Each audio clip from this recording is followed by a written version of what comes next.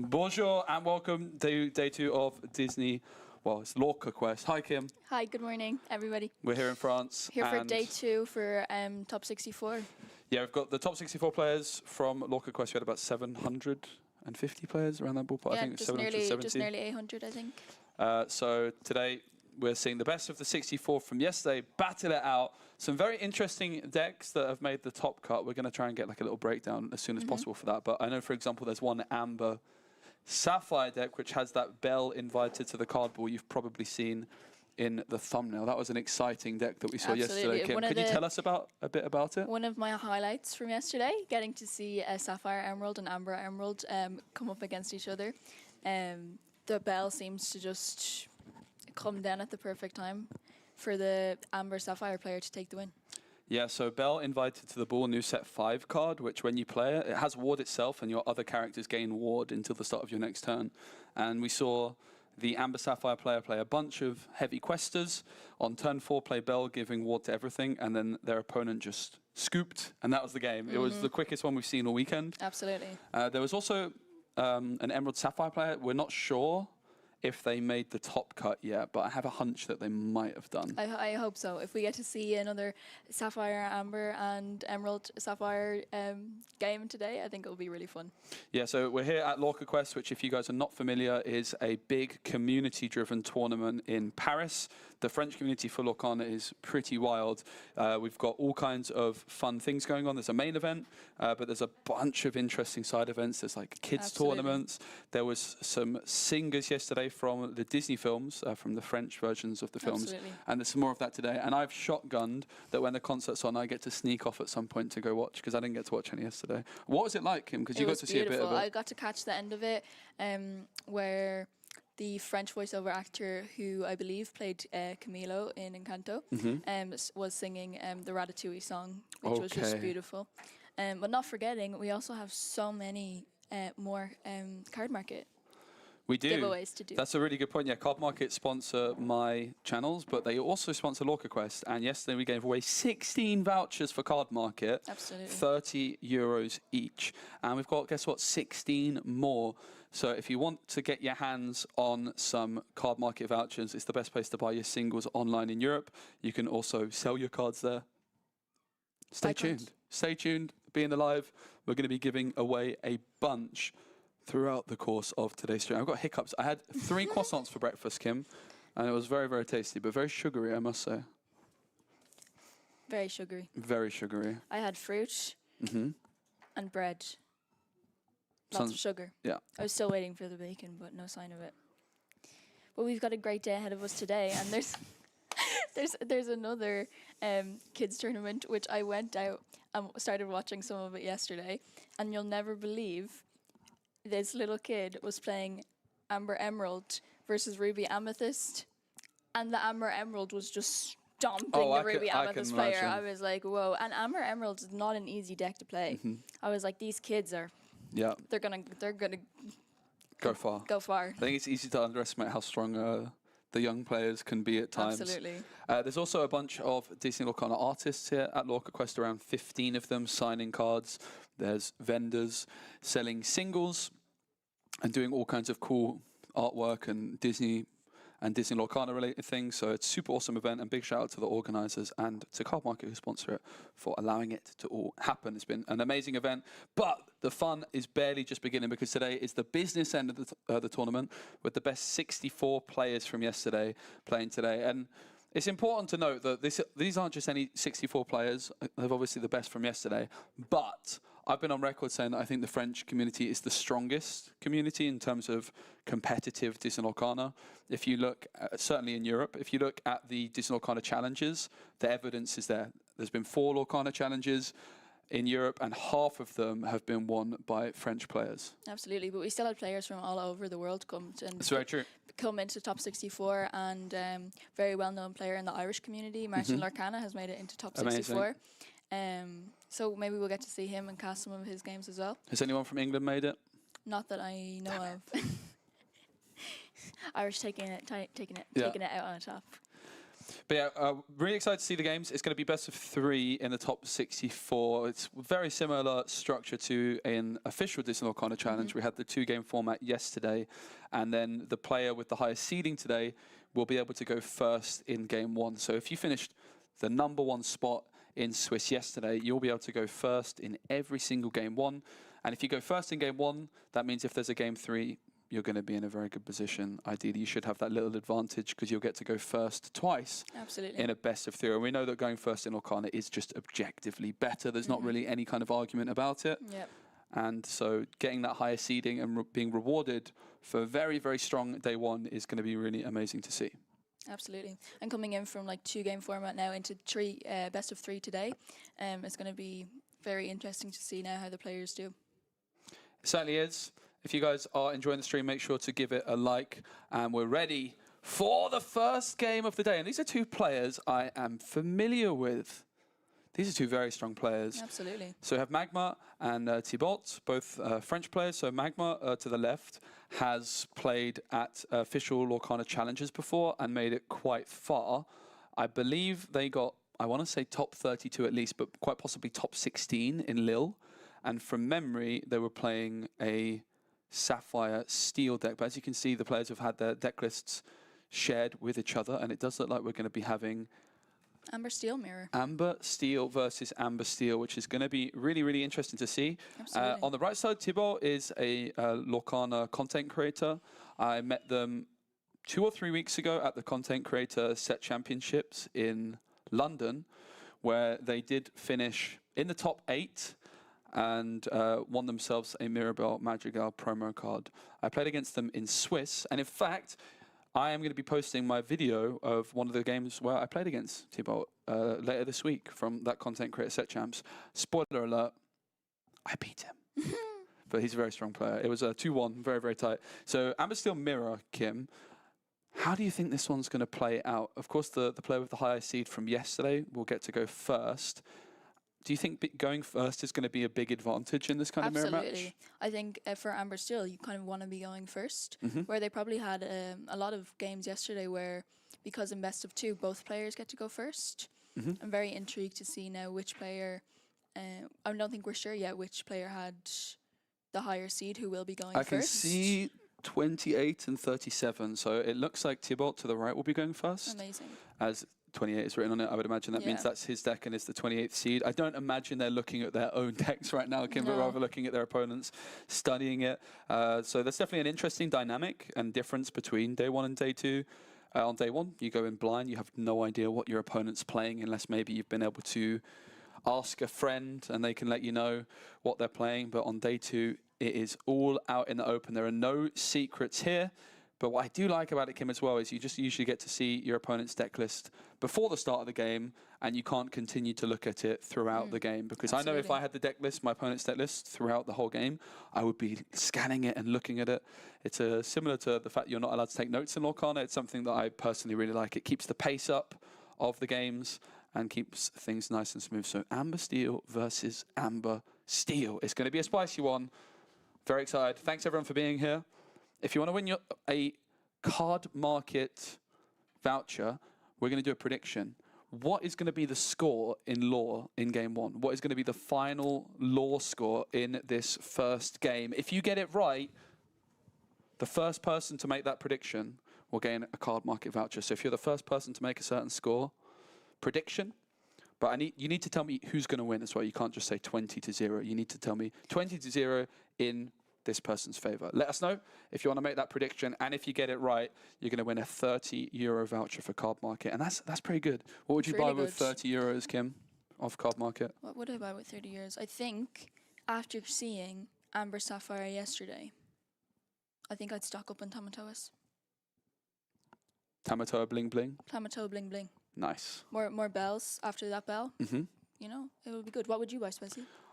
If I had €30, I would probably have to buy a First Chapter Elsa and something else, because I actually don't own a single copy of that card. I know I want to taste some. I'm sure Curry will sell you his French one. Oh, I would actually be well up for that.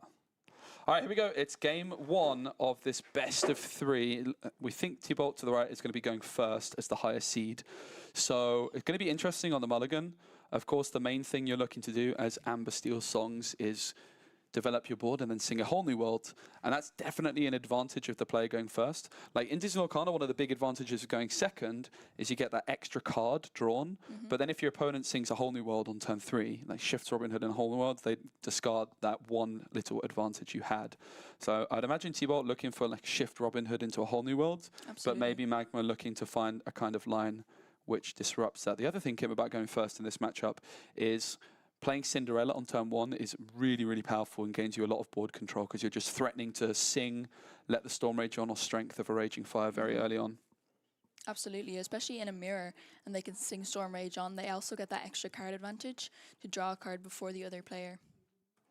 Even the little, if they have their 1-drop Robin Hood to shift, then turn 3 onto Robin Hood and sing a whole new world can be really, really strong. And we did see a Daisy Duck in Tobias's hand there. We've seen a lot of games yesterday where the Daisy Duck did put in a lot of work. Yeah, and Daisy Duck just working really well when combined with Steel with that whole new world because you give, again, your opponent those extra cards, which can be a downside, but then suddenly the whole new world just discards them all anyway. All right, players are going to cut each other's decks. And we're going to get ready and started. There is also a French stream. If you guys would like to be watching this in French, you can check that out over on Twitch as well. So don't forget about that. We think it's going to be T-Bolt to the right going first. Magma then going to be really up against it in this one, but certainly doable. It's going to be Piglet, Pooh Pirate captain into the ink. And there's that turn 1 Cinderella we talked about.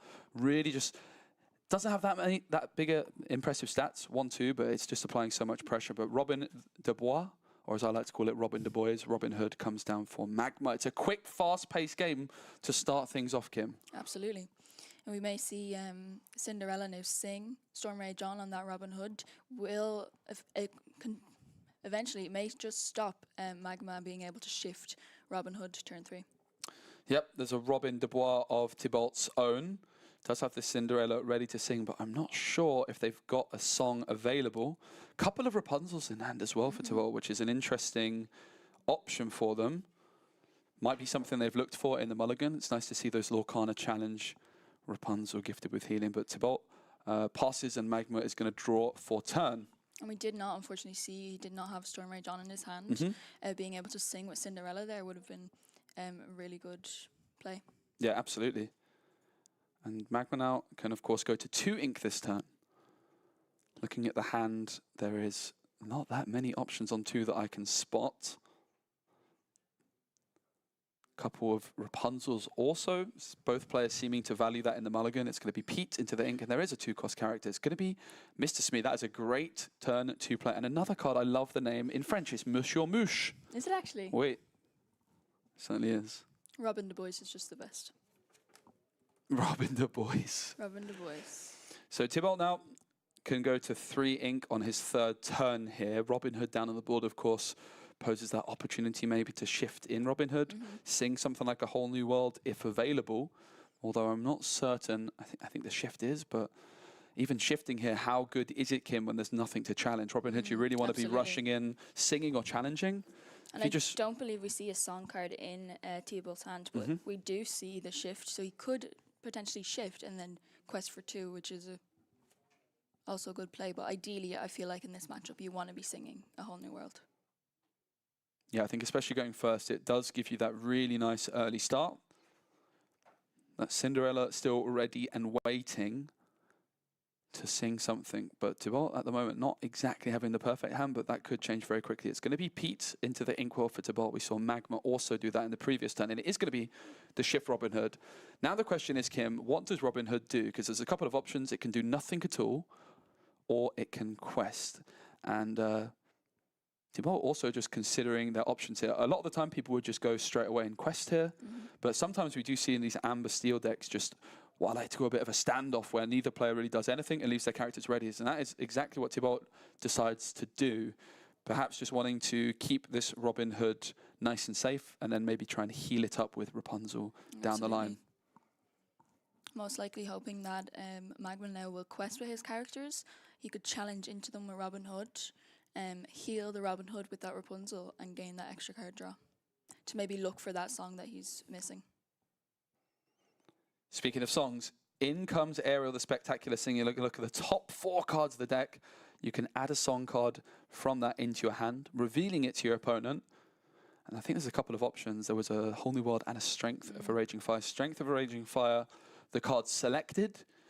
One advantage over the Whole New World is that it's inkable, unlike a Whole New World. Yep. And just that nice little bit of board control.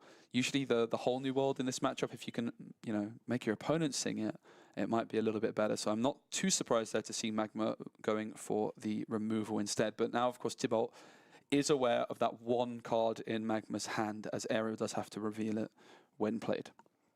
Well, we do see your favorite card here, Piglet Pooh Pirate Captain. Oh, yeah. Which could come down this turn, and with the other 2 characters on board, next turn could quest for 3 lore. Yeah, so Thibault now, both players with this kind of standoff position, both also being aware of each other's deck lists, of course, because it is open deck lists here on day 2. Both aware about the potential threat of Rapunzel. That's one thing I always get a little bit wrong, Kim, when I play against Amethyst. I play quite heavily into Rapunzels, but neither of these players making such a mistake, just leaving all their characters ready so far. And it looks like that is going to continue. No, Thibault now decides now is the moment to take this quest with Robin Hood. So that's going to be an interesting thing to discuss after this turn and see if we like that decision. And a strong play here from Theobald playing down the Pete to potentially stopping Magma to play any songs, because he does know that he has that Strength of the Rage and Fire in his hand. So Ariel stopping now potential Ariel sing of Strength of the Rage and Fire. Yeah, this Rapunzel gifted with healing. Both players have it. It is that Disney Lorcana challenge promo version of it. Again, both players done very, very well at challenges. I know Thibault's finished at least top 100 once or twice. Magma's definitely made a pretty long run into the top cut in the past. So 2 very strong players, that's for sure. And Amber Steel Songs, I think, has had a very, very strong couple of weeks here in the events in France. It was Lawrence down on the board for Magma, and they leave all their characters ready and waiting. So I think Thibault definitely made the right choice to get that 2 little lore with Robin Hood, because there was, with that Pete giving his Robin Hood some protection from Storm Rage on, the Robin Hood was nice and safe. If you banish Robin Hood in a challenge, your opponent draws from Robin Hood, whereas if you can banish it with that Strength of a Raging Fire, it might stop Thibault drawing. So I think it was a really nice decision for Thibault to play the Pete to protect the Robin Hood a bit, and then take that quest in that turn. And gonna now sing. It is the time for the Whole New Worlds. And here, Magma discarding 3 cards, whereas Thibault discarding just 1.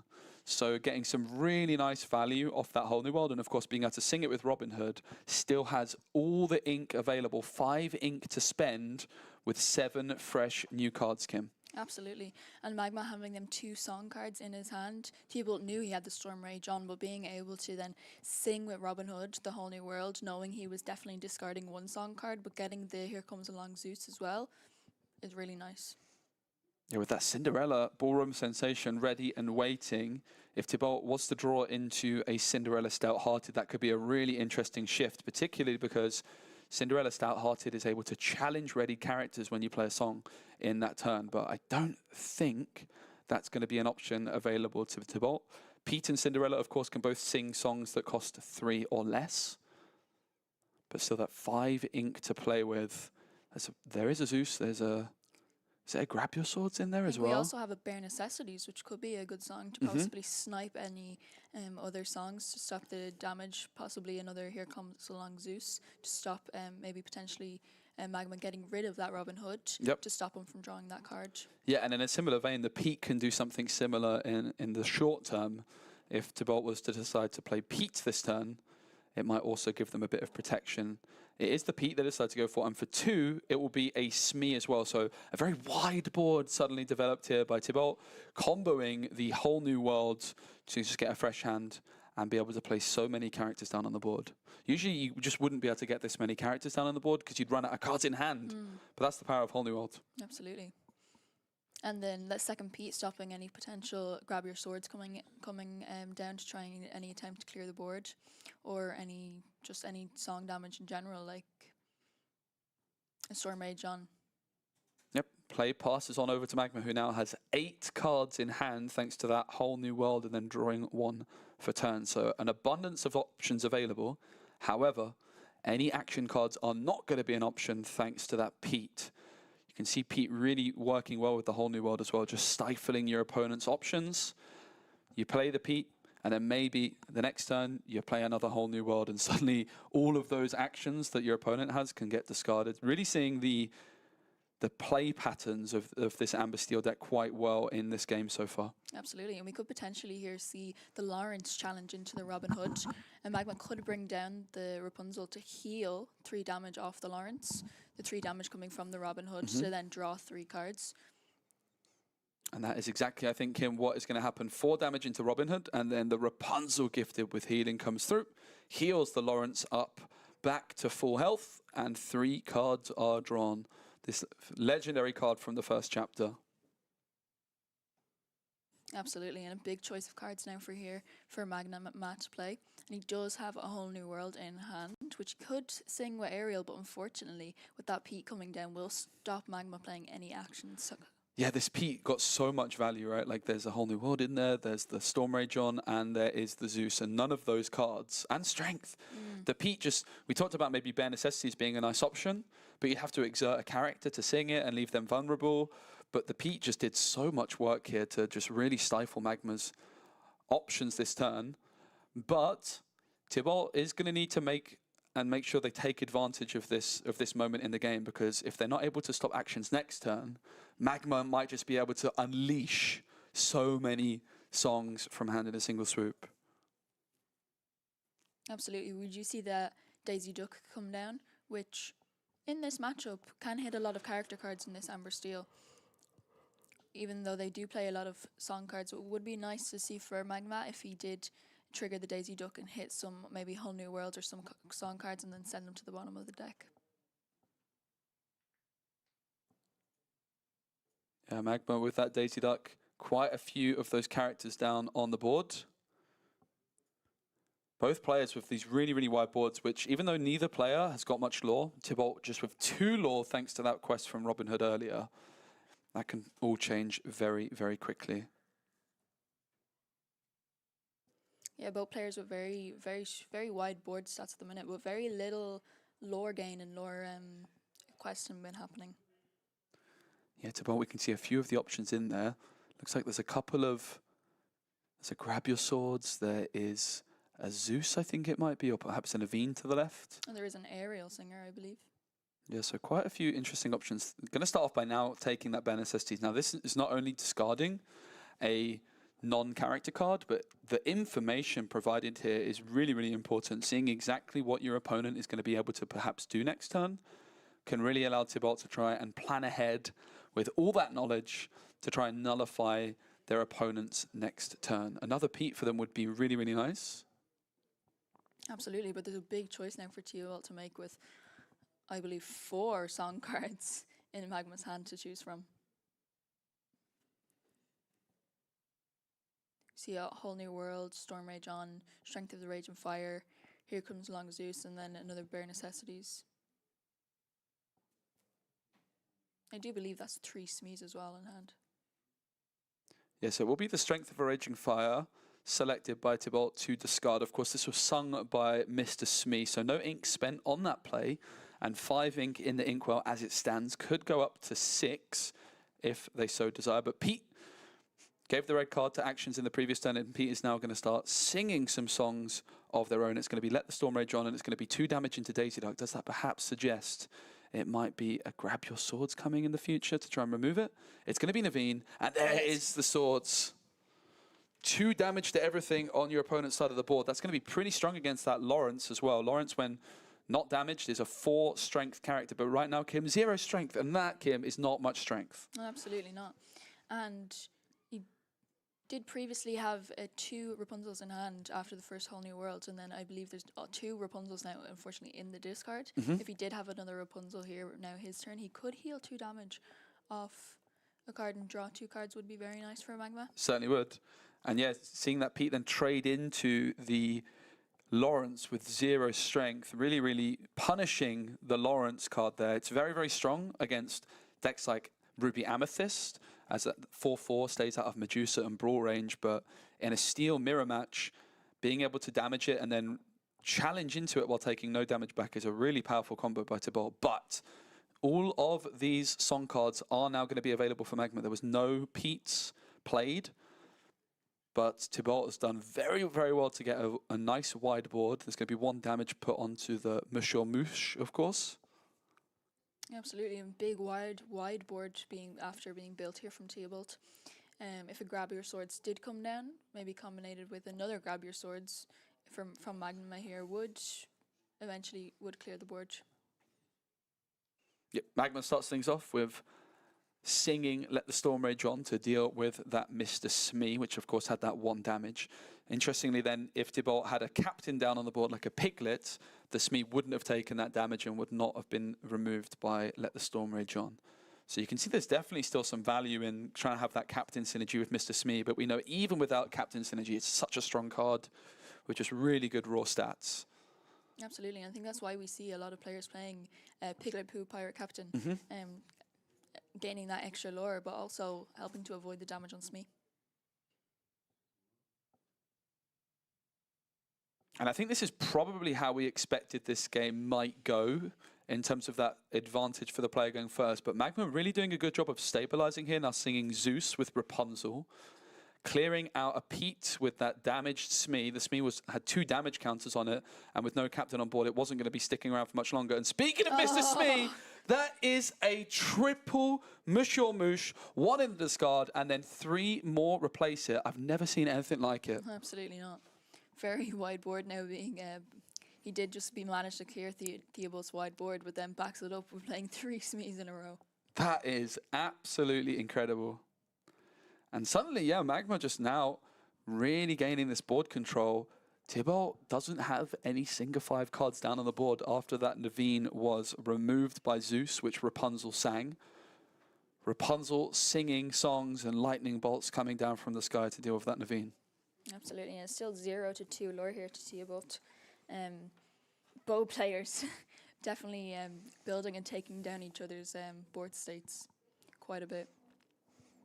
Yeah, Tibalt, 2 Cinderellas and a Pete on the board. Currently the score just 2 lore to 0.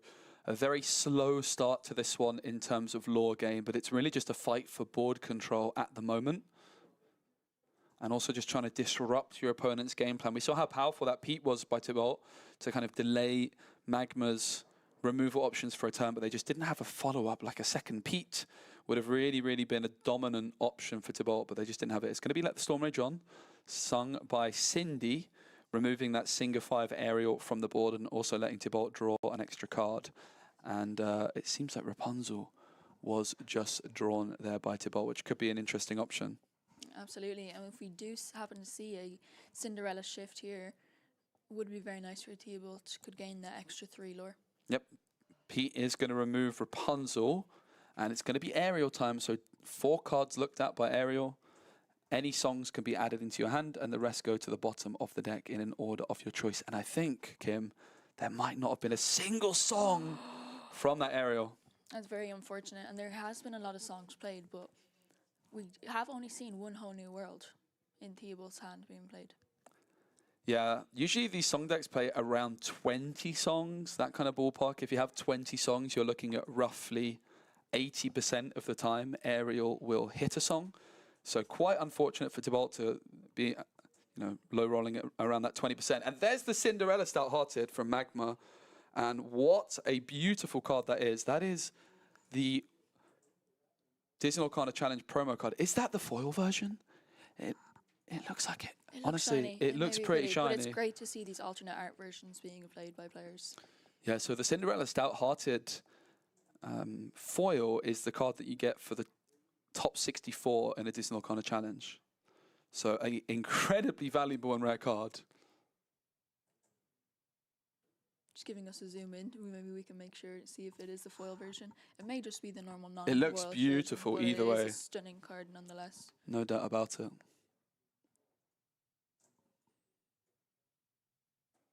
And the Cinderella Stout-Hearted, lots of abilities. It has resist 2, shift 5 rather, and the singing sword. When you play a song. This character may challenge ready characters this turn.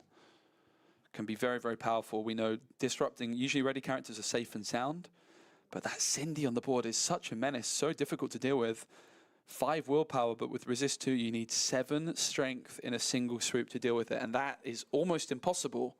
I think the only way you could do it in this deck is with strength of a Raging Fire and 7 characters on board, but Thibault is only at 2 characters right now, but Rapunzel gets inked, and it's the second Whole New World. Magma has his Daisy Duck and a Whole New World discarded. Each player is going to draw 7 new cards, and Thibault probably just looking to develop a wide board and also get a peat down. Absolutely.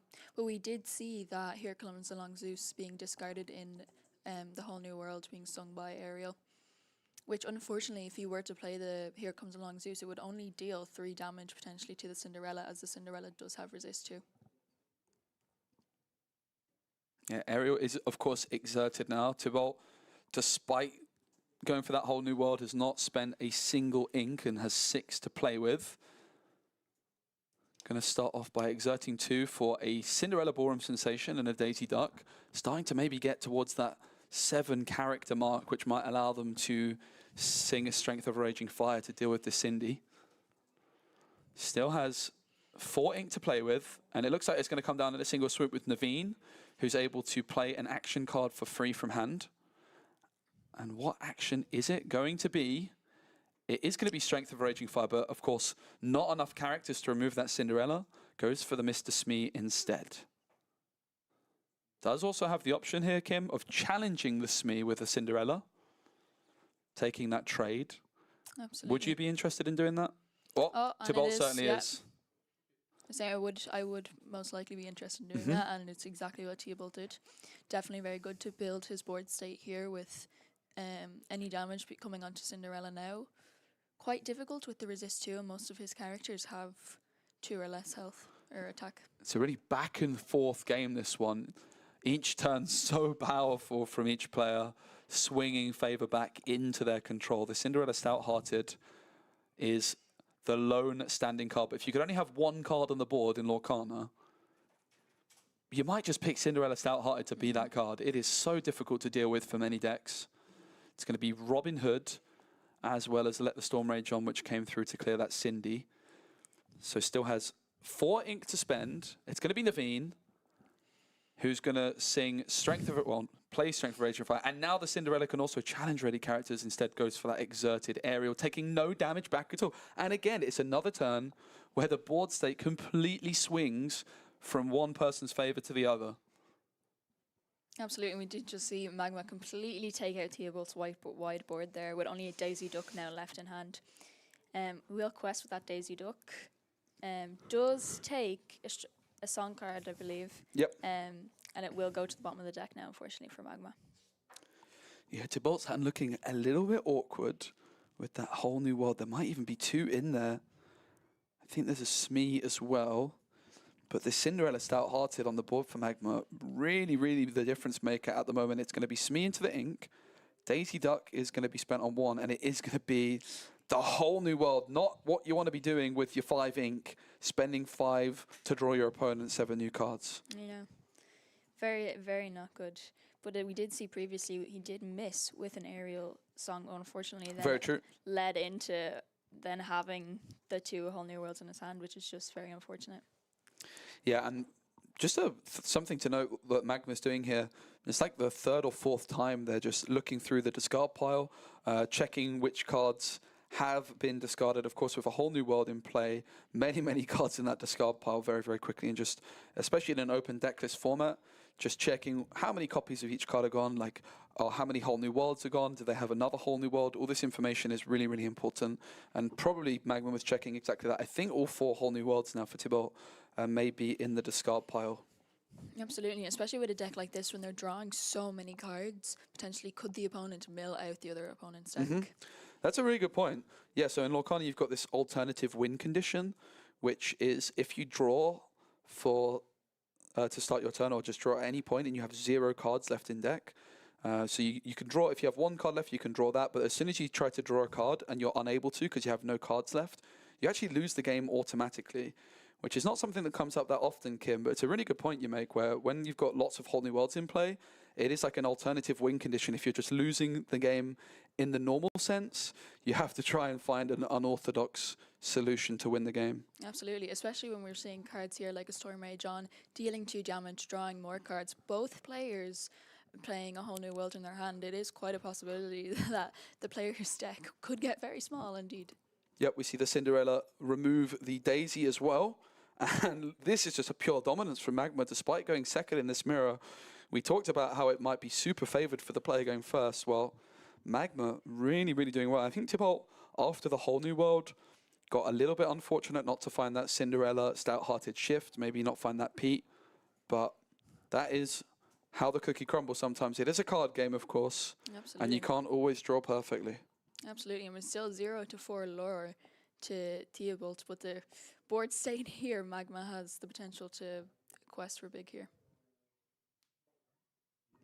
It's going to be aerial for Tibalt. Top 4 cards will be looked at yet again. We saw the previous aerial miss, surely not again. Well, this one is going to hit, but is it too little too late for Tibalt? He definitely needs a big win here to be able to clear this board potentially and gain back control and be able to sing, maybe play out a good few more cards. And we do see the Naveen coming down. He will sing the Storm Rage on and take out Magma's Naveen. Yep, and that is all the ink now for Tibalt. Spent 4 on Naveen, 3 on Aerial. However, Magma, despite having that board control, let's not forget, is still at 0 lore. So they're a long old way away from taking it. Most of the characters on Magma's side of the board are going to only be questing for 1, with that Naveen and the can quest for 2 and the Cindy for 3. But no question yet. It's going to be an Aerial of Magma's own. This one also might have been a miss, and they didn't even. That is a very small amount of cards left in deck, Kim. Absolutely, and we've seen so many song cards played. There's a good few song cards in hand. I'm not surprised the Aerial did unfortunately miss. But the Cinderella, just being able to challenge these ready characters, a complete difference maker. And finally, it's time for Magma to get a little bit of lore in this top 64. Ties it up at 4 lore apiece. But the board stay, I think, is rather fair to say in Magma's favour at this moment. Yes, I believe so. Unfortunately for Theobald here, he may not have a lot of options, but it is the Aerial come down. We'll see to find, draw 4 cards and see if there's any songs. Does find the strength of a raging fight. Again, I think you made a really good point in this position. Tibalt's best out, having completely lost control of the board, is to try to deck out your opponent, mill all their cards, we call it. Absolutely. But I have a feeling that all 4 whole new worlds are in the discard. That moment where they drew 2 in hand at the same time was definitely a really bad time. We saw like the board swinging back and forth, and there was that one turn Tibalt had to spend 5 ink on a whole new world, and that's where it really got a little bit away from them. Absolutely, and we have seen 2 whole new worlds being played by Theobald, and the second whole new world he did have to discard his whole new world. But will be interesting to see now if he does draw out another one. It's going to be the scoop. So Magma taking game number 1, despite being the lowest seed and going second, takes it 20 lore to 4. Did anybody get that right? Let's have a look. That would be a very impressive prediction if anybody said 20 to 4 for Magma. Because they were going second. I don't think many of us would have expected that. So, as far as I can see, no one got it. So, in game number 2 here, let us know your prediction. It will be Tibalt going first again. So give us a score prediction. What is going to be the final lore score in this game number 2? If you get it right, you're going to win yourself a €30 card market voucher. Absolutely, and we did see Magma here going second game 1, and he did manage to take the win. It will be really interesting to see now if he can take the win going second once again. Yeah, we've got some predictions coming through. Nadia predicting Tibalt 20 to 12 will be winning it. NM thinks that it's going to be 20 to 11 in Tibalt's favour. So people still backing Tibalt, perhaps with the player being the player that's going first. But we clearly can't write Magma off after that one. Some are going for a 20 to 6 in Magma's favour. What's your prediction? You're not going to win. You don't get to win a card market I don't get voucher. to win a card sorry market voucher. to inform you, but I think Theobald might take this one. It could be like 20 to 14, but I feel like the first game, it's going to be very, very close. It's quite hard to call in these mirrors because both players here are definitely very capable players, both very good at controlling the board, building a wide board spread, being able to take out the other opponent's cards. Stephanie's gone for 20 to 2 to Magma. We're seeing SCM with Thibault thinking it's going to be 20 Law to 9. No one's guessed that no one's guessed the deck out. Like no one's guessed it's going to end at. It's going to end at a mill. 0 Law each with someone being decked out. But yeah, here we go. It's game 2. Thibault, having lost game 1, will be going first here in game number 2. They had a pretty good start, didn't they, Kim? It was just there was that one turn where they used Pete to deny all of the songs from Magma, but then once Pete had kind of resolved, the following turn, there were so many songs that Magma was able to play and control the board, and that Cinderella shift made all the difference. Absolutely. There was a couple of turns Thibault could have shifted Cinderella stout-hearted, but just didn't have the card available in their hand. Also, if people are watching on YouTube, they should definitely give the YouTube stream a like. We have, so far, apparently 1 like on YouTube. Aw, that's adorable. Guys, give Svesi a like. He'll take a like. But will be interesting to see now how Theobald will do. Then Pete's coming down one after another. Unfortunately, then Pete stopping all the actions in Magma's card meant his hand was just filled with actions, and his wide board state just gave him the out to just sing them songs and clear poor Theobald's board. Yes, remember this is a best of 3. It's going to be Ursula Vanessa into the Inkwell.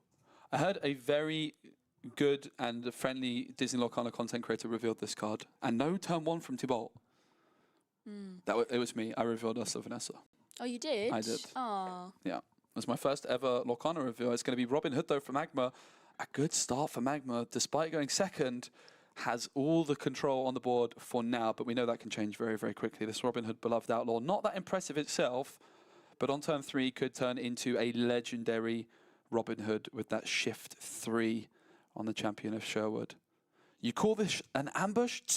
It's barely a bushwhack. It is going to be that Ursula Vanessa that comes down for Thibault. Singer 4. This magic will certainly do the trick. This is my new favorite thing, reading the flavor text. The flavor text. I love the flavor text in Lorcana, I have to say. It is very well done. It is very well done.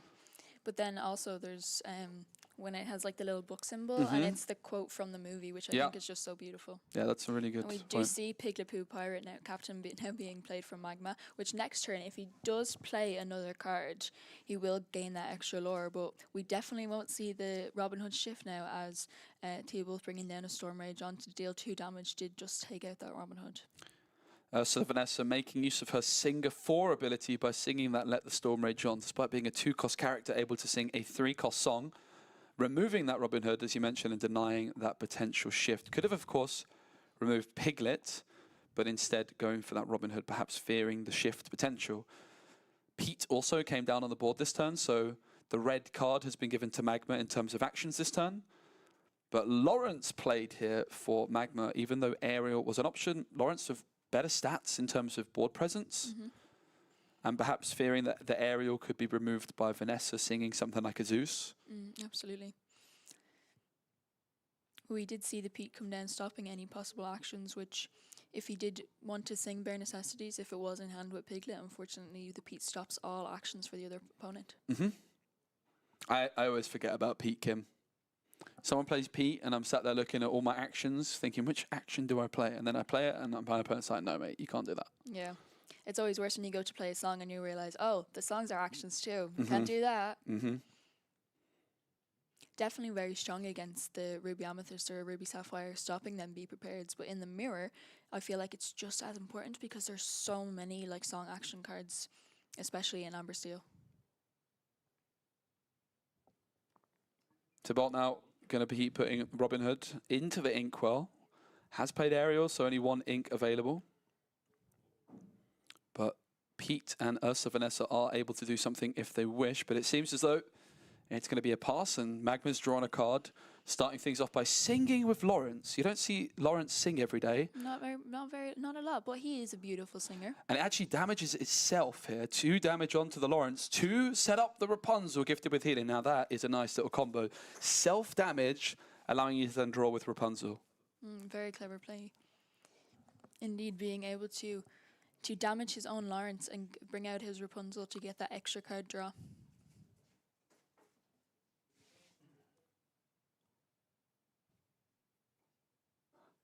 I've been distracted because I see coffee. It's rather early here in France. We're at 10 a.m. Yeah, but if you think about it, if you were at Merci. home as well, it's 9 a.m. Thank you so much. And chocolate? Okay. Oh, merci beaucoup. Merci. Yeah, so Piglet, Lawrence, and Rapunzel down on the board for Magma. Rapunzel and Lawrence can quest for 2 each. And that Piglet for 3. So 7 lore on the board at the moment for Magma is quite a lot. But it is, of course, Thibault's turn. It's going to be Storm Rage on, setting that Lawrence down to a 0 strength character now with just 2 willpower remaining. Lawrence is a 4/4 when undamaged, but with damage, loses every one of that 4 strength. Absolutely, but also gives Magma here the opportunity now if Theobald does not take out this Lawrence, if he does have another Rapunzel in his hand, which I believe I've seen he does, he will be able to heal that Lawrence and draw 2 extra cards. Yeah, we are, of course, today also joined by Kawa from Lorcana. He's going to be joining us on the cast from the next round as well. And we do see that Rapunzel gifted with healing going into the Inkwell for Theobald.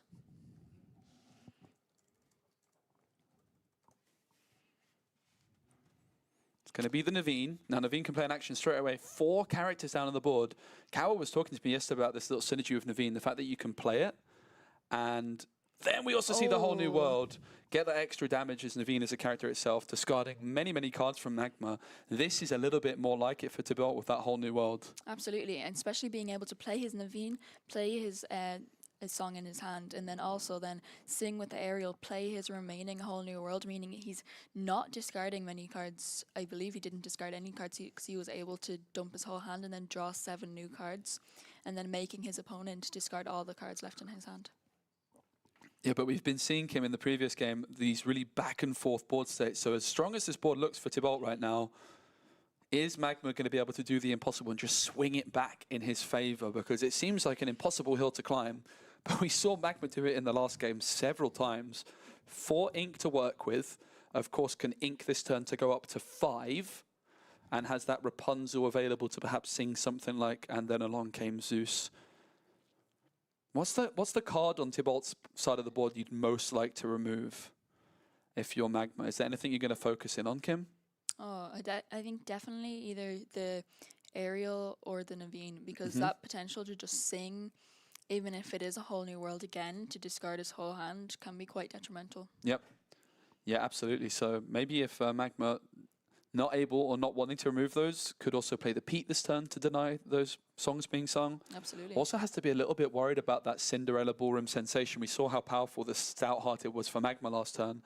They surely can't afford to let Thibault shift to Cindy, but they might just have to hope they don't have it. They check the discard pile. Absolutely, and we did see one go into the Inkwell earlier on, but a big possibility after the whole new world is that Thibault may have drawn into that Cinderella Stout-Hearted, which we did see in the previous game. You know, Cinderella Stout-Hearted coming down after a shift, Magma was able to do it. Could potentially Theobald do the same. Yep, it is going to be We Don't Talk About Bruno, not sung. Sorry, not And Then Along Came Zeus. It's early, all right? To be fair, there was a lot of Emerald Amethyst yesterday. Yeah. There was a lot of Brunos.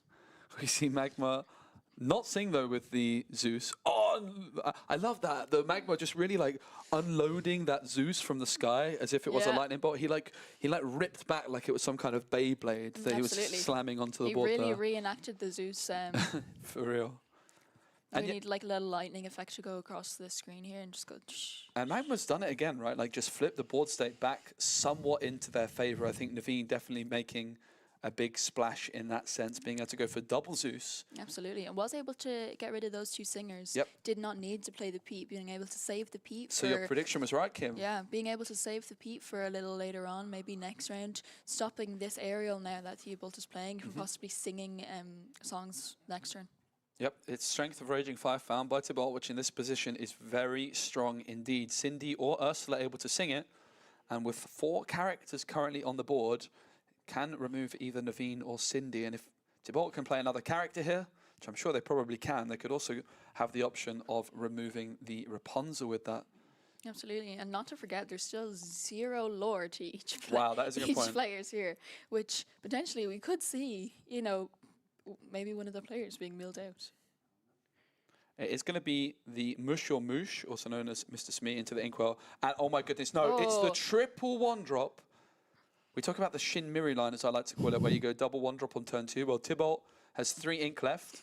Doesn't play 1 character, not 2, but just 3 characters all out on the board. Double Daisy and a Cinderella just for good measure. This is getting to the kind of board state for Thibault where even if Magma was to play a Cinderella Stout-Hearted next turn, they might still be able to remove it with that Strength of a Raging Fire. Absolutely. Theobald being in a strong position here now, having that Strength of a Raging Fire in hand could get rid of that Naveen off Magma's board, potentially stopping him from singing any big songs next turn. Cindy will sing the Strength of a Raging Fire and does go for that Naveen. Seems like the sensible decision, and it's going to be a finally little bit of lore on the board. 2 lore to 0. Things are kicking off for Thibault, and I wonder if anyone's predictions are already over with Thibault gaining that first 2 lore. Of course, if you predicted 20 to 0 in favour of Magma, your prediction is unfortunately wrong. So we are doing some card market giveaways because they sponsor Lorca Quest in the stream. So if you want to try and win 30 euros, we're doing some score predictions about what the final lore result will be of this game. But you have to get your predictions in pretty quickly or I'm going to void them. Don't think you can just wait around until the last moment and then make the prediction. Absolutely. And we did see the previous game go pretty similar where Theobald did manage to get the first lore on the board for himself, but Magma was able to gain back control with that Cinderella Stout-Heart shift. Could we see it again? And it's going to be that third Zeus this time onto Ariel. So really denying those singers. It's going to be Robin Dubois, Robin Hood, down onto the board. Had the option, again, of singing the Zeus with Rapunzel, but favouring to spend ink on it, probably because they just have a real lack of cards available in hand right now. Absolutely. It is going to be the Strength of Raging Fire sung by Rapunzel. 3 damage dealt to that Pete. But that's a lot of characters remaining for Thibault. And a bunch of singers as well. 2 Cindy's and Ursula and a couple of Daisy, Duck, Donald's Date. Absolutely. And I think Theobald would really love here to quest with them daisies and snag some songs out of Magma's deck and stick them on the bottom of the board. And remember, with this prediction, if you were the first person to make that prediction, you're going to be the winner. So if you're just trying to wait around right until the end to make your prediction, there's a chance you're making a prediction someone made right at the start of the game. So you want to make sure you get those predictions in nice and quickly. We did see Cinderella challenge into the Rapunzel here for Theobald to play down his own Rapunzel to heal the 1 damage and draw an extra card. Yeah, super wide board for Thibault. Only at 2 lore right now, but with those daisies questing for 2 each, that could change very quickly indeed. But the interesting thing with Daisy in this position, you don't necessarily want to be giving your opponent access to more cards, right? So absolutely, but with a lot of songs being in these Amber Steel decks, a big chance of hitting them song cards, Double? like what just happened. Hits the Robin Hood on the second one, so Robin Hood, Champion of Sherwood, added to hand, which is a pretty nice find for Magma. Absolutely. And that is the risk of questing there with Daisy. You gain some lore, but you do give your opponent that extra card in hand. But now also has the information, the Robin Hood's there, and can deal with the shift target with that Strength of Raging Fire. Dominant performance from Thibault here in Game 2. I think this is going a little bit more how we expected Game 1 to go, isn't it? Absolutely. And being able to see that Daisy Duck bring the Robin Hood out from the top deck, stopping that shift, Magma being on 5 ink, meaning if he did want to play that Robin Hood like what just happened, he did have to spend all 5 of his ink. It's going to be the Rapunzel, I believe, removing the Cinderella with help from Cinderella.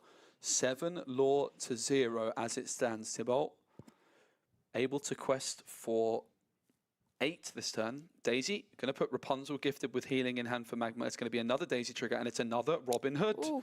So these Daisies really adding cards into Magma's hand right now. And he did have no cards in hand previously. If them Daisy Ducks did hit a whole new world, ideally, which Magma was probably looking for to sing with Robin Hood, a whole new world to fill back up his hand and discard whichever cards Theobald does have in hand. Unfortunately, did hit character cards, so Magma does have cards to play next turn, but could he potentially hit that whole new world top deck? It's going to be 2 ink exerted for a Mr. Smee, just for some more questing power.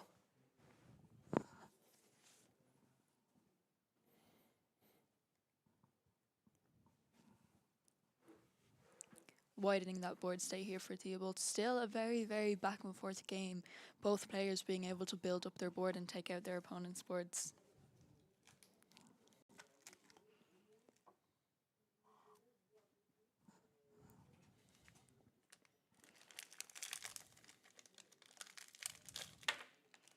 And then a Theobald down gaining that lore up to 13 lore to 0. So if there was any guesses to 20 lore to 0, perhaps, could you win the card market voucher? It's quite possible. 13 to 0 as it stands. Magma going to challenge Cinderella with Rapunzel, but going to then be healing that Rapunzel back up. It's Rapunzel on Rapunzel action for Magma, who suddenly has an abundance of options available in hand, but has a real mountain to climb. A double Grab Your Swords would be quite delightful, but Grab Your Sword's not a card you see these Steel Song players play too often anymore. And of course, as it is open deck lists, Tybalt is going to be fully aware if that is a possibility. Absolutely, and we've seen previously a lot of Amber Steel decks cutting them Grab Your Swords, but in previous tournaments bringing them back because of all the green steel, the Grab Your Swords being really vital in clearing all them Prince Johns.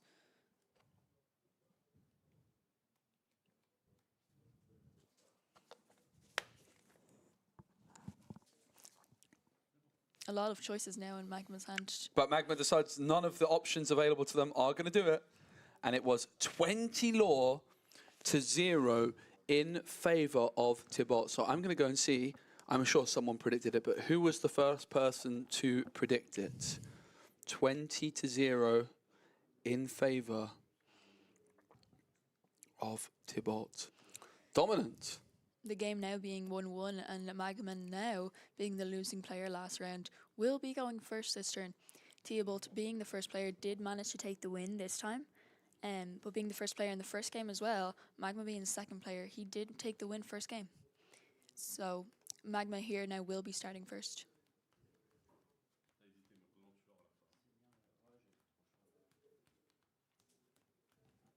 Okay, so someone did predict 20 to 0.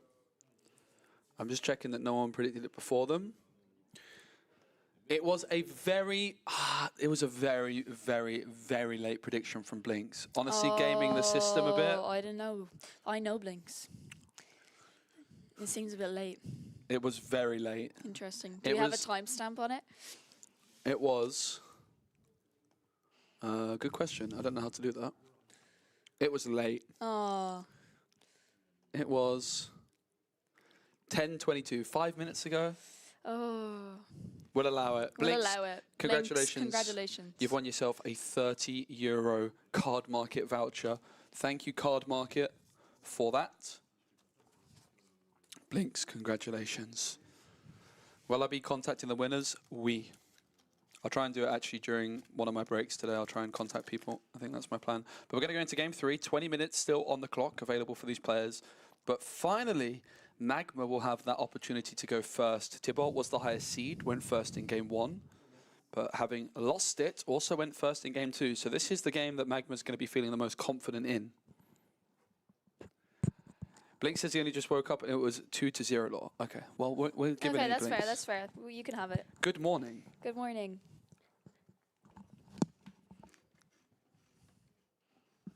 It is, to be fair, it's 9:30 at home. We are an hour ahead, but going into the third game here, both players having won a game each, and Magma here will be getting the chance to start first.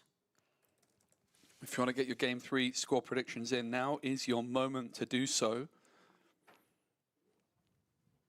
And if you get it right, you're going to win yourself a €30 voucher for Card Market, excuse me. I'm trying to munch on some cinnamon goldfish thingy-majiggers. They're delightful, but a bit dry.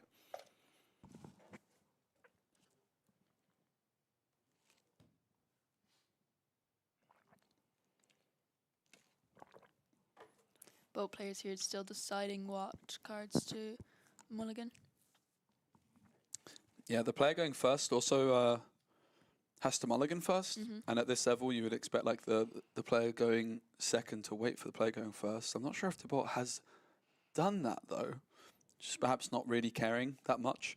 It's like very, very small information that you can gain. But if you see your opponent keep their hand, you might feel like you have a good read over what they have and try to counter that in some way. But you can see here it's our French colleagues, our French casting friends. So if you do want to go watch this in French, you can. Hi. Or you can stay with us, because we speak English. Or you could not.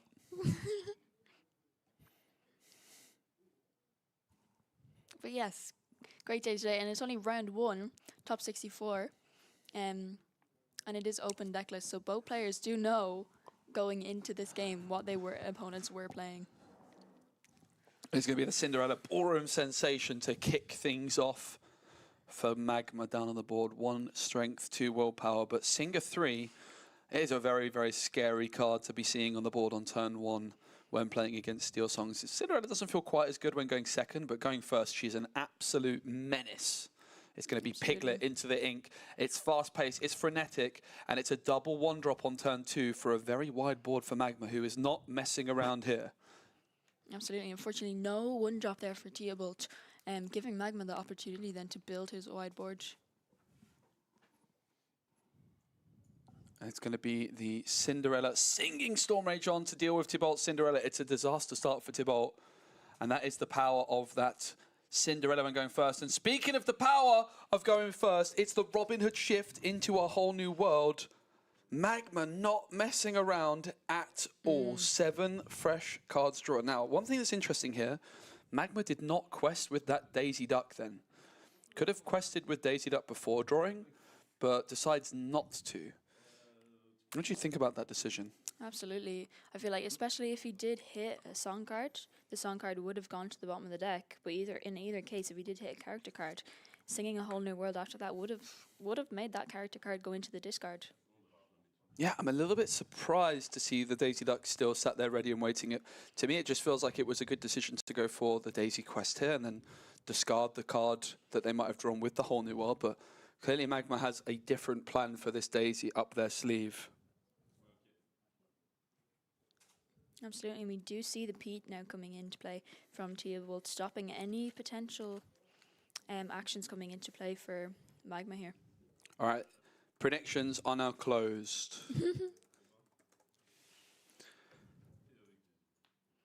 The Pete stopping any potential singing being done here from Magma, leading him to just quest with the Robin Hood and Daisy Duck. But what a dominant board for Magma, playing so quickly. Found exactly what they were looking for with their mulligan. We really did talk about this opening potentially of the Cinderella on 1, the Robin Hood shift on 3 and singing Whole New World, and Magma pulled it off with absolute ease. It's going to be Ursa Vanessa into the Inkwell. Tibalt looking to make a comeback and does so with a Pete and a Robin Hood, but it is looking like a real mountain to climb already for Tibalt. Absolutely. We do see another Pete come down. This feels very similar to the first game we had with Pete on Pete action stopping all of these songs or actions being played in Magma's hand, leading them to just be stuck in his hand for a play. So as soon as a Theobald here will run out of Pete's to play, he'll just have an abundance of actions and songs that he could be singing.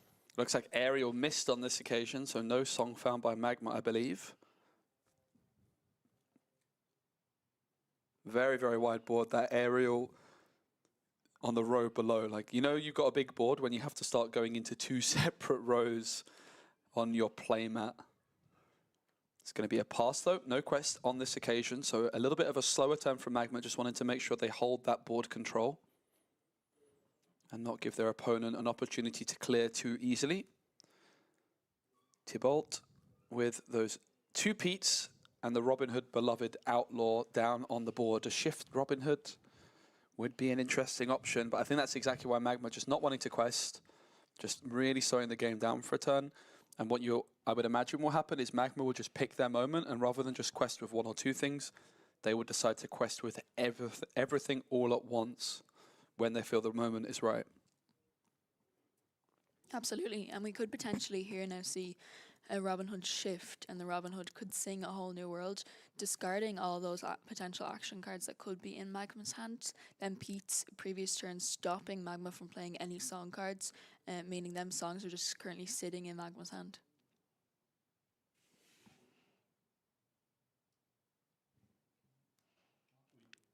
Well, we do see an aerial come down, so Tybalt will look at the top 4 cards of his deck and reveal a song card. Yeah, Tybalt looking to gain back that board control, gets the whole new world in hand, which Magma acknowledges and sees. I like Magma's shirt, by the way. It's very colourful. It's also a great name, Magma. Yeah, again, I think Magma top 32 or top 16 at Disney Lorcana Challenge in Lille, and from memory we're playing Blue Steel. Not still believing in Blue Steel, it seems. Tybalt, I know, has played Amber Steel songs for quite a long time and is feeling very comfortable and confident on the deck. So I'm sure both these players have experienced this mirror many, many times. Magma just felt so confident with that opener that it was just like, you know, yeah, I've done this before. Pete's going to exert to perhaps sing. Strength of Raging Fire, 4 damage. A few different options available. Daisy Duck, Aerial, Pete, Cinderella, the most likely. That Robin Hood with 6 willpower could not be removed by strength. And Tybalt looks like he's just, yeah, I mean, I can remove something, but I'm not really sure what to go for. Maybe they feel like there's nothing good to go for. Does go for Aerial. And it's going to be Magma now drawing 5 Law to 0 is the scores on the doors. Magma going to exert Cindy. It looks like it's going to be a song sung by Cinderella, and it will in fact be a Strength of a Raging Fire taking down their Aerial, both players removing each other's Singer 5 Aerial. But still an abundance of options available to Magma, including all 4 ink. Could even go to 5 ink this turn as well. It's going to be Robin Hood challenging Pete and gaining 2 Law when it banishes Pete in that challenge.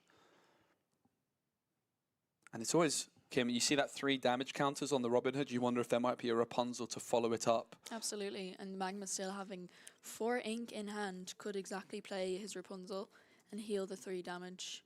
But we do see a Naveen come down and sing a whole new world for free. Yeah, the whole new world comes through. Each player discards their hand and draws 7 fresh new cards. But look at the facial expression from Magma. What is that? What is going on? Are they happy? Are they unhappy? I'm very curious to see exactly what they've drawn into.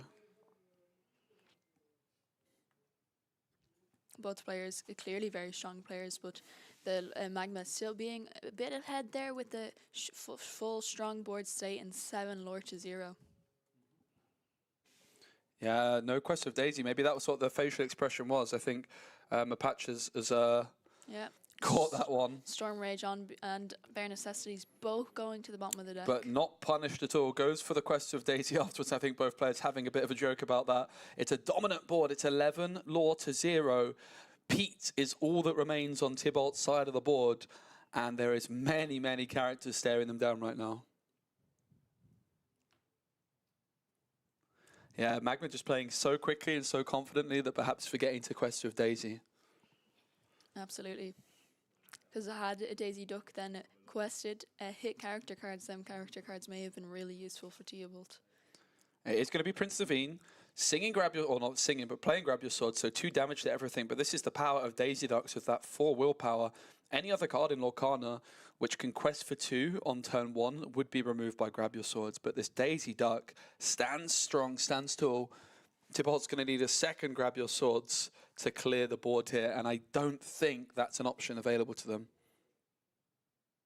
Unfortunately not. He does have Pete here, which potentially could sing with Pete to sing a Storm Rage on, deal 2 damage, possibly get rid of that Robin Hood or them Daisy Ducks. Yep. But Pete instead will go into the Daisy Duck. And Tybalt, I think, surviving for now.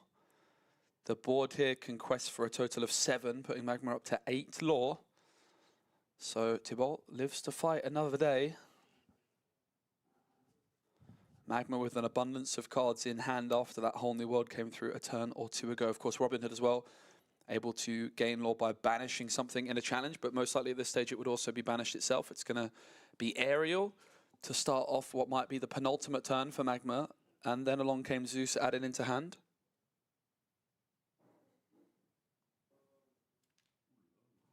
Absolutely, and Magma just clearly here having both players, both with, well, Theobald with 4 cards and Magma now having 5 cards on play. Seems very even, but Magma having that little bit advantage of having 11 lore.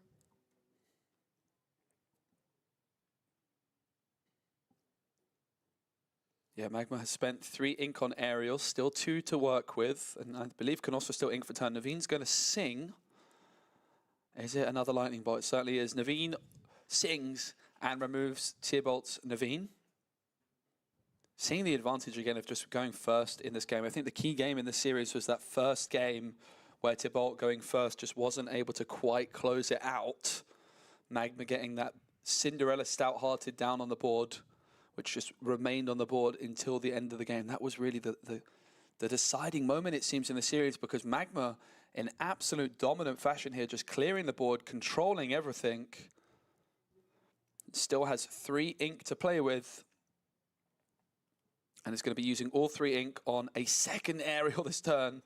6 ink, 2 Aerials. Not bad. Not bad at all. And we did see previously there, the Pete taking out Tybalt's Pete. Now with the potential to perhaps sing with Robin Hood and take out the Daisy Duck or Cinderella. Yep, it's going to be Robin Hood singing Let the Storm Rage On. Also allows Magma to draw into another card, and Daisy Duck will quest, and it's going to be our guest, sadly, onto the bottom. And Tybalt, great to see them still having a lot of fun despite being in a precarious position and getting a little bit unlucky with those Daisy Duck triggers, still with a smile on their face. But it's 13 lore to 0 right now, Kim. Magma's board questing for a total of 8 right now. Absolutely. Tybalt really needing to get in here to clear his board as best as possible. Yep, well, that does keep them alive for now, with the Naveen removing Robin Hood.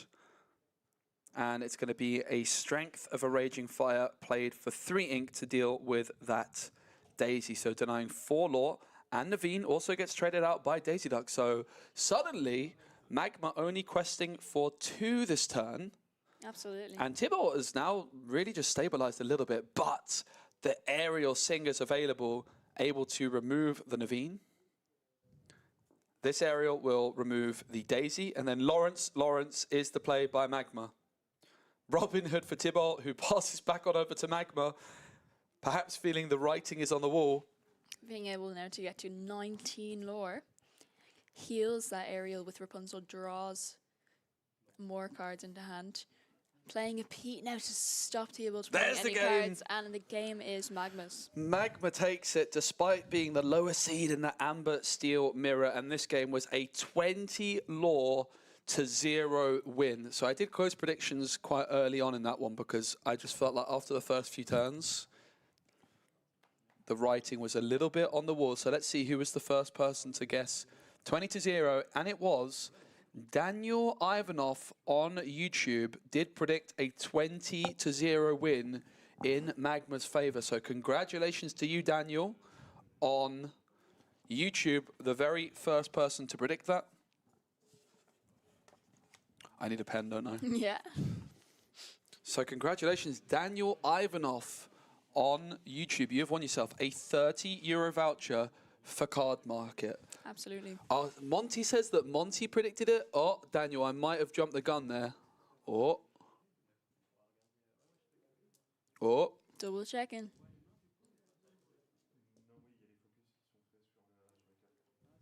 But But yeah, what a game. We've seen in the deck breakdown of the full first day yesterday with the Amber Steel being the second most represented deck. I'm intrigued now to see. Monty today. was before. Should we give it to both of them? They both predicted it in very quick succession. They both deserve it. Well done. We're going to give 2 away because that was a very quick prediction, the 20-0. So Monty, congratulations on your €30 from Card Market, and Daniel Ivanov, you got super quick predictions in there. You've secured yourself a €30 voucher from Card Market. Now, I've got a funny story about Monty. One of the first time I met Monty, because they play in London, I saw them at a set championships in set 3, and they just started playing Lorcana for a bit, and he was like, "Oh mate, I'm actually playing one of your decks at the set champs," and I was like, "Oh, nice, cool. Which one are you playing?" He's like, "Oh, so I'm playing the Pride Lands and Rockstar Stitch deck." Nice, okay. I was like, "Oh no." Especially special. At a set champs, I'm not sure. It was one of my first videos I posted on Lorcana. I hope he won. I don't think so, but Monty now I had faith. a big fan of the Ruby Amber Mufasa decks. Awesome. So yeah, that's very cool. I need to get a pen. We definitely. Have we got a pen, please? Merci. We'll get a pen to just write those down because I already forgot who won the first one. My memory. Blinks. Blinks. Good memory. Thanks. So Blinks on Twitch. He won the first one, or they won the first one. Blinks YouTube. Oh no, Twitch. So during my break, I'll start trying to get through some of these. I'm also, during my breaks, trying to, just before the tournament started here, I just had a little best of 2 against someone trying to practice for Seattle. And I lost 2-0. Hooray. And it's actually a lot of people that we've talked to this weekend here. A lot of Europeans heading over to Seattle next weekend for the Seattle DSC. So it'll be really interesting to see how you guys get on and how you do. Are you feeling confident, Spessy? Not after this morning. I still don't know what deck I'm playing, to be honest. You should just roll a dice. Yeah. Flip a coin. I think what I'll play is I'm going to play the Rockstar Stitch Pride Lands deck. I think you should. There was actually someone playing a Rockstar Stitch deck quite near to the top tables yesterday, but I don't know if they made the top cut. But yeah, that was round 1. Amber Steel Songs mirror matchup. Going to just check. I think we got sent some information about... no, we don't have it just yet, but we'll try and get you at some point like a little bit of a deck breakdown to see which decks did super well. I'm definitely pretty keen to go and explore the hall in the near future to go and see what kind of decks people are playing. Absolutely. I mean, we all know you're very excited yesterday because I was able to sneak off and watch a bit of the concert. Oh, yeah. And there's another concert on today at 2 p.m. We'll maybe get to see a bit of it. I've just been sent some bits and bobs. I'm not going to check that just yet because it's going to melt my brain. But yeah, excited to see which decks do well. We see Amber Steel making it through. I think Amber Steel is definitely performing pretty well actually yesterday. So not too surprised to see that there is we had a mirror matchup in the first round. Absolutely. But definitely excited to see some other bits and bobs. Should we do, have we got Disney trivia nearby? I don't think we do. Have you got it nearby? It's in my bag. So we can wait if it's far away. Cool. We'll do a bit of Disney trivia, shall we?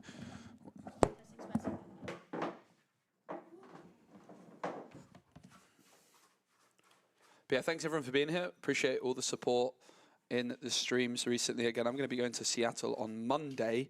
I go, well, tomorrow. Oh my goodness, I go tomorrow. That's crazy. What a whirlwind week this is for me. I'm flying from Paris tomorrow. And then I'm going to be finishing the day in Seattle. So really excited for that. Although a bit nervous because I don't know what deck I'm playing yet. And it's quite close to the tournament. That's okay. Disney trivia you have time. Today, Disney trivia time. I am so good at Disney trivia. It is incredible. Okay.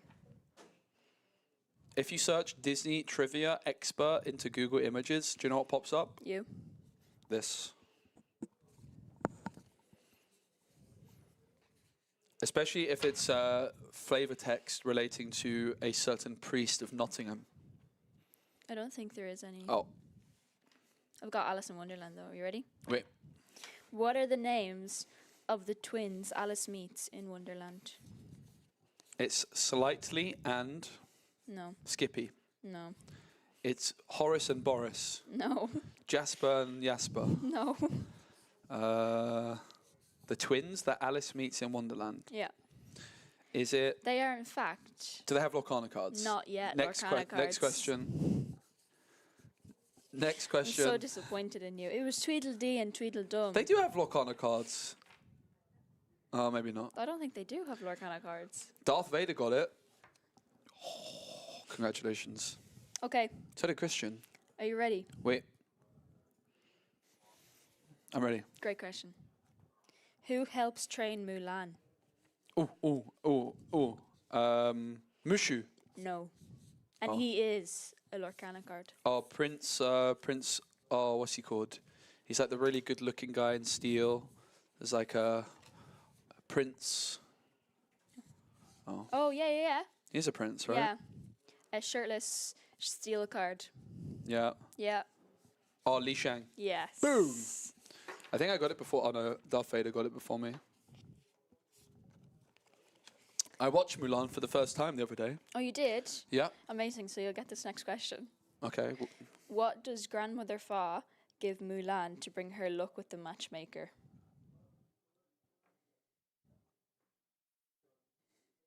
Huh? A hot cup of tea? No. What does he give her? What does he give her to give her luck in the matchmaker? And it is a green, an emerald card. An emerald card. I don't want to look at chat. Don't look at chat. That's cheating. Is it The Last Cannons? No. No, but that was my favourite part of the film. Honestly, it kind of got spoiled because there's a moment where there's like one last cannon. And it's like, oh my God, it's so tense. But guess what? I knew that there's a card called The Last Cannon. So I had a feeling that it was probably going to be quite good. And it was. Although the card, The Last Cannon, not so good. Can I have a clue, please? And so it's an emerald card. An emerald card with 3 lore. Three lore? That is too. What that's just too much of a good. What did they give them? What 3 does lore? What does Grandmother Fa give? So what does Mulan's granny give her Oh.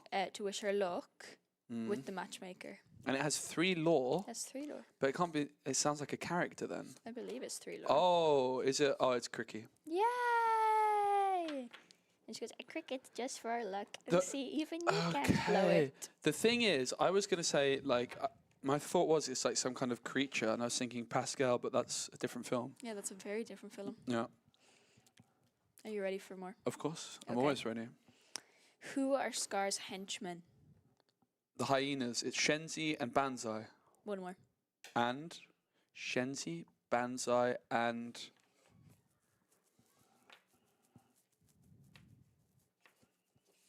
No idea. Do they have a Lorcana card? Yeah. Oh. Shenzi, Banzai, and... Oh, Ed?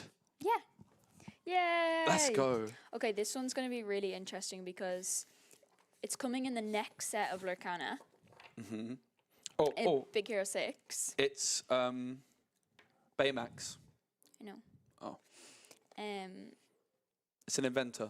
No, I haven't said the question yet. So, have you seen Big Hero 6? No, okay. But anyway. Not yet. Name 2 members of the Big Hero 6 team. Baymax. Baymax is 1, yes. Baymax Jr.? No.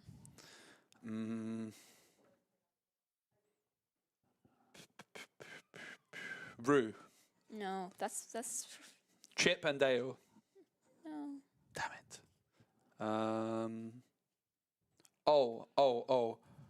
What's that? Oh, I'm trying to think of the cards.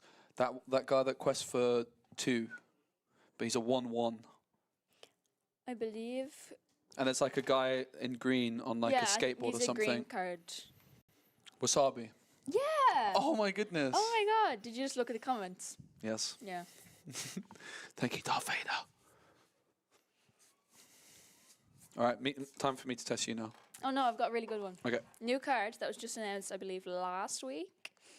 Jim Hawkins. No, Zootropolis. I was supposed to watch that recently and I fell asleep. So you haven't seen it? No, but... That's okay because it was a new card that was just announced last week. Rossi told me I have to watch Zootropolis before Birmingham and I still didn't watch it. But I did start watching it and then I fell asleep. Do you know what you should do? Watch it on the way to Seattle. I was actually thinking I might watch Big Hero 6 on the way to Seattle. You should watch both because I would think it's a really long flight. NM says the maid. Yeah, but I'm with Jan. I'm with Jan, and me and him are going to have such a good time. Yeah, but you're not sitting together on the plane, so... Yeah. We'll work it out. It's okay, because Jan needs to watch it Is it Chief Bogo? No, I haven't said anything yet. Damn it. Who is the master? Is it bogus? No. Who is the mastermind? Sheep assistant. Who is the mastermind behind the whole plot in Zootropolis so that they can remain in power? I thought you said it was a good one. It is a good one. I believe it was a green card just announced last week. Like this? Huh? Yeah. See? How would I know that? Chat couldn't tell me. Yeah, but what's her name? It's the ram. No. I don't know. Bellwether. Oh. The 3 cost uninkable 2/3 stat line that quests for 1. And whenever you put a card into your inkwell, you can give a opposing character reckless. See? My Disney knowledge is getting there, slowly but surely. I honestly just didn't watch a Disney film from the age of like 10 to 27, but I'm getting there. I'm slowly working my way through a lot of them. My favorite one I watched recently was Emperor's New Groove. I watched that for the first time. Movie. The Cusco. Poison for Cusco. Cusco's poison. My favorite character was Kronk. Oh, not Rudy. Which one's Rudy? He has a steel 1-drop card, I believe. The Groove Disruptor. Yeah. Okay, he was quite cool too. He's my favorite. Okay, I've got a question for you now. Okay. What card was my favorite Chapter 1 card, and still is to this day? Friar Tuck. Chapter 1, first chapter. Is Friar Tuck not in Chapter 1? No, set 3. Chat, That you is can so also sad. chat. You can also get it. Whoever gets it Okay. gets a card market voucher. There we go. Giveaway time. Giveaway time. What's my Woo! favorite card from set 1? Maui. Is it Amber? Let's just see if someone can guess it without all that. Is it Amber? I'm not gonna say no. Okay. It's not. It is Amber. Okay. Rapunzel. Nope. Oh, I know it. Quick then. I'll let chat guess. Dingle Hopper. No. What? Simba is honestly right up there. It's my favorite artwork from set 1. Actually, I had breakfast. Did you go get your Simba signed? No, but I had breakfast with them this morning. It was great. I had breakfast with the Simba artist. It was lovely. Your French Simba you pulled yesterday. Do you know Did you what? get it signed? No, not yet. Do you know what wasn't that lovely? The sugary French breakfast. It's very sugary. No one got it yet, by the way. There's so many guesses. People have literally said every Amber card from set 1, but still not my favorite set 1 card. Not Dingle Hopper? Most underrated set 1 meta deck. I built a meta breaker in set 1. Just ask Jan Moy. Is it Maximus? No. Maximus does relate to this card, though, in a way. You have forgotten me? No. Rapunzel. Nope. Still no one guessed it. Magic Goofy Golden Musketeer. Flower. Goofy Musketeer also relates to this card. Just in time. Mr. Worklines gets it. It is just in time. I used to love it, mate. Lilo on turn 1. This is where the Shinmiri line was born. Because then 2 more Lilos on turn 2. And then on turn 3, just in time into Bodyguard, Goofy or Maximus. Oh, amazing. Very underrated deck from set 1. I think it's going to break the Asian metagame. Maybe. Asian metagame. Yeah, because Asia gets. Oh yeah, they're just getting set game 1. in I'm Jan. intrigued to see if they'll follow all of our old decks or they will make new decks that we never thought of. Like just in time Goofy. Like just in time Goofy. Okay, so we just got the top 64 breakdown. Ooh. It is. So congratulations to Mr. Worklines on YouTube. You've secured yourself a €30 voucher for Card Market. Big shout out to Card Market for all the support. Worklines, what do you think you're going to buy with your €30 voucher? Don't panic. We've still got many more to give away. Absolutely. And yesterday, we did see Ruby Sapphire at the top of the leaderboard yesterday with the amount of decks that came in. But today, in the top 64, with 23.444444%, both Ruby Sapphire and Amber Steel are neck and neck with 15 players getting through the top 64. There's such a nice variety of decks in this one. Yeah, Amber Steel, the most popular. Ruby Sapphire, the second most. I want to go straight to the bottom. Yeah, go straight to the bottom. What are the rogue decks? Well, We've mentioned it's the thumbnail for the video. There's an Amber Sapphire aggro deck, which uses Bell And I invited to the ball. believe the Emerald Sapphire also made it through Okay. to top 64. There is one Amber Sapphire, one Emerald Sapphire. Yep. There is also one Amber Amethyst player who made it through into the top cut. Imagine they're the top seed. That could be a difficult deck to deal with. There's a single Amethyst Steel player as well. So 1, 2, 3, 4, 5 different decks, 5 different ink color combinations represented by just one player. So some very creative decks, and really shows you the possibilities to create some spicy lists. There's also 2 Amethyst Sapphire players that have made it through to day number 2, 3 Sapphire Steel players, 7 Ruby Amethyst, 8 Emerald Steel, and 9 Amethyst Emerald. So Amethyst Emerald also doing quite well, but the highest percentage is the Amber Steel and Ruby Sapphire. 50%, just under 50% of the day 2 metagame are those 2 decks. Absolutely. Are you surprised with that, Spessy? Considering yesterday really. that Ruby Sapphire was at the top, and now there's just as much Amber Steel as Ruby Sapphire. Yeah, I think Songs has performed super well this weekend, which is really, really interesting to note. I think Songs was kind of getting, it always gets written off a bit, doesn't it? But it's always proves to be pretty darn good. I'm really excited to see so many different decks making it through.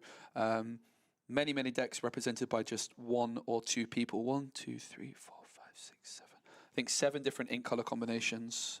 Maybe 8. 8 different ink color combinations just represented by 2 or 3 people on each, which is just incredible to see.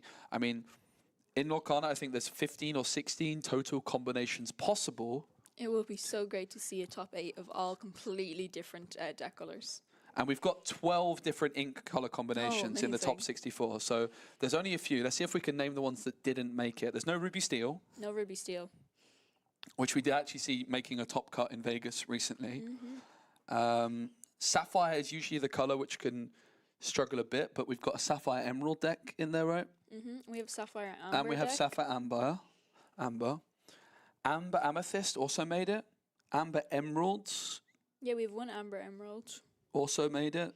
Bit surprising to see Amber Emerald only one player making it through. That's a deck that maybe you might expect to see a little bit more of compared to some of the other ones. I'm trying to think the other. Can you guys name the other color combinations which didn't make it? Yeah, there's a few Blue Steel, 3 Blue Steel players in total, or Sapphire Steel, I should say. Yeah, no Amber Ruby either. That's a good point, Christian. So no Bufasa decks. No Mufasa decks. Bufasa. It's called Bufasa. Bufasa. Good, thank you. Bufasa. Emerald Ruby also. Yeah, so no Emerald Ruby, no Ruby Steel, no Ruby Amber. So Ruby, 3 decks, 3 color combinations not making it. And that is pretty interesting if you think about it, right? That is very interesting. I mean, Ruby does struggle for card draw more than most ink colors. So Ruby Sapphire and Ruby Amethyst being the kind of best ways to play Ruby is maybe not that surprising when you think about the draw power of Flaversham and the draw power of Amethyst as well. Absolutely. We could see now Ruby Seal in the next set with all the introduction of new pirates rise up in the ranks. So I'm really intrigued now to see what players are going to bring to last chance qualifiers or just the EU Worlds now in December with being able to play set 6 cards. Yeah, absolutely. But yeah, a really, really cool little meta breakdown. The next round's probably not too far away. I wonder if we could just sneak in a short little break before the next round starts. Kim and Kawa will be casting, so I think just make sure Kim gets a little break in because these rounds can be quite long now in this best of 3. So we're going to have a short break in just a moment. Absolutely, and then pretty sure we'll be back for top 32. And we're going to go to a break in 3 seconds, so see you soon. Don't go anywhere.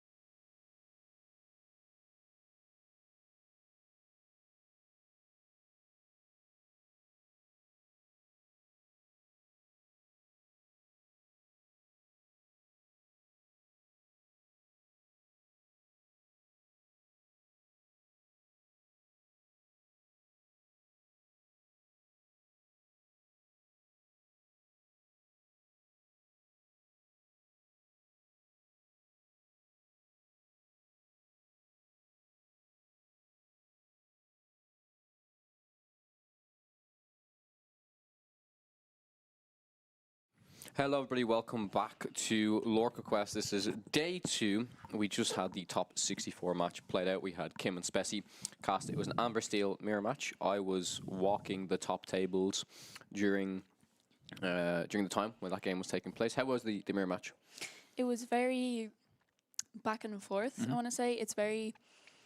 A lot of Pete's come down to stop the other opponent singing their songs and wide board control, but in the end, Magnus was able to take the win and take the game. Yeah, super interesting for sure. So what we have in front of us here, while we can't share it on the screen for the moment, we can definitely read it out.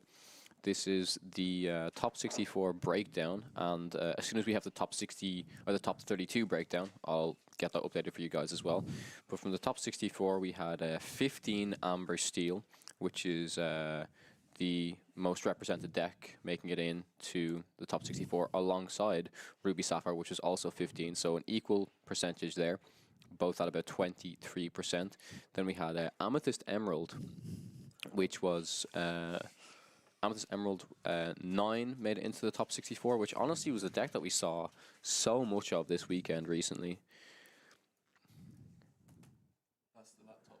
If you need Oh, perfect. Thank you. Yeah, there was a lot of Amethyst Emerald throughout the weekend, especially throughout day 1, and plenty of it actually made it into day 2. I'm going to go play some Lorcana. Enjoy. And then... Practice for Seattle. Yes, but the top 5 decks basically are just the ones that we expected, right? So it was Amber Steel matched and tied with Ruby Sapphire, then it was Emerald Amethyst, then it was Emerald Steel, and then it was Ruby Amethyst. So those are the top 5 that we expected, maybe not in that particular order. I would have thought that Ruby Amethyst and Emerald Steel would have been higher than Amethyst Emerald, but it seems like people at this event really enjoyed that Amethyst Emerald deck. After that, we just kind of look at the less represented decks, but there was 3 Sapphire Steels, and there was 2 Blurples. 2 Blurples? 2 Blurples, which I was actually watching some of their games, and I did like the builds of the Blurple decks. Yeah. Definitely quite interesting. I'd love to try and see some of those games highlighted on the stream if possible. Absolutely. I feel like Blurple is a colour that we haven't seen in the past few sets come up, but with the introduction of some of the new cards like the Elsa coming back in, Blurple is really starting to be played again.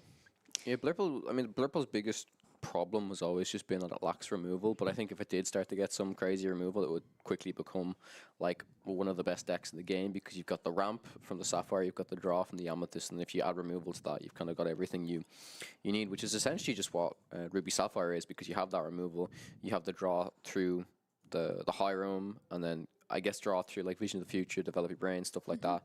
And then of course you have the ramp within Sapphire. So I'm intrigued to see if people are going to experiment more with Blurple, because I think it's actually quite an interesting mid-range tempo deck. I don't think it's a tier 1 deck. I don't think it makes it into the top 5, but I do think where it sits in this tournament breakdown right now, I think it's fair. I would call it like a tier 2 deck. I'd probably place it in the same slot as where I would put the Amber Emerald deck, my own deck that I love to play. Just because I think Blurple in particular as well, like you mentioned, there's probably like so many different ways you can build it, and I think people that are committed to trying to make the color combination work and put in the work and the time to experiment with all of these different cards, they'll be able to find like a really optimal build. But I think a lot of people look at Blurple in general and say, oh, this is just a pile of cards, it's never going to work. But if people actually put in the time to try and see what works best, how much ramp they want to do, how much tempo, how high the deck wants to go in terms of, okay, what's the highest cost card I'm playing? Is it more low to the ground where you're only playing like max 5 or 6 drops? So that's some really interesting deck building decisions, and I do hope that we get to see one or two of those represented within this tournament. But as I'm looking at that, I am going to just quickly see if I have the top 32. To be honest, I'm pretty sure that the top 32 is still being played out, because I thought it was untimed. It's not. It's actually 70 minutes. So last I checked, it was 9 minutes left on the timer. So people will be coming to the end right now, pretty much. Absolutely. But I think as we go on, I believe like top 16 and top 8 will be untimed.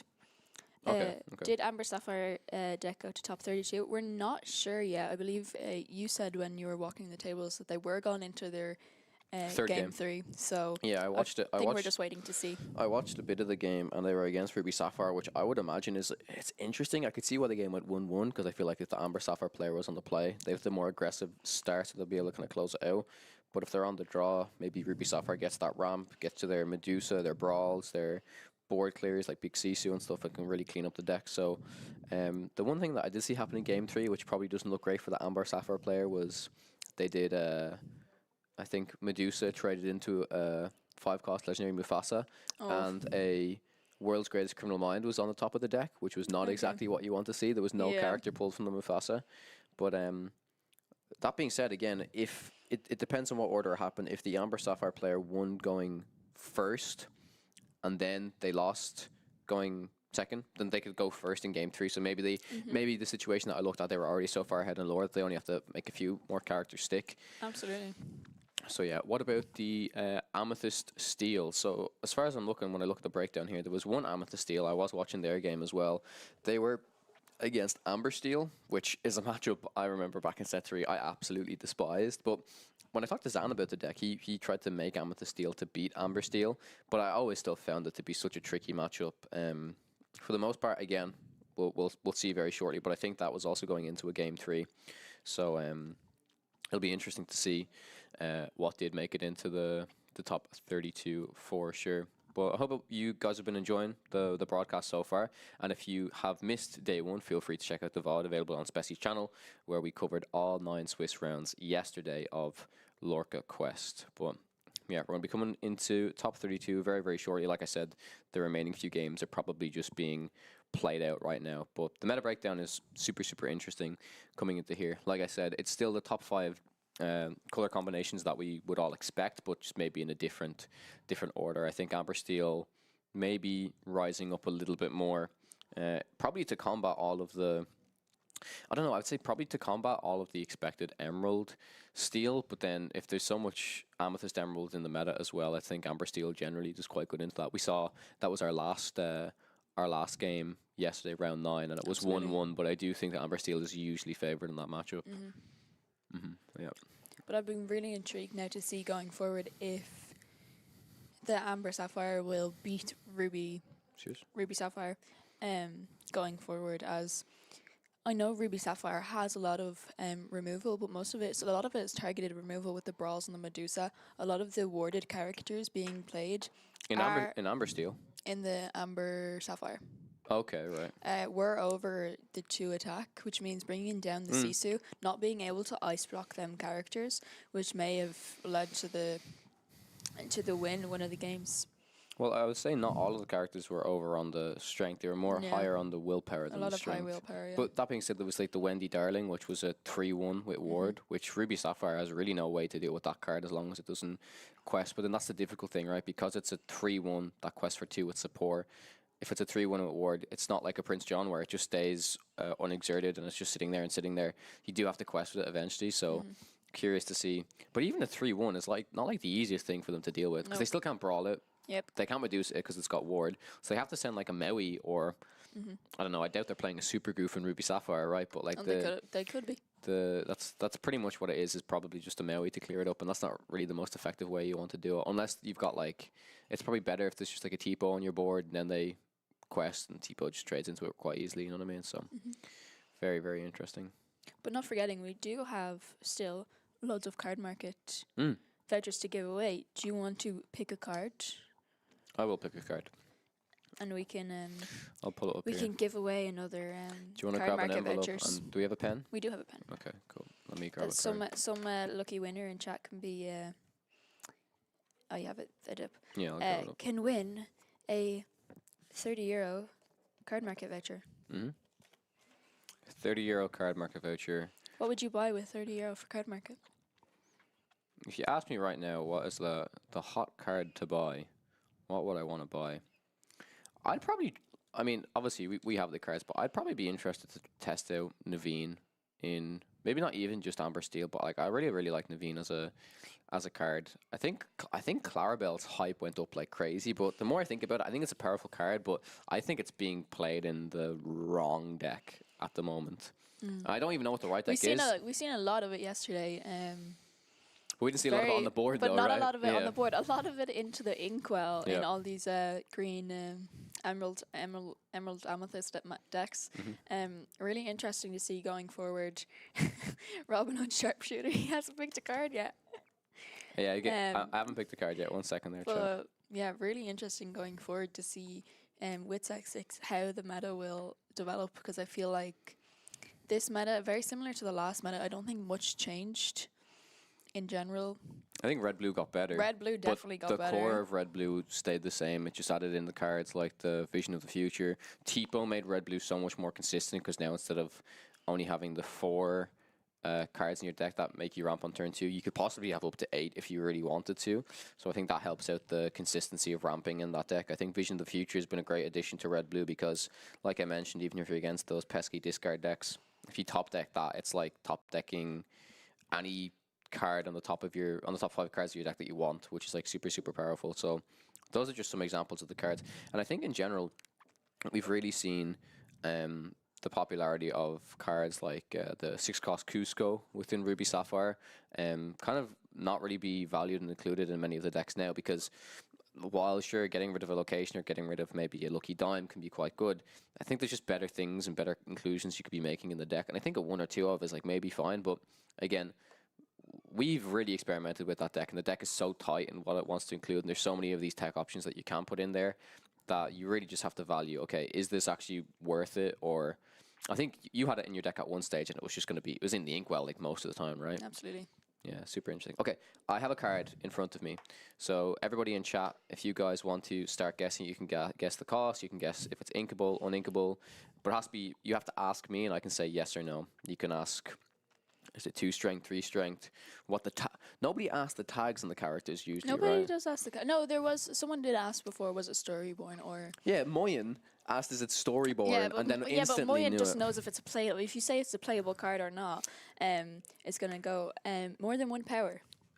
More than 1 strength, yes. Strength. Steel, no. Inkable, Inkable? no.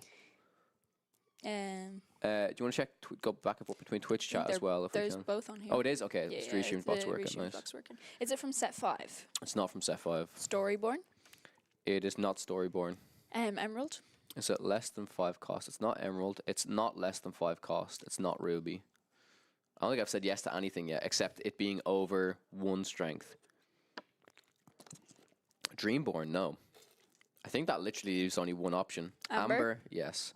If it's not Storyborn, it's not Dreamborn. I literally think there's only one other option, as far as I'm aware. Yeah, so far anyway.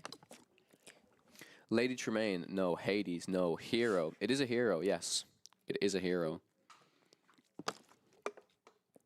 It is a hero card within Amber with 1 or more strength.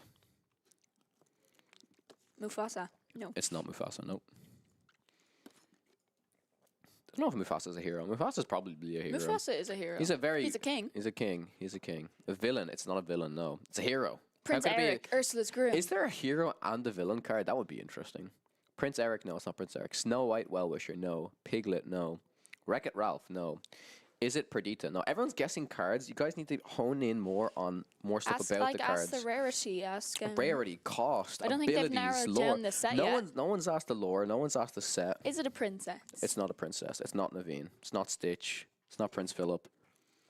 Mickey Mouse Musketeer. Who said Mickey Mouse? Well, okay, I'm going to give Mickey Mouse Musketeer because it is the card with an amber and it is the one that I have on screen. Who was that? Nadia. Nadia from YouTube, I believe. Congratulations. No, from Twitch, right? From Twitch. From Twitch? Yeah. Oh, this is on YouTube. From Twitch. Congratulations. I believe you just won yourself a €30 card market gift card. What are you going to buy? Something amazing. Are you going to buy this card? How many Mickey Mouse? I'd say you could probably buy... I would say this is about maybe €4, €5 max. Not even. It would not be €5. It's probably about €4. You could definitely buy over 6 of these. I would say. Actually, probably not including shipping. You could buy a full play set. You could and definitely have buy it shipped. Yeah, full play set of Mickey Mouse Musketeers and have it shipped to you, and probably still have money left over. Just stock up for the next set. Mm-hmm. Yeah, that's interesting, actually. Even if you guys have everything right now, that's pretty cool. You can just use these card market vouchers and put them on your account and then just use them and save up for the next set. For set 6. If you really want that one legendary, whatever the chase. Actually, this is what we should do. Everyone can save their €30 for card market and then buy all the Chip and Dales to build their Amber Sapphire decks. I'm gonna make you can build this deck, and I'm gonna see how many times I can crush it. Okay. I'm gonna go talk to the Amber Sapphire player now and go ask for his list. Yeah, but I don't. The Amber Sapphire player's not playing what Chippendale would be. Chippendale's more of a value engine. You want to be inking, stuff like that. Or I buy puppies for Kim. Thanks, I appreciate it. I'll take 99. I'm gonna just build a yellow-blue puppy deck. 99 puppy deck. 99 puppy deck. Actually, chat, I think something that would be really, really fun to do, because I'm not going to lie, I think we will have a little bit of time here before the next round. I am going to go on and myself and Moyen started doing this on Podcana, but it was getting late. And Oh, I don't think you'll ever finish this. we never really get to finish this, but what myself and Kim are going to do is, unfortunately, because we're not going to be able to show it on the screen easily, and because they're set 6 cards, it's not really going to work out too well. We can just hold it up. But I'm So going to hold people up the can- cards. People at home can pull it up themselves, and you guys can have a look at it if you like. And I know Spessy covers every new card on this channel pretty in-depthly. So what I think we should do is we can talk about a lot of the new cards that have been put out. So, I think we covered most of Amber and Amethyst. So let's start on Emerald, with the first one being... okay. Well, Nadia did say she only has 2 Mickey Mouse Musketeers, so she might buy 2 more. You might as well buy the next ones. Okay. Okay. So this is Jasmine. This is a 3-cost. I don't know if this is going to focus. This is 3-cost, 2/3 quest for when you play this character, choose one. Exert chosen damaged character. Chosen opposing character gains reckless during their turn. What do you think Interesting. about this character in general? I like it. It seems pretty similar to Anna, except you have that. Well, obviously different things than Anna, because Anna you can discard a card, but with Anna you have to pay 2, don't you, to use it, whereas this is free. But Anna's ability is much more powerful than these Anna's abilities. ability is much more powerful, but you could basically, if you have a rush card, I think it might be really useful in maybe Emerald Ruby, where you could exert chosen damage character. If you have enough ink, then you could like rush in with a Maui or a little rusher. Yeah, I'm going to be of the opinion that I don't think this card is that good, unfortunately. And I think it's because if they said exert chosen character rather than exert chosen damage character, and then also had the option of reckless, be very strong. But also, if this was just a 3/2/3 that just exerted chosen character, I think that would be super, super strong. The reckless is very similar to Lyle, but I think in that sense, it's basically a worse Lyle. It's 1 less willpower. Sure, it's inkable instead, but you Yeah. don't get the added But benefit. there also, and it looks like it's a good point, because there is also the bigger Jasmine, which does make it a good shift target in green for the bigger finally, Jasmine. we do have a good green shift target for Jasmine. That's actually That's very it, relevant. that is a new card as well. That is isn't very relevant. Yeah, we'll get to that, Jazz. I'm actually not going to lie, because I was saying this to That is Spessy. in that sense, it is really good. Also, because you can Yeah. give a chosen character reckless, you can stop your opponent from gaining that lore next turn. So Yeah, it's it actually is- not. It's I actually don't not the think worst it's a bad card. card. I think it's a good card. I think in context of the Floodborn line, it could be okay. Yeah. What I really do hope in this set, though, is that they go back to the original order and they're all in alphabetical order. Oh, for the numbering for of the the cards. numbering of the I cards. don't know. I don't know why. Well, I'm not gonna lie. I'm already looking. It ain't an alphabetical, because this That's so sad. card 70 is Jasmine and card 71 is Captain Hook Underhanded. But yeah, Captain Hook Underhanded. I'm pretty sure we've talked about this one. This is a 3-cost inkable card. It's 1/4. It is a villain storyborn pirate captain quest for 2. While this character is exerted, opposing pirate characters can't quest. Whenever this character is challenged, draw cards. So it's similar to the Mad Hatter. In terms of when this is challenged, you get to draw a card. And while this is exerted, opposing pirate characters can quest. That It's a bit cheaper than the Mad Hatter as well, isn't it? it's cheaper than the Mad Hatter, which is good. But whenever this character is challenged, draw a card. A Fox will trade into it pretty easily. But not everything else trades. Like nothing else besides Fox can easily just swing into this. But the ability for while this character is exerted, opposing pirate characters can quest. People think, oh, this is the anti-pirate deck card. But if this is exerted, your opponents will just take this out instead. Well, actually, that's kind of interesting, because if it's exerted, then your opponent wants to take it out, but then you're going to draw a card from it anyway. So maybe it's not the worst, but 3-cost 1/4 quest for 2. It depends on how many pirates are relevant within the meta. I'll at least stop some relevant pirates like Mr. Smee from questing, which is like Mr. Smee wants to quest quite often. But again, I'm just really interested to see what other pirate characters we'll actually get to see within this set, and if there are some really, really good ones. Absolutely. can- And with the theme of the set being sea themed, and we seem to already be getting so many pirates, I'd love to see a pirate deck come out on top next. Yeah, I'm going to just go through some of the decks, or some of the cards really quickly, because I don't think we're going to cover all of them right now. But This is one that I find quite interesting. So this is Fred. I love Fred. This is a 1-cost inkable 1/1 quest for 1. Whenever this character is challenged, gain 2 lore. What are people's thoughts on this card in general? I think it's very Only a interesting. 1/1. It gets pinged very easily. It gets pinged very easily. So it could just die very, very fast. But this in context to, could you bring up a card for me there, Kim? It's the Enchantress from, I think it was from set 2. And I think that was a 2-cost 1/1 that when it's something to do like it gets 2 lore in a certain situation. I remember people were considering playing the Enchantress over 2-cost Flynn Rider and Emerald at one stage. But I'm curious to see what it is. Enchantress. Enchantress in Emerald. What does it do again? While being challenged, this character gets +2 attack. So it's essentially a 3/1. 3/1 when your opponent's challenging into it. Yeah. And it also has 2 lore, whereas Fred does only have 1. This is- But he gains 2 lore, I suppose, when he's being challenged. So he's very easily taken out. But this could be a one cost. But it can't just be brawled. It's not. The thing is, it's not a guaranteed 3 lore. But if it sticks on the board and they have no removal, then it is a Human 1-cost Sisu. 3 lore. Human Sisu brawl that like really sucks. But I think it's an interesting card for sure. Absolutely. Okay, we've got that's a fine card. Okay. I actually think this is a. I don't think This I've is seen a this. very this is a very interesting card. So it's a little bit blurry, but I'm going to read it out for you guys. This is Donald Duck First Mate. It's a 3-cost inkable 2/3, and it says while you have a captain character in play, this character gets +2 lore. So Mr. Smee is not a captain, but if we look at all of the, if there's only 1-cost captains, 2-cost captains, we know there's a 1-cost captain Hook. But this could be a 3-cost 2/3 quest for 3. That to me seems really, really good. This very much feels like a Smee-esque character. Maybe it's not as powerful as Smee because it's just a 2/3 rather than a 3/3. But a 3-cost 2/3 that quest for 3, potentially, if there just happens to be characters in your deck on curve, seems pretty good to me. So, absolutely. And it's an uncommon card. And I often think And that also, some of the... if you're playing Emerald, you could actually essentially build an Emerald Amber pirate deck now with Pooh Pirate Captain. Yeah, you could do that. And That's it could be a pirate deck, and it would be so much fun. Very aggressive deck. Yeah, you go like Daisy Duck on 1, and then Piglet Pooh Pirate Captain on 2. I think I seen an aggro version of Lemon Lime. a lemon lime. Oh, yeah, basically lemon lime.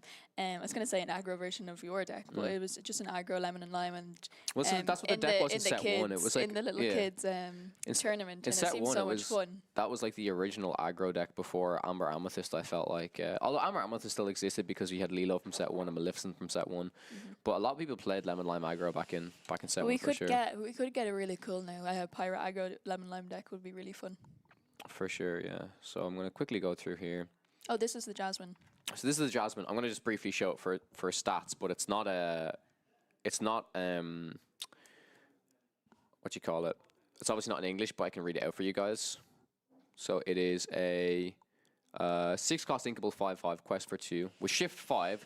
So shift 5 over just costing 6 is a bit weird, but the ability reads that you have to be able to shift this character in order to do it, and that's a requirement that's often tough because if you don't have the smaller character, then the card's pretty much used. It's literally just a 6-cost 5/5 quest for 2, which is like fine. And in that sense, it kind of makes the littler Jasmine being good so that you can just shift onto it. Yeah, but I think in that case you can't. Well, maybe I was going to say like if there's a Floodborn card that's just good to play by itself and it's good with one of the smaller cards, then that's worth including in a deck. Yeah. But if you got a card like this where it's only good with the shift, I think you need to have more shift options because you want to guarantee. Well, there is a lot of Jasmines, isn't there? Like. Yeah, but the reason why I want to talk about this Jasmine is because I think that this card will work the best within Emerald Amethyst because it says that when you play this character using shift, you can return all exerted characters to their owner's hand. So it's fine to kind of bounce your opponent's stuff back to your hand, but if you're playing it with an Amethyst anyways, you've got some exerted characters like, you've got like goats, you've got rabbits, you want to get some kind of value off of that. I think that would be super, super strong. So we can see that Emerald Jasmine maybe fit into that deck, which is fine. Absolutely. We could see we could see Morph make his way into it, but I think you'd have to have much more relevant shift targets. So maybe you could do it if you have at least this Floodborn Jasmine, you have the Floodborn Ursula still. Yeah, if you're going for more of a discard, maybe you play the Floodborn Flame. I don't think Maybe. you really shift that one though. Yeah, well, I just don't think that Emerald Amethyst has to do the discard stuff for the most part. It's just very much a tempo-oriented bounce deck rather than hyper-focusing on a lot of the discard stuff. So it's an interesting card. It's a legendary card. It's a powerful ability if you do the shift for it, but I would want to see more Jasmines and stuff. And even if you don't play it in the Amethyst package particularly, it's probably fine because you're just protecting your characters on the board. But because it is in German, unfortunately, I can't actually see if it's like a May or it would be very powerful. Well, actually, it wouldn't be this because I was gonna say it would be interesting that like if you had the option to just bounce your opponent's stuff back to their hand and then not bounce your stuff, but that would literally just read bounce all of your opponent's exerted stuff back to their hand, and that would be a very powerful card. That would be very. The drawback very on this is powerful if you have some exerted ones, but then at the same time, if they're goats or no, rabbits. at the same time, you're in control of this, so you just play this first. Yeah. You don't exert any of your characters, and then they remain on the board anyway. So this is still But if quite you a good want card. to bounce all of the Then you exerted can exert characters, them you can first. just like exert your rabbit and take the card draw. Can be good. Yeah, for sure. All right, so we're going to get into the top 32 match very, very soon. As soon as that happens, we will tune into that for you guys. Just looking through Emerald here still a little bit more. A lot of it is in different languages, unfortunately. Here's an action. Prepare to board. One cost inkable Emerald action. Chosen character gets +2 this turn. If a pirate character is chosen, they get +3 instead. I don't know how relevant that is. I remember back in. Do you remember back in set 3? We were in the Lorcana challenge in Lille, and I'm trying to remember. Actually, I can kind of remember what was good. One of our friends made top 64 in Lille, Fred, and he was playing Emerald Amethyst, and he was playing like Don Carnage and a kind of a very aggressive Chris Merfolk kind of deck. But he did it for a reason, and I just can't remember what the meta was back then, but he was playing Improvises. Yes. He's playing Improvises, which I do believe is a 1-cost inkable card that says give something +1 attack and then draw a card. But he was doing it for a specific reason, and I can't remember what the reason was, because it wouldn't have been, because Brawl wouldn't have even been in the meta back then. Brawl would have been set 4, right? Yeah, because this was like just before. Was it just before? Oh, and we're going into the game. now top 32 game. And this is open deck list, so that we have the opponents Oh my here, god, you know who we have. You know who we have, Kim. We've This is Amber going Sapphire. to be Yep. an amazing deck. It's going to be a very interesting game. Amber Sapphire versus Amber Steel. I can see. No, I think this is. I think this is Blue Steel because I can see a Hades and a Tinkerbell. Blue Steel. Oh, very interesting matchup. So. Yeah, and players are going to have 5 minutes to read each other's decks. So we're going to be just taking some time before we jump straight into the game. We can see, I'm sure you gave a shout out to them already. We can see Kim's pins featured on the stream here of all of the different ink colors. Yep. Yeah, some my decoration. beautiful pins.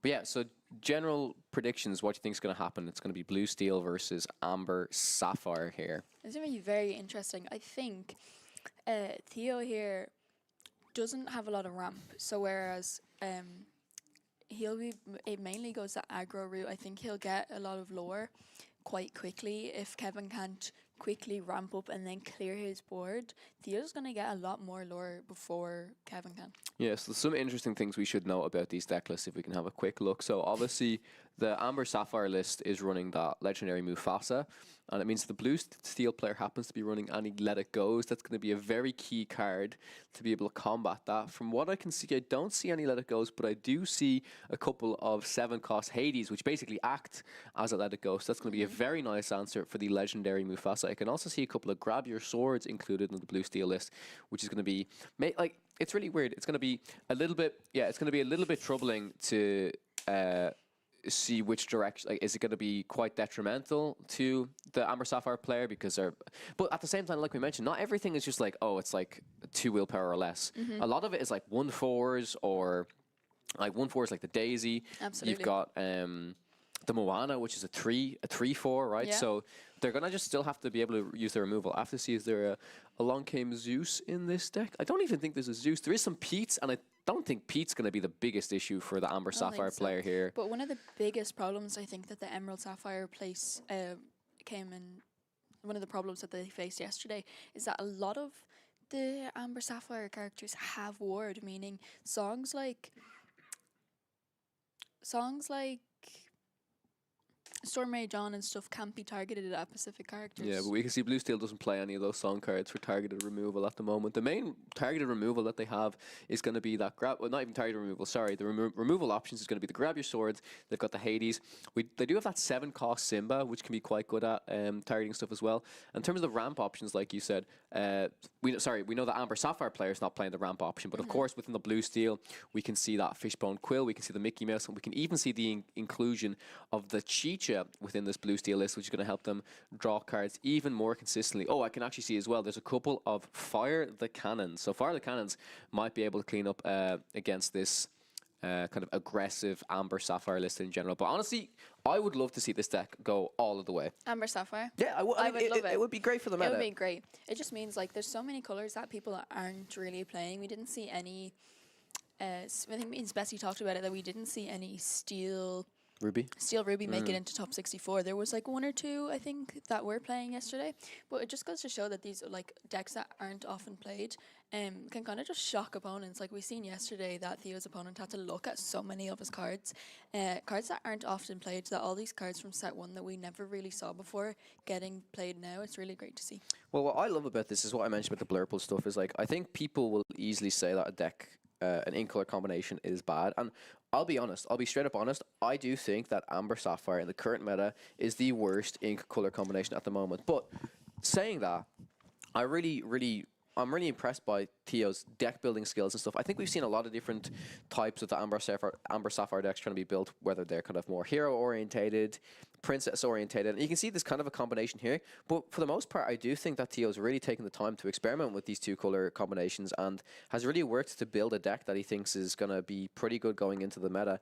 And I'd love to try and get him on for a potential interview afterwards, or maybe Spessy will actually hop around and we can do some stuff. So yeah, that would be really, really fun, because I'd love to just pick his brain on what his deck building decisions were, why he chose to, like, I'd love to know if he just said, like, you know what, I brought this color combination because I wanted to test it, I wanted to see if it's good. And that's like a very bold move to make, because I think so many players would just be like, you know, there's high stakes, I want to perform well, let's just play a meta deck, which is fine. Absolutely. But there's also a big difference between people saying, oh, I want to play this Amber Sapphire deck, I'm just kind of building this janky list. Whereas I'm curious if Theo spent maybe a couple of days, weeks even, really developing the list, finding, okay, this route really doesn't work. Yeah. This is like the best thing that I can do for the moment, even if it's not that powerful.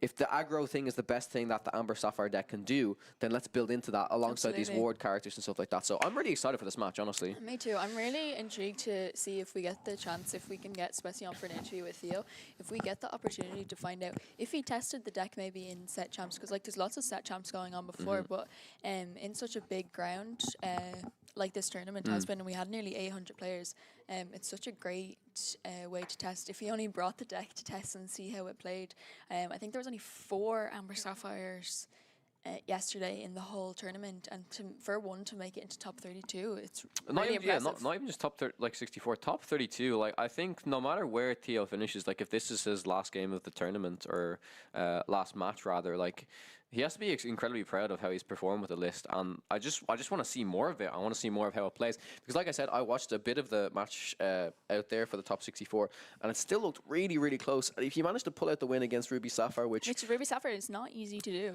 It's not, like, but this is the more kind of aggressive list, so I can see how it was done. But now this is going to be the real struggle, because there's going to be a lot more removal options, I feel, in general against an aggro list in the form of this blue steel matchup. So yeah, the Rapunzel's going to be Rapunzel's a great card to include, I feel, within this Amber Sapphire list, because like I mentioned, we see a lot of these cheap characters that quest for a lot with this high amount of willpower, so can even potentially swing into one of Kevin's exerted characters, play them the Rapunzel, and that's probably one of the few ways that there's going to be some card draw on this deck realistically, I think. Absolutely. And card draw is going to be needed as much as you're playing an aggressive list. Like, you can play down all of your aggressive cards. If they're removed quickly, there's not really much you can do. So even to have any form of card draw, and I think Rapunzel is the perfect combo of, you know, kind of a tempo based play alongside some card draw with that little bit of aggression as well. Absolutely, and we've seen a lot of the yellow Daisy Ducks being played by Theo yesterday. If he manages to get Daisy Ducks out today against Kevin, I know there's a good few songs and good few songs and a good few items.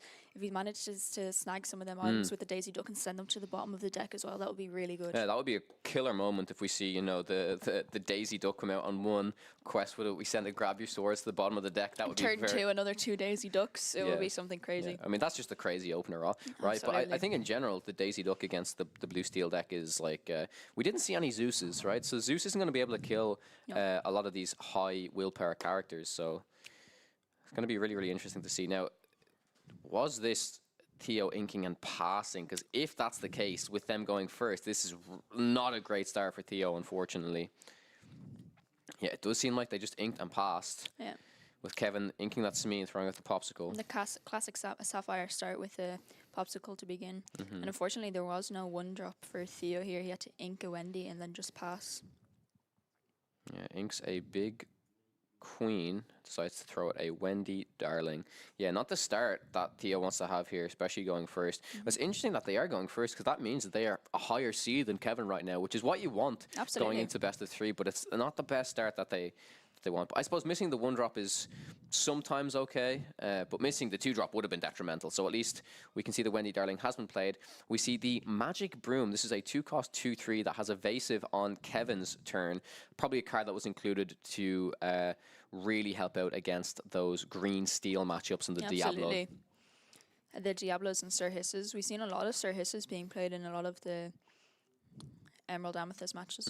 I'm really impressed by this. This Moana card is a powerhouse. Absolutely. The pure stats on this card is absolutely insane. It's a 3-cost 3/4 quest for 2.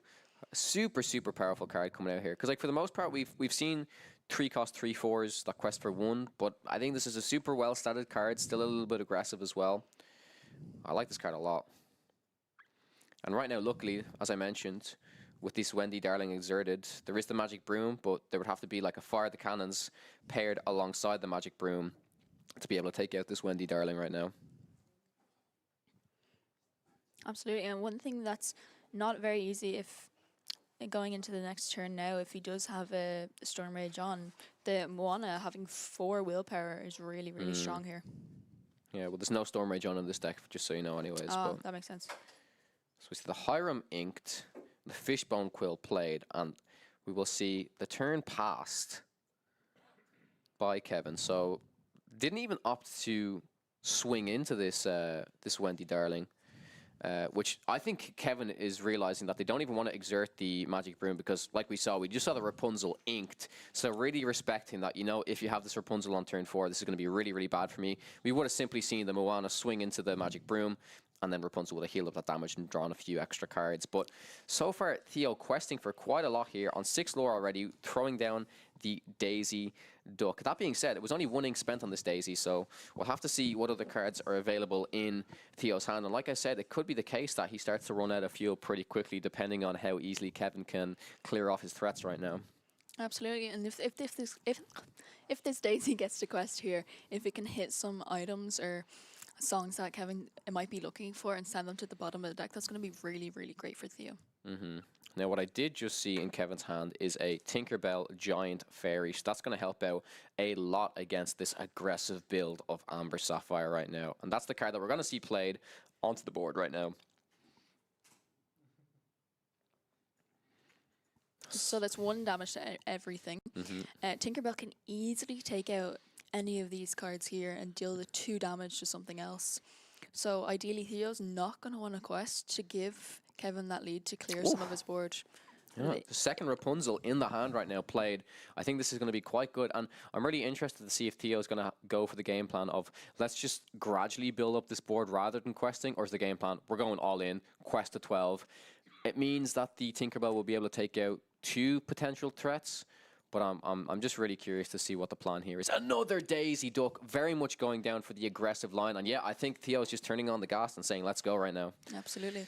I think against these slower decks like Sapphire Steel and Ruby Sapphire, that he kind of needs to go that more aggressive route and kind of just get in as much lore as he can as quick as possible. Well, already look at this, right? Even if the Tinkerbell and the Magic Broom can clear off this Daisy, this Wendy, and this Moana, we have the Rapunzel and the Daisy Duck representing 4 lore on the board, which will get Theo all the way up to 16. So a couple of 2 questers come down from the hand or even off the top deck here. It's looking really, really good. And we do know that Theo does have, I think they should still have some cards in hand from this Rapunzel, or maybe it was the Daisy that was found off of that Rapunzel draw.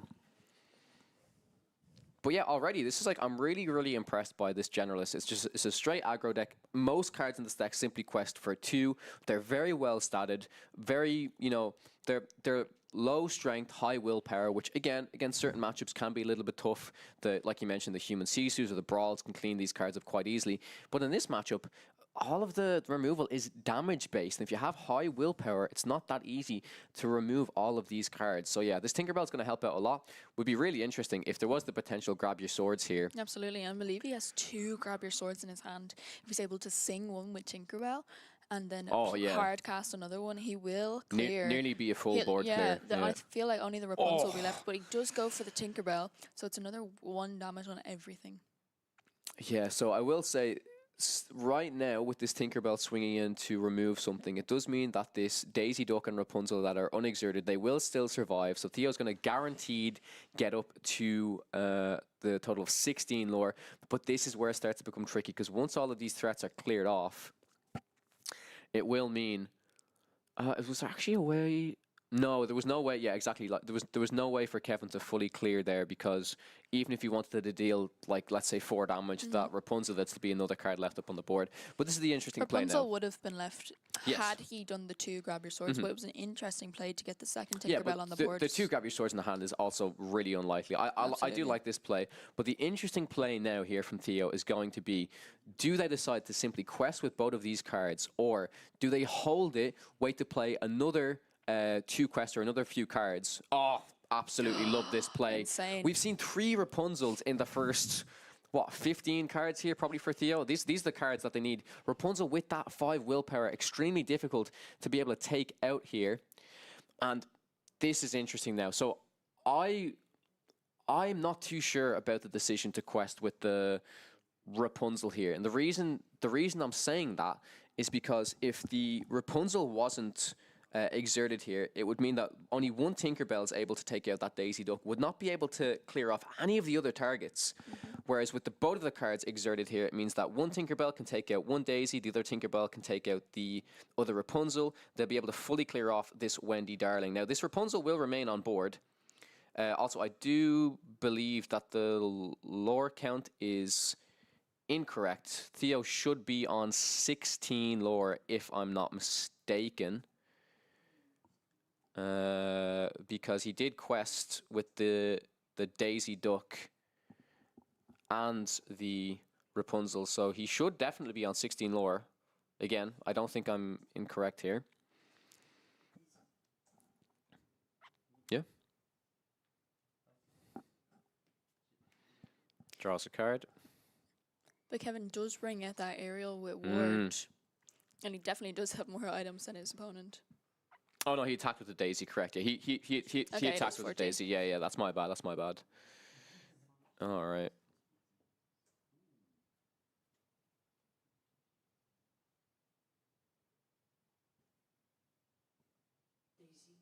Yeah, no worries. Yeah, but this aerial, this warded aerial coming down for the blue steel player is going to be quite aggressive now. Kevin really going to ramp up now, trying to get the lore gain back. Currently, this aerial, for those of you who don't know, reads, while you have more items in play than each opponent, this character gets +2 lore. So there's going to be 5 lore coming out every single turn right now. The issue that Theo may have is how much is he going to be able to flood the board? If there's 2 more 2 questers and they can't be cleared by Kevin, this does look like it might be the game. But like I said, it means that the Rapunzel might not be able to quest here. This is very interesting now. Absolutely. They 5 cost Mufasa. Kevin is up on a lot of ink, does have 7 ink available to possibly play the Hades to remove that Mufasa right now. Oh, but he did have another Mufasa in hand that he sent into the inkwell.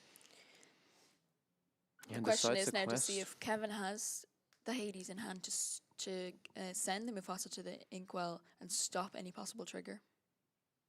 Yeah, and there's going to have to be some damage paired alongside one of these Tinkerbells taking out the Rapunzel in order to actually banish this Mufasa right now. But there is a clock basically on Kevin's side of the board. Kevin's going to be gaining 5 lore every single turn, even if he decides to to challenge with the rest of the characters on his board currently. Very, very interesting here. It's going to be a very tight game. Oh, there's the Hades. Yep. And he scoops. He simply scoops. That's the game. Really, really tough to see. I think Theo played it as best as he could right there. And actually had a very, very, like, even though they missed the 1-drop, the 3 Rapunzels really, really helped out. I thought that was going to be able to close out the game. If the Hades wasn't present in the hand there, I do think Theo could have overcome that right there. But very, very interesting first game. Kevin just seems to have all the answers at the right possible time. If he didn't have the Hades there, if he double Tinkerbell as well was insane. Yeah. But what a good first game.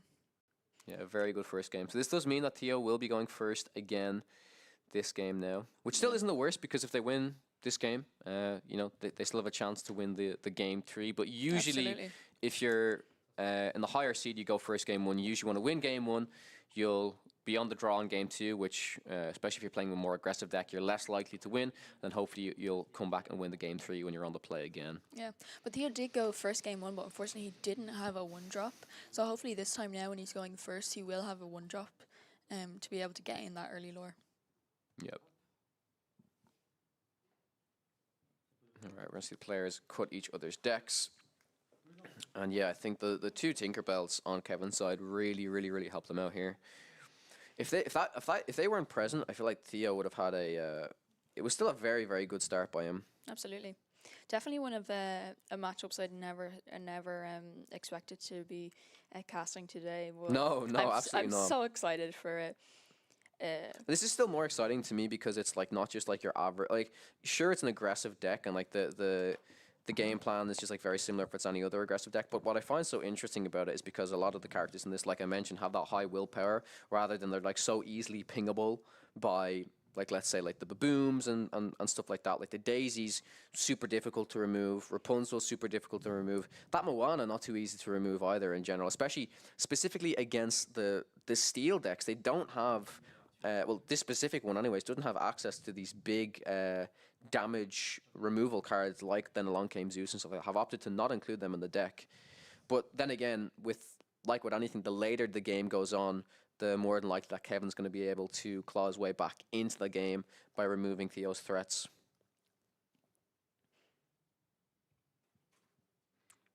Yeah. Absolutely. Going to be a really interesting game now to see if Theo has a 1-drop this time around. We unfortunately didn't see him.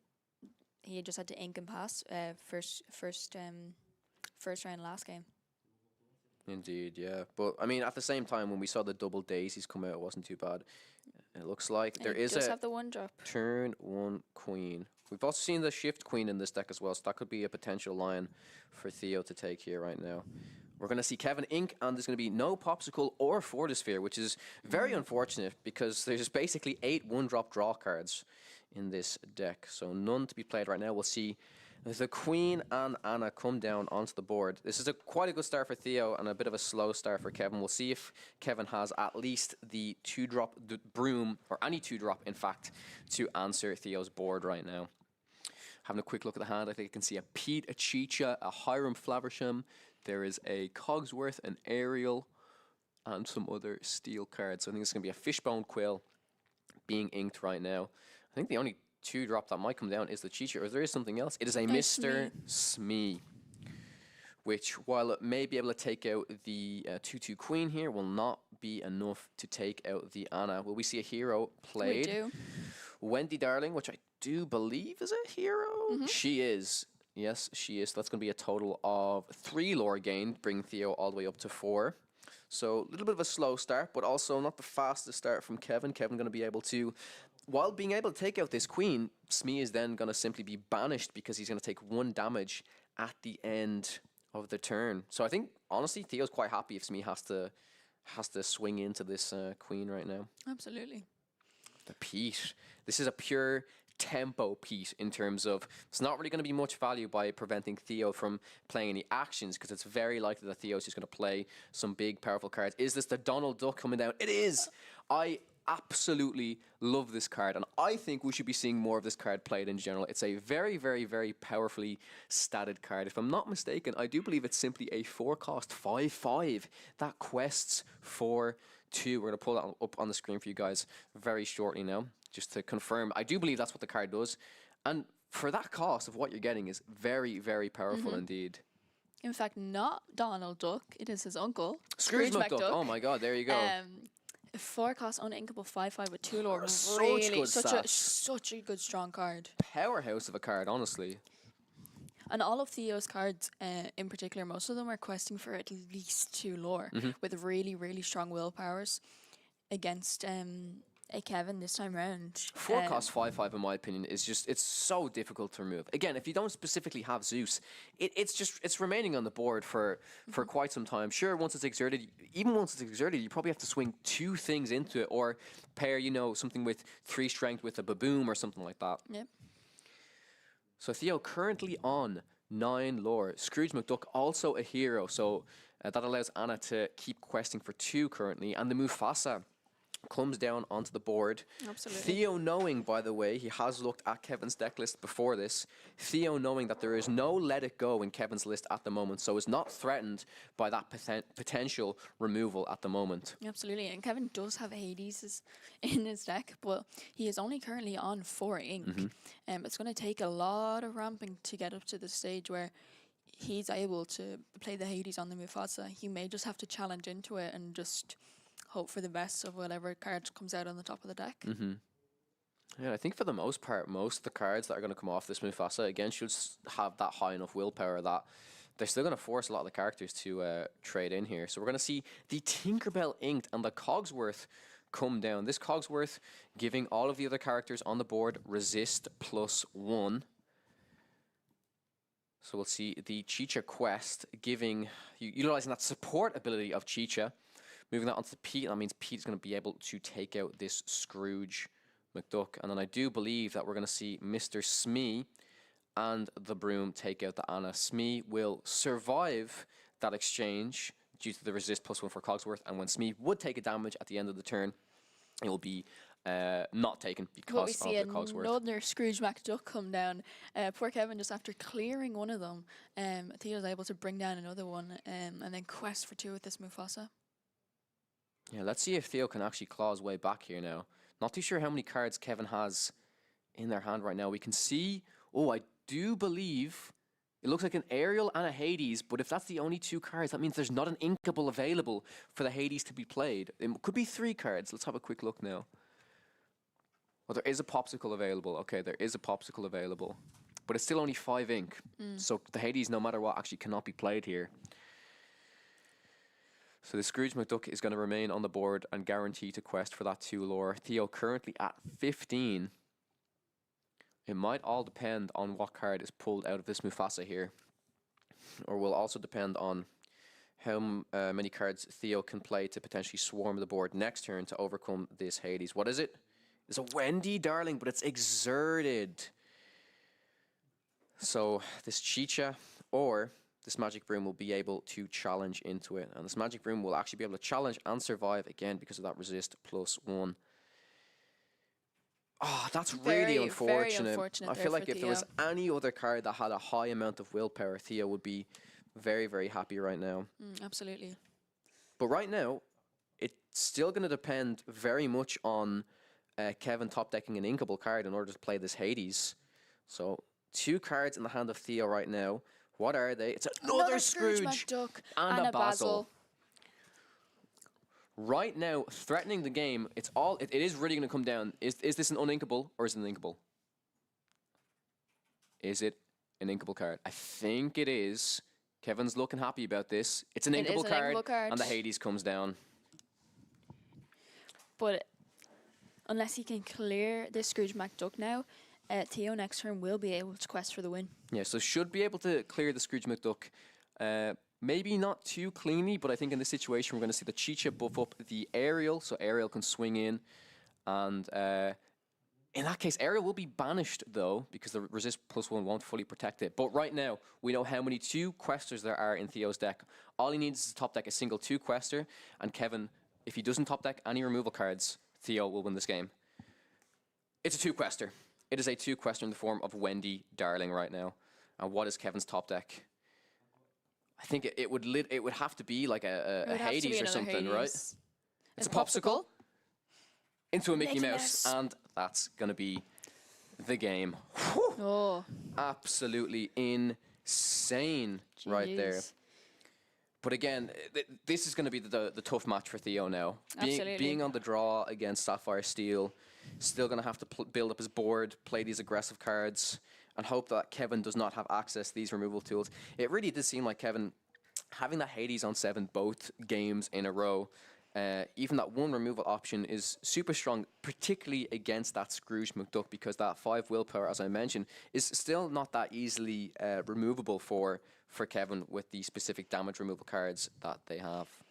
Absolutely, and we've seen game 1, Theo had no 1-drops, and unfortunately this game, Kevin had no popsicle or 1-drops either. Like, it can really go to show if there's no early game, especially for Blue Steel trying to draw them cards early on, to get the ramp, to get up to the 7 ink, enough to Hades, that Mufasa, for example. Yeah, so even in this really game, we important. saw that Kevin didn't go for the ramp play, which I think was actually appropriate because you recognised that Theo was really building up his board fast, so he had to opt to play, he just played a tempo Pete, just a 3-cost 3/3 that he knew it wasn't really going to, disrupt Theo's game plan too much, but he had to kind of build some board presence to contest a lot of Theo's characters here.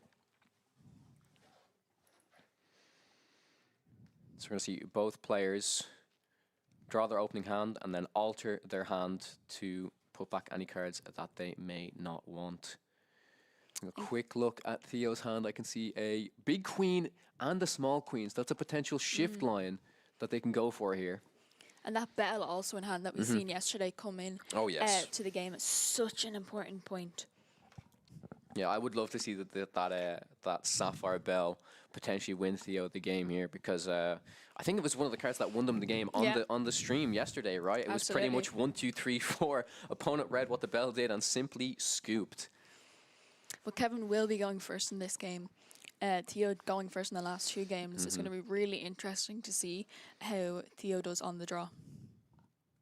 Yeah, like I said, no matter what happens in this game, both players have been playing extremely well, and I think in particular Theo should be very proud of how well he's done with this off-meta bring. I am really impressed with how he's built the deck. He's really analysed a lot of the cards available within these 2 ink colours and has found the best route that it can do within this set currently, which is this real aggressive angle. And as I mentioned, really highlighting that Scrooge McDuck card, which we just haven't really seen played in Sapphire in general, but we can tell like it is a very good card, very well statted, remains on the board, sticky to remove.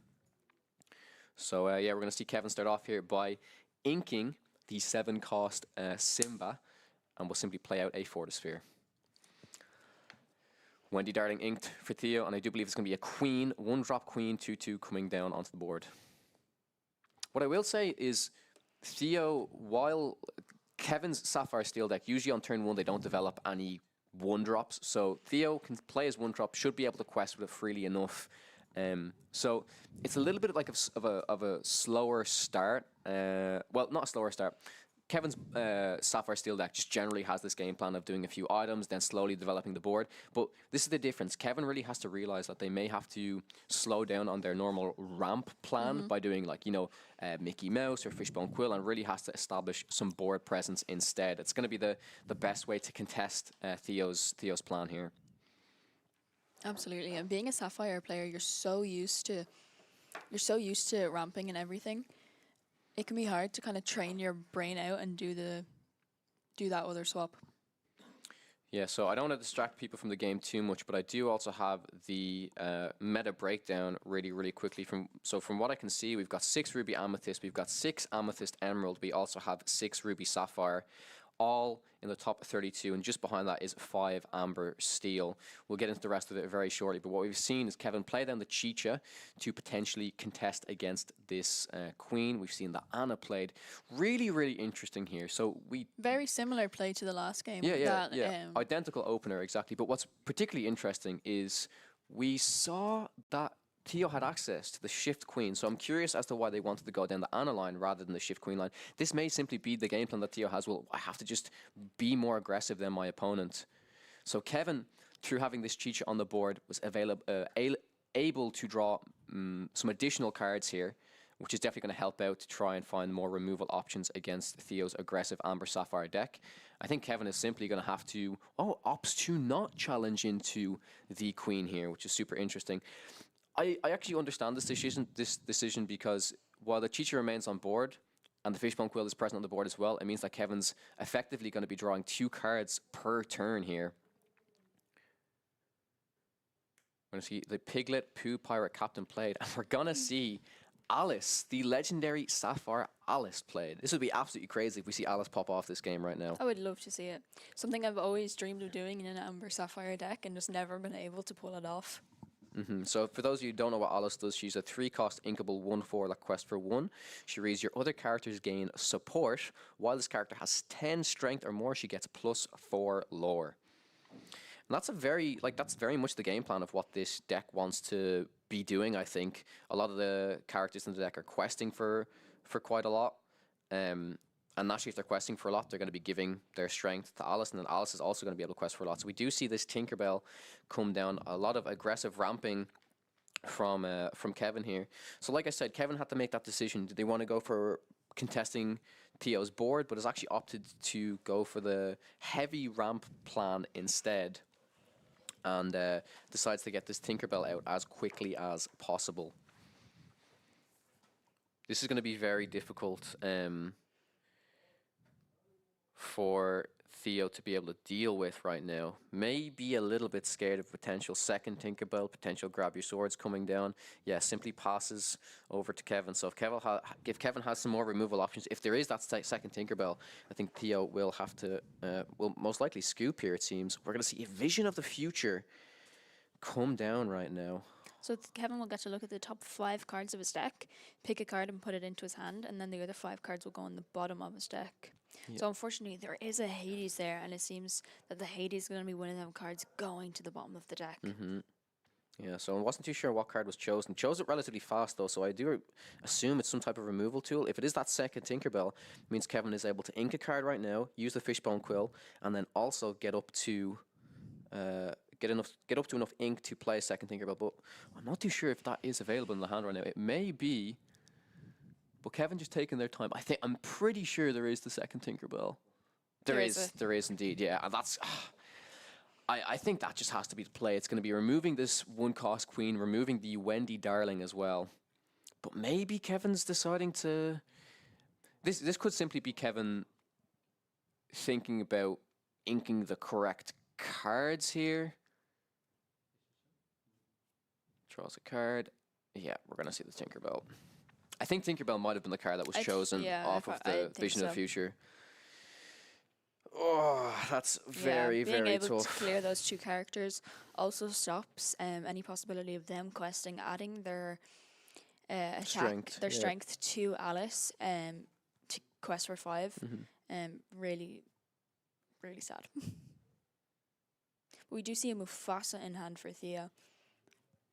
Yeah, unfortunately, I do think that this was what Theo's game plan was really building up to, was to get the real value out of Alice, the growing girl. Unfortunately, these 2 Tinkerbells, similar to what we saw in the very first game, not going to be too good. So yeah, simply using Alice to challenge into the Chicha to banish it, and instead we're going to see the 5-cost Queen played, going for a much slower game plan right now. So even though we saw the Hades played to the bottom of the deck, I do believe there's a second Hades in hand as well. But instead, we're going to see the Aerial. Kevin's going to start turning on the gas himself, go a little bit more aggressive in his game plan. And plays that fire the cannons on Anna. We could potentially see the Queen here sing the Amber song card to banish the World's Greatest Criminal Mind. World's Greatest Criminal Mind, to possibly banish the Tinkerbell. Oh, we're going to see the Bodyguard Minnie Mouse come down right now. And what that card does, for those of you who don't know, is when you play this card, it will banish a chosen opposing character with 5 strength or more. And what happened there was Theo quested with the Queen, was able to add the additional strength to one of the Tinkerbells, and was then able to clear it off the board. Inclusions like this is the type of stuff that I don't think we saw previously, because the game didn't really get to that stage. Absolutely. And yeah, Oh, I and think it's gonna Theo be is game. simply going to scoop, and I don't blame him, unfortunately. Yeah, Kevin really played that quite well, though, in terms of, like I said, really had to recognize what game plan that they wanted to go for was, utilizing the vision of the future to find the second Tinkerbell, go for that initial heavy ramp play rather than establishing, just like a Smee and a Pete like they did in game 2. But yeah, double Tinkerbell will kind of do it against these aggressive decks, and I'm a little bit sad to see Theo go here, but like I said, should be very, very happy with his performance of how he played so far. And yeah, I think in general, some people, if you want to experiment with this color combination, I'm Absolutely. going to say that Theo's deck is probably the best one to mess around with, for sure. Absolutely. Great to see the cards like this Minnie Mouse Musketeer Champion, which we haven't seen a lot of play. It hasn't been included in a lot of decks. People mainly only seen most of these cards playing sealed during set release. Is kind of when you see them. It's great to see these cards like Scrooge McDuck and Donald Duck and now Minnie Mouse and all coming back out of the archives and being played in these decks. Yeah, it's really interesting to me though as well, because like it's really tough, because I do feel like although Kevin has, these removal cards like the Tinkerbell, Grab Your Swords, I think Theo could have taken the game if draws were a little bit different, because I do think a lot of these characters, like these 1/5s, these 3/4s, these 1/4s, they're usually difficult for Kevin to remove, but because he had those Tinkerbells every single time, it was the perfect amount of strength to, challenge and banish into these characters. But what's also interesting is I think against a lot of these, like against a lot of the Ruby Sapphire decks as well, you look at a card like Minnie Mouse, and it's probably quite easily banishable through the Brawl, through the Medusa, but it's also then another card that can easily take out a Tamatoa, right? Absolutely. But to see a deck like this, an off-meta deck, make it into top 32, beat Ruby Sapphire in top 64 to make it into top 32. Really unfortunate to come against Blue Steel, but really, really interesting matchup. Yeah, I'm really to go 2-1 and not for it to go 2-0 for Kevin. It was great to see some of this under off meta deck under the radar. People just don't expect it. Unfortunately, he wasn't able to get that bell out, which is quite disappointing. Getting that bell out to get some more ward out would have stopped the Hadeses, but on another day with more bit better card draw, may have made a bit of time. Yeah, I think even if the warded bell came out, it would have only maybe temporarily prevented the Hades. Yeah, the Tinkerbells were just so strong. And I don't even know if they had the 1-drop on that first game, if it would have made a major difference. It would have made it closer, but that game 1 was still pretty close with the 3 Rapunzel. So I think, Theo falling just short, unfortunately, but it was a super cool game in the end. And with that, we're going to have, that's the top 32 finished. But again, it's going to not be immediately finished because there's a lot of other players still playing their game. So in the meantime, like I said, I'll actually pull it up on my phone right now. We can go back through the top 32 breakdown right now. So yes, we had that one Amber Sapphire in the form of Theo, which unfortunately did not make it through. We had, there's no way. I think we had the 2 Amethyst Sapphire, so the 2 Blurple players actually made it, both of them through from the top 64 into the top 32. So I hope at least one of them again makes it into the top 16, because I would love to cast some Blurple right now. Absolutely. Another kind of off-meta deck that people aren't really expecting to come in. Yeah. Amazing to see these other decks, people testing new stuff, especially in such a big playing field like this. It's a great way to test. For sure, yeah. And then after the Amethyst Sapphire, we have 3 Sapphire Steels that made it through to the top 32, as we saw here. So one of the Sapphire Steels will make it on to the top 16. And then after that, we basically have the 5 decks that we've been mentioning all day, which is the Emerald Steel with 3, Amber Steel with 5, and then Ruby Sapphire, Amethyst Ruby, and Amethyst Emerald all have 6 going into the top 32. So about 19% each on those, what I would probably consider usually the top 3. I don't think it actually put Emerald Amethyst in the top 3 deck lists usually, but again, we saw so much of it over the weekend. We've seen it continue to make it. So I'm just going to see like the difference of how many were in the top 64 to then how many made it into the to top 32. So the Ruby Sapphire, we lost a total of 9 Ruby Whoa. Sapphire players. For Amber Steel, we lost a total of 9 as well. For the Amethyst Emerald, the conversion from top 64 to top 32, we only lost 3. So it does Wow. seem like the Amethyst Emerald decks are doing quite well. And then in Yeah. terms of the Ruby Amethyst decks, we only lost 2 of them. Oh my god! And to And see one of that, them was like, our friend. oh my Yeah, god! one of them was our friend. Yeah. Yeah.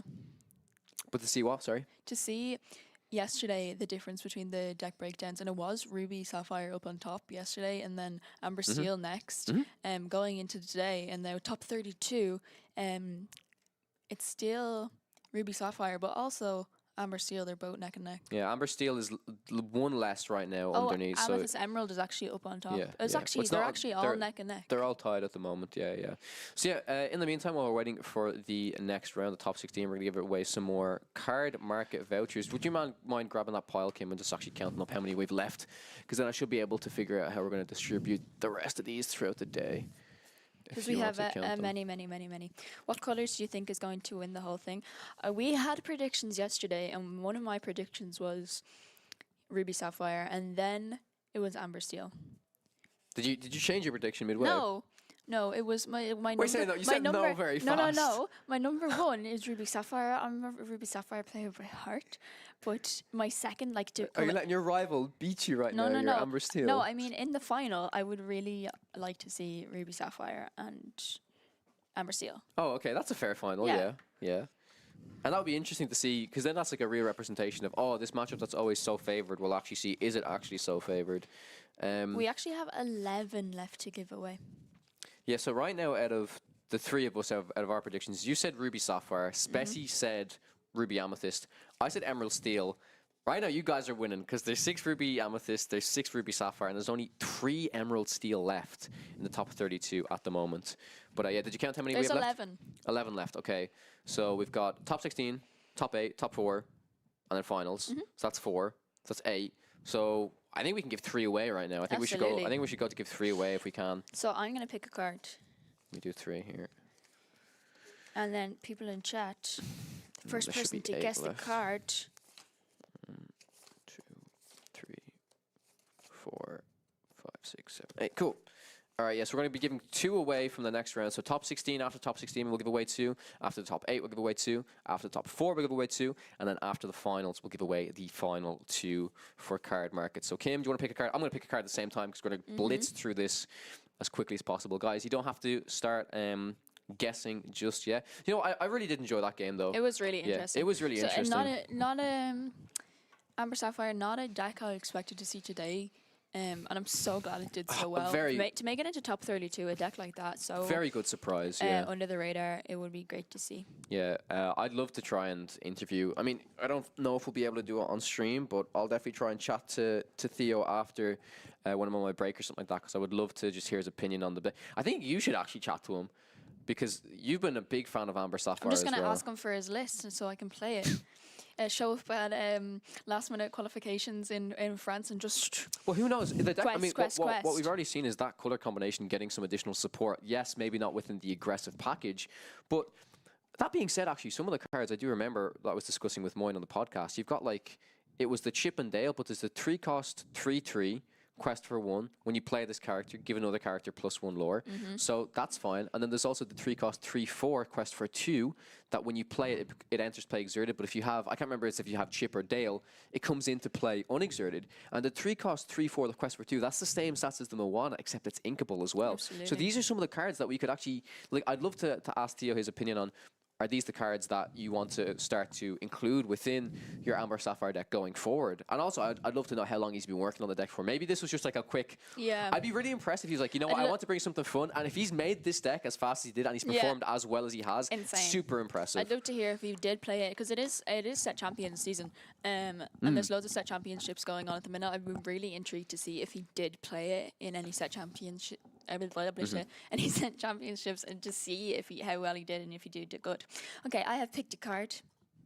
Okay, Kim has picked the card. So, guys, in chat, if you guys want to win Guess a 30 euro card market voucher, you guys have to guess the card that we have. Is it inkable? It is inkable, yes. It's an inkable card. Hit us with some questions. 5 cost? No. Princess, no. Does it lure for more than 1? No. So it lures for...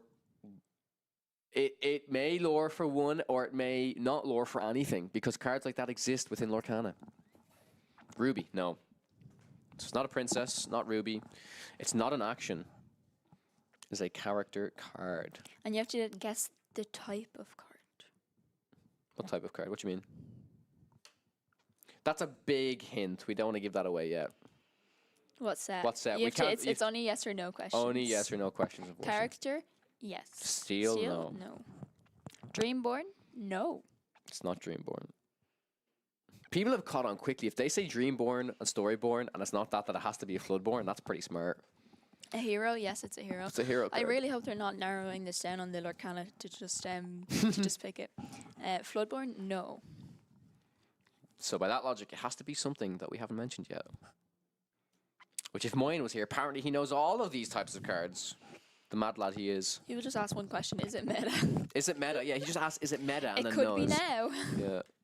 Bell? No. Bell. It is not a bell.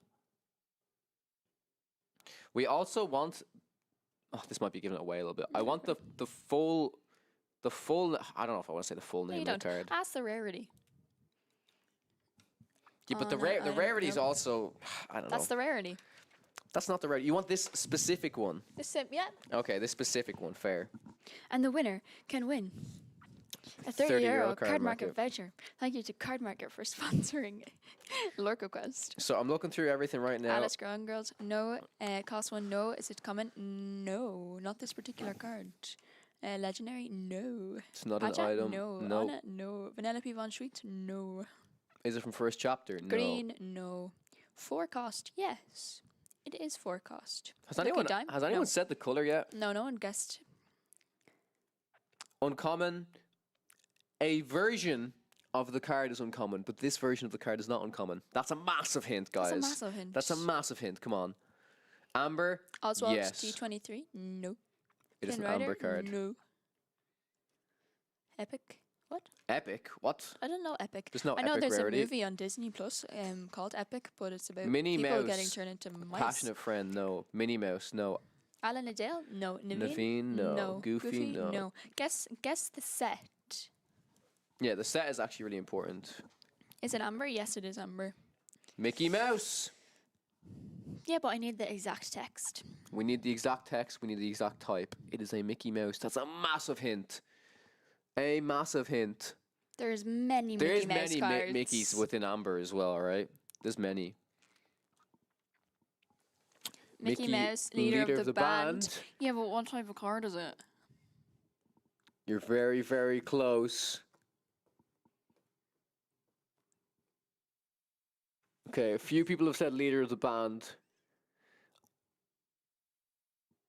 Leader of the Oh, band wait. promo. Okay, so I think I'm going to be fair. I'm going to give it to the first person who said Macmillan it has won a because- lot already as Yeah. well, and the first person who guessed the exact one, where were they here? Scroll down. Scroll down a bit more. Mickey Mouse, wait. Leader of the band. It was the Mappa Cha on Twitch. Do you want to write their name down? Yeah, Okay. this was it, you guys. So it was the Mickey Mouse leader of the band Promo version. card. Uh, So this was so congratulations. the Mapatch. The Mapatch. The The- Mapatch. The Mapatch. That's not right. Guys, don't worry, by the way. We still got two more to give away now. And if you're sticking around to watch the rest of the stream, there'll be plenty more to give away. We've got 8 more. So 2 more now and then 8 more on top of that. Oh, my God. I'll be back in a second. Amazing. That is your €30 for Card Market. What will you buy? And now we have 2 more to give away now. Scroll down. Scroll down. I'm back. Stay up to date with the trap. I'm back. Do you want to pick another card? Hmm? Do you want to pick another card? Do I want to pick another card? I will Pick pick another a card. So, Nadia, Macmillan, I appreciate you guys being here, but you guys have also won a lot. So if someone gets relatively close to it as well, we have to be fair here. I don't want to end up giving away, €200 worth of card mark. I want to try spread it. And if you guys happen to get it before other people in general, that's completely fair. But let me see if I could decide to pick a card here. I want to pick a hard one this time. Like Jiminy Cricket. Okay. I have a card. Let's go. Start guessing, guys. I've got a card. I've got a card on my phone right now. Tell me it. What are we guessing for? You're guessing for a €30 card market voucher. voucher. Card Market, the best place to buy your singles in Europe. Sponsor of Spessie's channel, sponsor of the Lorca Quest. For cost? No, it's not for cost. Is the location? No. Set 3? No. Oh, Blinks loves it. Blinks loves Blinks this game. loves this. He already won one. Yeah. Is it Sapphire? No. Ruby? It is Ruby. Amethyst? No, it is not. Is it common? No, it's not common. Finders Keepers? No. No. Is that 5? No. Song? Yes. It's a song. That really that's narrows not a it hard down. one. What do you mean it's not a hard one? It's a That Ruby really song card. narrows it Oh yeah, down. because I definitely picked the most playable song card Yeah. in Ruby. Maybe I did. Maybe Two I didn't. cost. Is it a character? Who's going to say it first? Tea and Ambitions. No. The most diabolical scheme. Who said the most diabolical scheme? Yeah, Nadia. won it again. Damn. It is the most You just got yourself diabolical another scheme. How many of these they €30? have? Oh my god. Racking it up. It was the most diabolical scheme. Congrats to you. You've won another 30. Okay, we're going to do one more, guys. One more. Oh my god. Make it a really, really hard one. Chat. This is an exclusive. Chat. This is an exclusive. I've just been informed by my co-host, Mr. Jan Moy, that I'm currently 2 votes ahead of Spessie on the EU versus NA Creator Invitational. Now, what I want you to do, I don't want Spessie to go out, and I don't want me to go out. I want everyone in the chat to vote both of us to really push us up so that we can both make it into the top 8 for this event. If you're here, if you like Podcana, and if you love Spessie, of course you're listening to this channel. You're watching this channel right now. Can you try post the link in the chat there, Kim? I can probably That would post be the link. absolutely amazing. So if you What just is go to a new tab, just literally type in P. There you go. So just copy that and put it into the chat. Let us know if you guys want to vote for us, myself and Spessie, to represent Europe within this EU versus NA challenge. I would really, really, really appreciate it. And before we move on to the top 16, we have one more €30 gift card to give away for Card Market, and then we also have 8 more to give away. Card Market went all out for this event. They really did. There's so much money that they're just giving away. If you guys want to buy a Diablo, if you guys want to buy a Clarabelle, you guys want to buy a Naveen, get ready. Kim is about to pick a card. Kim is about to pick a card. Actually, yeah, you can pick a card. Okay. Kim is about to pick a card. Okay, I have a nice card. Oh, merci. Merci beaucoup.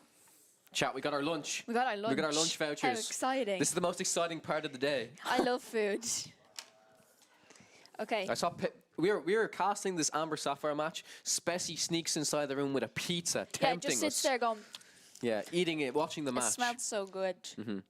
Just got here. How do we enter? So I have just picked a card. Oh, we're getting a little look around the hall here. We're getting a look around the hall. So we're going to do this as we look around the hall as well. But also, if you guys want to enter to win this as well, if you want to show your support, did you guys know that you get an extra chance of winning this if you vote for me and Spessie in the EU versus NA Content Creator Challenge? Simply click on the link. Can we pin this? Actually, no, we're not going to pin it. It's fine. We could pin it. Inkable. Someone This asked. here is the artist. Yes, it is Inkable. This here is the artist alley that Spessie tried. If you were here yesterday, the Spessie tried to show us. Spessie showed off the artist alley and it was completely empty. At lunch when all the artists were not there. Promo, So this is what it's meant to look like. Promo, no. Legendary, no. People love this game. This should be an official character. Lorcana game, honestly. Yes. It's a rare. Yes. This is a good card to pick, Kim. Well done. Thank you. Promo Stitch Rockstar. No. No, it's not. Is it someone did guess? Is it Steel? It is Steel. It is Steel. Estienne. Estienne's back. Estienne was our first winner, I think, yesterday, right? That's crazy. Thank you for tuning back into the stream, Estienne. We appreciate you. Is it Sapphire? No. You were correct before. It is Steel. Is it a song? No. It is a character. We know it's a character. It's not a Is it Floodborne Robin character. Hood? No. Robin the Boys. Okay, cool. So we've just been informed that there's actually 20 minutes left still for the main event because it's 70-minute rounds going into the best of 3 format. There's 3 tables still playing. So we'll be chilling out with you guys for a little while before we move into the top 16, showing off the venue and also continuing to play this game with all of you. Hero. It is not a hero. Set. We can't say the set. You guys have to ask us. It's yes or no questions only. Mickey Mouse. Grab your swords? Tinkerbell. No. Kronk? No. Goofy Chief Logo? Knight. No. No. No. These people are guessing cards. Guys, I need you to ask questions. Ask willpower. Ask strength. Ask how much inkable, lore Not inkable. Lore. If it's a vanilla ability type. Yeah, just have an ability, exactly. Storyborn. Floodborn. Storyborn. It is Storyborn. It is Storyborn, yes. Is it 4 cost? It is 4 It is cost. 4 cost. Phil is a good guess. It is not but Phil. No. Hercules. You guys haven't narrowed down the set yet, have they? No, they haven't I don't actually. Think so. Is it a 3 cost? No. No, it's 4 cost. We know it's Steel. Pyros, set 3. It is not set 3. Guys, Oh! Okay, on our thing, it says that Nadia got it just before Oribor 23, but it is Raja, Royal Protector. Yes. And since there's only one Raja in the game, I'm really yes. sorry, but it is Nadia again. It is Nadia again. I want to give it. No, there's. Was there someone before? No, there's the person who got Royal Protector was Yeah, no, Urber. but wait, was that no? They said Ur- Raja. No, they said Raja. Nadia got it. It is Raja. Yeah, exactly. It's two different people. You see? Okay. No problem.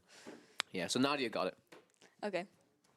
So Unfortunately. Nadia, you just won yourself I want to see how many they have. another. Is this the same Yeah. My lord. Oh look, here we have Spessy having a wander around the hall. If you guys wondering where Spessy is, here he is. Do you want to just write their name on that? After he took his pizza break. I said it on YouTube before. Let me see. We are on YouTube. I vote Raja already. Let me see. No, Yafet Rodriguez, you did not say it before on our chat here. Nadia was the first person, and Oribor was literally milliseconds after. But unfortunately, we are not. We're not trying to rig this. They've simply won a lot of card market vouchers. My God, they can build an entire meta deck with this amount of card market vouchers. But yeah, right now we've got Spessy showing you guys around the venue. This is one of our vendors. This is a card grading vendor. And this is a really interesting section. I have no idea what they do here, but it looks like... I don't think that was there earlier. Oh, it looks like a bingo that station. definitely wasn't there this morning. Definitely wasn't there because I walked down here and I was looking everywhere. In one of these stalls, you guys, it has the best earrings I've ever seen in my life. The Cusco and I think earrings, I will right? have to start. It's the poison. It's the poison for Cusco. Cusco's poison. Right, Jonah's easing. the poison for Cusco. Yeah. Cusco's poison. Some really beautiful earrings. I think I will have to circle back and get. Oh, they might show them off. Wait, is it here? No, I don't know No, if it's the here. other side. The other side. But they also have Cinderella slippers. And also the lamps from Aladdin. For any of you guys guessing still, it was already guessed. It was Raja. It was Raja within Steel, just so you know. But guys, if you're sticking around, we still have like loads more to give away after the next round. Carl and Spessy will be giving away more. Mm-hmm. Yeah, guys, don't worry. If you guys are worried about not winning some card market vouchers, there's 8 more to give away. Don't you guys worry, okay? And as I said, we're not trying to be unfair. If people guess the card, they get the voucher, and that's the way it is. We're not. I'm even considering people have guessed so much that we want to let other people win. But if people guess the cards, that's the way they win. Unless you're Moyen and Spessy times. Unless you're Moyen, we will ban you from the channel. Yeah. Spessy will time you out from Twitch. Okay, I'm gonna just do a quick count of this. And yeah, do you want to give us your... In the meantime, yeah, sure. We can do some Disney trivia. Yeah.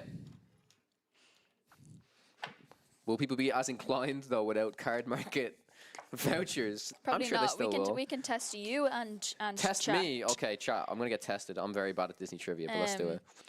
4, 6. Let me pick a movie that I know you've seen.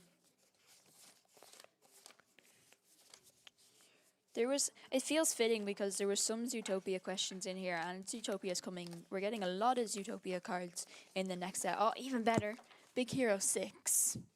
Big Hero 6. Okay, I asked Swessy this earlier, and Swessy didn't Got it really, wrong? No, he just didn't really get it. He didn't get it. Okay, what is it? No, By the but way, this is a new question. this Because is- Swessy has never seen Big Hero 6. Okay. He did not know any of these questions. And, we're back in the hall. These are some of the beautiful vendors, and there's some gorgeous Disney. Does anyone know how to get Spessy's old deck lists on his removed videos? No. No. If you want to see Spessy's stuff, I would just suggest looking on his Dreamborn link, if he has a Dreamborn link. Absolutely. Um, Or we can ask Swessy when he comes I was back. like, maybe he can. Dustin asked a great question. What character that hasn't been made do you guys want in the game? We've thought about this a lot. I love this question. We've thought about this a lot. Kawa even went as far as creating Home on the Range cards. So Home on the Range is a Disney movie. For those of you who don't know, I think it's a very underrated Disney movie. It didn't perform great when it came out, but it is Disney. It's not like in the Pixar range, so I do think it's going to come to Lorcana very soon. And I love a lot of characters from that movie. We have another goat character from that movie, Jeb the Goat. Absolutely. The Hoarder of Cans, which I hope is going to be an item card. We have the pig, which I can't remember the pig's name. We've got Buck the Stallion. Buck the Stallion. If we can see one of the stalls around here has a bunch of Disney teddies, and it actually has 2 of the cows from Home on the Range. I'll keep circling back to that stall as well. Mushu. I really want to see Mushu. I cannot believe it's been sick. If it doesn't come out in set 6. We've gotten Mulan, the granny, the mother, the father, the cricket, and We've got Cricket, yeah. We don't have Mushu no yet. Mushu. The closer we got to Mushu is what? Probably the Great Stone Dragon. We're getting Big Hero 6 this set. What I'd really, really love to see is Hunchback of Notre Dame.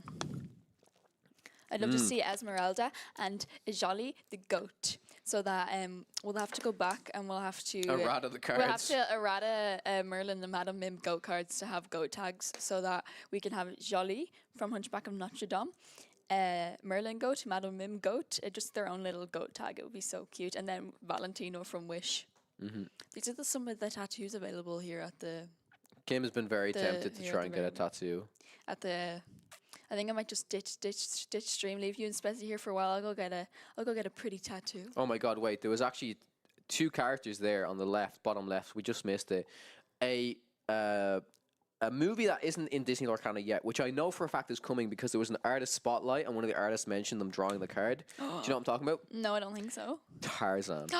Yes, I seen this, and they talked about drawing the villain from it. What's the villain's name? I'm testing you now. What is the villain? Chat, tell us, what is the villain's name from Tarzan? I think it begins with C. I can't remember.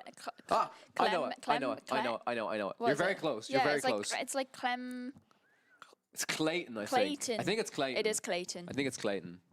But yeah, Tarzan would be insane. Like the apes and the gorillas. Monster Inc. Yeah, Monsters Inc. will come in 2026. But I actually just can't even fathom.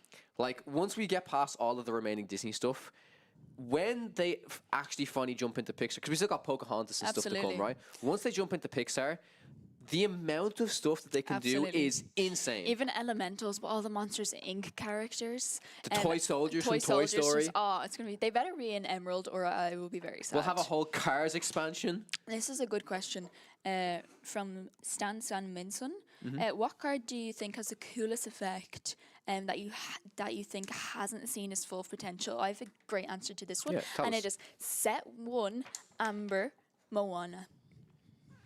What does it even do again? That's how long ago I've seen it. Set 1 Does it just ready all your princess characters? And it readies when you quest with this character, you could ready all princess characters. It is can't quest? 5 cost. Can they quest? Yeah, it quests for 3 whenever this quests. 5 cost 1/6, or can I go that way? 5 cost 1/6. Whenever this Yeah, but character quests, they can't quest for the rest of the turn, so it's just about readying them and protecting them, right? Yeah, exactly. So you quest for all your princesses first, and then ready them, and then quest for 3. Game That's over. a good question, though. Princess deck. I need to think about that because there's a lot of stuff. There's a lot of stuff that there's a lot of cards that have a lot of untapped potential that I think could be a lot better. But a prime example of like maybe one like that we just saw, right? That wasn't maybe a really cool effect or whatever, but a general card like the Scrooge McDuck, 4 cost 5/5 quest for 2. Like, I want to see more of that within the meta. Hey Spessy, how was your time roaming the halls? How was your pizza sitting there in the corner? Good. It was hench. Yeah, we could smell it over here. Yeah, it was really good. It was a good game. Did you man. see the game? They lost, unfortunately. I left when like they were on like 1 law Yeah. in game 3 after a few turns. I was like, okay. They went on. How close did they get in game 3? No, not very close at all. No, unfortunately, they just lost Yeah, it. they got double Tink again, so it was Tinkerbell on 6, and then turn 7 it was Vision of the Future. I saw the first thing. Yeah, and turn 7 was Vision of the Future. Still had the Fishbone Quill to find the second Tink, play it, and that was the game. You know, Yeah. so very unfortunate. But honestly, mate, like super impressed by that deck. Props to him for bringing it. I think he's probably built one of the best versions of it I've ever seen for this particular set and what he can build. So, yeah, I'd love to. On my break, I'm going to try go over to him and chat to him about his thoughts. Curious, as I said to Kim, he could have just made it maybe within a few days. Has he been working on it for weeks? Who knows? You know what I mean? Has he been testing it within set championships? So that's going to be super interesting to find out. Absolutely. Oh, one thing that would be so awesome to see, that mix-up Marco has said, that we're going to need a toy soldiers deck. Like, we have the 101 Dalmatians, so that you could maybe play like 100 toy soldiers in... And the 100... a 99 puppies deck, a green, very a lemon and lime, 99 puppies, and your green deck's like soldier back. this. You're never going to be able to shuffle it. Actually, that's very valid. So people playing the 100 or the 99 puppies deck, they can bring it to a tournament, but as long as it's shuffleable, they can still bring it, right? If a deck becomes so large that it is you're physically incapable of shuffling it, then it's an illegal deck, I'm pretty This sure. is another card that, when we built decks that time, I tried it a that little you bit. tried it, that I'd love to see actually work out. So it's 5 cost Mulan Imperial Soldier. Mm-hmm. 4/5, 1 lore. During your turn, whenever this character banishes another character in a challenge, or other characters get +1 lore this time. I mean, it worked in set 1, but obviously we didn't have as much cards. I think but the issue with that, though, is just like every time people talk about Ruby Steel to me and stuff like that, like I love the potential of the deck, but it's so difficult to continue to... You make these cards that when it does a challenge, it does X. If it's not a super powerful ability, like that, this requires you to do a challenge. Your opponent has to have something exerted. You have to have a very wide board to take advantage of the lore gain from that card. I feel like a lot of these Ruby challenging cards, there's so many steps to make them work. There has to be a board present. Your opponent also has to have a certain amount of cards. That I'm not saying it's not possible in the future, but the way the meta has been developing for the past few months, the past few sets, there's a reason why those cards haven't really been shown. But it's not to say there's no potential there for sure. Hades 4 cost Emerald. Ooh, that's a good show. The one that gets rid of something small. But I think the pure value on that, like in my opinion, you have to be getting rid of like a 1 or 2 drop. Anything above that, I think the value swap, like it could be fine. But there also has to be the perfect pairing of, you know, a really cheap character and then a massive character. I think the best example... Emerald, Robin Hood, right? No, it is Emerald No, Sapphire. we're not doing this. And it is Hades the small Tamatoa and play the big blue Tamatoa, shiny, shiny.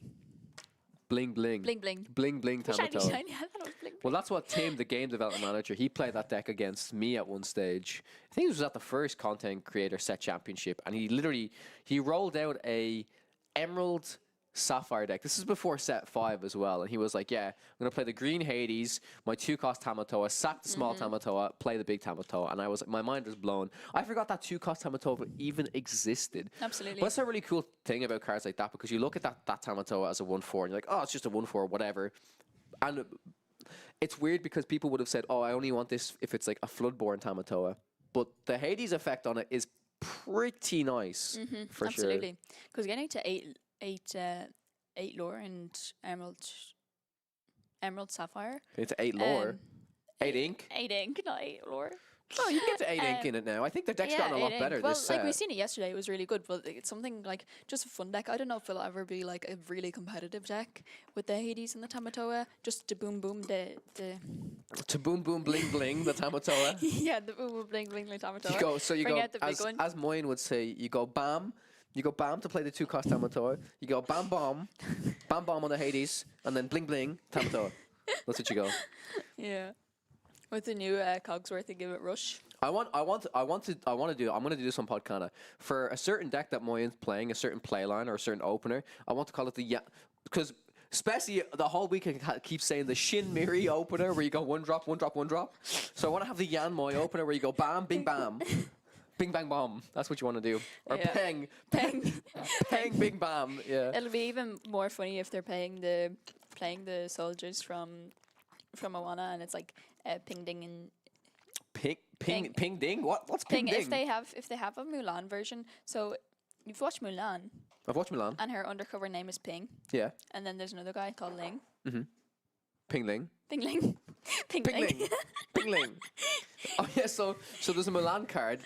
It's like the way there's the Chippendale and Flotsam and Jetsam. This card also counts as being called Ping. Mulan's also counts as being called Yeah. Ping. So the plays you go Ping ling as the opener. Ping on 3. Ling on 4. Pingling. Yeah. That's actually also a really interesting thing as well. Someone else was asking about certain characters. I do really like that effect where it says this character counts as being named both these characters. And one of the characters from Home on the Range, which I can't even remember the name of the villains. It's like The Yodeler? Slim. Yeah. Yeah, Slim Jim or something. Slim Jim or something like that. Yeah, but remember he's disguised as like the auctioneer. Yes. So I remember saying you can have the auctioneer as like the smaller cost card. I hope anyone that works for Ravensburger, Tim, if you happen to be listening to this, I guarantee you haven't thought about this. Okay, yeah, there's an interview going on at the moment with the head judge down here. If I've you guys spoken speak to him a lot. French, if you guys speak French and want to watch it, you can head over to the on Twitch, the other channel with the French screen. If you Yeah. want to watch it, if you understand French. Yeah, but this guy has been judging since Lille, and he's absolutely incredible. Yeah, he's amazing he's the judge. person that, like, one of the first things as casters and broadcasters that we want. Okay, we really want the deck breakdown to showcase to the stream. It's the first thing everybody asks us. Okay, top Absolutely. 64. What is the breakdown? My man got us a spreadsheet, got all of the details. So shout out to Such the a head king. judge for this event. But yeah, I really like this idea of that you play whatever the name of Slim Jim is when he's disguised as the auctioneer. It's maybe like a 2-cost or 3-cost, and then you've got him as in the full like Yodeler outfit as the Floodborn when he comes Absolutely. into play. And then you've also got the song card. Yeah, absolutely. Even better is that, like singing "Be Prepared," guys, we can yodel. It's a song card because he has a whole song about yodeling and he yodels. The song So is called Yodel Leedle yodel- Leedle Yeah, it's like yodel leedle. So instead of saying "Be Prepared," and we can just yodel. So you want Baker, you want Lorcana Villain to start yodeling. Yes, So everyone in the venue can just hear him yodeling. absolutely. Yeah, nice. Same way you can hear him sing "Be Prepared." It's my dream. I will yodel with Baker someday, and it'll be so much fun. Yeah, You must be able to shuffle unaided, is what it says. Yeah. For the puppy deck. Yeah. I wonder if shuffling in 2 piles, if your deck is so big, if you have 99 cards, if your deck is so big, can you shuffle in 2 piles? Actually, that's interesting, is because there's multiple different ways of shuffling.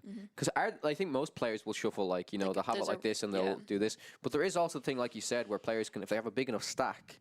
But your They'll, hands, like, riffle shuffle, yeah, but your I don't hands really like also. doing that. I don't like doing it either. But if people want to riffle shuffle, your hands also have to be large enough that if you got 50 cards here and 50 cards here, and then you have to like riffle like that. Absolutely. You know what I mean? It's like really difficult. That's even where I struggle with double sleeving cards. I still haven't been able to play with my Disney 100 sleeves. I have beautiful Disney 100 Jasmine sleeves, and I don't want to play them without Double sleeving. double sleeving them. But the problem is my hands are so small that I can't shuffle double sleeved cards. Well, I have the doubles. So there's even the triple sleeves. Yeah, that's above. Where you do the inner sleeves, you do the normal sleeves, and then you do the outer sleeves as well.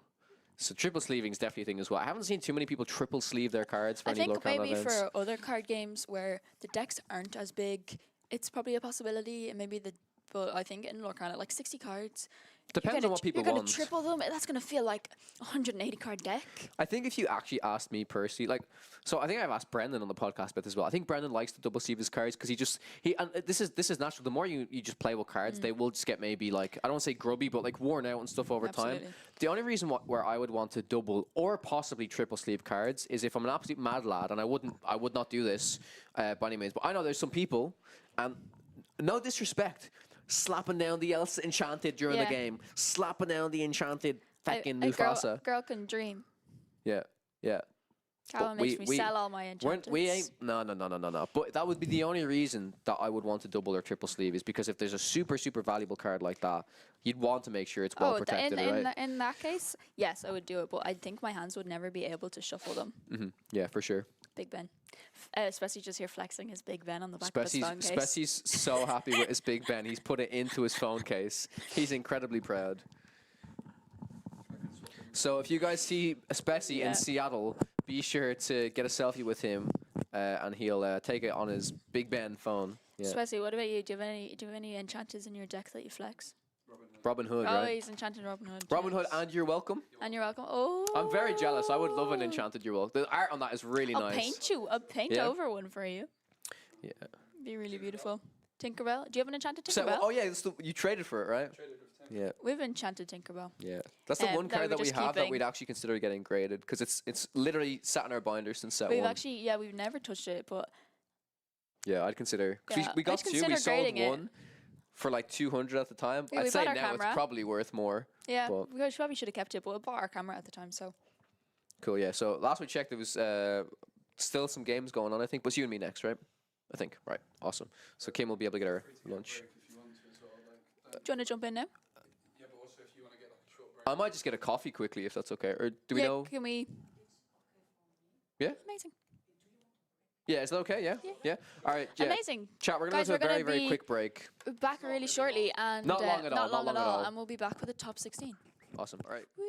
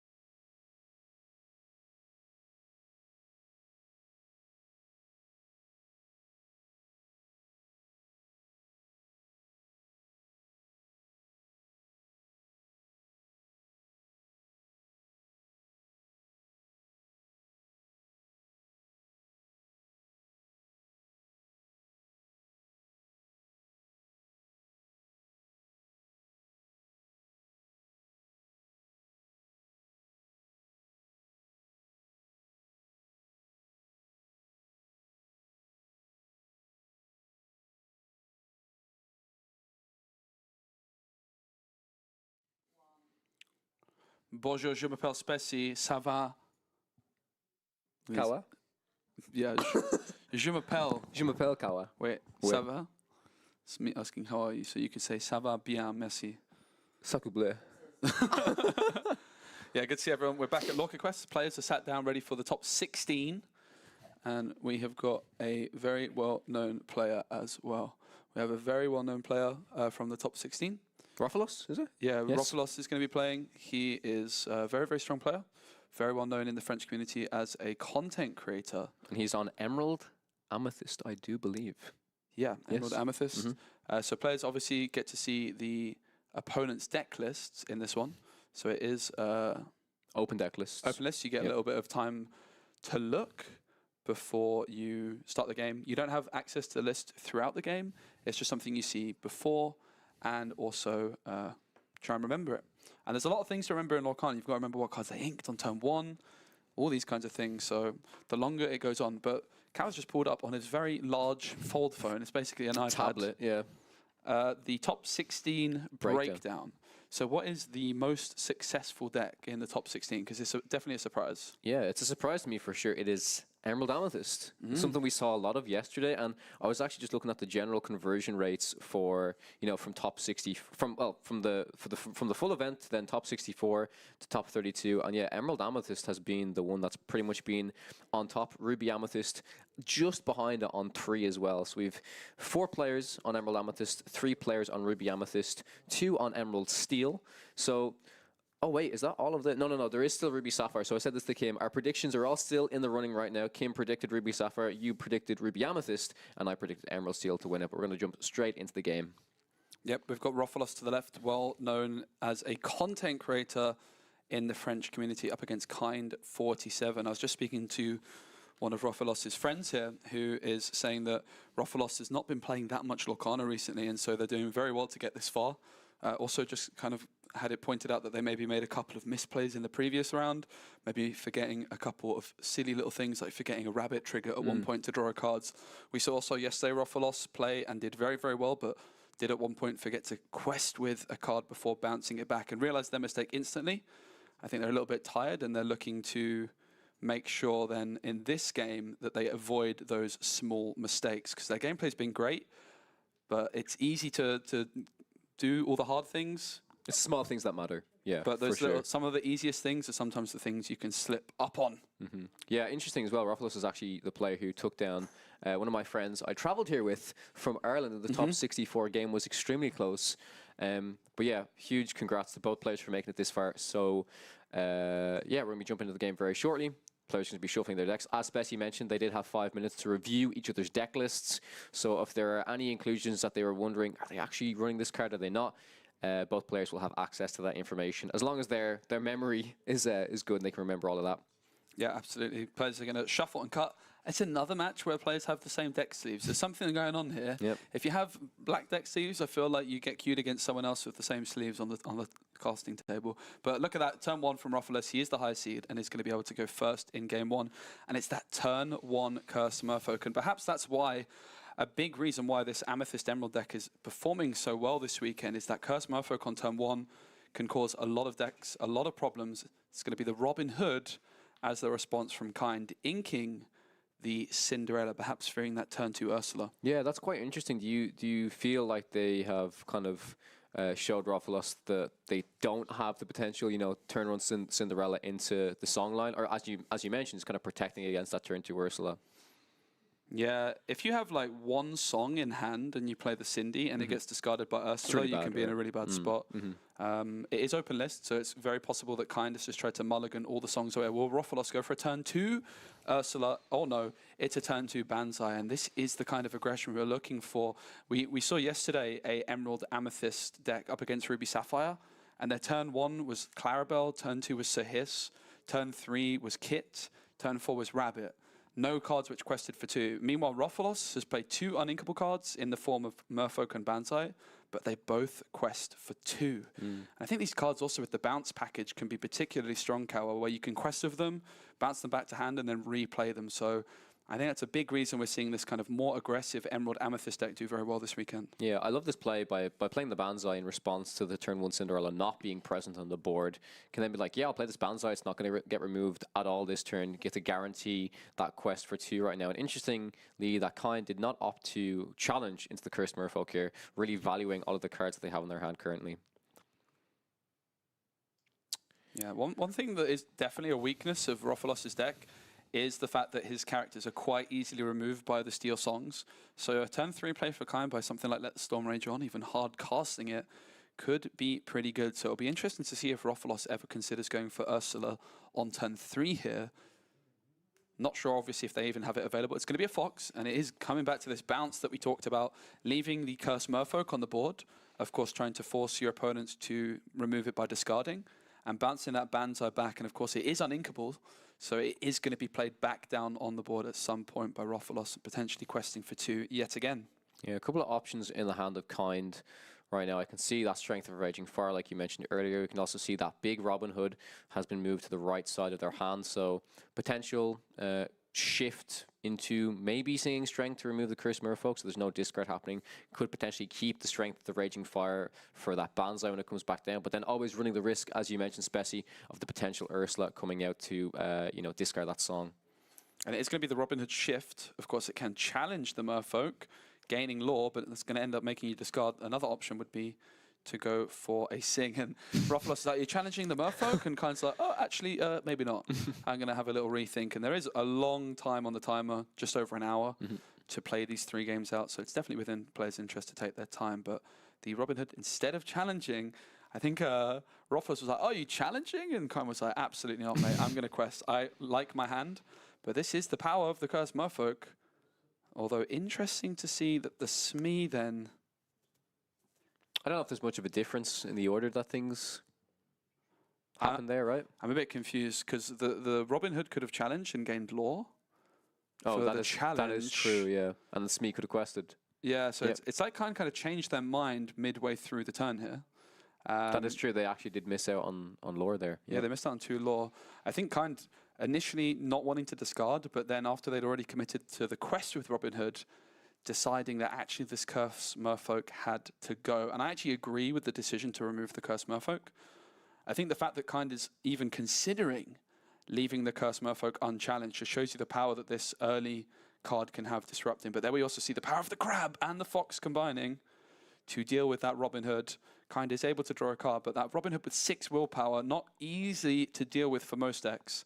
But so far we're just seeing the power of Emerald Amethyst, the early questing and a little bit of discard power of Emerald with the bounce package of Amethyst combining very well. Yeah, it's going to be interesting. I do think Rofolos at this stage in the game now is going to have to, rely on some of this card draw that Amethyst often has to keep refueling the hand. We'll be able to throw down again that Banzai that we saw bounce back to the hand.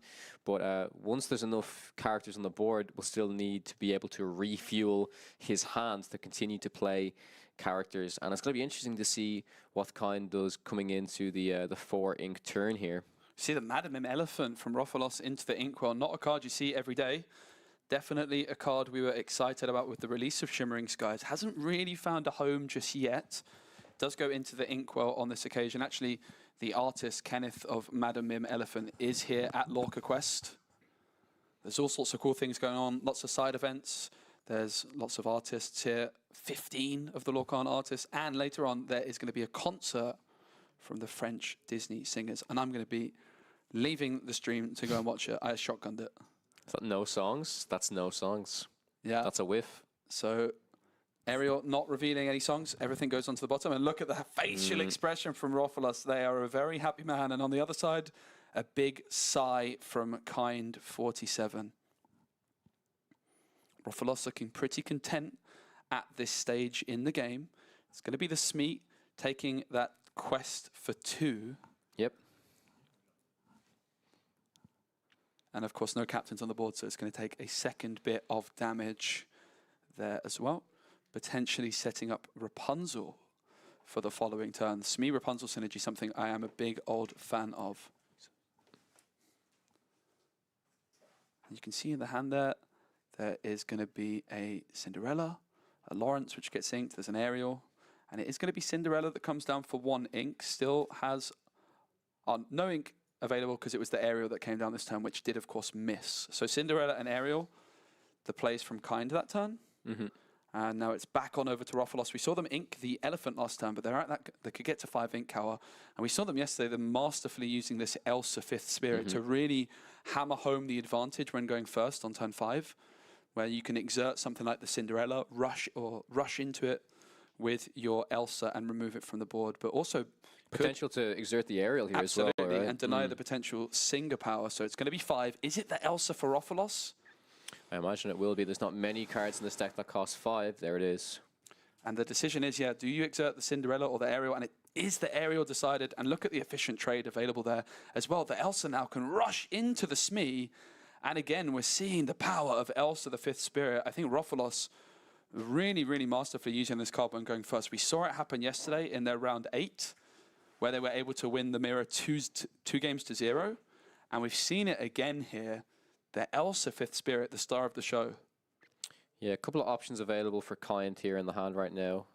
Opting to play the Naveen, plus I'm assuming it's going to be the Strength of a Raging Fire right now, which is definitely an interesting play. There was also the option to play the Aerial from hand, and then the small Cinderella could also sing that Strength of a Raging Fire to then remove the Elsa 5th Spirit. So, you know, I guess this way it still just establishes that Prince Naveen singer and still has the Aerial available next turn to potentially then sing a song with this Naveen. Yep, Naveen, the last character standing on the board. Currently 6 law to 4 in favor of Rofalos. 5 ink available, but can go to 6 this turn if they wish. Is it time for a rabbit? It seems like it might be. Rabbit or goat, I'm assuming.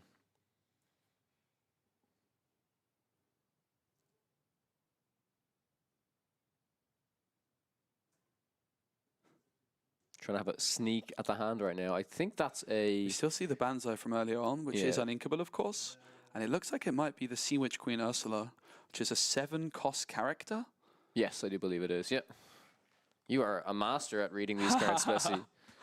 But it's going to be a go. No Rabbit. I think Rabbit would have been a nice option for Rofalos to have. Is going to ink the Ursula, which is going to allow them to play the Banzai, potentially setting up in case Kind wants to sing A Whole New World this turn with the Naveen, just making sure they have no cards left in hand to get maximum value. So Kind, if they do have Whole New World here, isn't going to like the fact that Rofalos is going to be getting 8 brand new cards essentially at the start of the turn, because they get 7 for the Whole New World and 1 for the start of the turn.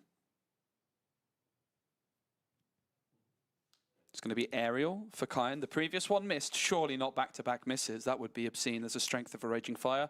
Bare Necessity is also an option, which I think the choice is quite clear here, considering Rofalos currently has 0 cards in hand. Yeah, so nothing quite as powerful as A Whole New World in this situation, but Strength of Raging Fire is going to be able to at least take out this Banzai for the time being. Yep, and it is going to be sung by Naveen. And this is kind of what I was talking about, the weakness potentially of Banzai, is the fact that even though it's very strong, it can be removed by Strength of a Raging Fire, and it is uninkable. So Rofalos, instead of being able to ink the Banzai in the previous turn and try and greed towards the Ursula Sea Witch Queen, had to ink the Sea Witch Queen and play the Banzai, which was ultimately removed very easily by the Naveen. Indeed, yeah. It's definitely an interesting deck building decision, because while it increases your matchup chances into slower decks, like let's say red-blue, against Amber Steel, can easily be answered by stuff like Let the Storm Rage On and Strength of a Raging Fire. But a threat that has to be answered nevertheless still. Yeah,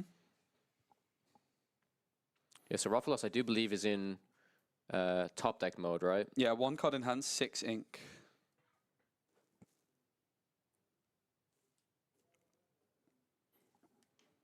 Six ink available. Oh, no. That's not what you want to see off the top. There was definitely a consideration to ink the Clarabelle as well, as it would allow Rofalos, if they top deck something like another Clarabelle or an Ursula Sea Witch Queen, to play it for 7. But instead decides to play down the Clarabelle, which honestly, I feel like it might have been a slightly better decision just to ink it. If you find the Clarabelle right now, you're going to be able to shift it, of course, however. And it looks like it's a lot. It's an Elsa. That's not bad at all. Oh. And suddenly that Clarabelle actually putting mattered. in a lot of work. Yeah. So that made me eat my words. The one strength of the Clarabelle being able to polish off that aerial and deny any singing coming through from Kind. But Kind has big card advantage right now. Rofellos, however, if they can just find a Friends on the other side or a Rabbit off the top, could really get themselves back into this in terms of the card disparity. They are ahead in lore, but it's one card off the top. They quest with Elsa. But what is the card? It's going to be a Sir Hiss. It's an evasive. Not exactly the most threatening card to find off the top, though. Still looking for those rabbits or the friends. Yeah, I think there's a Zeus in the hand of Kind right now. There's also Storm Ray John being able to easily clear up that Sir Hiss, drawing them an additional card. I do believe that is a Pete referee and also a Zeus in the hand currently. So it does have the option to potentially sing the Zeus with this Robin Hood, but instead decides to simply quest for 2 to try and get back in the lore race right now. There it is. Rofellos finds the rabbit, and that is a big moment, especially if they could find something like a snake right about now. It could be a really big deal.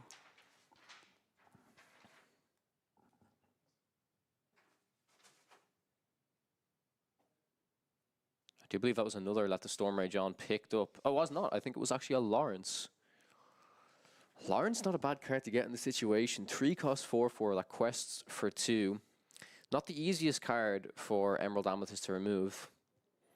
Yeah, it's a really interesting moment in this game. I mean, imagine if Rofellos found a snake off the top of the deck as well. Some kind of bounce card with this rabbit. They can really start filling their hand back up. It is the Lawrence which comes down. Pretty good board for both players as it stands. I think all eyes on Rofellos off the top. 2 cards in hand now, thanks to that rabbit starting to replenish things.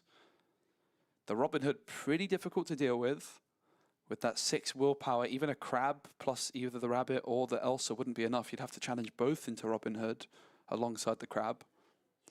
But something like a crab and a fox right now would be a really, really powerful bit of potential to take out the Robin Hood and draw some more cards with the rabbit. Yeah, if there is a fox present, it's extremely good in this situation, I feel.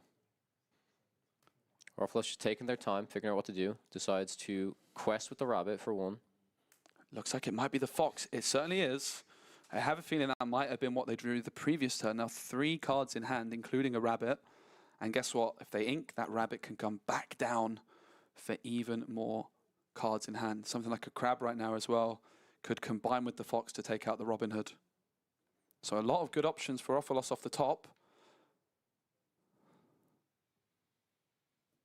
We can see a Friends on the other side available, an Elsa and a Merlin Rabbit. Not bad cards at all in their hand currently. Really good. I'd honestly like to see them sing the Friends with the Elsa here. Elsa only quest for 1. Sometimes you can feel a little bit put off to sing a 3-cost song with a 5-cost character, but here the Elsa only quest for 1. It's not really doing much in terms of challenging. Seems like the perfect option here because you can sing it with the Elsa. You'll draw 2 additional cards, maybe make that ink decision a little bit easier, and then as you mentioned, you can just replay the rabbit then. It's going to be Elsa into the ink instead, however. Maybe Rofellos just also really valuing that potential to quest for 1 here. Every lore does matter at this stage in the game. Maybe they just want to really try and accelerate, but they actually decide instead to take out the Robin Hood, which is definitely an interesting decision. And it's one that I think we're going to look back on at this game as a pivotal moment. Was that the correct decision? There was definitely the option to sing Friends and just quest, but instead Rofellos deciding that they want to continue to control the board. I do believe that Kind has the option. No, they're only on 5 ink currently, so they decide to spend 4 to take out the Merlin Rabbit, allowing Rofellos to draw another card.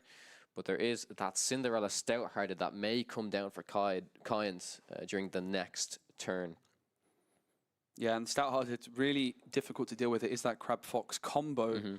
7 strength and a single swoop that can do it, but it's all tied up now. 11 lore each. Lawrence the only card on the board, but 4 cards in hand for Rofellos after this draw. Yeah, and as you mentioned, Spessy, not taking the opportunity to sing Friends on the other side with that Elsa means it may have to be hard cast in this situation to try and find some more answers right now. I do agree. I think that was one of the most pivotal moments of this game. Ruffalo's just double checking the ink. It's at 7 currently, so something like an Ursula Sea Witch Queen right about now could be a very powerful option. It's going to be Big Ben, giving it Self-Rush, also known as Cogsworth. And then it's going to be Cricky. Oh my goodness. Wow. Are you kidding me?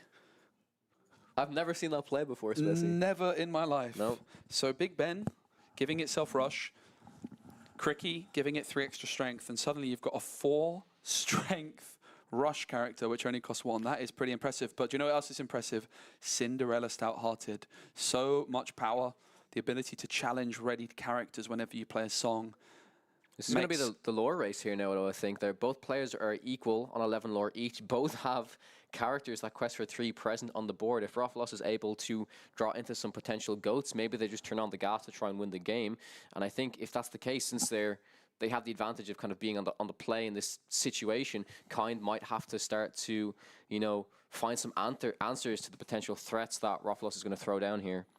It's another rabbit for Roffalos. We saw one of the previous removed, so has found another. 3 ink still to play with. Could also ink for turn. Can't quite see what's in that hand yet, but that Cinderella Stout-Hearted is definitely a big threat. Very difficult to deal with. Roffalos can quest for 3 this turn, getting them up to 14. It is going to be Friends into the Inkwell. And for 4, it's going to be You're Welcome. You're Welcome. That is certainly a way to deal with it. You're Welcome is going to put Cinderella back into the deck. It's going to be shuffled in, and then Kind 47 will be able to draw 2 cards off the top of their deck afterwards. That is certainly a good way to deal with it. Often You're Welcome could be sung by something like the Rabbit, but I think Roffalos just realizes the danger that Cinderella poses. The fact it can challenge ready characters. You could play, like, their opponent could play a Zeus onto the Cricky and then challenge the Rabbit, and then Roffalos would not even have that ability to sing the You're Welcome, so just wants to remove it as quickly as possible. I think Roffalos really valuing the 3 lore from this Cricky as well, opting to, you know, doesn't want to sing the You're Welcome with the Cricky, needs to be questing for 3 in the situation. And it's crazy kind of looking back. I do think that Rabbit top deck during the mid-game is what really brought Roffalos back into this game right now. We're going to see Kind 47 go for the Aerial Spectacular Singer. 4 All different songs, right? Yeah. 4 songs as an option. Strength, Zeus, Bare Necessities, and I think it's a Whole New World as well. Already has a Whole New World in hand, I believe, so I don't think that's going to be a consideration, but it will be the Then Along Came Zeus. The rest go onto the bottom of the deck in any order. Let's see if there is a Prince Naveen in hand to be able to pair alongside the Zeus to then take out the Cricky. We'll have a quick look now. There is indeed. Yep. Prince Naveen will be able to take out the Cricky. That is what Kind needed to have here. Slows down Roffalos just a little bit here. But like we said, Spessy, a few goats being drawn here will possibly end the game quite quickly. Yeah, I do think it's all still to play for sure, though. Yeah, Roffalos currently at 14, can quest to 15 with the Rabbit. And of course, let's not forget, it's an Amethyst deck, so you know there's goats in the deck.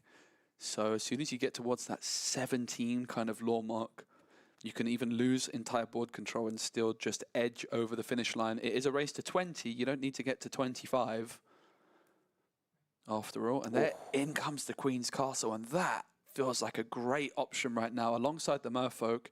Also going to spend 2 ink to move both into the Queen's Castle. So Queen's Castle gaining Roffalos 2 lore at the start of their turn if it remains on the board. And at the start of their turn, for each character within the castle, you draw a card. So for Kind, this Queen's Castle has a huge target on its back, but currently they only have 5 strength on the board. And the Queen's Castle needs 7 strength to remove it. The Rabbit will quest, so they're up to 15 with a very menacing board. Kind has just used a Zeus as well, which would have been quite good against this Queen's Castle. Yeah, 2 Zeus used for Kind this game already, which means it's going to be quite difficult to have an appropriate answer for this Queen's Castle. In the hand right now, I do believe there is a Rapunzel and a Whole New World. A Whole New World, while it may be able to find Kind some answers for this potential board, could also, you know, allow Roffalos to draw into those potential goats to finish off the game as well. Yeah, the Naveen removes the Rabbit while staying on the board, and Roffalos making sure to remember that Rabbit trigger. It's something they had their friends definitely brought to their attention. They forgot to do at one point in the previous round. So I think those little things they're going to be making sure they come into Is this this another game. Zeus? I think this might be another Zeus in the That is a hand. big moment. Ariel ready and waiting to sing. I think in this moment it may be hard cast Zeus and then use Ariel to challenge into the castle, which is what we're seeing Kind 47 do. Absolutely.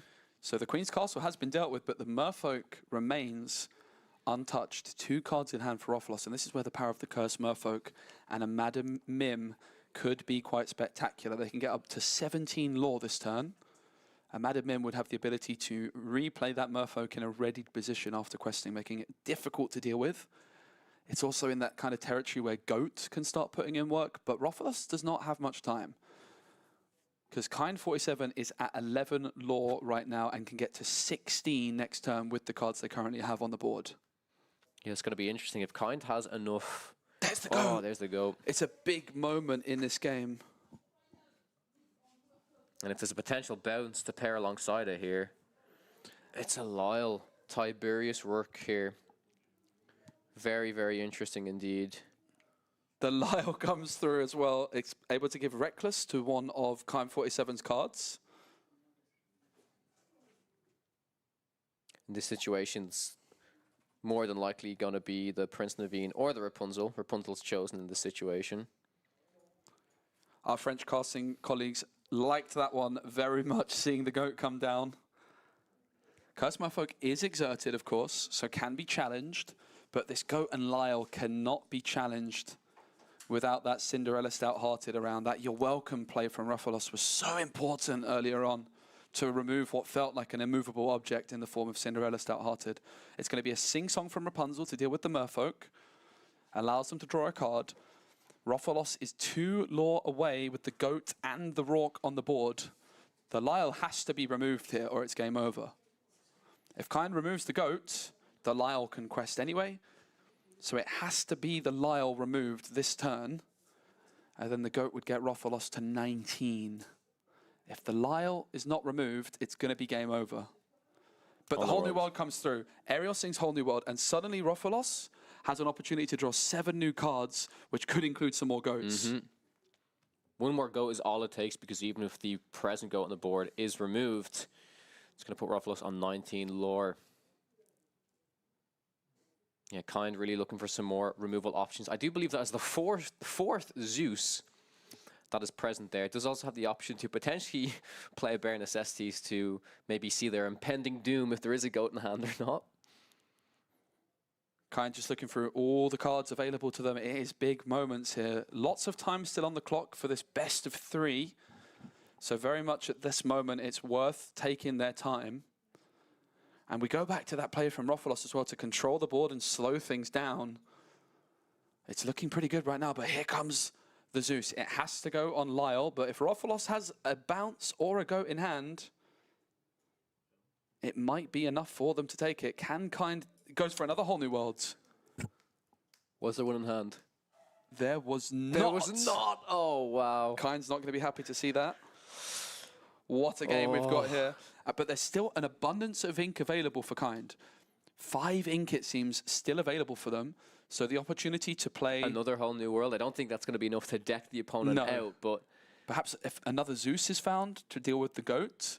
That's all the Zeuses have been used this game. Okay, all 4 Zeus gone. And it is going to be the scoop. It's the game. Rothlos taking game 1 by the skin of their teeth. What a performance from our Emerald Amethyst player and French content creator. We're going to go into game 2, and it will be Kind 47 on the play this time. Yeah, that was a great game 1 for this best of 3. And since Rothlos did go first that game, this means that Kind 47 will be taking the play. Yeah, really, really fun first game. Very, very nice to see the way this matchup panned out. I think the Cursed Merfolk in many ways was the star of the show, just helping to get that nice early lore, meaning that the Goat was just enough to help them cross the finish line. That is the key with the Goats. You need that early questing power, and then your Goats just help you edge over the line once you've lost board control. Yeah, it's really interesting. It's why I think some players initially will struggle to say they understand the value of goats, so maybe they don't want to ink it in the early game. But in the early game, it's the point where it's probably the least valuable. So if you want to ink it in the early game, that's completely fine. But the power of the goat really comes out when you're on that 14, 15 lore, just to edge you over the line, get you as close to 20 as possible. Yeah, and also like the goat, just having that little bit of control as well in Rofolos's deck just meant that they could have the speedy start in the middle of the game. They started to make a few more control type plays, like we saw the crab coming down, for example, alongside I think the fox to deal with the Robin Hood.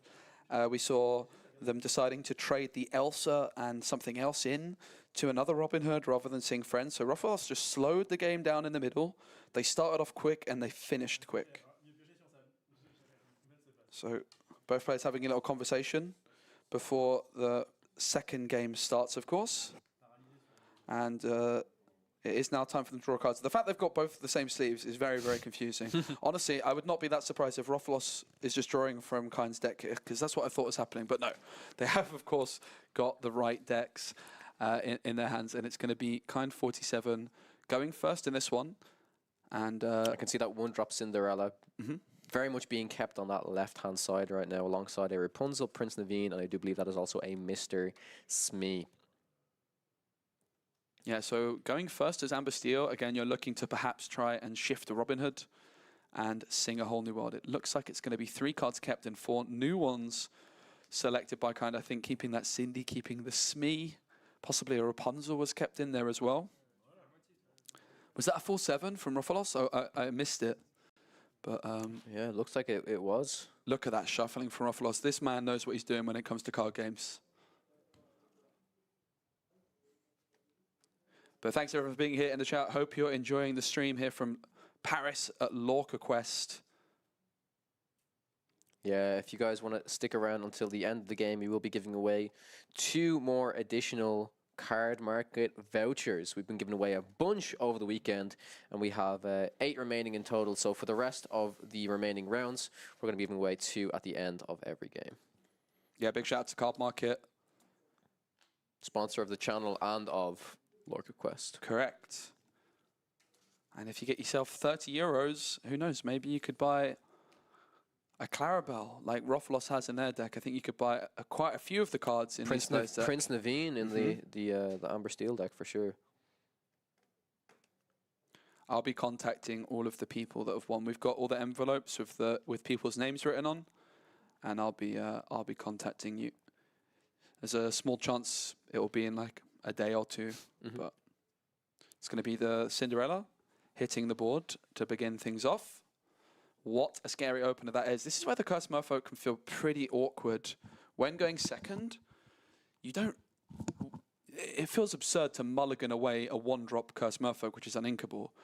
But here you really don't want to play a Cursed Merfolk. We don't have privy to the hands, but I think it would actually be a really nice decision if Rofolos had the opportunity to just mulligan away the Cursed Merfolk in this matchup. They don't have the Cursed Merfolk, and while that usually would be quite bad, against this Cinderella, it's actually pretty nice, because if Kind has, let's say, 1 song in hand, like a Storm Rage on or Strength, they would be able to sing it with Cindy, remove the Merfolk, and then suddenly Rofolos's Ursula on turn 2 could miss. But here, Rofolos is not giving anything for Cinderella to target, and therefore there's a higher chance that this Ursula on turn 2, if they have it, will hit a song. And in this matchup, I think going second, you're definitely looking for that Ursula Deceiver, trying to disrupt your opponent's Whole New World potentially. There's no immediate shift threat here because Robin Hood is not down on the board. So Rofolos would have the luxury of going for an Ursula and trying to discard a song like a Storm Rage on or a Strength of Raging Fire, perhaps. Yeah, some other turn 2 options available for Rofolos.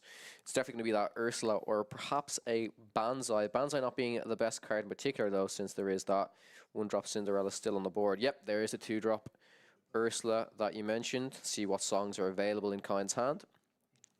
And there is that Strength of a Raging Fire. It could have been inked in the previous turn. And I think, honestly, a little bit greedy from Kind not to take that ink.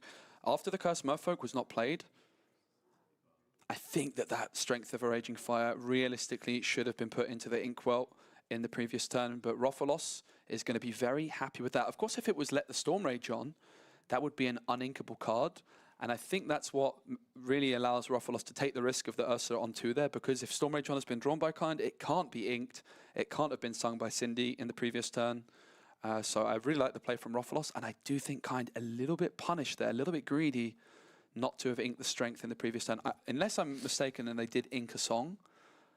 But I don't believe it was a song, but we could be mistaken for someone sure. in chat will know. What did they ink on turn 2? But it is Kind's turn yet again. Can go to 3 ink this time. Has found another song. So, of course, Rofalos knows all the other cards in Kind's hand except that song, which was just drawn. It's going to be Ariel to be inked. And it's going to be Lawrence hitting the board. And a double quest. Lawrence not a captain, so Monsieur Mouche, also known as Mr. Smee, will be taking 1 damage when the turn ends here.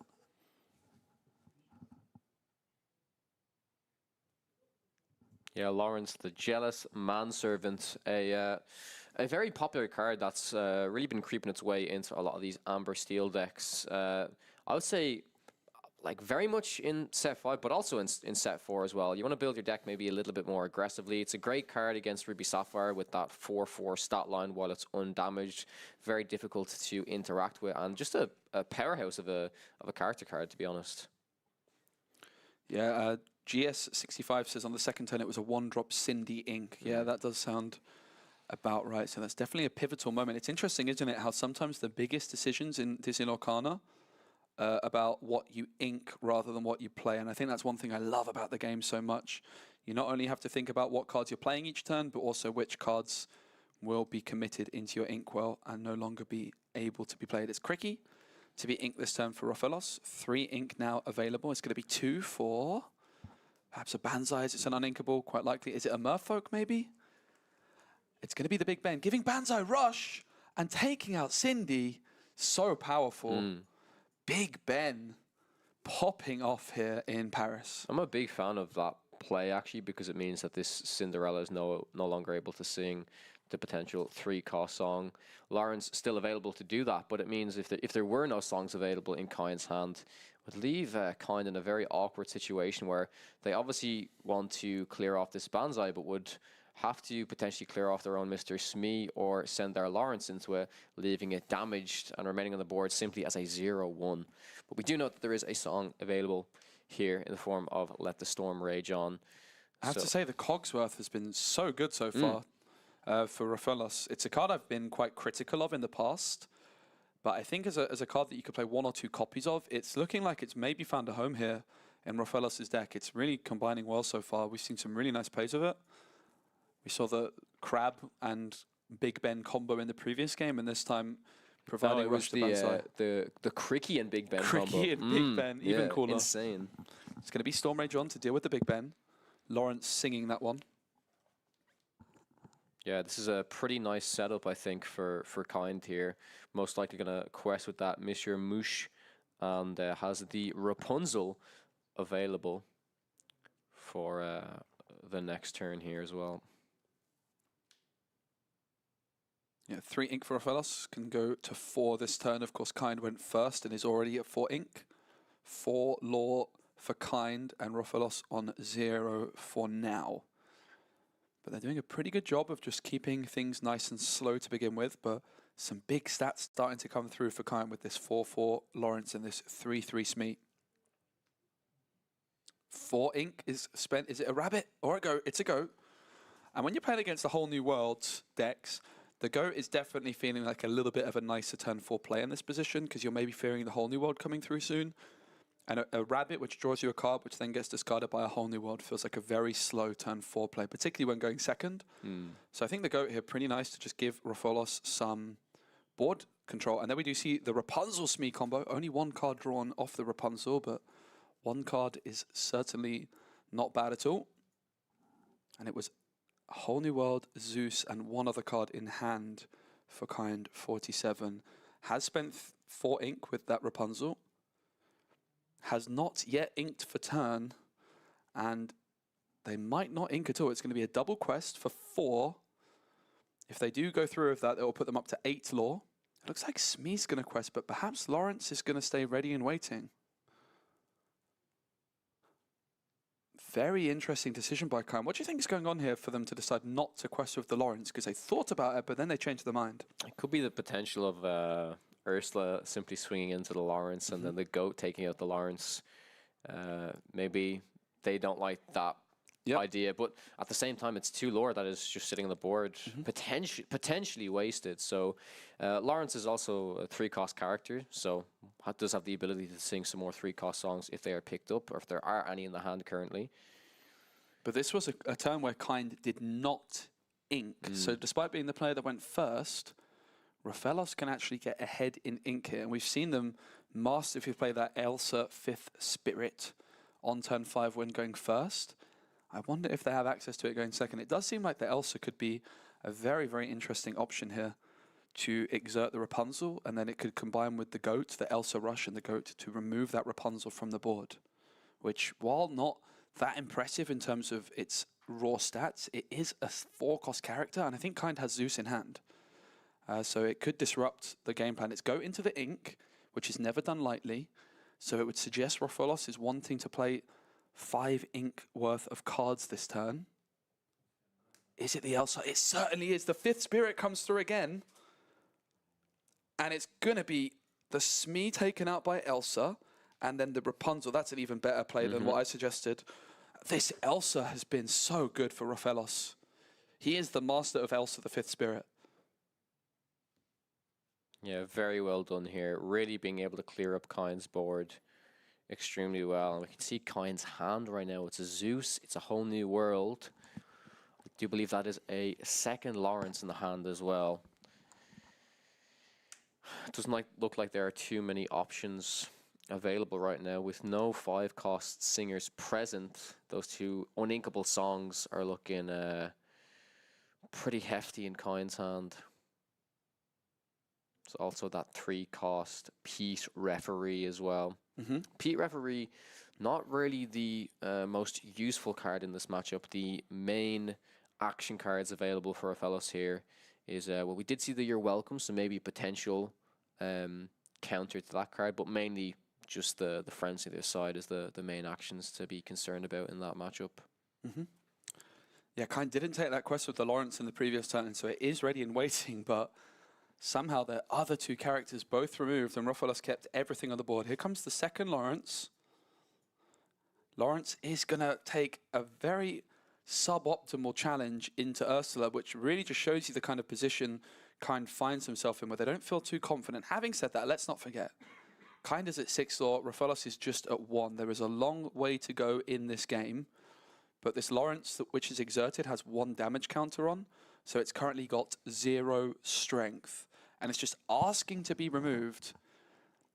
I wonder if Kind here was just really fearing the bounce of the Ursula, because this just seems like a nonsensical challenge, but I think they must be fearing the bounce potential of Ursula. Potentially fearing the shift of Ursula as well. Okay, that's a really good point. Yeah, I often find myself considering, there's been many games yesterday where I'm like really valuing the Ursula over, like, you know, potentially trading into a goat or something like a rabbit, and I often do forget that the shift Ursula is kind of a constant threat, especially against a deck like Amber Steel.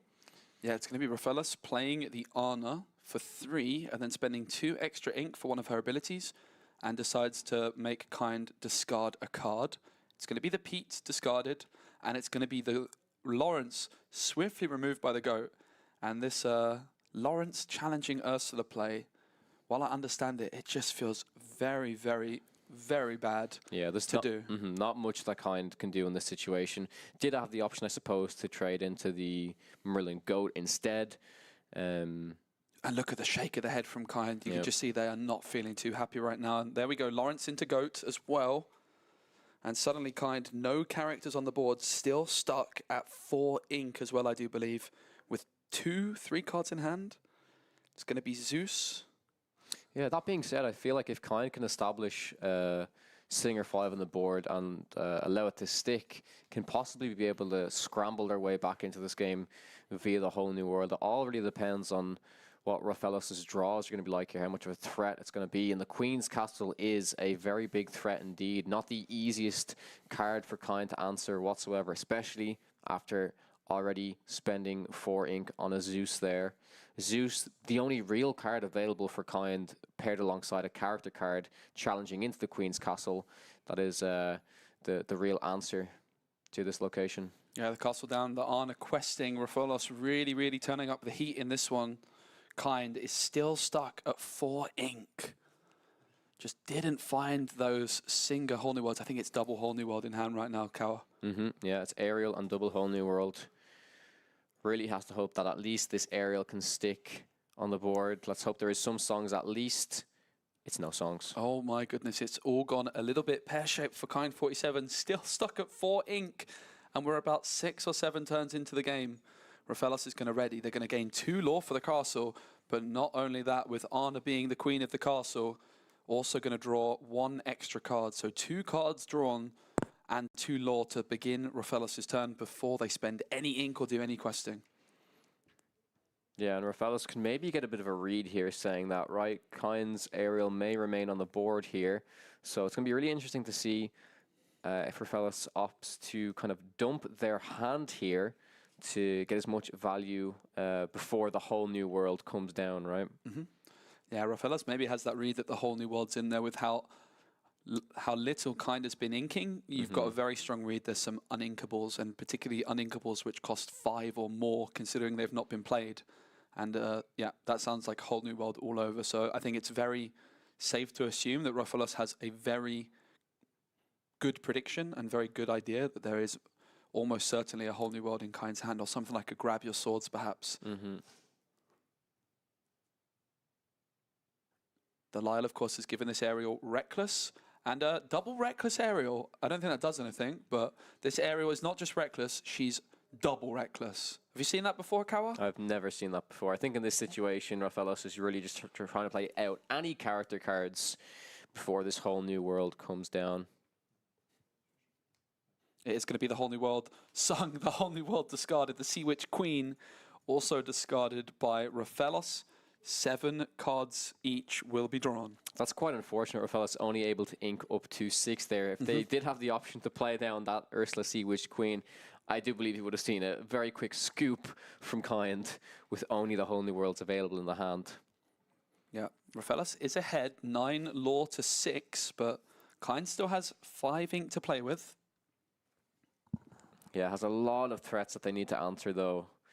Double Lyle, Queen's Castle with the Elsa on it as well. Going to be very, very, very difficult to overcome all of this board presence right now.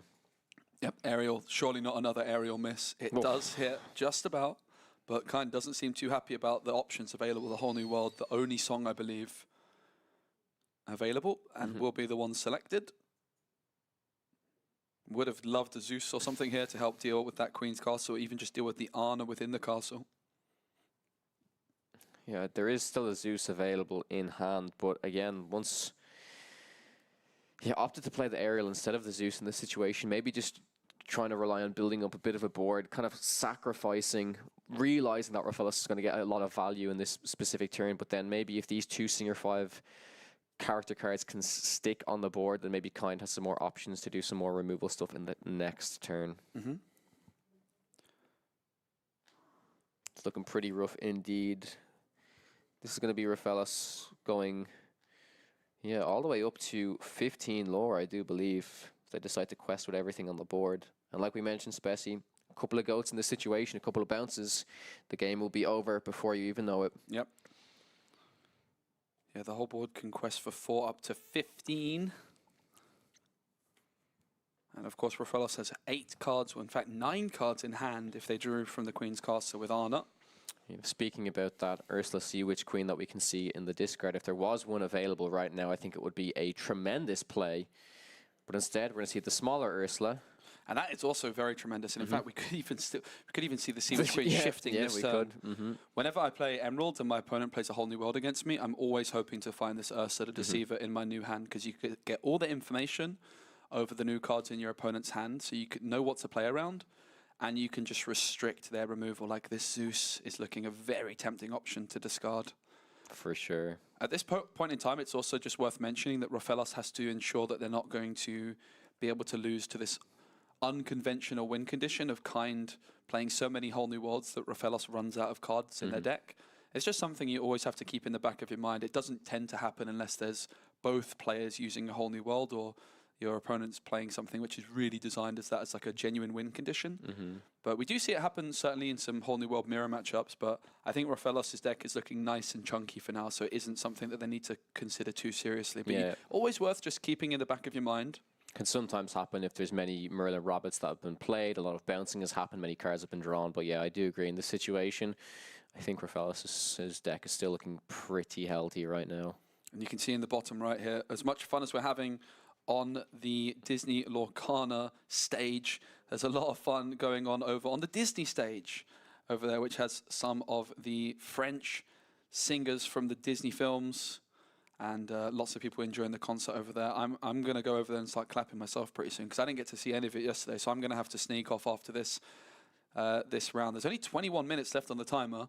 And it is, of course, a best of 3. So it's definitely taking quite a while, these games. But it also makes sense that both players are really wanting to take their time. I think Rafelos is probably feeling as though they can close this out in a 2-0 blowout. And just wanting to make sure that they play perfectly from this point on. 5 ink is going to be exerted. Is it their favourite card, the Elsa 5th Spirit? It certainly is. Coming through yet again and exerting a Robin Hood and rushing in to challenge it immediately. Elsa's the star of the weekend for me so far. Yeah, I need to be sure as well that the Lyle trigger has come in here and that Kind has gone down to 4 lore. I do believe he's noting it down right now. Could possibly just be noting that the Lyles themselves have quested, but it may not matter in the end. But yes, I do believe that Kind is on. Oh, he's on 6 because it's Lyle's your own characters, right? Yes, sorry, apologies. No, I always get confused with that as well. It's easily done. But at 15 lore, Rafelos can taste the victory right now. The board can quest for a total of 7, and there's a Queen's Castle, so 9 lore being threatened, and that's not even considering the potential Ursula Sea Witch Queen shift onto this Ursula Deceiver.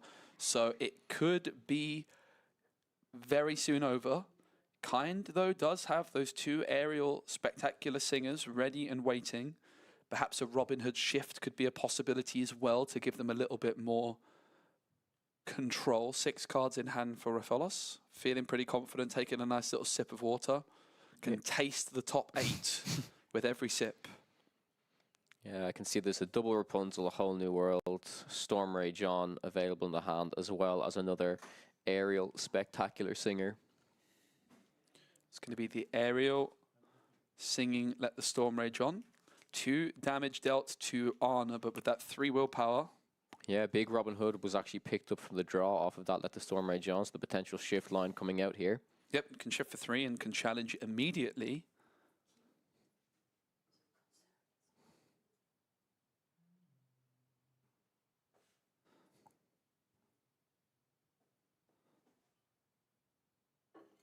Yes, this Robin Hood shift may allow Kind to at least then take out the Anna, but there's going to be so many cards remaining on the board alongside this Queen's Castle. It really does look like Rafelos is going to be nearly winning the game next turn, and I don't know if much can be done for Kind in this situation. It's going to be the Rapunzel being inked to start things off. Rafelos is looking pretty content, pretty confident, pretty happy. It's always an interesting spot where you feel like you're winning, but your opponent is just, making some decisions. Go gets discarded, and Kind discards their hand as well, draws 7 new. This is that moment in time where maybe Kind just has to go for broke and try to deck out your opponent. But Rafelos, I'm sure, has been aware of that the whole time and trying not to overdraw again. It's pretty difficult to deck your opponent out with a whole new world unless your opponent is also playing a whole new world. I do think it's quite difficult for this specific situation as well, because we did see that Kind had 2 whole new worlds stuck in their hand quite early in the game. True. Once you throw one of them away, that mill game plan is it's not quite easy to do with only 3 whole new worlds. Yeah, but Kind sinks the whole new world in a desperate attempt to try and find something which keeps them in the game. It's going to be the Robin Hood removing the Arna. Oh, no. It's going to be instead a double strength for 6, dealing with the Ursula and dealing with the Elsa, and then the Robin Hood will trade with Anna.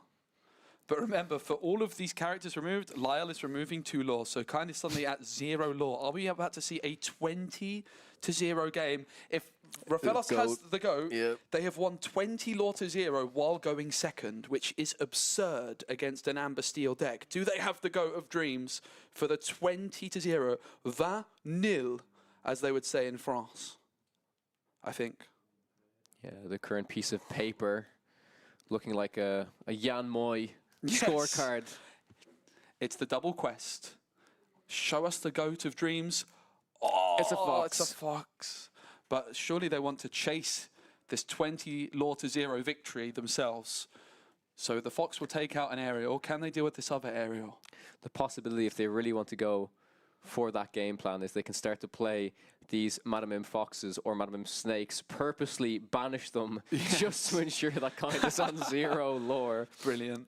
That's a play I've never thought of. In this situation, anyways, though, it doesn't seem like Kyne's going to be able to establish any lore at all. No characters present on the board. Pretty sure there's no Sleepy's Flute in there either. That's the game. That's the game. Congratulations to Rafelos. 20 lore to 0 while going second against Amber Steel Songs. What a performance. Big Ben popped off. Big Ben Cricky was my favorite play I saw that entire game, honestly. For those of you just joining us, Big Ben is Cogsworth. It's the French translation, and it is brilliant. I have now got so many Big Bens in my collection. It is tremendous. But Rafelos, a well-known content creator in France, going to be a very, very popular player with the crowd here. Of course, Kind also hailing from France, but we can see there is a lovely Disney concert going on in the main hall. I kind of want to go and check it out. I'm not going to lie. Yeah, we may go to a brief break because, as you can see in the timer, there are still 15 minutes remaining. So there'll be plenty of other players still playing out their top 16 game. But before we go, Spessy, how about we give away some more card market vouchers? Let's do it. How do we do it? They're over there. We can do guess the card. We can do whatever you want. Okay. I am thinking of a card. Okay. Go, chap. What card am I thinking of? Spessy's currently typing it out. Oh my god, that is a dirty one. Oh my god. You can ask me yes or no questions. I have to even check like what the card does. I have to and check what the card stats. does. I honestly don't know And what we're it does. looking it up so- in French. Oh. Okay, wait. So if you want to win a €30 voucher for Card Market, get in the comments right now. Get in the chat. Ask us some yes or no questions. Is the card amber? The card is in fact not amber. I can confirm. It is not Maui. It's not Friatuck. Is it inkable? Friatuck was the first one I did yesterday. It's not inkable. Is it uninkable? I don't know. But it's certainly not inkable. Set 1, it is not set 1. It is not set 1. Action card, it is not an action card. Spessy, have you experimented with this card much? No. No. No, I have not. I think I actually had it in my draft a couple weeks back. It's not Hidden Ink Caster, it's not Tail Wagger, it's not Emerald. Nope. The only clue you guys have so far is that it is an inkable card. It's uninkable. Oh, it's an uninkable card, sorry. Uninkable. Yeah. Has it a draw effect? I don't think so. don't believe so. I mean, all you have to know is if I've not tested it, it's not very good. It's not Amethyst, it's not Legendary. It does cost 4. How did you know, Estian? It does cost 4. Madame Medusa, yeah, clearly the worst card in the in the game. It's not Madame Medusa. It costs 4. It is not a character. It is not an action. It's not Amethyst. It's not Amber. It's not 2 cost, it's 4 It cost. is an item. Yes, wait. It is an item card. Wait. It's not Ruby. It's not Emeralds. It is Sapphire Chromicon. Oh my god! What? What? It There's is Sapphire no way. Chromicon. Yeah. They've hacked into your brain, Spessy. Actually hacked into your brain. That's crazy. Nadia's had so many guesses Yep. usually, and this one usually they go for 100 guesses. I think Nadia's on about 6 of these, Spessy, Oh honestly. my That's a goodness. €180 of card market credit. Wow. Which is insane. That is pretty impressive, mate. All right. You have 4? Oh my goodness, 4, 120 euros. So I hope, guys, become friends with Nydia right now. They have 120 euros of card market vouchers to spend. You're going to have to let us know what you spend it on, mate. For sure. All right, are you thinking of a card? Because then I want to go to the... I might sneak off and do the concert now, if you don't mind. I want to go catch it. Do you mind Cool. closing out the last voucher? I'll do the last voucher, yeah. Go sneak off, 'cause For I'm sure. passing the next round. Yep. All good, mate. I will do the last card. Ooh. What am I thinking of? What am I thinking of? Let me have a think. Ah, yes. No, nobody will guess this one. All right. Okay. Chat, you can start putting your guesses in now. How's it going? Think of Maleficent Dragon. Is it an item card? That'll trick it. Oh my god. It's an item card already. Isn't actually, no, it is an item card. It is an item card. What's this? This is a card from one of the artists. Oh, it's beautiful. If you want to follow them on Instagram. Oh, it's beautiful. Scan the code to follow them on Instagram. What are we saying here? Starlight Vial. It is not Starlight Vial. 1 cost item. It is not. Did they ask what set it's from? Not yet. Dingle Hopper. No. Is it inkable? It is inkable. It's an inkable item. It's not a ruby card. It's not Maui's Fishhook. It's not Vitalosphere. It's not Plate Armor. It's not Dinner Bell. My god. Imagine if it's Block Ice Cream. Is Block Ice Cream? Oh, it's Ice de Bleu. Ice Block. Plate Armor? No. Plasma Blaster? No. Coconut Blast. People know a lot of items in this game. Yeah. It would narrow it down if they Potion asked of what Might, colour it was. Sardine. I love how people are putting in the most obscure items. This is hilarious. Gumbo Pot, Lantern, Great Stone Dragon, Dingle Hopper, Oh, it's Moyen's favourite. Lucky Dime, Record Player, Queen Sensor Core, Eye of the Fates. So I didn't even realize there's this many item cards in the game. I do. I play item decks. Obscurosphere. I've never heard of that. Sword in the Stone. Wildcats Wrench. Kovu__lol has won €30 of card market credit on Twitch. Congratulations, they're the first person to say Wildcats Wrench. €30 card market credit will be going to you, my friend. Congratulations. The reason, for those of you who don't know, that I picked Wildcats Wrench, it is one of the very first cards I revealed for Disney Lorcana. And I don't think I've played it ever. I don't think I've played it. I don't even know what once. it does. You don't know what it does? No, what does it do? Wildcats Wrench is a 2-cost inkable amber card that says exert this item to heal. I think it's heal 2 damage from a character. Maybe it's only heal 1 damage. Do you want to look it up? Actually, yeah. Kim's I'm gonna look Kim's it up. opening up the library right now. I do remember you revealing it, but I don't remember. Wildcats Wrench. I mean, I guarantee there's many people in the chat that don't even know this card exists. But yeah. Heals. Oh, it heals locations. Correct. It does heal locations. Heals 1. Yeah, Heals up to 2 tap damage. to remove 2 damage from chosen location. That's kind of interesting. I feel like that might be most relevant in like a Amber Amethyst deck that plays a lot of like you know, the library or Queen's Castle, opponent's force state, like anything that has a very large amount of willpower, because the library just can't be taken out by one single card. It's very unlikely that one card's able to take it out. Absolutely. So yeah, I remember when I first. A Maui and a fish, a Maui with Maui's Fishhook though would take it out. I remember the first time that I got the card to reveal, I said this would be really cool if there was a location that cared about being healed. So imagine like you gain lore if the location is healed, and this is one of the only. This is like the only way that you can heal Yeah. locations. I'm pretty sure. Kind of like Grand Hobby, but for locations. Because I'm pretty sure Grand Hobby is only for characters. But if we had a Grand Hobby for locations, maybe they could introduce another troll and do one for locations. What's funny is I think if this card was Ruby, just in general, it probably would see maybe even a tiny bit of play just because it's an item They in might the put it into Sapphire Ruby Ruby. yeah. Into the Sapphire Ruby deck for sure. Absolutely. It depends though if they're not really much locations are being played now. Not anymore, no. But well, there you used might to see be it with a McDuck's Manor yeah, or used to be something. McDuck's Manor and stuff for Would sure. be interesting. I think Mott and Nui is too easy of a Yeah, Mont location Nui to is, take out. and also Mont Nui, because it's like you're the main reason you're playing that is because of the ramp element of it. You've got so many better ramp options in my opinion at the moment. But yeah, with that as I said, we just finished at the top 16, so it's going to be Kim and Spessy casting the top 8. Then it will be Spessy or myself. No, it'll be myself and you casting casting the top, Top four, four, and then and myself then- and Spessy will be casting the finals. So yeah, stay tuned if you guys want to win some more €30 card market vouchers. We're going to be giving away 2 more at the end of every round. So we don't go anywhere. We still have top 8, top 4, and then the finals. And again, as these rounds get updated and stuff, I'll also be doing the top 8 breakdown, the top 4 breakdown, and the finals. Well, the finals isn't really a breakdown. You don't really need that. Yeah, you'll Well, see what decks think are in the finals. Overall, this is something we'll be talking about on the podcast a lot, as well as the general conversion rate. This tournament is going to be a great tournament to look at if you're also attending DLC Seattle.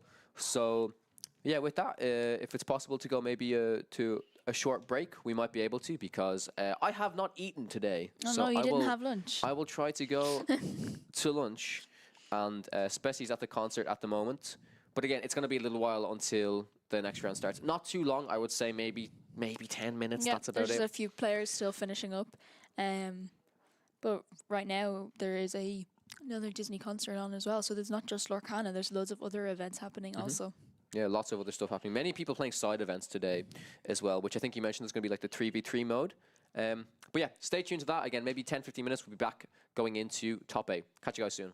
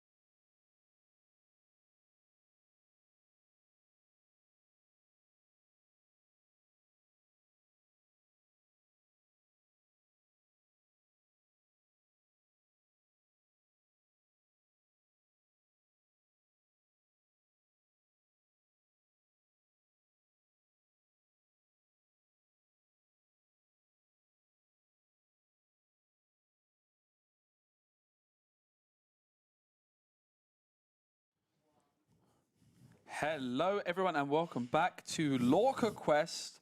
We're about to watch the top 8, Kim. It's getting hot. It's getting exciting. It's about 3 p.m. in the afternoon local time here in Paris. And Bessie slowly fading. yeah, I was just watching a Disney concert, and all the Disney songs were in French, and I loved it. It was so beautiful. I got to catch When Will My Life Begin in French, one of my favorite Disney songs. Hearing it in different language is just so bizarre, but it still sounds so beautiful.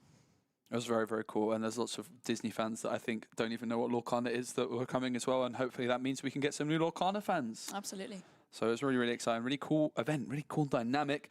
Great to see everyone in the chat. Hope you're excited. We've got a very exciting deck coming up right next in the top 8. That's right, because we're watching. Drum roll, please. All right, who can predict it? First player to... maybe we shouldn't, because maybe Cal said, okay, I'm not going to give one away, but who can predict what deck is up next? Let us know. And oh my goodness, my favourite person has just arrived. Not because I like them, but just because they brought me coffee. It's Kawa. Thank you, mate. It is Blurple, yeah. Yeah, Blurple's up next in the top 8. I'm very I'm very intrigued to see it. I haven't seen a lot of Blurple being played this set. It's something I really wanted to try, and I really wanted to make work the last couple of sets, but I've never actually got the chance to play it. Because as when I went to play Blurple, who stole all the purple cards? Was it that Kawa? That Kawa. He wanted to play Ruby Amethyst. Now I've got my coffee. I don't like him again. Oh, I actually do. Thanks, mate. This is very nice coffee. Hey, he's got a nice yeah, pizza. Got some. Now he can finally eat his pizza. Yeah, I hope you guys are all enjoying the action here from Lorca Quest, and we are going to be watching Amethyst, Sapphire, and yeah, I am very intrigued to see what the deck's doing, because I struggle to think of any reason anyone would play Amethyst, Sapphire. Now you might say, well, Specie, you can ramp up. You can, but you can play the Elsa. Yeah, you can play the Elsa. That's very easily. That's true.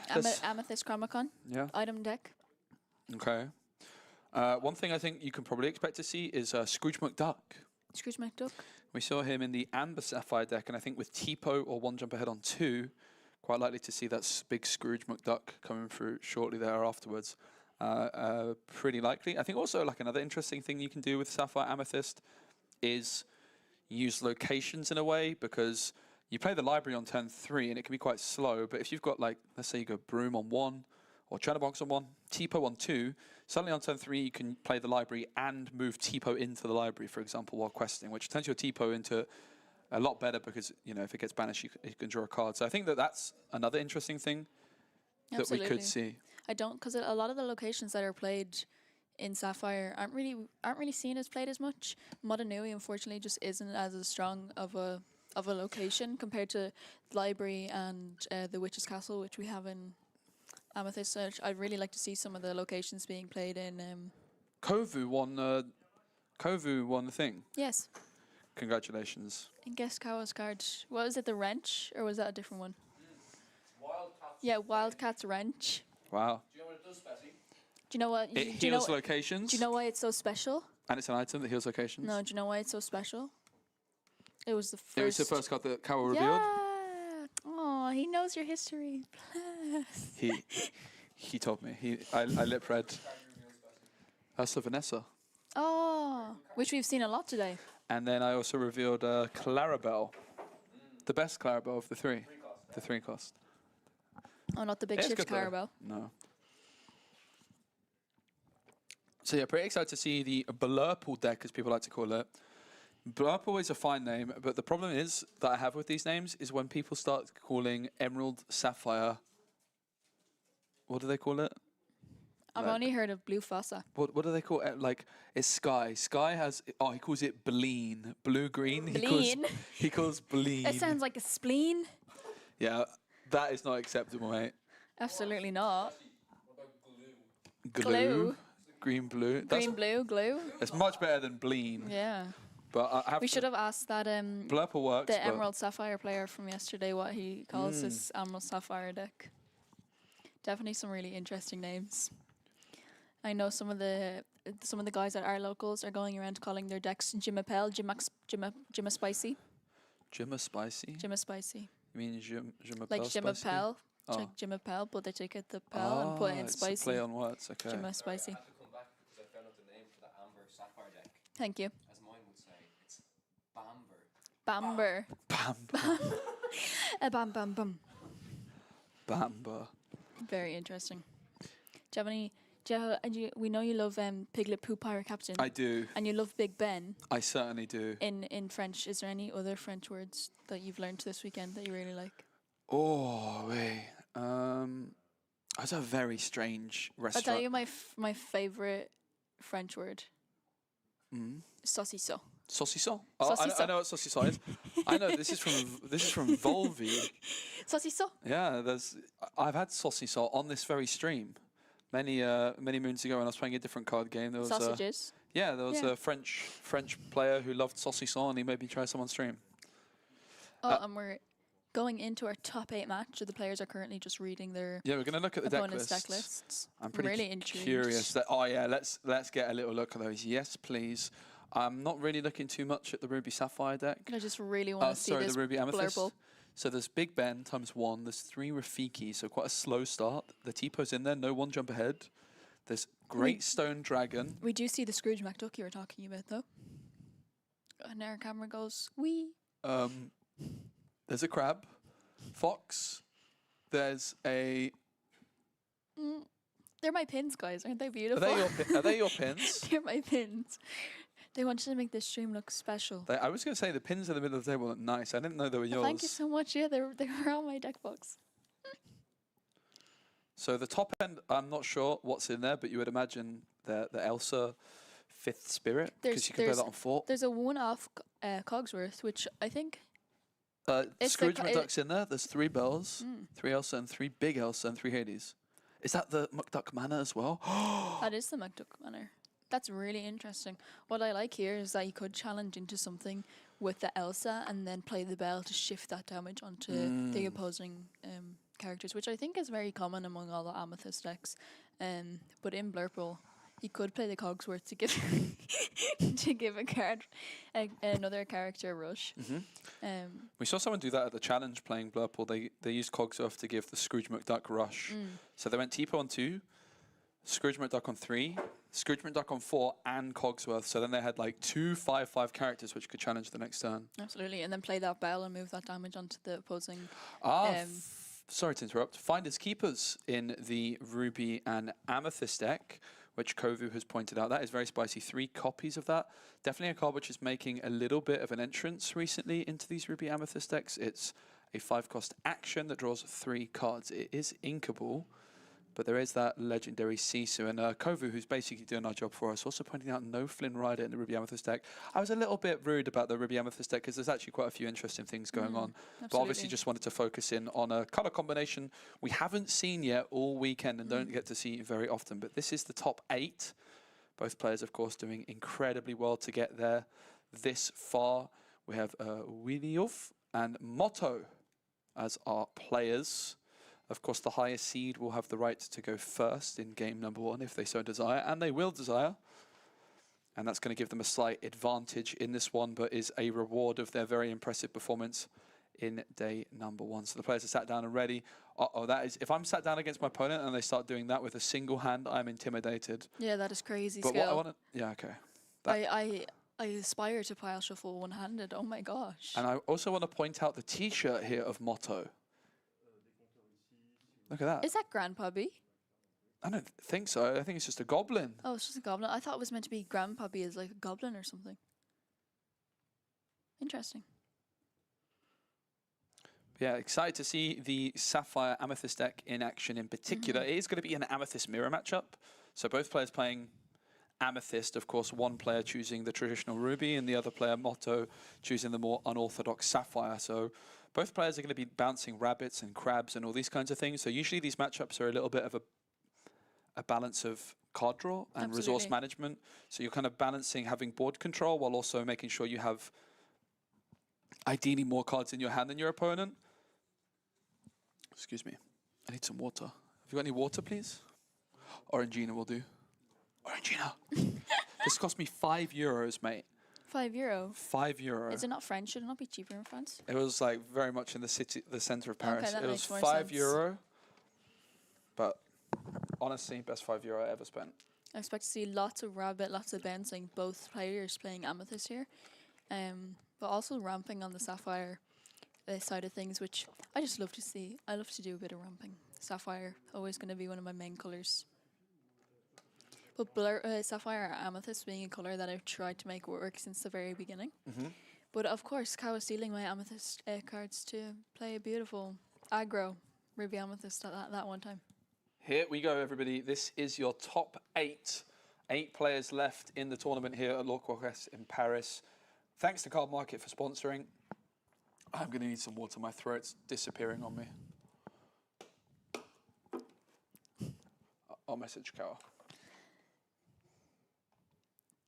But yeah, once again, thanks again to Card Market for sponsoring this, and we will have more Card Market giveaways after this round. It looks like 4 cards being altered from the Amethyst Sapphire's hand back into deck. No, I'm sorry, Holland, but €5 for a bottle of Orangina is absolutely absurd. I think I made the guy's day when I actually paid that. He just said 5, and I was like, sure. Was it like a little stall on the side of the road? Yeah, it was like right next to Eiffel Tower. It was tourist, Okay, that makes sense. And it was like 1 a.m. You're meant to haggle. Yeah, well, I didn't. Oh, okay. I just wanted my Orangina, and honestly, I have no regrets. Okay, that makes sense. He's seen you coming. It was the English accent. The English accent doubled the price. Yeah.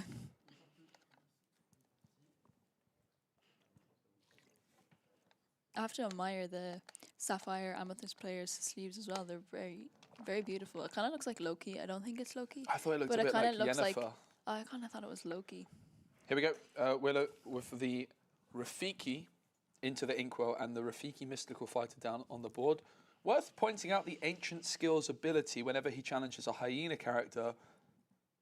This takes no damage from the challenge. Not going to be relevant in this game, but the Rafiki now, that part of the ability was kind of irrelevant, but we do see Banzai quite often in these Amethyst Emerald decks, and Rafiki is definitely a nice option to deal with those. So Rafiki definitely improving a little bit in that sense. This set, it's going to be Motto who inks the Brawl. No sign of a 1 jump. Would have been nice to see maybe a Chernobog's Followers there or a Brune, but unfortunately had to just ink a Brawl and pass. It's going to be the Rafiki questing for 1. Worth noting the timer is going up now. There is not 4 minutes left. We have 4 minutes into the round because the top 8 is untimed.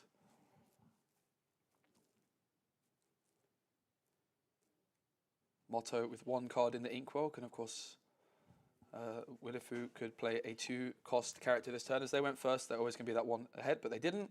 And Motto now 2 ink with a Cusco. So it's an Amethyst battle so far, a slow start. And it is going to really be that kind of early game fight for board control before a potential B-prep on turn 7, as well as just trying to manage as many resources in hands as we see La Bibliothèque come through, which is, of course, the library. Absolutely, and this would quite possibly be a battle of locations where I think in Sapphire Amethyst may not have as strong characters to fight off the Ruby Amethyst's locations, where we don't see Maui's in Amethyst or Sapphire, where the difference between Ruby, Sapphire would have the Maui's. But he could be playing a Sneaky Hideaway or a Cusco, but I don't think I saw any of them in his deck list.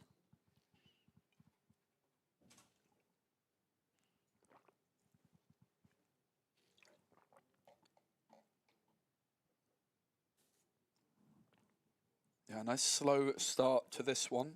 It's going to be the Magic Broom being inked. You always have to think really carefully whenever you ink a Magic Broom because it's a very, very powerful card. If you ever have 1 spare ink, it's going to be Brawl, removing the Rafiki, which was not inside the library. Cusco, though, instead of questing for 1, going to challenge the library, meaning it has 7 willpower remaining. Still out of the range of Maui, but perhaps Motto planning on challenging it again with Cusco, which would then set up that Maui to clear it out in a single swoop. I think one of the more high skill ceiling decisions is when you're supposed to challenge locations and when you're not. And I quite like Motto's decision here to just sacrifice that 1 Lord to start chipping away as the Rabbit comes through from Willafoof, and it could be a bit of a battle for Rabbit. So far the Sapphire player, playing Sapphire, no ramp. So does Sapphire really shine without the ramp? Probably not, right? Like the big reason you're playing Sapphire is to have that turn 2 ramp. Absolutely. And it's not something Willifoof has found as of yet, but they were also, of course, the player going first. Yeah, and we unfortunately didn't see any 2-drops come down, which would have been nice to see a Tipo come down on that turn 2 and help the Sapphire player ramp up a bit. And it's now going to be the Crab combining with Kuzco to deal 4 more damage into this library. Kuzco does not like to read, it seems, because La Bibliothèque has been challenged by it twice now, and the library has now gained 2 lore total for Willifoof, who is at 3 lore. Motto without a single lore on the board after challenging twice with Kuzco. Very clever play there from Mono. We're not having to wait until the next turn to put more damage into the library, playing the Crab to give Kuzco that extra 3 damage to try and take out this library as fast as possible to stop the possibility of Willifoof trying to get more card draw out of the library. Rabbit, of course, could take the Kuzco out as well. It's going to be 5 ink available for Willifoof. Spends 1 to move the Rabbit into the library, and a 4 for the Scrooge McDuck with that 5/5 stat line. What a beast. What a boy. beast. What a duck. One of the cards you said you wanted to see here today. If Yeah. he plays that 1-drop Big Ben, could we see the Scrooge McDuck take out that Crab, maybe? Yeah, it's definitely a nice combo available. Scrooge McDuck, a new card in Shimmering Skies. Very impressive stat line with 5/5. I actually had never heard of this word before. Antiquities or something. Antiquities. Yeah, I'd never heard of it. It's kind of like a like antique shop. yeah, antiquities. I've heard of antiques, but I'd never heard of antiquities. The secret room should be right here. Ah, I cannot believe I paid a whole penny for this map. And the Crab, he'll be out of this in a snap. The best one is the Rabbit. The Rabbit flavor text is even better though. It's like something like, this was turning out to be a bad hair day. Bad hair day. I'm glad you liked that one. I can relate.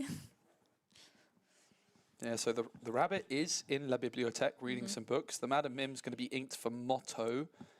And it's 5 ink. Is it Maui? It is Maui time. Now, Maui, of course, can challenge the library or the Rabbit. You would imagine the Crab and Maui are going to combine. One will challenge the Rabbit, one will challenge the library. The question is, which? And it also comes back to those 2 early quests with the Kuzco. In this position, if Kuzco had quested for 2, it could be the Maui dealing with the library and the Crab dealing with the Rabbit. And Motto could have had 2 lore more as well. The damage counters would be in different positions, but worth noting that we talked kind of about how I said very high skill ceiling decisions on whether you're supposed to quest or challenge a library. In this case, you could argue maybe you would rather have that 2 lore extra, but of course Motto didn't know they were going to find Maui. Perhaps they might not have had access to Maui in hand. So very, very interesting stuff overall to begin with. But the Crab definitely helping to deal with the locations in the early game here, as well as Maui. And I have to say, as the Sapphire player, doesn't seem to be going how they want their deck to be going, right? They didn't get any ramp. No. No ramp turn 2. Still no Fishbone Quills come out at all. I don't think they play Fishbone, but they do play Greatstone Dragon. They do play Greatstone Dragon. And there's been a load of characters have gone into the Inkwell. It would have been nice to see. One of the great things about Scrooge McDuck, though, being 5 power, being able to hit into any possible locations in the Ruby Amethysts. But we do see another library come down, and here is the Greatstone Dragon we were just talking about. Maybe able to help the Sapphire Amethyst player ramp up a bit. Yeah, La Bibliothèque is back. The Greatstone Dragon comes into play exerted as it's asleep, but when it awakens, you put a character card from your discard into your Inkwell face down and exerted. I heard this is Jan Moyen's favourite card. It's not, he doesn't like this card. No, he doesn't like this deck, but we did hear from the Sapphire Amethyst player prior to this. Sapphire, sorry. Sapphire, Sorry. yeah, the Blurple player, prior to this, that he is quite a fan of Podcana, and that we are to tell Jan Moy if he is in the chat, or just to tell Jan Moy anyway, regardless, that he's not to hate on Blurple anymore. Blurple has just gone into top 8. It's true. The Crab comes through. Maui now challenging for 9. Takes out that library in one swoop. The library, I think you'll find it's La Bibliothèque. La bibliothèque. Apologies. Right. So there was no character inside the library. Not that that would have mattered in this instance, but there we see the snake bouncing Maui back. Maui ready to go again. And so far, I have to say that the Ruby Amethyst player seems to be in the stronger position. The big advantage of the Sapphire Amethyst deck, playing Sapphire over Ruby, is you get that ramp early, but then the Ruby deck has the more greedy top end, you would argue, with, or more control heavy top end. But so far, Willifoof just no ramp, but the Great Stone Dragon has now awakened. They can put a character card from their discard pile into their Inkwell, face down and exerted. So not going to be able to use that immediately, but finally the next turn will be the first time they've managed to use Sapphire to get themselves some extra ink as the goat comes through, putting them up to 4 lore. Motto still trailing at 0 lore for now. Scrooge McDuck not going to be questing, going to be staying ready and waiting. Maybe perhaps saving it for a location if he's expecting that 5 attack can be really helpful in taking out them bibliotheques if Motto has them into play. Motto with a crab and a snake on the board, both of that 3/3 stat line, each questing for 1. Nothing to challenge, so might be interested in questing with both of them. As we did see him bounce the Maui back to his hand, maybe ideally looking to play that Maui and take out that Scrooge McDuck, but unfortunately deciding not to quest with that Scrooge McDuck. We do see the Queen's Castle come into play for Motto, and he will be moving both the crab and the snake into the castle. Yeah, 2 cards in the castle. It's the crab and the snake, and both are also going to quest, putting Motto's first 2 lore on the board. And Willifoof now will draw to begin their turn. That Great Stone Dragon gets ready, and finally, this is the first turn that that little bit of extra ink is available for Willifoof thanks to the Great Stone Dragon. They played the card 2 turns ago, but it's now in full swing. 1 extra card from the discard, 1 character card from the discard going into the Inkwell each turn. You can't use it instantly, but still nice to see. Motto just checking if there's any other characters in there. There is not currently. No, but next turn he could easily take out a character or take out his own Scrooge McDuck and then put it into the Inkwell. But he will put both the goat and Scrooge McDuck in to take out the Queen's Castle. So that powerful. Is nice. What a play that is. Playing the bell to move those damage off of Scrooge McDuck and onto Merlin Crab. Yeah, Bell, Accomplished Mystic, a very, very spicy option in this deck. One weakness of Amethyst Sapphire is maybe just lacking that bit of control that Ruby has. But this was so incredible, moving those damage counters from Scrooge, fully healing it back up, and taking out one of your opponent's cards. It's going to be Maui trading for Scrooge, and again, that Scrooge now can go, as can the Goat, into the Inkwell next turn. The Great Stone Dragon really, really doing well here. And Bell is the last character standing on the board, and it's going to be Willifoof's turn. Definitely they need to be a little bit concerned about overcommitting into a Be Prepared here. So something like a location would be a really interesting option for Willifoof at this moment in time. It's going to be Friends, not sung by Bell, but cast for 3 ink. Bell then shall quest for 2, putting them up to 7 lore. 13 more lore needed, of course, for that victory. 4 ink now being spent on another Scrooge McDuck. It's the Scrooge McDuck show. It's just a cycle of Scrooge McDuck. And a really nice thing about the Scrooge McDuck is that he is 5/5, and so Maui going into it will just also absolutely. luckily wipe out that Maui as well. Yeah, that 5th strength is very significant, as you mentioned, to trade evenly with Maui. Maui being able to 2-for-1 cards is a big reason it's so strong. So having a card like Scrooge where Maui challenges into it and goes straight away is very powerful. Clarabelle's quite similar in that sense as well. Another Cusco Wanted Llama coming into play now for Motto.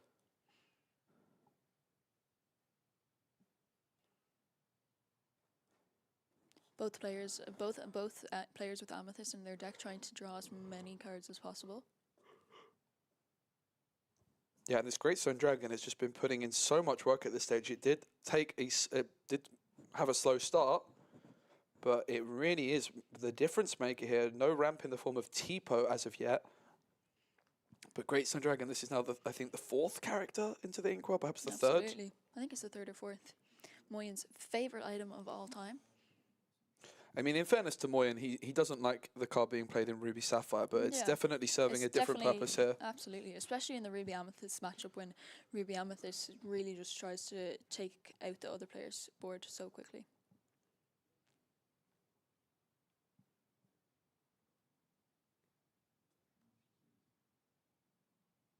Rafiki, played by Willifoof.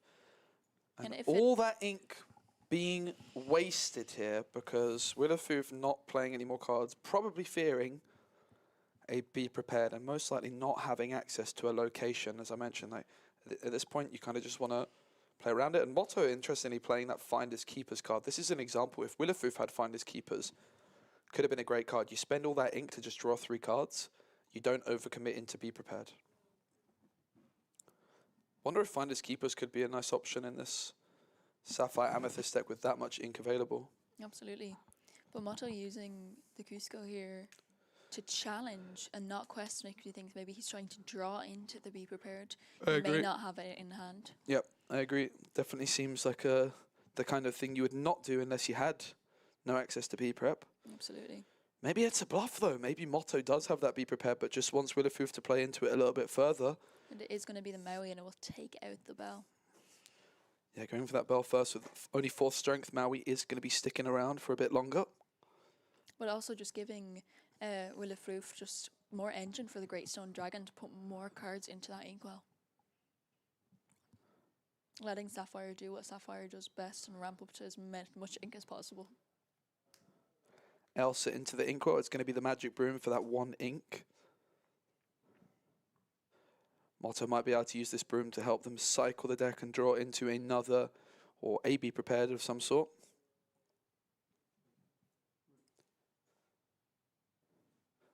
And of course, the Bell in the discard pile can continue to increase the ink count of the Sapphire Amethyst player. That is exactly what happens. They're at 11 lore currently, 9 away. A location here would be quite interesting, although that Maui is now making the location a little bit less appealing. It's going to be a quest of Rafiki as well as a quest from Scrooge, putting them up to 14. Any goats in the building? Elsa! Oh. So the Maui and the Broom are now exerted and will stay exerted at the start of Motto's next turn. Which we may now just see if he does have it in hand, we may see the be prepared coming in. Without being able to clear that board, the Maui having to stay exerted is not going to be able to take out that Scrooge McDuck.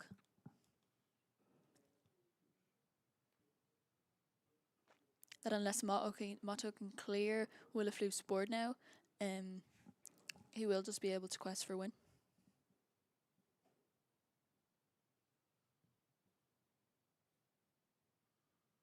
Yeah, the Magic Broom working a little bit better than the Churnabox followers here, though, at least, because if Motto was able to play some kind of cheap character, they could just banish the Broom still to draw a card, whereas, of course, the Churnabox followers has to quest to draw a card.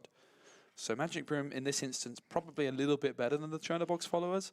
Motto with 7 ink currently. If they have like a 1-cost card, they could maybe play it and try and find that Be Prepared if they are still looking for it. Play a 1-cost card, ink a card, maybe draw into that Be Prepared off the Magic Broom, because Willifoof is threatening to quest for 6 next turn, and guess what? They're 6 or away.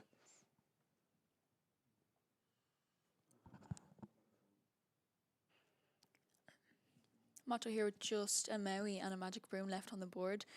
But because of Elsa coming down, they're still both exerted and will not be able to ready now that it is his turn. But like you said, I think if he has a 1-drop, or it is going to be the rabbit coming in, just draw a card, maybe hoping to draw into that. Maybe a rush character. It's going to be the Broom being banished to draw 3 ink still to play with. Can ink to go to 4 more this turn? It's going to be the rabbit, and it's going to be the Be Prepared that's finally found off the rabbit, but it's just 1 turn too late. And Motto scoops it up, and it's Willafoof with the Sapphire Amethyst taking down game 1. Unfortunately, he did just not draw that Be Prepared in time. Had he had maybe a Madam Mim Fox in hand, he would have been able to bounce the Maui perhaps back to hand and then rush in and take out that Scrooge McDuck, as the Scrooge McDuck did have 1 damage on it. Virgie asks, is there no bounce in this Blurple? I think there is, but... I think there is. I just don't think he drew into it, really. Yeah, Scrooge McDuck put in a lot of work that game, that's for sure. Absolutely. I think the key play, someone mentioned in the chat that the Bell came in and moving those 3 damage counters from Scrooge to the Crab was a big difference maker in that game. I think Motto just drawing a little bit, unfortunately, in the sense that they didn't find that Be Prepared, it seems, until it was just 1 turn too late. Absolutely. Bell really being not just the Amethyst card, but we saw the blue Bell card come in yesterday, Bell Ballroom Sensation. And then this Bell coming in today in the Amethyst Bell, and really, really putting a star to Bell's name. Yeah, so this is going to be game number 2. It is a best of 3 here in our top 8. It is on time. The first game took about 22 minutes. And pretty speedy, considering it's untimed. Yeah, pretty speedy, and especially with these Sapphire decks can take quite a long time. Well, Sapphire Ruby, it's especially quite long, but Sapphire Amethyst, with a lot of bouncing, pretty good time. Yeah, each player just giving their opponent's deck a shuffle. I need to make sure I do that when I play at the DLC next week. I tend to not even cut my opponent's cards. But, yeah, definitely worth just giving everything a nice little shuffle. Just make sure you have all your cards in one color sleeves. Yes. Yeah. Especially playing yesterday with all of his cards in peach and 1 Hypnotize in a black sleeve. That wasn't a Hypnotize card. Yeah, oops. Next time I get card sleeves, it's really important to me that I get them all the same color, because it's the biggest nightmare having to unsleeve things and put them in different color sleeves. Absolutely. That's why we only got loads of blue sleeves the last time, just purposely, so they're all the same color. But here we go. It's going to be Motto kicking things off, of course, in this game. Before the Mulligan is going to take place before that. Motto look like they're considering keeping 3 cards to begin with, possibly keeping 4. Or getting rid of 4.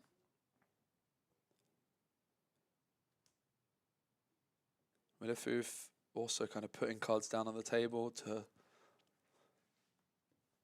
help him realize what he wants to keep. It's going to be 3 cards, which they've gotten rid of, just making sure everything goes back into the deck the right way up.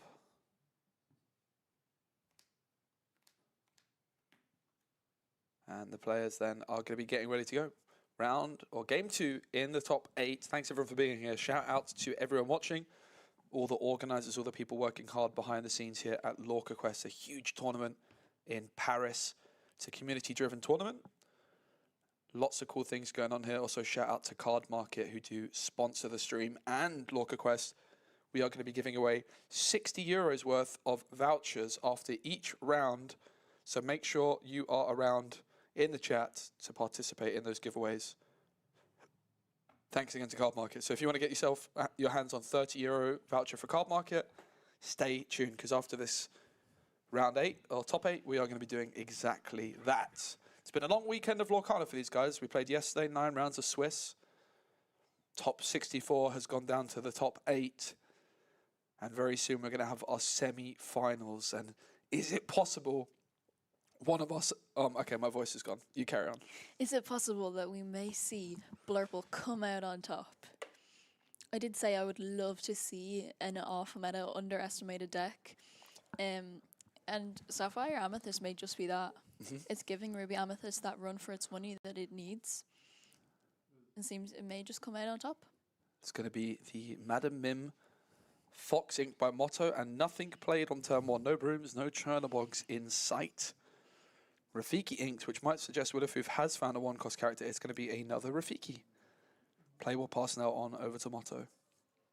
Mind the stick.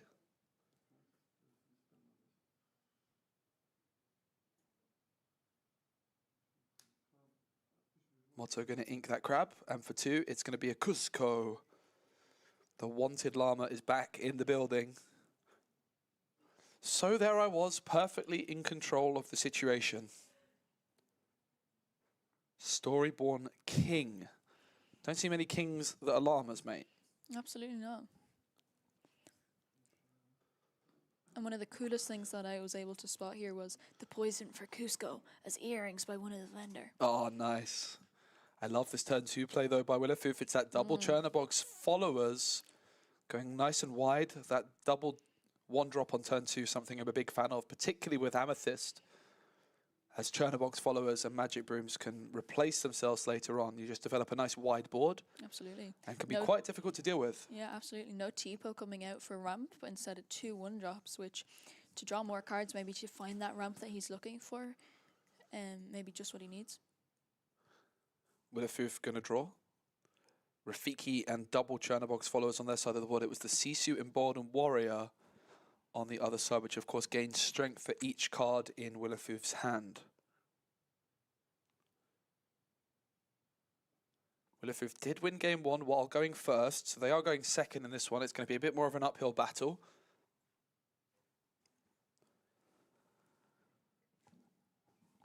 Cusco not questing either, worth noting, just staying ready and waiting, perhaps just not wanting to give that Rafiki an easy target to challenge. Perhaps waiting to see if a location is played, but it is going to be the Great Stone Dragon coming into play. And I have to say, the Great Stone Dragon with the Churnabox followers, that is a tasty bit of synergy, isn't it? Absolutely. Questing, banishing the card to draw a card, and then being able to put it into the inkwell with the Great Stone Dragon.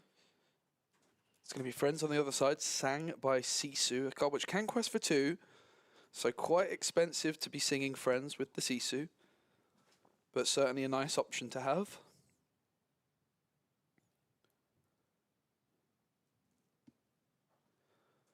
And Willifoof, they're not questing with the Churnabox followers to draw a card. Maybe he has the Queen's Castle or Library in hand to play next.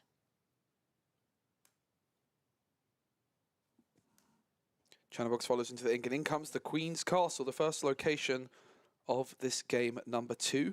But guess what? The Great Stone Dragon is now awoken and is going to be able to exert this turn to put a character card from the discard into the inkwell face down and exert it. Of course, there's no characters in the discard, but that can all change very quickly thanks to the power of the Churnabox followers.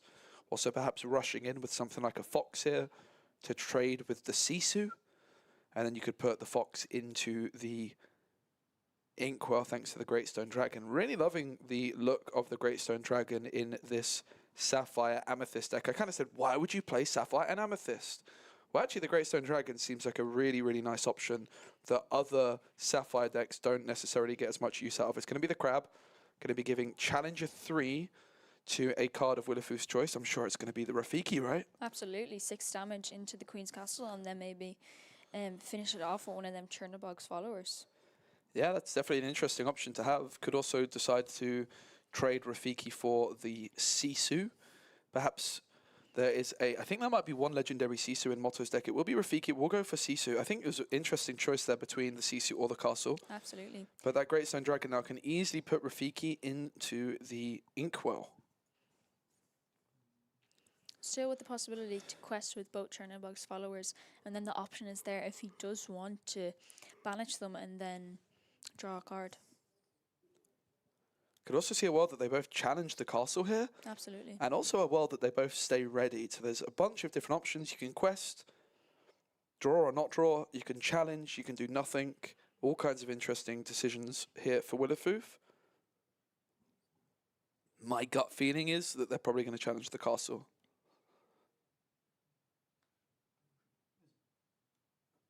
I like this play a lot. Yeah. I really like the decision to just do nothing at all. Yeah. You don't really want to draw with the Churnabox like earlier than you need to. So if you're going to quest with the Churnabox and draw, is there really a reason for Willifoof to do it right now? Not necessarily. No. And if you're going to challenge the castle, it opens up the potential of like Cusco removing one, and then something like an Elsa or a Fox removing the other. They are definitely playing a little bit into an Elsa here, though, being able to exert the Churnabox followers and then take it out. Absolutely, but even though he didn't quest with them, and he didn't want to play it. Maybe he did not want to play into a Maui next turn, or Madam and Fox being able to take out them, rush in and take out them turn box followers. It is the Elsa. It is going to punish that readied Churnabox followers. It is not safe when Elsa's around. The 5th Spirit, when played, exerts a chosen opposing character. It has evasive and it has rush. So Elsa can also rush in to remove this Churnabox followers. Cusco perhaps could go on a quest, could do nothing at all. There is, of course, the option of challenging Cusco into the Churnabox, but when Elsa has rush, you would imagine that Elsa's going to take care of the Churnabox followers here. But let's not forget that Great Stone Dragon is now ready to go as well, and he's going to be continuing to let Willifoof catch up in terms of ink. Even though Motto went first, Willifoof might be able to jump ahead in terms of cards in the inkwell in the next turn or two. Yeah, but Mono here may decide to put Cusco, Wanted Llama, into the Churnabox followers if he does need to draw that extra card. Elsa will challenge the Churnabox followers. 2 damage back onto the Elsa. All 5 ink was spent, so not able to move anything into the castle. The decision now for Motto is to quest with Cusco or to leave Cusco ready and waiting. I would probably just quest with Cusco, but I don't really know with Motto's thought process what they'll go for. But they do decide to go for the quest for 1. They're now at 3 lore. Willifoof still at 0 lore, but that Great Stone Dragon is definitely starting to get a lot of value. Queen's Castle definitely a little bit spooky as well. Of course, that Churnabox followers was removed, but a Fox here would be tremendous. Fox plus Crab. And the Great Stone Dragon being used there already to put that Churnabox followers into the inkwell. Crab sings friends. Is Willifoof looking for the Fox of Dreams? The Fox here could bounce the Crab, and as the Crab leaves play, you can give your Fox that 3 challenger. Is it going to happen? It is! It is. And down goes the Queen's Castle. Big play. The Queen's Castle gone in one swoop. Yeah, the Crab and Fox combination. We see it also using this combo taking care of Cinderella Stout-Hearted. And it's a big reason we see the Crab. Also, the Crab getting to sing Friends that turn. It was so, so powerful. Draw 2 cards, bounce 1 back, take out a castle. Incredible. Big, big turn. That Elsa being evasive is not super easy for Willifoof to deal with, though. And passes. Doesn't need to ink from hand with this Great Stone Dragon around. Instead of inking from hand each turn, Willifoof can just put cards from his discard into his inkwell and use that. Every card you put in your inkwell from hand, of course, is 1 less card in hand and 1 less card you can then put onto the board. So I'm really liking the setup. It's Maui, though, taking care of the Fox. And this is why I talk about that Maui. When it can deal damage to a 4-strength character, just having 1 damage counter needed to finish off Maui is very, very annoying a lot of the time to deal with, unless you're playing something like a Tinkerbell. Absolutely. We could see the Churnabox followers going into Maui here to send the Churnabox followers into the discard to be used by the Great Stone Dragon, but luckily for Willifoof, Maui did just banish that Madam Vim's Fox, so he could use the Great Stone Dragon to send that Madam Vim Fox into the inkwell. Yeah, Willifoof currently on 0 lore, Motto at 5. 3 characters on Motto's side of the board. Just this 1 Churnabox follows for Willifoof as it stands, but the Great Stone Dragon is slowly ticking away.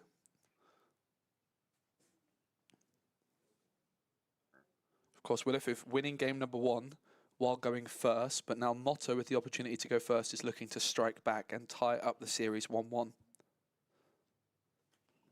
And it will be the Madam Vim Fox going into the inkwell by the Great Stone Dragon. But of course it goes into the inkwell exerted, so if Willifoof did need an extra ink, he would have to ink a card from hand.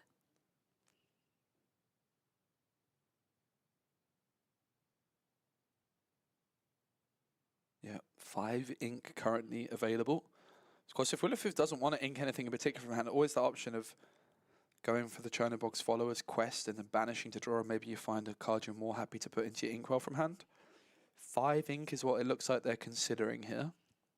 It is going to be 5. It's going to be maybe a Bell moving like damage from Maui onto the Elsa. We could also move the damage from Elsa onto Maui.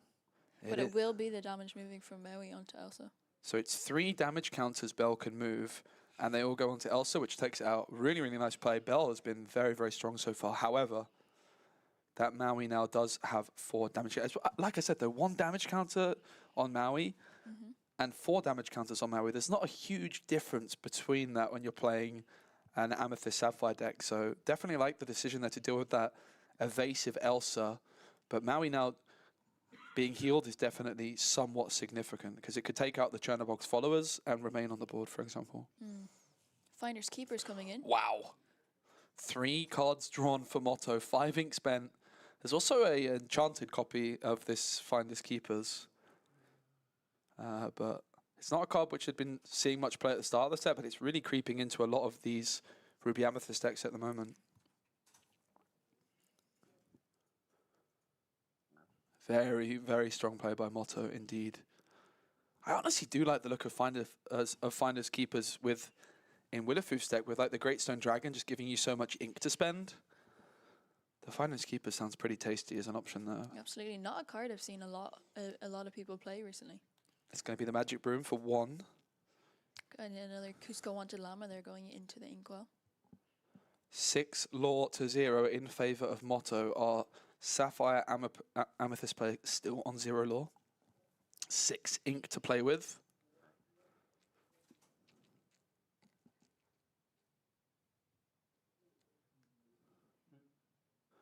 In La Bibliothèque now coming into play. Oh, way. It's going to be the Chernobog's followers moving into the Bibliotech, banishing itself when it quests to draw 1, and because it's banished within the library, it's going to draw a 2nd. Very, very powerful combo indeed. La Bibliothèque has just entered the board and it's made a splash already, but that Maui is ready and waiting to deal 6 damage to the library. Does Willowfoof have a way of getting a bit more board control this turn here? 2 ink remaining as well. He could possibly have the cheapo in hand to maybe ink another card, get that little bit of extra ramp, and just get another body on the board.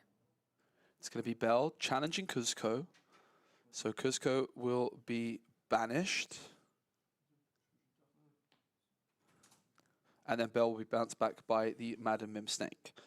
So Motto is now aware that there is a Bell in Willowfoof's hand. And it's going to be Friends Inked, which seems expensive, but they want to move the Madam Mim into the Queen's Castle. Inking Friends, though, can never feel too good. It's a card which you pay 3 to draw 2 cards. We saw Motto pay 5 ink to draw 3. So Friends just an incredibly strong card, and in a long drawn-out game like this, inking Friends on the other side cannot feel good at all. It's going to be a quest with the Magic Broom. Can't take out, it's the Bibliotech, right? So it's 8 willpower. In my head, I was thinking that this location was a library. It couldn't be taken out by Maui and Broom, but it can certainly be taken out by a double Maui. Magic Broom is also banished a draw, and 2 Mauis into the La Bibliothèque. Yeah, the 2 Mauis will challenge into that Bibliothèque. Bibliothèque ending up in the discard. Unfortunately, though, for Willowfoof, it's only characters that can be put into the Inkwell with the Great Stone Dragon. Yeah, and of course that Maui with 1 damage counter. Previously it had 4 damage counters on it. But that's the difference. We've been talking a lot about like the Scrooge McDuck with its stat line. Imagine it was a Scrooge McDuck the Maui had challenged into earlier. It would have been removed 3 or 4 turns ago, and here it is still lingering around. Absolutely. 3 ink for a crab. Is it going to be Fox challenging Maui? It's going to be Big Ben. So the crab gave itself challenger, and then the Big Ben gives the crab rush. Oh, to take out the 2 Mauis, then the crab leaving play, giving the Madam Mim Snake the 3 extra attack to take out the other Maui. That was so good. And if I didn't like look at the deck sheet wrong, but I believe he only has one of these 1-drop Cogsworths, Big Bens, as you say. That's the French say. It's not me. It's not me that says it. But you love to say it. I do love to say it. Motto's going to draw for turn. Not sure how many cards each player has in hand, but this last turn was tremendous from Willowfoof. The crab, the Cogsworth combo, taking out both Mauis and getting a rabbit down for good measure. Well, speaking of rabbits, it's turned into a bad hair day. That's the flavor text of the rabbit. Oh, okay, I get it now because the hair is a rabbit. Yes.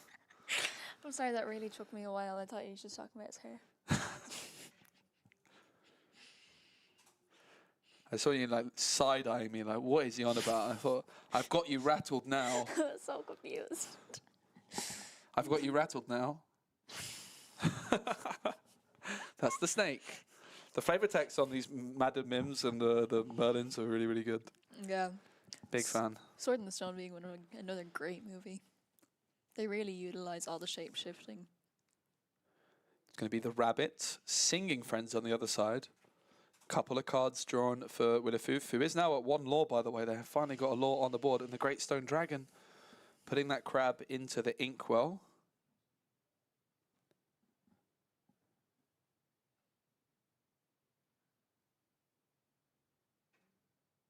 Yep, I did put Blurple into the C tier.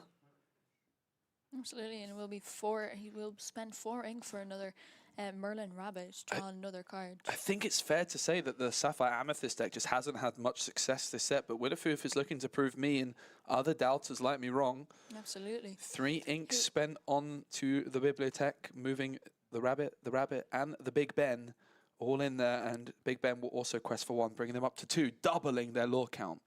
We finally see that Tipu, but it goes straight into the inkwell to be able to, for Willifoof to play that library and then send all 3 characters into that library. Yeah, this Great Stone Dragon is putting in so much work for Willifoof's deck. It's something I'm really, really impressed by. And now this board state is very scary for Motto to deal with, because you can't target all the characters, as then Willifoof's going to draw. So really what you need to do is you need to take out La Bibliothèque. Maui would be a great option to do that. Without Maui, it's going to be a struggle. Absolutely, we may be expecting a Be Prepared. We will draw off the library for each character, and then he'll also draw off the 2 rabbits. Drawing 5 cards if he just managed to clear everyone. It's going to be Friends, hard cast for 3, perhaps digging for that Maui. We've seen at least 2 come down already from Motto, so they can't beat many left in the deck, but if they could find the Maui, it would be a huge deal. Sisu gets inked, so 5 ink available. Is it that 5-cost Maui? It is! That's a big moment. Maui and Snake combining to take out La Bibliothèque. But the good news for Willifoof is they still have their 3 characters all on the board and an abundance of ink in the inkwell. But yeah, Maui taking out the library. When Maui takes out a character, it's damaged and usually can be taken out quite easily. But Maui just took out a location, and it still might trade for 2 more characters as well. So, so powerful. Actually, the artist for Maui is here in the building. You can always see them play bounce card to bounce that Cogsworth back to hand. Play it again, give something else rush maybe to take out that Maui. We're also hitting Elsa territory where he could just play down an Elsa, keep both of Motto's characters exerted, unable to quest or challenge next turn. Yeah, I'm not sure how many cards each player has in hand at this moment in time.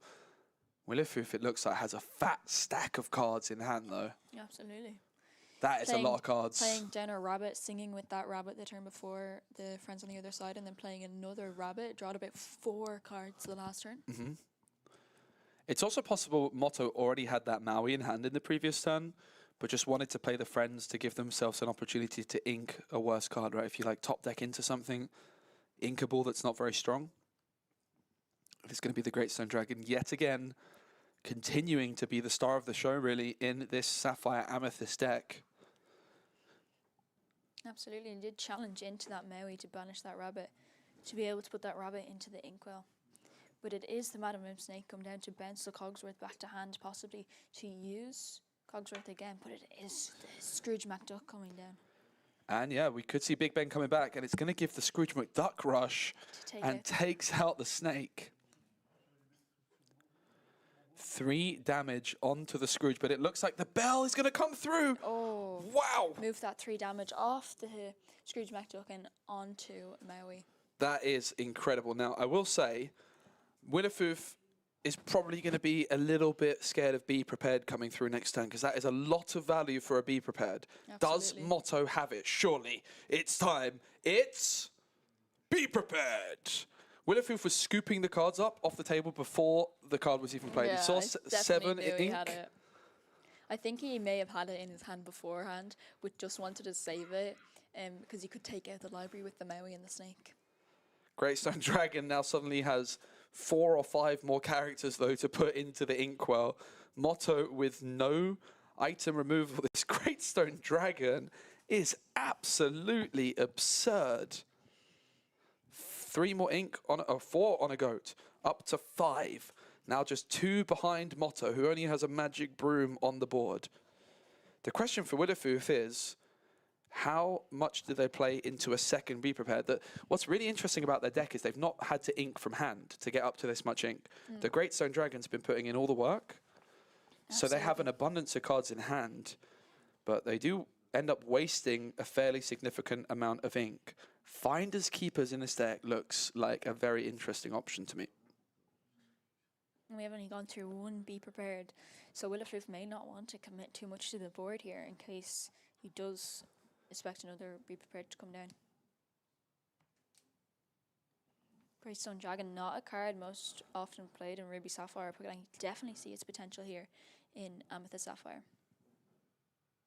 Magic Broom, Illuminator Keeper on the board for Motto, an abundance of ink available. Still ahead, 7 lore to 5.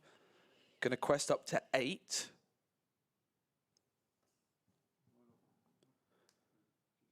And it's going to be a rabbit for 4. Option, of course, to draw with the rabbit and then banish the broom to draw a card. And they will do that with a shake of the head, not really liking the card that they draw off the top, it seems.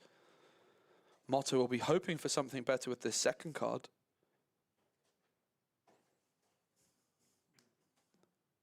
A second rabbit comes through, another card drawn.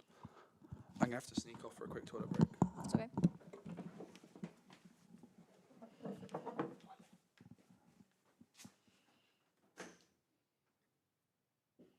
Motto now just deciding what, if he wants to ink a card maybe.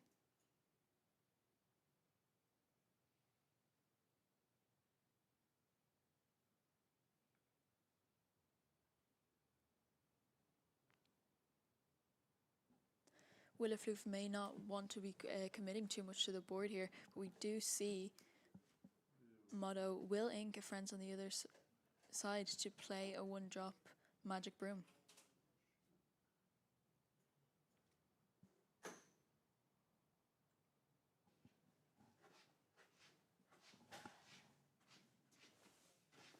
And we do see another La Bibliothèque coming in for Willowfoof. Motto does not seem happy with that play at all. Will move the Churnabox followers to the library. Quest with the Churnabox followers to draw a card and another card because it was in the library. That Greystone Dragon here being really utilised with these Churnabox followers being put into the inkwell. I have just Hi, Kawa. joined the cast. I am now Spessy for the time being. Spessy has just run to the bathroom extremely quickly. We're going to see a Friends on the other side, hard cast by Willowfoof here. I've been watching this game off cast and it has been absolutely amazing to see Amethyst Sapphire shine in this game. A definitely Greystone Dragon putting in a lot of work here. Not a card I've really liked in the past, but definitely paired up against all these Churnabox followers has really shown its potential. Yeah. I think this is something that Spessy mentioned, that one of the better things that Sapphire Amethyst can do is have this library package alongside these 1-drops that replace themselves, like Magic Broom and Churnabox followers. We're really seeing the values of so much ink available here for Willowfoof. This Rush Elsa coming in to take out that Magic Broom. Willowfoof has already played 2 bells to move the damage off of his characters and onto Motto's characters, which has really been a good way for Willowfoof to clear Motto's board. Alright, chat, I'm going to allow Spessy to jump back into the game.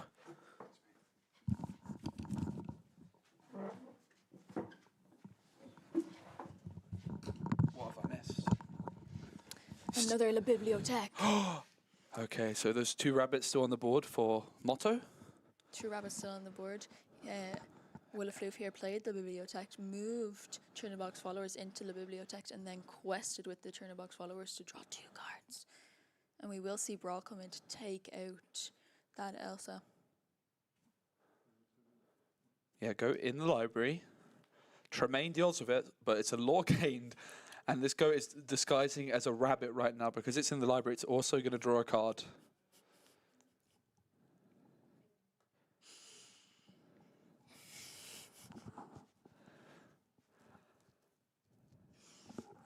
Are you okay? Kim is in a fit of laughter right now. I think something in the chat might have caught her eye. I'm not sure. Sorry. But the Great Stone Dragon ready to go yet again. That Tremaine for Motto dealing with the goat. Great Stone Dragon swiftly puts the goat back into the ink. Well, I say back into what into. That's a lot of ink. What is this? That's a lot of ink. And one of the really powerful things about Ruby Amethyst is being able to bounce back them Lady Tremaines and Madame Medusas to just reuse them over and over again. But no characters currently on board for Willowfloof. But that La Bibliothèque still standing strong. Is this going to be an Elsa? Oh my goodness. It's a shame it's not enchanted, in truth. It's a shame it isn't enchanted. But it's going to be the rabbit and the Tremaine who are exerted, but they will remain exerted at the start of the next turn. And hello, it's McDuck's Manor, which... We haven't seen in this game It's yet. also a library. It's the triple location wombo combo. And Elsa goes for a little read. She's picked up some books into the library. A lot of ink here now for Willowfloof. I did say it could be a battle of locations coming into this match, and here we have 3 locations on the board for Willowfloof. Yeah, and it's 9 lore apiece. Of course, this rabbit and Tremaine are not good already, thanks to the Elsa. Not an easy location to get rid of. If we can see a Maui and a crab come together for Motto, he could clear that McDuck Manor in one swoop. So this one rabbit is ready and waiting. Still hard at this moment in time to work out how many cards each player has. Okay, we get a good... I think I see in Motto's hand 3 Be Prepareds and a legendary Sisu. But guess what, mate? None of those cards do anything to the locations. I think Motto has 3 Be Prepareds in hand, Kim, which is absurd. So the locations just can't be taken away by Be Prepared. One of the great things about locations.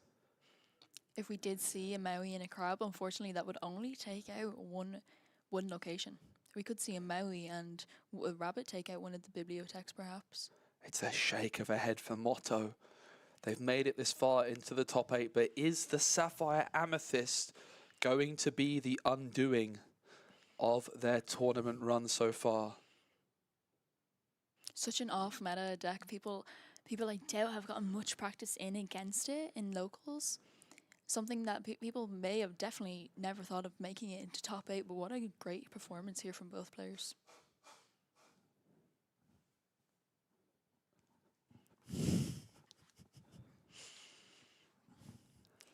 Motto just trying to figure out here if he does have the answer.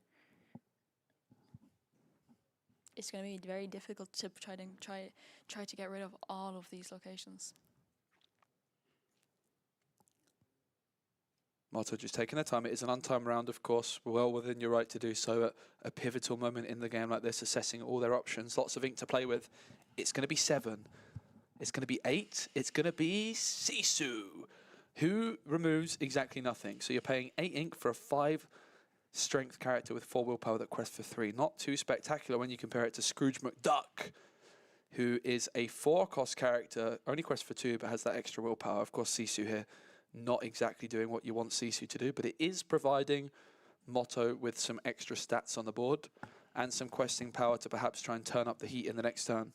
Absolutely, and like we've seen with the Amethyst Sapphire player, that Scrooge McDuck being paired up with the Big Ben to give it rush and challenge into stuff. If Motto happened to have that Big Ben to give this Sisu rush, that's probably just what he needed. Unfortunately, not the play we're going to see here today. Yeah, it's going to be the rabbit into the Scrooge McDuck's Manor. And someone's confused, Kim, as to why you're calling it La Bibliothèque. It's the French library. name. It's the French name for La Bibliothèque. We're in France. We're in France. It felt fitting. If you look at the card, that is in fact what it's called. It is not the library is La Bibliothèque. Oh, La Biblioteca, La Bibliothèque. La Bibliothèque. It's possible I'm getting wrong. I think it's the Bibliothèque. I know we though. have the library here in English, but I keep looking at the screen and it's Yeah. the Bibliothèque. Right. Great Stone Dragon activating again. I've never seen a Great Stone Dragon put in so much work. Absolutely. Paired up with these Oh turnabout my followers. goodness. Another Elsa. Keeping that Lady Tremaine and Rabbit. Oh, and Hades onto Exerted. Sisu as well, just protecting all of the locations even more. Absolutely. And moving them both into the Bibliothèque just for good measure. Of course, if a Be Prepared comes through, then Willowfoof going to be nicely covered by drawing quite a few cards. It would have been lovely to see Willowfoof, however, go for the BM, as they're in a bit of a dominant position. I would have loved to have just seen them move it into the Mukduk Manor. That would have been a sure, That would have been really, a real really show of funny. confidence, right? And we've seen from this player's deck list that they do only have 3 Hadeses in hand in their deck in total, which isn't an awful lot of straight card removal. But we have seen a lot of work being put in by this spell to move damage off their characters and onto Motto's characters.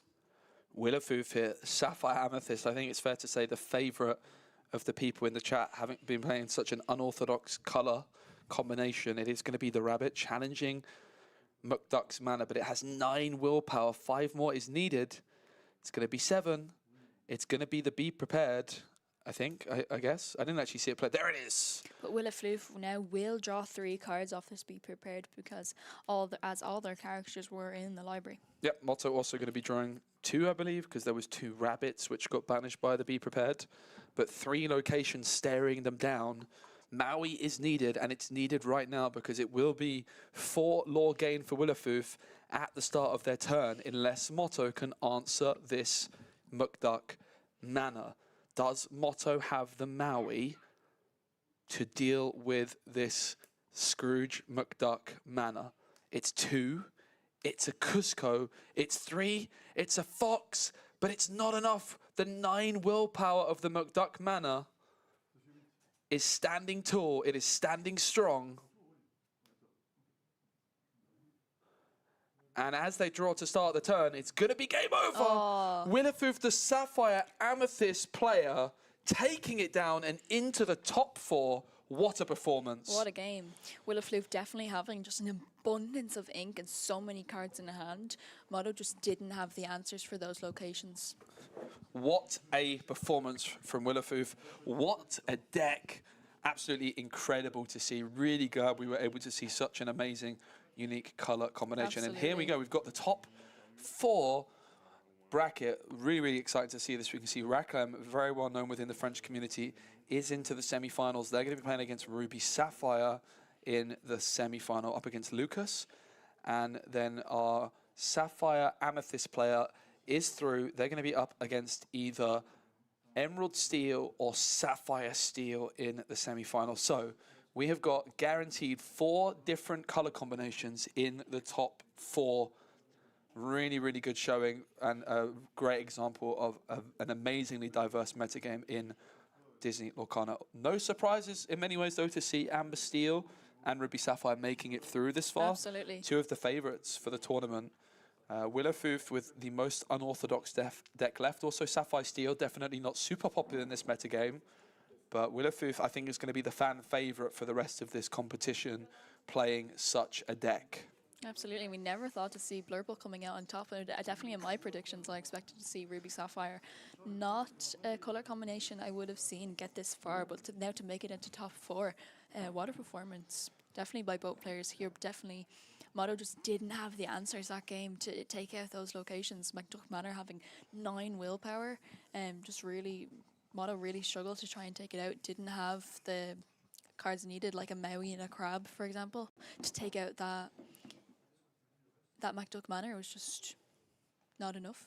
Okay, I'm thinking of a card, and whoever guesses my card will win a €30 card market voucher. I'm thinking of a card.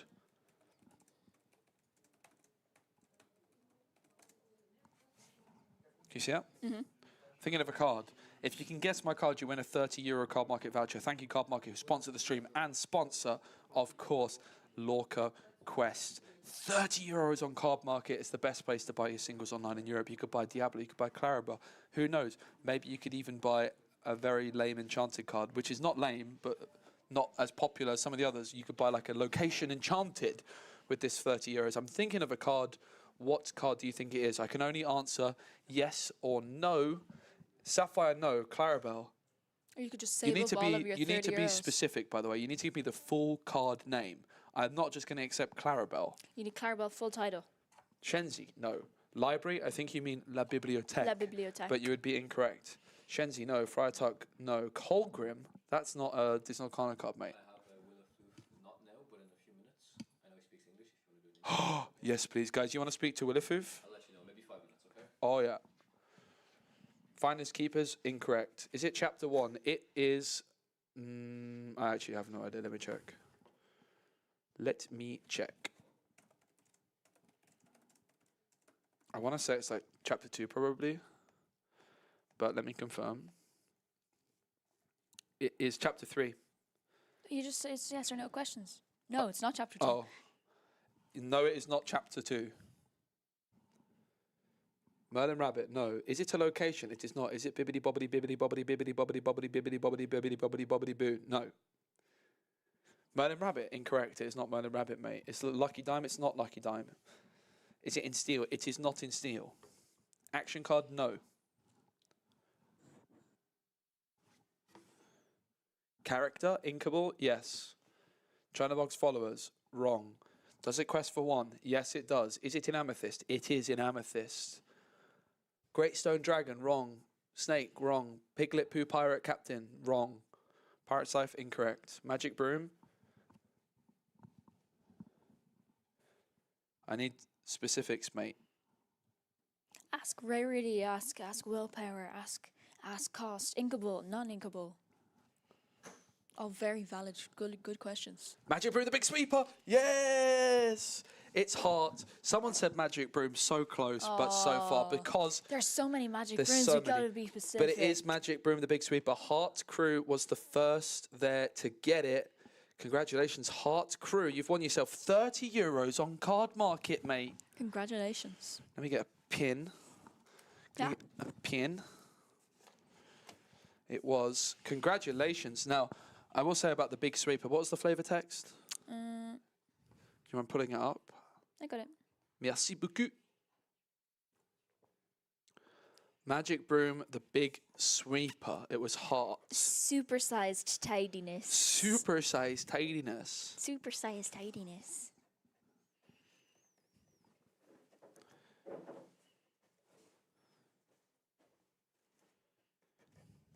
Congrats. All right, we've got another one to give away. Absolutely. What are you going to buy with this? Yeah, let us know, crew, what you're going to Are you get. going to save it all for set 6 cards? All right, are you going to think of a card, any card? I'm going to think of a card, any card at all. All right, chat, start asking questions.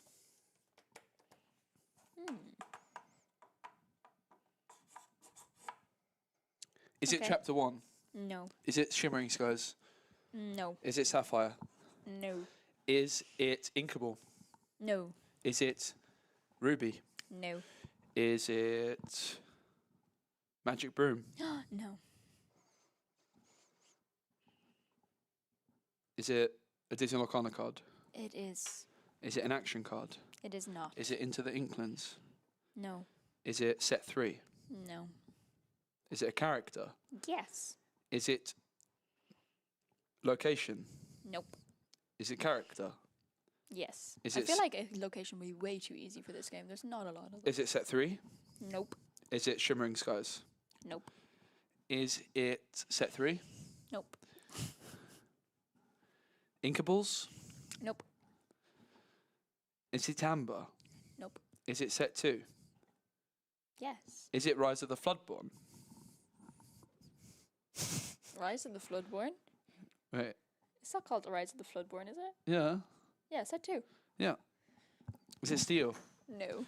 Is it Quest 1112 Quest 2? What? Don't answer that. What? Yeah, nobody knows. Blue? I'm so confused. Like, no. Pinocchio Star Attraction? No. Oh. Arthur? Diablo? Maurice's Workshop? That sounds like some people are just listing all the cards. Are there deck list links? Are there deck lists? Like, not yet, but they should be posted. Amber? Go to inkdex.com. Oh. All of the decks will be up. Oh, amazing. Inkdex.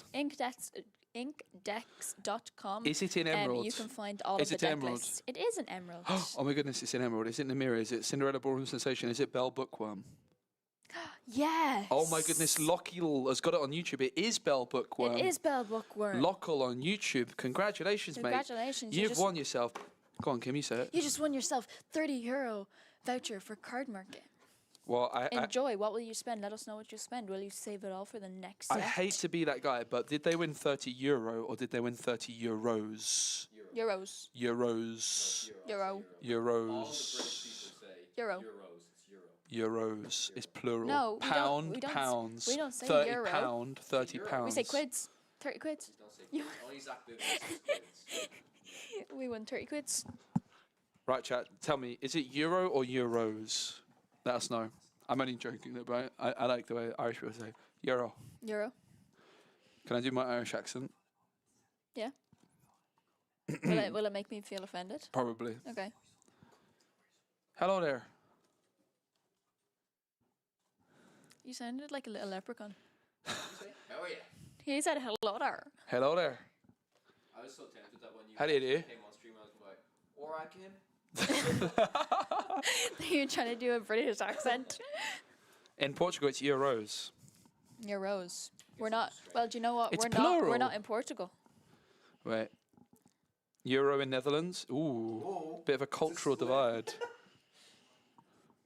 a big topic. Big topic. We'll have the Amethyst Sapphire player in about 2 minutes. We're going to have an interview with the Blurple player.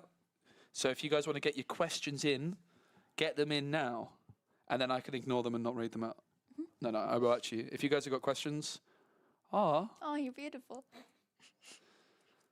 Which Harry Potter house do you belong to? Okay, that's the first. I'll start writing some of these down. First question you're gonna That's do you want to be? The people want to know. Some Lorcana, You know I'm starting off with that as well. as you should. He's gonna be like, what? He's gonna be like, "What the heck?" Any other questions you guys would like to get in? What shoe size are you? Favorite ice cream?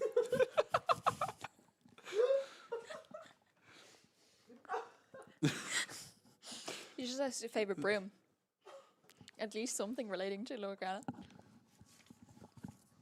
Have you guys got any? If you could cosplay any character, who would it be and why? Favorite Kingdom Hearts game? I'll ask about their sleeves. Card sleeves. That's a good question. Ask him once he wants to say to Moyen, Ah, true. the Blurple hater. Who is the worst member of Podcana? In brackets, it's Moyen. Don't worry, guys. Moyen's my boy. I'm only joking.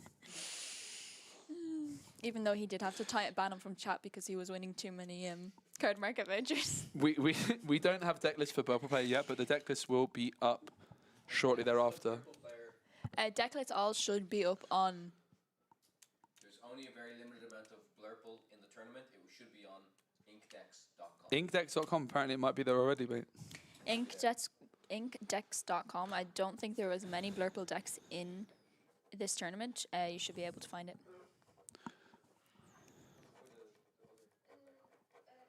Okay, matchups for Blurple I have down, sure. Ketchup or mustard, alright.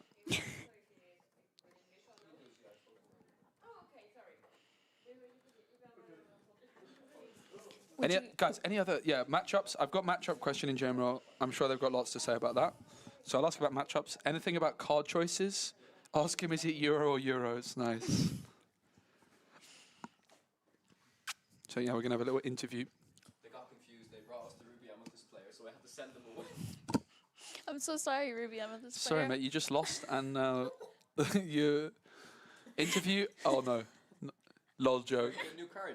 Yeah, sorry, guys. Awesome, new cards got new cards revealed. just dropped. The first card is an item Maybe a good addition into a Sapphire deck, who knows. It is a 2-cost inkable item. Baymax's it's been a long day. Baymax's healthcare chip. You can tap this item, choose one. Exert. Yeah, tap it. Exert. Exert this item. Choose one, remove 1 damage from chosen character. Or if you have a robot character in play, remove up to 3 damage from chosen character. Wait. Can I see it again? Absolutely. Move up. Sorry, chat. You can probably choose won't see one. it. Choose one. Remove up to 2 damage if you have a robot. Here? If you have a robot, I would love to see. Why would you choose one? That's You weird. have to choose one or the other. That is weird. Yeah, but they do the same thing. Yeah, but if you only, yeah, but if you have a robot in play, you can deal more. But shouldn't it just say remove 1 damage from chosen character? If you have a robot on play, remove up to 3. Yeah. Maybe if you don't That is want weird wording. Anyone else think that's weird? Yeah, that's pretty weird. Choose one. Why choose one? It's the same thing, mate. Is there something I'm missing? Remove 1 damage from chosen character. If you have a robot character in play, remove up to 3. Do you really need to choose one? Spacey's gonna have a chat with some people and see how It's a bit weird, isn't it? But we also got another card, Okay. and it's Mr. Arrow, Legacy's first mate. Are you playing this in your deck, Spacey? I don't know. I don't know what it does, mate. 2 cost, inkable, 1/2, resist 1, 2 lore, and it is the first mate from Treasure Planet. Oh, that card's good. It's an interesting card, 2 lore. Yeah, Resist 1. This It's a good- nice card. This is a good card. Would this be a nice addition into your maybe Amethyst steel deck or a green steel deck? We're holding head steady, Captain, despite this wind and these waves. That's me Irish accent. He's not Irish. Oh, He's actually, pretty sure he's British. oh, I'm in sorry Treasure about Planet. this. Okay, I'm gonna start trying to do Irish. Pretty cool. Big shout out to Mr. Report Yeah. for them. Thank you, Mission Report, for them Merci cards beaucoup. that were just revealed a few moments ago. Yeah, very cool. Merci beaucoup. But yeah, guys, we are going to have the interview with our Amethyst Sapphire player very soon. Hopefully, probably, most likely. So if you want to get any in, The French casters they're hogging him at the moment. they stole them. If you want to go and listen to him in French, you can go and speak with. You can go check out the French stream. But of course, you won't get to hear the amazing, beautiful questions. Yeah, that I you don't guys, think they're that gonna- you guys, I think that interview might be a little bit different to ours. because you guys didn't get to choose them questions. Okay, that's actually a good one from Glenn. Thank you, Glenn, for being the voice of reason. What's the question? Are there any cards they tested they didn't like? Absolutely. Maybe this should be the first question. Yeah. No. It's what Hogwarts house do you belong to? What's your favourite Hogwarts house, Kim? Ravenclaw. What's your Hogwarts house? Yes, Hufflepuff. of course. Oh, you're in the same house as Kawa. Oh, really? Yeah, he's a Hufflepuff. Hufflepuff's the coolest. Hufflepuff. Hufflepuff's like for the edgy people like me. I Yeah, like well, being I'm the edgy and I'm- unorthodox. I'm the educated. Is Hufflepuff not supposed to be for people that like soft? Yeah, Soft and mushy. describes me quite well in truth. Do you have an emotional support Slytherin? Or you're actually the Slytherin's emotional support Hufflepuff? I have no idea what you're talking about. Yeah, okay. Why does he not play 4 rabbits? That's a good question. That's a very good question. It's a bit too sensible for this interview, I fear. No, I'll ask him. Because you don't want him to have a bad hair day. True.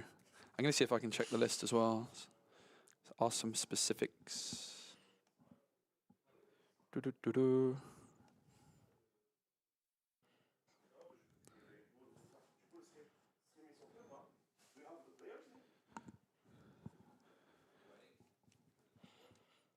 So we are just waiting for we may get an interview in with the Yeah, 3 rabbits, not 4. That is a good question. 3 rabbits. It is with the one Big Ben. I like the idea of 3 rabbits. Rabbits pretty slow. Like 2 rabbits in your same hand And he's can feel fencing awkward. it back a lot. He also Wait. has so many libraries. 2 MacDuck Manors, 1 Big Ben. 1 Big Ben. But we did see that Big Ben being bounced back and forth a lot to give them other cards rush, which, Can I have a Disney trivia question, please? of course. Make it a Lorcana related one. I've got no chance. Okay. I'm definitely not Ravenclaw. Ravenclaw is the one I'm least I'm likely to be. Ravenclaw. Are you though? I am, yeah.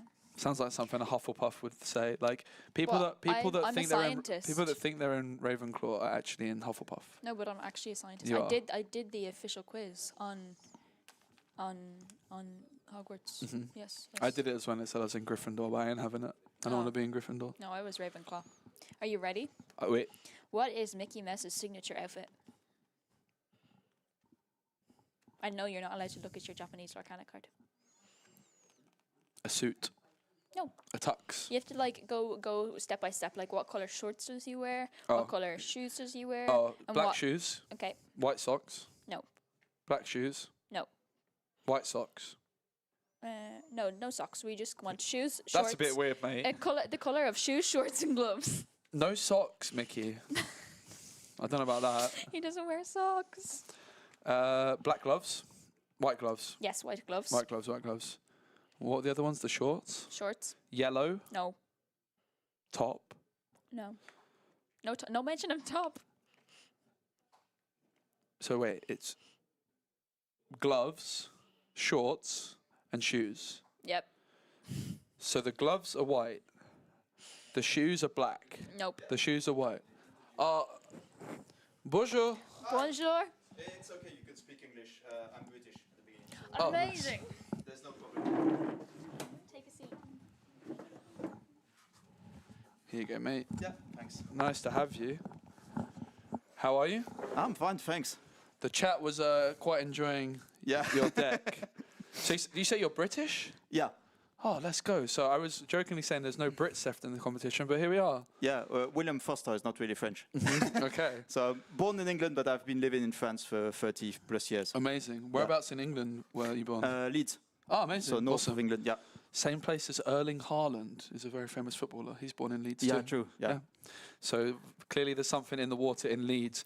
So the chat's been getting some questions, and the first question: What Harry Potter house do you belong to? Oh, You weren't expecting that. no, that's... I have some serious ones, but I have to start off with that one. Yeah, true. I want to say the one, it's not Gryffindor, it's the... Not Hufflepuff, the third one. Ravenclaw? Yeah. Okay, Ravenclaw. Yeah. Yeah, I can see that. Next question is about your card sleeves. Yeah. So this has been handmade by. I've asked this design for a friend a long time ago, and I got to print it on the sleeves and got to use them. So it's okay. But it's the drawing made by a friend for me. Amazing. Oh, that's super duper cool. Let's actually talk about your deck, because that's what everyone really wants to know. You're playing Sapphire and Amethyst. People call it Blurple. Yeah. I heard my chat has been roasting me just now for putting it in the C tier when I did a meta report at one point. What do you think about that? Why did you decide to play it this weekend? So, for one, C tier I don't think is too wrong in itself, because it's a deck that... So why did I decide to play this weekend? It's a deck I've been working on for quite a few months. Since the beginning of Chapter 5, I started it thinking about, I think like everyone, with the Merlin shift, the one that... The shapeshifter, I think it's called. No, it's not the shapeshifter. The six cost one, you mean, which you can shift on and look for your deck? Yeah. Yeah. The one that tutors something. But it ended up being quite poor, and it's too slow, and you never want to shift the crab or even the goat or anything. So it's... From this, I liked the way the deck played and how it evolved and how it flows into the game. And yeah, from there, I've been working on the deck for quite a long time. It's been through, I don't know, about 50 different iterations in order to get where it is today. And even this is like a version I finished probably Friday night, just before the tournament. I think the star of the show, based off the games we saw, was the Great Stone Dragon. Yeah, that's a card. Yes. So you're playing 3 copies, not 4. Is there any reason to go for 3 and not 4? Yeah, it's basically... I'm not a over 60 card person. I don't want to. Yeah, makes sense. So in order to optimize this, and the fact that you never want to draw more than one, because once you have one, and even then you very rarely want it at the beginning, because it's a card that you will usually play either turn 3 if there's absolutely nothing else that's happening, or turn 6 with something else that will help you set up and start the motion to go forward. Yeah, I mean, it really, really impressed me. I mean, just seeing that synergy between the Chernobog's followers and the Great Stone Dragon was really interesting. Interesting, just noticing no magic brooms. No. Were magic brooms something you considered, or is there a big reason you've not gone for them? Just wanting more top end, maybe, to make use of your ramp? No, actually, it was either Rafiki or magic brooms. So Rafiki is better against. It's green, purple. Yeah, against the hyena, for example. Yeah, against Banzai. And it can trade as well upwards, meaning that you can trade a Gramatala, you can trade the Mims as well, very freely by doing this. And how the deck wins means that Broom was less important with how the deck wants to win. Because the way the deck wants to win is to have board control and never let it go. So Broom does not really help. It helps you draw and helps you have lots of cards in hand. But at the it's cool. But if you die with 20 cards in hand and the guys at 20 low on the other side, I mean, yeah, cool. You drew with Broom. I'd rather trade and abuse the library in order to draw cards and have Rafiki as a trading upward. If they played 4 for Etala and I traded with a 1 cost, I'm happy. Yeah, that makes a lot of sense. We also saw that one copy of Cogsworth, and there was one turn in this game which was just incredible. Yeah. Where I think you went Cogsworth giving itself rush, and then you played a crab to give it more strength, or then the crab challenged something, the crab left the board and gave Cogsworth more strength. We also saw in a game like the round before yours, we saw someone play the Cogsworth and then Cricky to give it even more strength. So Cogsworth, there's some really cool plays you can do with it. It's probably it's the card you want it when you need it, and it probably needs to go up to 2 because when you want it, it's incredible when you want it. But it's not a very good turn 1 card, and this is where you just go, okay, it's probably a 2 or 3 off, but not more. Like, you can't go all in on Cogsworth because you need board presence early on in order to set up yourself for the future. One question that someone asked was about the rabbit, only playing 3 copies. Usually we see people playing 4. Yeah. What was the decision making on that one? So for this, it's uninkables because the deck already it's either 11 or 12, I can't recall right now. And I don't want to break my hands, basically. The deck needs to be able to ink every turn, at least for the first, I would say 4 to 5 turn, before you can just stop and start either abusing Great Stone Dragon, then you never ink again, or starting to stay at 5-6 before going up to 7-8 if you need it. There's quite a few games where you just stay at around 5-6 and then you just use what you draw. And Rabbit, since you have 4 libraries, you have 4 Chernobog's and 3 Rabbit, is usually enough to never have an empty hand, usually.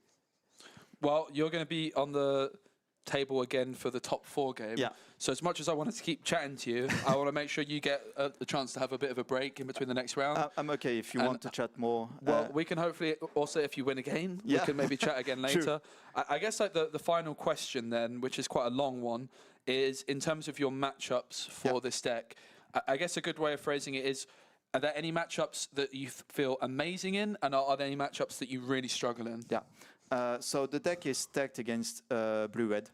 You can see this especially with the Scrooge, MacDuck, and the MacDuck Manor. Yep. These two, basically Scrooge is nearly unkillable, or it will trade a Maui, which is something you're just very happy with. Yeah. And the deck usually struggle. It's a deck that plays fair. It has no way to win in very unfair ways, at least not straight away. In the end, you could see in the end of the last game, yes, I was playing for something like 15 ink, I think, in a turn. But this is very down the road.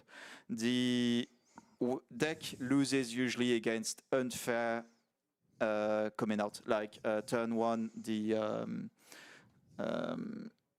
Diablo Shift? Yeah, the Diablo Shift line and the Steel Song as well, like goes turn 1, turn 2, turn 3, turn 4. Okay, yep. This usually is where the deck struggles very much because it does not have the time to set up anything, and it gets in trouble either get into top deck mode very quickly against discard, or it goes into Steel Song. You will just be like one turn too late every time, and they get to quest way too much, and they get to abuse the fact that we don't have any board wipes, so they can just go all in and don't care about anything. And do you think that those bad matchups are specifically when you're going second, or can it also be a bit of a struggle going first in those matchups sometimes? No, it's at least my version is struggling against these two decks. Yeah. You can build a version that does not struggle against Steel Song, and I mean, even this is like it won't struggle against the fair coming outs of Steel Song, but against everything that's against all the unfair outs, you can build the deck however you want. It will struggle. Yeah. Since there's no reset board, you don't have the way of getting out of. Well, they went too fast. You screwed. Yeah, that makes a lot of sense. Super interesting. Really, really excited to see such an unorthodox ink color combination doing so well. So big congratulations. Thanks. And I know the chat really enjoyed watching you play in the last game in what was a really impressive performance. So we're going to be watching your semi-final. Yep. You're the fan favorite officially now. The chat's really going to be willing you on. So all the very best of luck. I think we're going to go into a short break now. So we're going to go to a short break, but don't go anywhere, because when we're back, we're going to have the semi-finals, which is going to be featuring our wonderful Sapphire and Amethyst deck. So we'll see you all very, very soon. Thanks.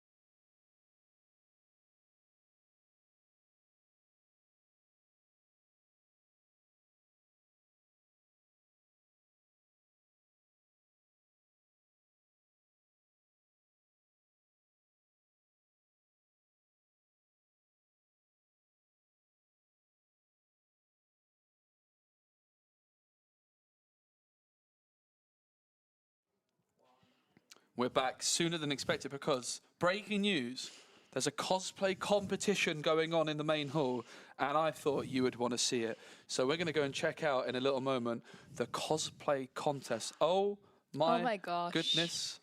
The Obviously, cosplay contest. This one just stood out to me particularly here is Anna from the Lorcana card. It's the end, it's okay. We still get to see them all walking off the stage. I'm sure everyone's going to love to see the little glimpse of the cosplay contest here, but it has just finished pretty much. But we've got a little sneak peek into what's going on over on the stage. The Snow White. I actually got a picture of Snow White and Tiana earlier. And honestly, that was my highlight of my weekend. Absolutely. But this was just not... Lorca Quest has just not been about Lorcana this weekend. It has been a full-on Disney festival, and just goes to show you there how much other stuff is going on behind the scenes here at the venue. Yeah, absolutely. We just had the end of the cosplay competition that we just saw. Best cosplay contest. Absolutely, and the winner of this cosplay competition was going to receive a first chapter display. Yeah. So I'm intrigued to see now who won and who was able to take home that first chapter booster box. It looked like there was an Ana Floodborn. It did. I've seen that on Twitter. I need to go and find them and get a picture of them. Absolutely. This is I don't believe that's the same person. I believe this is maybe a different person, but it is seeing so many Ana the Night Ana going around is so beautiful. So great to see so many of them. Yeah. So much work put into these cosplays. We've seen the Tiana and Snow White were here yesterday. So many people floating around. There's been a Merida playing in the top 64 today. Believe it or not. A what? A Merida. What is that? Have you not seen Brave? Merida, the princess from Brave. Do they have a Lorcana card? Not yet, but it's Pixar, but they will. Okay. Because Pixar will be coming to Lorcana really soon. So Merida may be coming also. I have so many Disney films to watch that whenever I pick and decide to watch one, I'm like, okay, I need to pick one which has got Lorcana cards so I can, try and bring that into my casting and whatnot. But I think we're going to go on a short break until the top 4. I don't think it's that far away. I don't think it's that far at all. To be honest. Myself and Kawa are going to be casting that matchup, and I think we all have to give Spessy homework, and everybody needs to comment their favourite Disney movie for Spessy to have to download for his flight to Seattle to watch, I think. I am planning. I'm on the same flight as Moyen. We need to make Moyen watch them as well. And I'm just going to trap him and force him to play against my dodgy decks that I'm testing for Seattle because he's going to have left with no choice. It's like, mate, you can either sleep or you can play against my dodgy decks. And he's going, what a waste of time this is. No one's going to play this. And I'm like, well, mate, you might see it in the finals. But you could also do it while you watch Big Hero 6. That's true. That's actually not a bad idea. I honestly like that idea. But I think we're going to go on a short break. No, we're actually going straight in. We're going straight to the top 4. We're going straight into top 4. Cool. So we'll take a Kawa's quick look gonna at the hop bracket, in here. and then Kawa's going to swap in. But we'll get a little look in at the bracket. Emerald Steel taking down Sapphire Steel. So we've got the big 3 in many ways, the top 3 favourites. Emerald Steel, Amber Steel, and Ruby Sapphire. But then that Sapphire Amethyst player there, William Foster, in the top 4. And we are going to be watching that game up next. But Kawa's going to join us from Podcana, and I'm going to be back for the final. Absolutely. And we did just see Blurple come in on top of the Ruby Amethyst player the game before this just now, and they will move forward now into the top 4, facing Green Steel. Green Steel versus Sapphire Amethyst. How do you feel about that matchup? Yeah, I just want to know, actually, before we discuss that, it's really interesting that we'd seen Amethyst Emerald all weekend performing very, very well. Both of them losing here in the top 8. So yeah, the matchup against Green Steel, I mean, if I'm not mistaken, Spessy can confirm before he leaves. It did. Oh, Spessy's just leaving. Never Okay, mind. yeah. I do believe the Blurple player was saying that one of their weaknesses is against the possible Diablo shift line, so that's something to definitely look out for in this matchup. I think this is going to be one of their toughest matchups all day, to be honest. Absolutely. And we know because we saw and we cast it. There was a quite large turnout of Amethyst Emerald here yesterday, and there was a good proportion of Amethyst Emerald coming into the top 64 today. Not one has made it into the top 4. My prediction for the winning of this was Ruby Sapphire. We do see a Ruby Sapphire in the top 4. May just come out on top of that Amber Steel, but we'll just have to wait and see. What was your prediction again? My prediction was Green Steel. Was Green Steel? So Spessy's the only one who's actually out right now because he predicted Ruby Amethyst. Oh, yeah. So we may just see will Blurple take down Green Steel? Yeah, we've got some great players here as well. We do have Reclem, who's one of the top performing DLC players, rocking the Amber Steel here against Ruby Sapphire. That's going to be a difficult matchup for sure. Traditionally, you would imagine that Ruby Sapphire is favoured in that matchup. But then, even moving forward, so for example, if the Green Steel does advance into the finals, 2 of these possible matchups, it's going to be interesting to see if they can take it down against Amber Steel. I feel like they can possibly maybe be favored if they utilize their Ursula enough and do enough discarding of the songs, don't allow their opponents to do like the aerial whole new world type of stuff. And against Red Blue, that's a matchup that I would say you kind of have a lot of experience against, but not exactly against this very specific Green Steel list that Zan popularized after winning Vegas. Absolutely not. I went against a lot of Green Steel playing Ruby Sapphire in the DLC in Birmingham. I managed to play against 3 of them in the 9 rounds of Swiss. I managed to 2-0 all three, and it was kind of the only deck I felt that day that it could have went either way. A lot of people saw my round one of DLC Birmingham on stream, and I did nearly get decked out and nearly did mill, but it can. The interesting thing about that, though, I think, is because it was a very specific build that Vincent was running, because none of these new green steel lists, especially, again, when I'm talking about green steel now, I'm very much talking about Zan Said's list. They don't run the whole new world. So Vincent was very much experimenting with that build of green steel. So luckily, there's no possibility of, you know, a possible mill coming out in the Emerald Steel versus Ruby Sapphire matchup this time, at least. Absolutely no whole new world, and this seems like a really different strategy they're taking. But the Diablo shift, I think we heard William before talking to Spessy that it may prove to be quite of a challenge for him. But we do see a lot of locations. We know that Green Steel has the possibility to bounce back a lot of characters.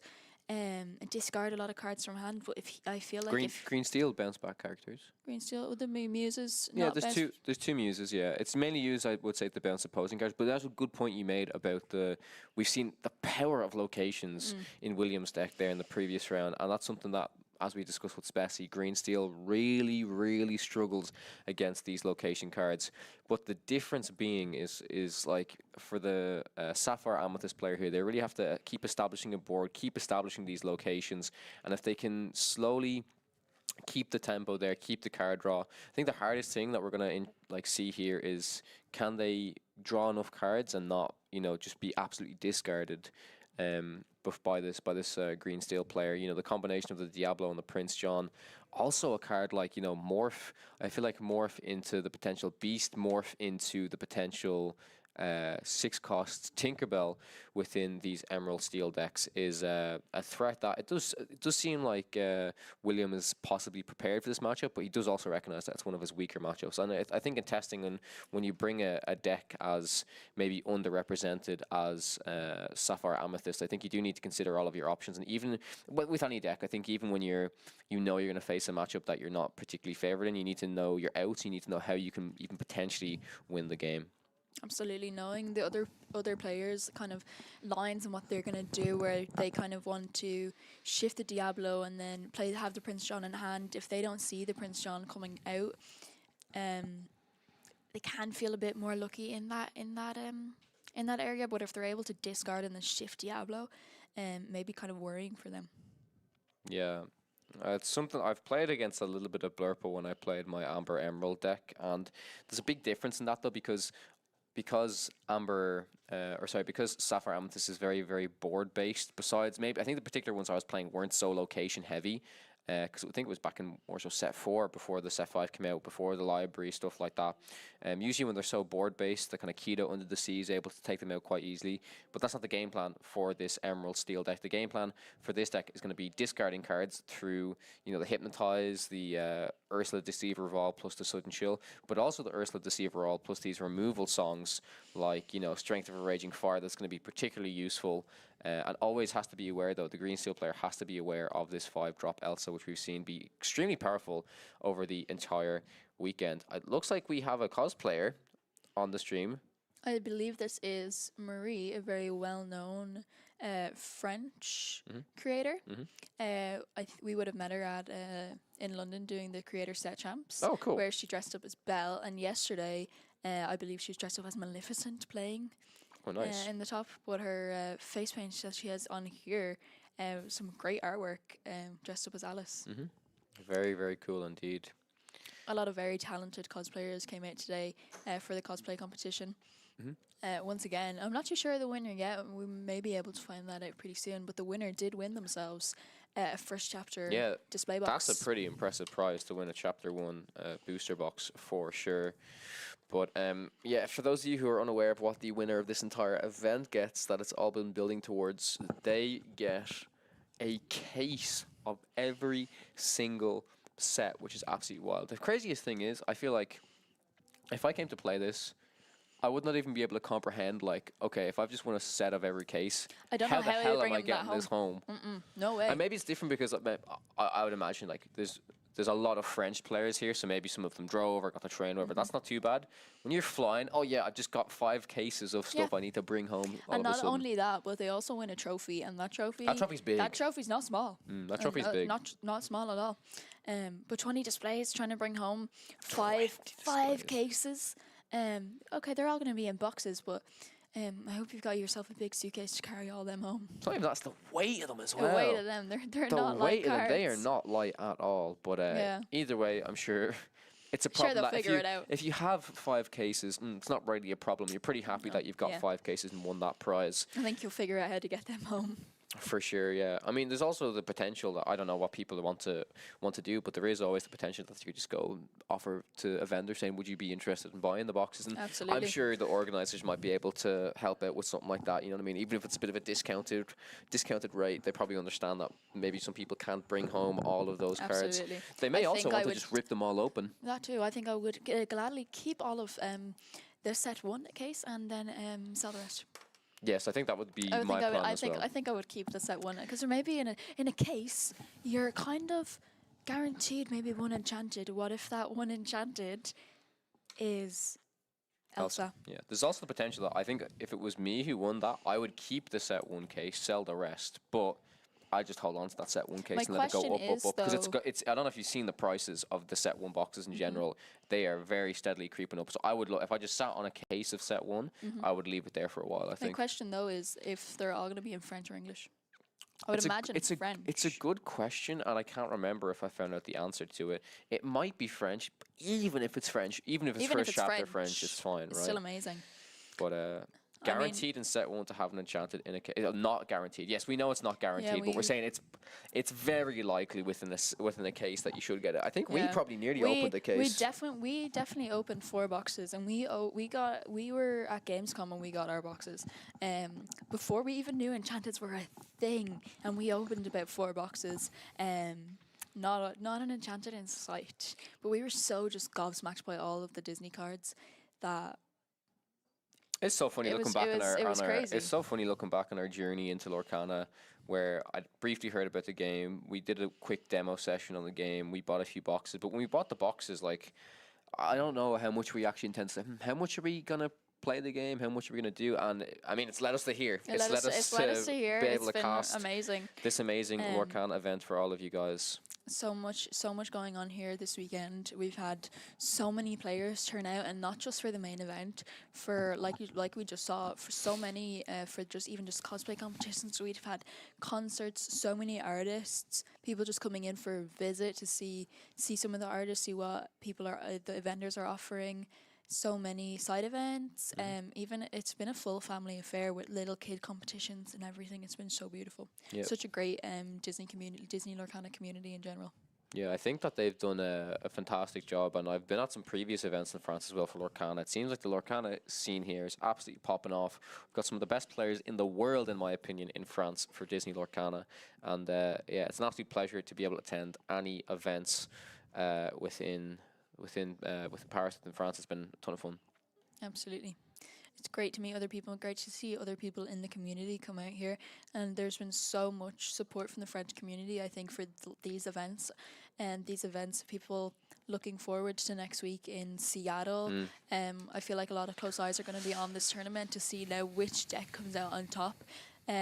Blurple seem to be doing so well. I'm really intrigued now to see the decks that turn out next week in Seattle, to see if any off-meta decks are brought to the stage. Yeah, it's going to be super interesting, honestly. And I think that does, like, some people may doubt that this won't impact the Seattle stuff too much, because there's for some reason I do think it's a great tournament to evaluate, to see the overall deck count. But I'm quite confident, and I don't know if you agree with me here, but I think that the NA scene and the EU scene are still not vastly different in metas, but in certain deck popularity, I think one deck is a lot higher than another deck. For example, the Emerald Steel, all I've heard in America is that it's just everywhere. Absolutely, and I believe we saw Emerald Steel come out on top in Vegas, yes. Whereas here in Birmingham in Europe, we did see Ruby Sapphire take the win home in Birmingham.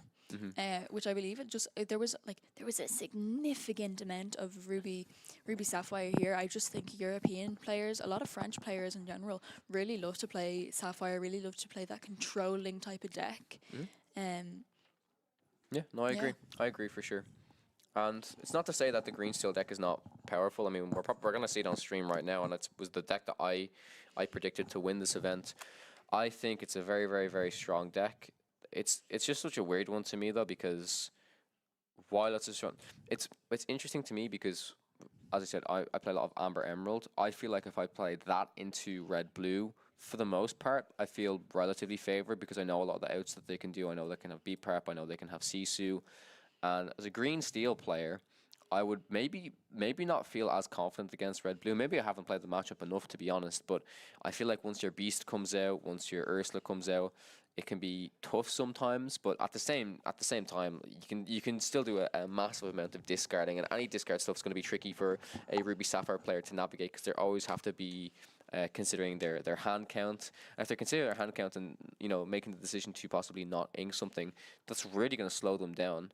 You know what I mean? So it's not an easy matchup by any means. Absolutely. And, yeah. And we could really see the locations now in this this next matchup we're going to cast over. We could really see these locations taking a big control of the game. But something that I would love to see is, which you did see a lot of in the last game, is that Bell coming down to move the damage off of some of the Sapphire Amethyst characters, moving it onto possibly, for say, the Beast. But then the only challenging thing with that is if the Blurple player is moving the damage onto the Beast, yes, next round the Green Steel player is not going to be able to draw that card, but the Beast will start the game with more attack, which could ideally be really helpful for that Green Steel player to take out these high willpower locations. Yeah, that is a really interesting point. I think for the most part, it's probably the Bell will be most effective to be able to move the 2 damage onto the possible Diablo, but then equally that 5 cost Elsa could be used to move the damage onto the Diablo as well. I think it's really interesting because I'm pretty sure we nearly had this exact conversation yesterday on day 1, but instead of context of it being Sapphire Amethyst, we were talking about Emerald Amethyst in some of its ways to counter against the green steel meta. One of the really interesting things that could happen is that this Elsa coming in now can exert this Diablo and take out this Diablo, this Elsa spirit. The fifth spirit. The 5th spirit, yes. And being able to come in, the fact that it's rush and evasive and its ability to exert characters, that Diablo can be so tricky. And this Blurple player is going to be drawing so many cards. Off the library, off the Chernobog followers, friends on the other side, these rabbits, the chances of them not wanting them to get the Diablo triggers of all of these card draws, they're going to want to have this Elsa in hand, going to want to take out this Diablo as quick as possible. That's really interesting because the Blurple player is very limited in the removal options that they have. The options that they play, they're more so like options to slow down the opponent, like we saw, like the big Elsa. That's an amazing legendary card, but it still isn't a clear removal option. It's more about delaying them and maybe letting the Blurple player win the game. So they're really going to have to value this Elsa and this Bell. I think these are going to seriously be like the key cards to possibly even decide the matchup. Like, I'm curious if the Blurple player even considers to like keep a 5 cost Elsa in their hand if they have that, turn 1 play whatever, turn 2 Tipo into 4-drop, into 5-drop. If they can actually make sure they have that line, that literally might be their only answer to the Diablo. As we heard on the stream previously, that they said that the Diablo is one of their toughest things to deal with. Absolutely, and unfortunately, in our last matchup with the Sapphire Amethyst player, we did not see a whole lot of turn 2 Tipo drops, which was unfortunate for them. They didn't get Tipo much, no. We didn't see Tipo at all being played turn 2, which is quite unfortunate. Greatstone Dragon really being key for them to be able to be inking. If they're able to get a Greatstone Dragon on the floor, if the Emerald Steel player is going to discard a load of cards out of their hand, it's just going to be fuel for this Greatstone Dragon. I didn't consider that, yeah. Yeah. Which a card not great, I think, in my opinion, in Ruby Sapphire, purely because there's not a whole lot of cards, more items getting discarded, being brought back with Tamatoa, whereas I think paired up with these cards, in particular, like Chernobog's followers, one-drops, going into cards like Turn-a-Box Followers, the Broom, that you're banishing or discarding on purpose, or well, not discarding, but banishing on purpose to draw cards, them going into the discard pile, being able to turn them into ink, not losing cards from hand, because I feel like for the Sapphire Amethyst player, having cards in hand is so key. For particularly for this matchup, is going to be really difficult when the Diablos come down. If they with the Prince John, if they're going to try sing to discard cards out of their hand, they're not going to have many options left. I really like that point because it means that, I mean, we know that this deck is a general kind of tempo deck that they want to be playing. We can just see, by the way, the players are going to be reviewing each other's deck lists really, really quickly. I'm going to actually just take a quick look myself to see if there's anything out of the ordinary. We already know the Blurple players list, but having a quick look at the Green Steel players list, it looks like there might be a single Hidden Cove, so it doesn't look like there's 2, but there is 4 Tinkerbells, which I'm actually not too sure if that is standard within the list here. It looks like there's only 3 Prince Johns rather than 4. And we do see them 4 morphs, which could be used for a possible shift for the Tinkerbell or the Prince John. 4 Pete's being played, which I think particularly in this matchup, not a whole lot of actions, purely only can really be used against friends on the other side.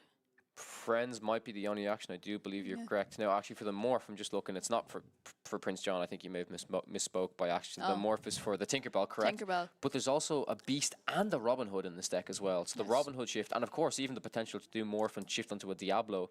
I can also see 2 cheeky Lucifer in this deck. That is a 5-cost unlinkable 2/2 that, when played, makes your opponent discard either 1 action card or 2 cards. Of course, we can see the song cards in there, the Strength of the Raging Fire. We can see the Let the Storm Rage On. 4 Hypnotize as well, some more discard synergy. This looks like a very well-built Green Steel list, and also a little bit spicy. I like the way that this player is experimenting a little bit, not choosing the very stock standard list.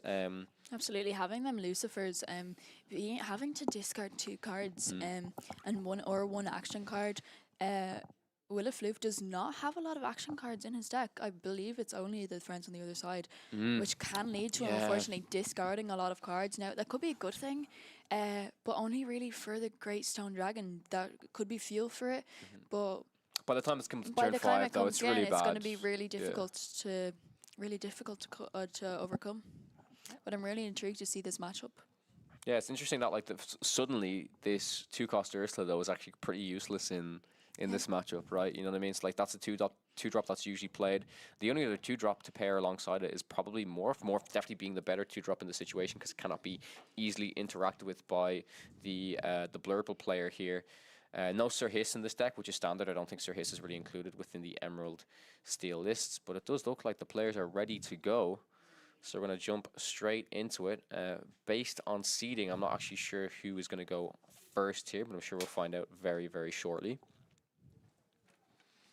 But yeah, everyone, if you're just tuning in to this is the Lorca Quest in Paris. This event started off with 707 players playing in the main event for day 1 yesterday. We are now moving on to, well, we've moved on to day 2. This is the semi-finals. We have a Sapphire Amethyst deck versus an Emerald Steel deck. Bit of a spicy one for you folks. Really excited to see how this Sapphire Amethyst player can do. Let's see if they can pull it out and make it to the finals. Players just looking to see if they want to throw any cards back at the moment. Willifloof looking like they're putting 4 back currently. This could be the cards that they're keeping or the cards they're throwing. Most likely the cards that they're throwing away, I think. Yeah, so 4 cards. Oh, actually, I'm not too sure if this is the ones that they're keeping or if they will be throwing them back now. But yeah, I think we've discussed this matchup quite a bit now. This is going to be the ones going on. Yeah, it will be the 4 cards being taken out of his hand and putting back into the deck for Willifloof. Indeed.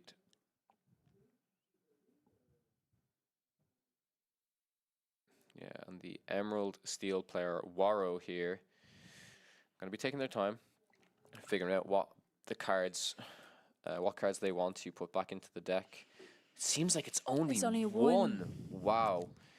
I would be quite scared if I was Willifloof right now, only see my opponent alter 1 card in their opening hand. Very, very, seems like a very strong start hand, and I believe it was just a Storm Rage On, which was taken out of the hand and put back into the deck. That kind of makes sense, though, I think. I think Storm Rage On, at the start, it's more of a mid-game kind of tool, especially against this deck, I think. you really want to be pairing it with that 3-drop legendary Ursula.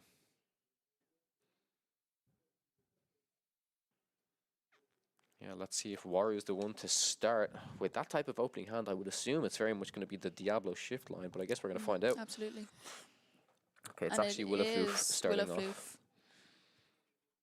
Oh, just to start, you want to see Turning Box Followers being played. Yeah, and the 1-drop Rafiki being inked here. Which this card in particular proved really useful in the last game against Ruby Amethyst. Being able to play the 3-drop library, move the Churnabox Followers to the library, being able to quest with the Churnabox Followers and then banish it, drawing 2 cards, one from the Churnabox Followers and one from the library. Yeah, I didn't get to see too much of that, but I believe there's something I discussed with Spessy yesterday where if I feel like Willifloof is using Churnabox Followers really, really well compared to a lot of other players where they instantly play it, and then as soon as they get the first opportunity, they will quest to banish it to draw an extra card. This is looking like actually not too bad of a start for Willifloof now.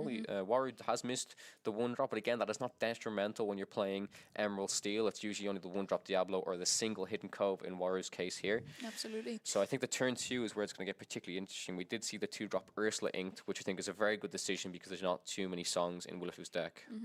And unfortunately, it is just a go ink and pass for Willifloof. No, turn 2 Tipo. Turn 2 Tipo, Yep. which you didn't see a lot of the last couple of games that we were casting with Spessy for the Sapphire Amethyst player. This could be a morph. It is is a morph. the potential shift line coming out right now. And it is a Diablo gone into the ink. He's probably drew into that, He is what I'm probably- assuming, right? If you Probably had, drew into if it. If he he had- had it in hand, if he definitely had would the have played option. it. That knowledge, that insight into seeing what is in Willifloof's hand, very useful.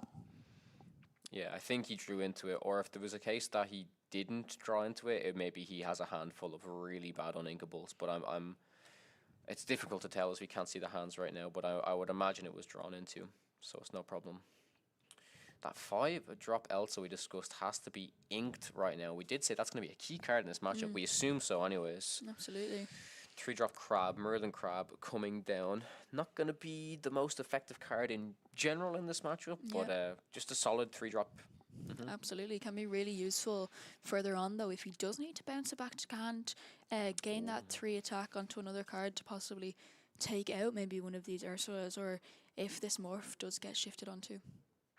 Yeah, I really like this play from Waru. Waru really knows that Willifloof doesn't really have too many cards that can interact with this 3-drop Ursula, and I think if this is going to get paired alongside a song like Strength of a Raging Fire, it seems like Willifloof will be a little bit behind here. But in this particular case, what they can do is move the Churnabox Followers. This is the play you just described. Move it to the library, have the option to quest with it. I do think he has to make the decision to quest to get those 2 cards, because if not, I feel like this Ursula Deceiver will be able to banish it quite easily, especially if it's a Strength of a Raging Fire.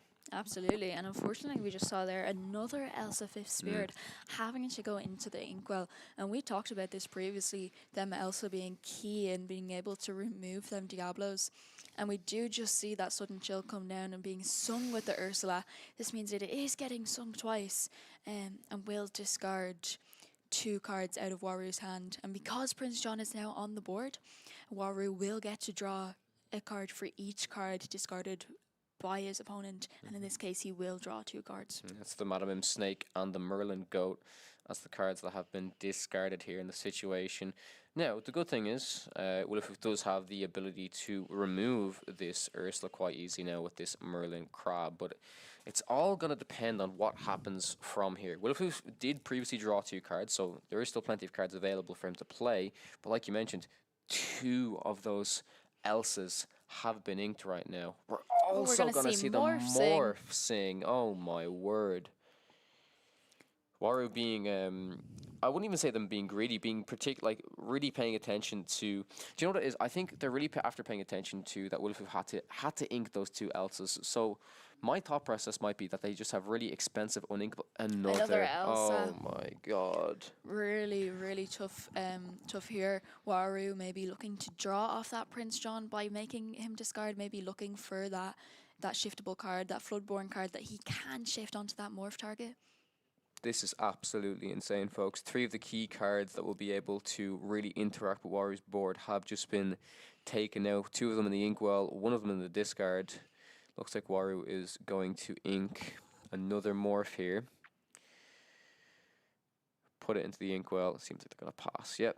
So Willifloof will gain a lore from the library, and we'll draw a card here.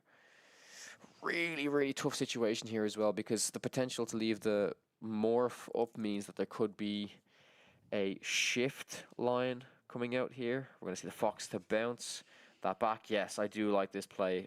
Able to take out both key threats right now, and we'll still be able to put this fox into the library. Willifloof still doing quite well given this situation. Waru does have a fairly heavy hand right now after drawing a bunch of cards from this Prince John. So let's see what he's going to respond with. It could just simply be a 5-cost Robin Hood.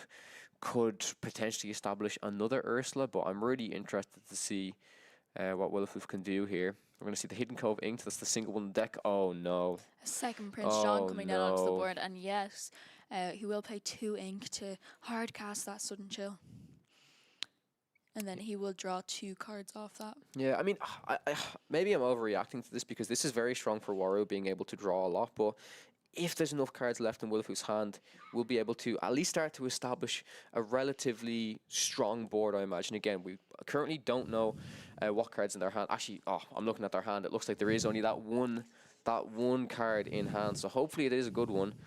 I'm assuming it is, especially since the rabbit was the card that was discarded. Yeah. Looking to draw cards. I hope it is another rabbit. Is still gaining that passive lore from La Bibliothèque. Madame Mim Fox now will sing Friends on the Other Side. Luckily to draw them 2 cards. Willifloof definitely probably needing in this matchup.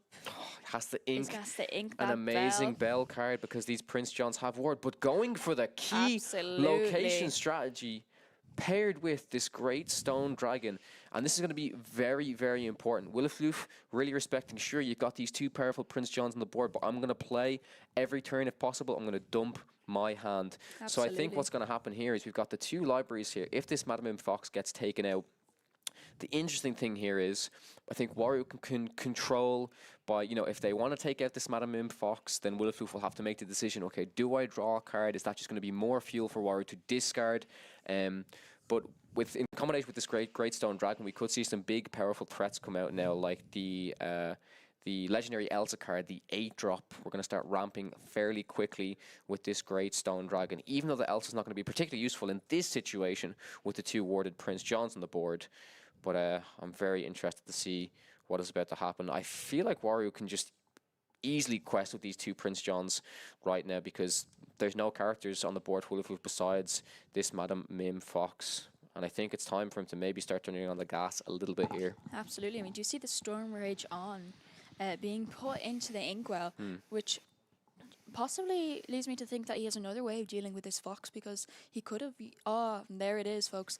We do see the Tinkerbell come down, giving that 1 damage to La Bibliothèque, taking out that fox. Waru now knowing Willifloof has that 1 card in his hand. Yeah, but potentially no ink available, unfortunately, and has decided to quest with the Johns. Had previously quested with the Johns. Had he had a discard song in his hand, maybe if he did have another Sudden Chill, would he have kept one of them Prince Johns perhaps? Discarded that card and then drawn 2 cards? Yeah, starting off strong here. We're going to use the Great Stone Dragon. 2 cards available in the hand of Willifloof right now. Really hoping there's some powerful cards. Right now you'd love to see like a rabbit potentially. This could be a goat coming out. 4 cost. Oh my god, it's happening. It's just a location game right now. I did say before this match, Willifloof most likely going to take the location route. Waru only possibly playing the Hidden Cove in his deck, the only location, but not really very strong cards into taking out them locations. That Tinkerbell does have 4 attack, being able to hit in, but will take at least 2 turns. Yeah, it's going to be interesting if we actually try to think about the clock here. So the most amount of damage that's going to be able to be dealt here is 6. If Waru establishes a bit of a board then as well, I don't know if it's even going to be possible to take out 2 locations in the next turn. So for sure it does look like Willifloof is going to be able to gain at least 4 lore here going up to 10, then potentially 13, but that's not really enough to close out the game. Wilfloof also still has to top deck some super, super powerful cards in this situation. 1 card remaining in hand at the moment. And yeah, I do believe the turn was passed back over to Waru. Yeah, definitely just a dangerous thing here, gaining all that passive lore from these locations. But Waru definitely building a very powerful board here. I think this is actually the play that Waru has to do. Yeah, Waru's just saying, it's okay, I'm just going to quest instead of even interacting with these locations, because they're going to represent way more lore than these locations present on the board. Now 10 lore to both players going forward into Willowfloof's turn. Yeah, and we're going to see that Waru has the potential to gain 8 lore next turn if Willowfloof cannot interact with any of their cards, and even the potential to get all the way up to 19 lore if there's going to be a Shift Tinkerbell, Shift Beast, or Shift Robin Hood played on top of this morph. We did just see the Great Stone Dragon once again being used to take a card from the discard pile, being put into the Inkwell, but unfortunately it does go into the Inkwell exerted, so Willowfloof will not be able to use that this turn. Looking to spend 4 ink here. It is a Merlin Rabbit, hoping to draw something, some way to interact with some characters. It's going to be the Bell, it's going to be the Scrooge McDuck. And with that, there's not even a way to move any of these characters into any of these locations here. Absolutely. Let me have a quick count here. 1, 2, 3, 4, 5, 6, 7. So I think Wario's basically just going to say, you know what, I'm just going to turn all of my cards sideways. You deal with my threats. Yeah. He has the ability here now, if he does have a shift target for morph, whether it being Tinkerbell, Beast, or Robin Hood, he does have the ability here to quest up to 19. But he is going to sing with that Ursula Singer. Not just deal 2 damage, but this Ursula Singer will sing the song twice and deal 4 damage and take out that Merlin Rabbit. Yeah, also will draw them 2 additional cards right here. This is going to be an interesting situation, though, because what's particularly interesting is, I don't know, I don't think even the large Elsa is going to save Willowfloof here in particular, because sure, it might be able to stop to exert the Tinkerbell and maybe the Morph, but these Prince Johns, they're not going to be targeted. And it's the 3rd Prince John. Oh my word. And the here's Beast. the Beast shift. And he will sing We Don't Talk About Bruno. And there's only, I believe, 2 cards in Willowfloof's hand. It's going to be 5. It's probably the Scrooge. There it is. The Scrooge just get discarded. Not sure what that other card in Willowfloof's hands. But I'm not. Could have been another Scrooge. We it don't could even have know. been another Scrooge McDuck. But I'm not sure there's much he can do to clear this wide board that Waru has built. Indeed, yeah. I think Willowfloof's just going to draw their card here. Not much that can be done. 16 lore for Waru. 14 lore for Willowfloof, though. Yep, just uses the rabbit to draw a card. And they're simply going to scoop. Yeah, I'm very quickly going to run to the bathroom, but I'll leave you in the more than capable hands of Kim. I'll be back in about 2 minutes, and hopefully I'll be back before the next game starts. Yeah, very unfortunate game there for Willowfloof. A lot of locations, very powerful, big willpower locations. Just unfortunately wasn't enough to be able to clear Waru's board and take out his characters. He was able to just build a wide enough board, and instead of going, oh, I'll take out your locations, he said, no, it's okay, I'll just quest. Definitely Willowfloof just didn't have enough cards in his hand to deal with all of them characters in the big wide board. We did see him having to deal with all of those discards, and then them Elsa's having to go into the Inkwell. We didn't see any Diablo shifts or any Diablos being played. One of the things that Willowfloof was worried about is the Diablo shift trigger. Had he had to face that, them Elsa's, one of them did have to be discarded, 2 of them did have to go into the Inkwell. Very difficult to have to overcome. Really interesting now to see how Willowfloof is going to do. He did go first, I believe, last game, but he will be going first this game. Game 2, could he take it back? I believe the location play may just not be strong enough, may not have enough quick lore gain for him to be able to take the win over Green Steel. Green Steel being one of the predictions from Kawa that he believes could take the win. And our other top four semi-final that's currently taking place is Sapphire Sapphire Ruby versus Amber Steel. I'm very intrigued to see what is going to come out on top. Both players here just deciding what cards to alter from their decks. And it's looking like Willifloof will take out 4 cards and put 4 new cards into his deck and shuffle those other 4 cards back into their deck. Green Steel just really taking advantage of last game, really just taking really great use of those Prince Johns, discarding all them cards from Willifloof's hand, being able to draw with the library and them making good use of the Churnabox followers in the library, being able to quest and banish that Churnabox followers, drawing 2 cards, one from the Churnabox followers and one from the library, really making good use of that. But Waru just being able to discard them cards after Willifloof, having been able to draw them off the library, really just gave Waru more cards to discard out of Willifloof's hand. All right, I am back, everyone. Thank God I made it on time. Luckily, they were only just altering their hands. They were only altering their hands. Okay, anything noteworthy? Did people keep a lot, or did they kind of just do the average alter? Willifloof did put back 4 cards, and I just missed what how many Waru did. It's okay. This is very interesting, though. We see both players just ink on turn 1. No turn 1 play come up, but finally we see this turn to Tipo, and this might be exactly what Willifloof needs here. This could be the Tipo into the Scrooge McDuck play right here. Absolutely, and this is the first time we've seen the Tipo turn 2 play. We have seen what Spessy likes to call the Shimari special with 2 1-drops being played, but this is actually the first time that we have seen the Tipo come down turn 2, getting that extra ink, meaning next turn he could possibly play the library and then have enough ink to move the Tipo into the library. Yeah, that's an option. Could also just simply see a rabbit come down and go. We do see Waru spend his 2 ink on this morph Space Goo.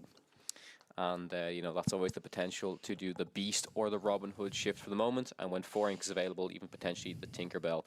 Simply going to see the Merlin Rabbit played here for Willifloof, enabling them to draw an extra card. Had the option there to play the library and possibly move the Tipo, but I feel after the last game, definitely maybe a wiser choice now to play the Merlin and get the early card draw before Waru does have them Prince John's out on the board to discard and then take advantage of the discarding to draw more cards. Yeah, I think I like this play line better because it means once this Merlin rabbits hit the board, it means that more bouncing of the rabbit can be done to potentially you know, have more cards in hand. We are going to see Waru place down the 3-drop Diablo, oh my days, and shift a Diablo as well.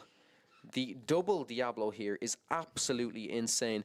Now, I'm going to really hope that Willifloof has this Elsa in hand, because if not, this is going to be absolutely detrimental. If this Elsa is in hand, it should be easily able to clear up these Diablos, and there it is.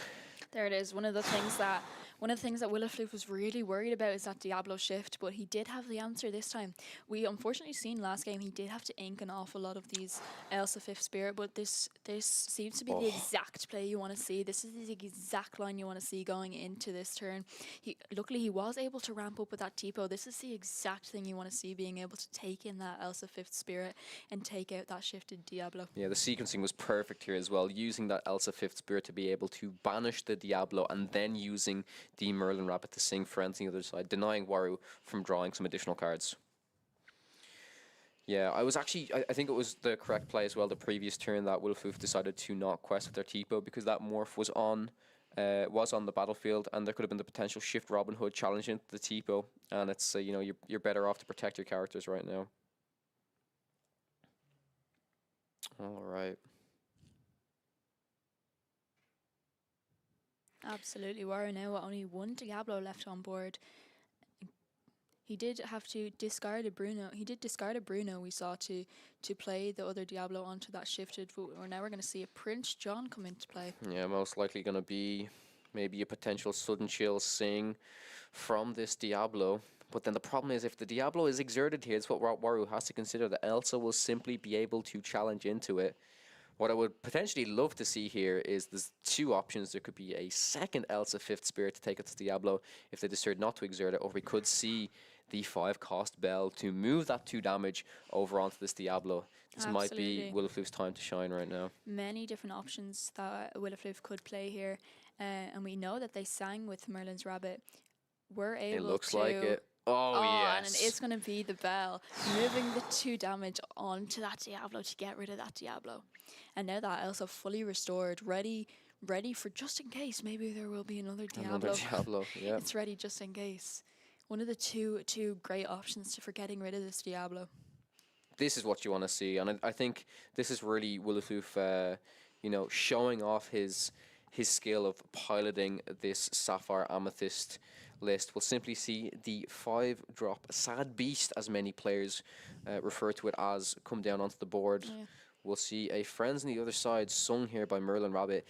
Quite the opposite from the first game. Plenty of cards available within Willowfloof's hand right now. We're going to see the Merlin Crab inked, and 7 come down for the Hades to put the beast straight down into Waru's Inkwell. Exerted. Absolutely, just a card you want to see. And Willowfloof, we know from going into 64, it is open deck list, and we did see Willowfloof's deck, and there is only 3 Hades in his deck. It's great to see literally the perfect card at the perfect moment. But we do see a Tinkerbell come down, and it is 1 damage onto everything. Yeah, I think the Hades have to be included within the Sapphire Amethyst list, at least in some capacity, because you're very limited on these removal options. So far, we see 3 of these so-called removal options on the board right now in the form of the Elsa, the Bell, and the Hades. And yeah, like you said, coming down at the most opportune time right now. But if this is all Willowfloof's able to do, I don't think they really want to be sending their Prince John into the Tipo. They might be a little bit scared, and they may result in actually making this challenge and banishing the Tipo off. But right now, Willowfloof is representing, I do believe this is a total of 7 lore on the board. So if everything is able to quest in the next turn, they're going to go all the way up to 15. Waru might have to simply challenge and banish this Tipo just to prevent even a little bit of this lore game from Willowfloof. Yep, and he is going to challenge into that Tipo and take 1 damage back. That Prince John now having that 1 damage could be challenged into by one of Willowfloof's characters, getting rid of that pesky Prince John, stopping Waru from drawing more cards, possibly by making Willowfloof discard cards. Yep. Willowfloof's simply going to take their time right now. We have to remember, everyone, these are untimed rounds, so players able to take as much time as they need to make these key decisions.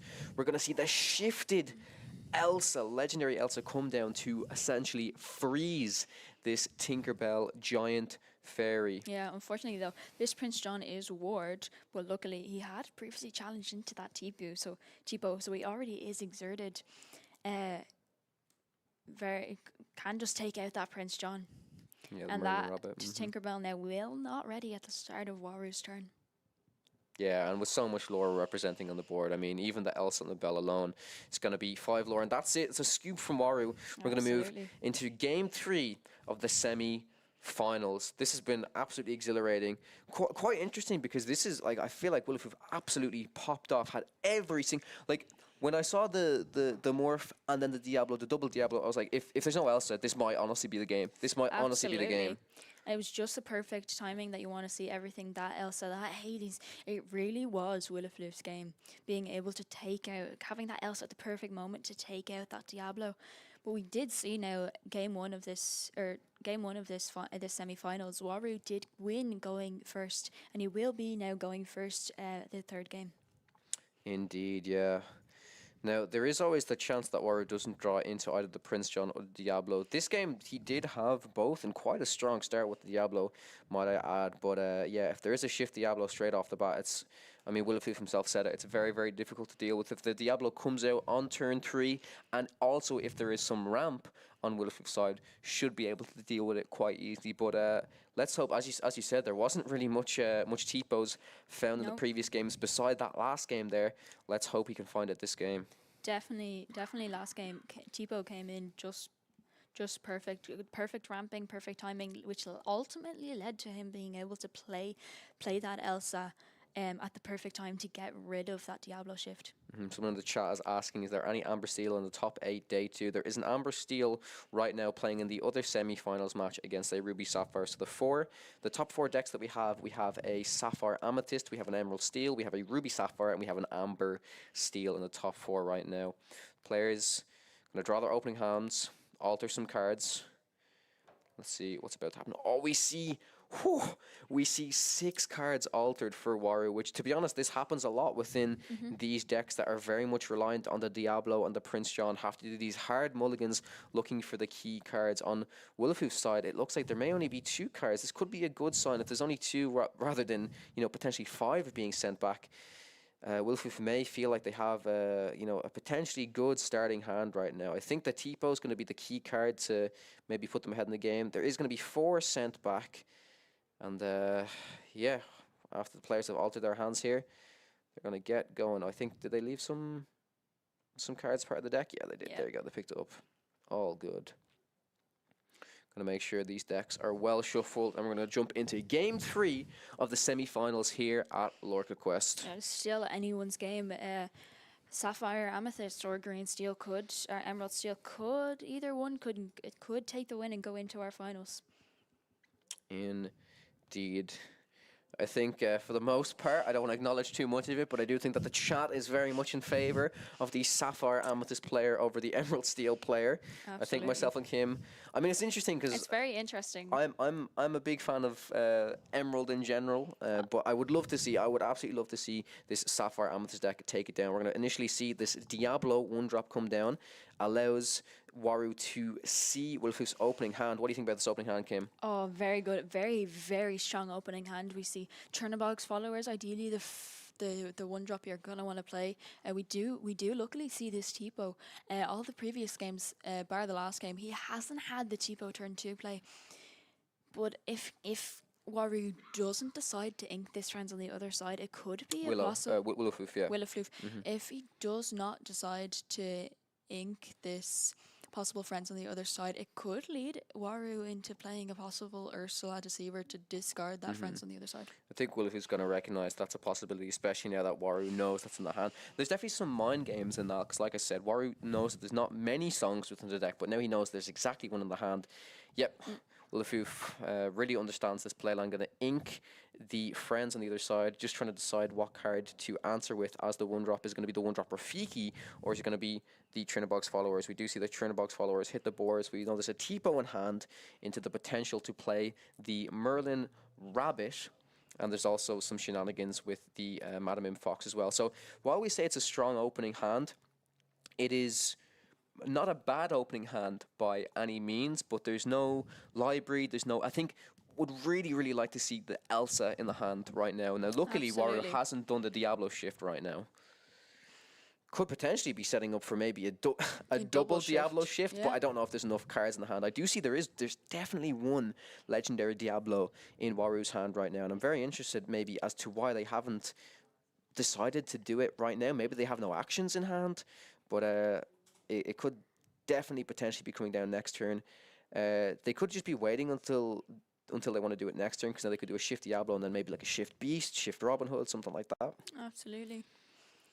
And next turn he could either, maybe he's waiting for a Beast shift or a Robin Hood shift, and he could shift the Diablo, or hoping to maybe top deck another Diablo to possibly draw 2 extra cards at the start of Willowfloof's turn. Yeah, the Beast shift, and it's going to be the Diablo shift as well. Interesting, though, that the We Don't Talk About Bruno has been discarded, because that could have been paired very nicely alongside the Beast, but probably one of the few song cards or action cards available within Waru's hand right now. This making it a little bit awkward leading into Willowhoof's turn 3 here as well. Absolutely, and we've seen... Turn 4, rather, sorry. Yeah, absolutely, and we've seen last game Willowhoof being able to take out that Diablo, this turn, being on the play and not on the draw. Unfortunately, he will have to wait a turn, and hopefully... It is turn 3, sorry, I'm so lost. Sorry for interrupting you there. It's because of the ramp, yeah. Hopefully now, next turn, he will be able to have that Elsa in hand, play that Elsa, exert that Diablo, hopefully get rid of that Diablo, But this Diablo now is going to sing a Sword Mary John and get rid of that Chernobog Swallowers. Yeah, this Diablo coming out so early, and especially Waru being on the play. That's what I meant. It was very, very awkward leading into Willifoo's turn 3 there, where we knew the Rabbit was a potential line to come out here. But I think Willifoo just has to look for this Elsa at this stage, and if the Elsa is not present, then it's going to be very, very difficult to clear off these threats. Willifoo really not looking happy with their hand currently, and that Prince John on the board as well. This is a very, very tricky situation right now.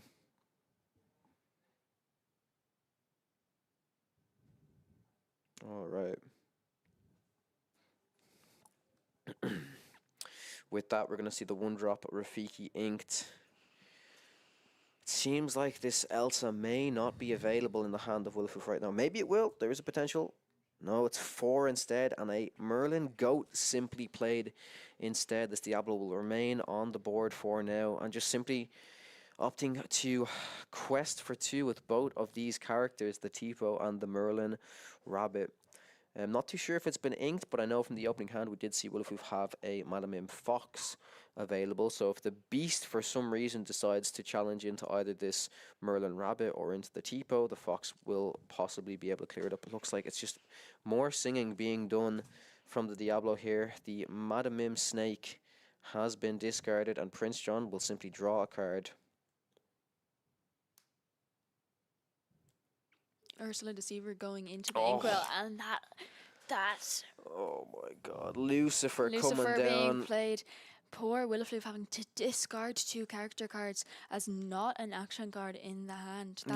That Bell having to be discarded. That Madam Mim being able to play that Madam Mim, bounce the rabbit back or bounce the goat back, getting that extra lore, that extra card draw can be really key in this matchup. Yeah, even with that, it's still going to enable the Diablo to draw cards, but you'd just rather have these cards in your hand than not. And it's something you mentioned very early on in this matchup. Yeah, this Lucifer, out of most matchups, I think it's just particularly strong against Sapphire Amethyst, because the only action cards available are those friends on the other side. So it's more than likely that every time this Lucifer is played, 2 cards are going to be discarded. This is pretty much a You Have Forgotten Me on a body for 1 extra ink. Yeah, and them 2 character cards being discarded did mean that Waru has the Prince John on the board. He was going to draw 2 extra cards for those 2 cards being discarded. Simply going to see another Merlin Goat played out here. I simply don't know if it's enough to contend with this board from Waru right now. Plenty of cards available in the hand. Maybe quite reliant on the discard package. We'll see. This might be a Beast challenging into the Merlin Rabbit. Then I'm going to see if Willifoof actually wants to draw a card in the situation, probably baiting him into drawing a card, because then they could simply discard that card that was drawn. Absolutely, and Waru has such a large hand of cards here to play around with. So many options. We see a lot of action, a lot of song cards here. Yeah, plenty of song cards available. This looks like that Diablo will be singing the Let the Storm Rage On onto this 2-cost Tipo, potentially. But I'm not going to lie, it's looking pretty desperate for Willifoof here. Oh, actually opting to put the Let the Storm Rage On onto the Merlin Goat. And I think, from what I can tell by that play, it's more than likely that there is going to be a 6-drop Tinkerbell coming out here, potentially. I think there's 5 ink available right now. Card still able to be inked. Prince John may be singing another song here. It could be another Storm Rage on another 3 willpower character. Absolutely. Oh, now we're going to see the Beast challenge into the Merlin Rabbit. Is Willifoof going to draw the card? That is the question. I don't think he's going to draw the card. It's a very kind of telegraphed play, in my opinion, at least, because you know you're purposely damaging your Beast, your card draw engine. Yeah, Willifoof just says no, it's fine. I don't want to draw the card. Prince John simply gonna sing Strength of a Raging Fire. Now the single bit of ink spent yet for Waru here, so we could simply see a Robin Hood, another Beast potentially come down. Yeah, Waru just showing all of them options he has in his hands, and he has the characters out on his board to sing them songs. Still no ink spent. We do see him ink a sudden chill with no cards in Willowfoof's hand. Yeah, this could still simply be the 6-drop Tinkerbell, be able to easily clean up this Merlin go, but it's not. It's another song, 3 songs sung by Waru right now. Yeah, Lucifer's going to sing that Let the Storm Rage on the goat, clear the goat. Willowfoof does gain the lore, but unfortunately the goat ends up in the discard. Indeed, yeah, and there's the 5-drop beast. If I'm Willowfoof here, this is looking really, really rough.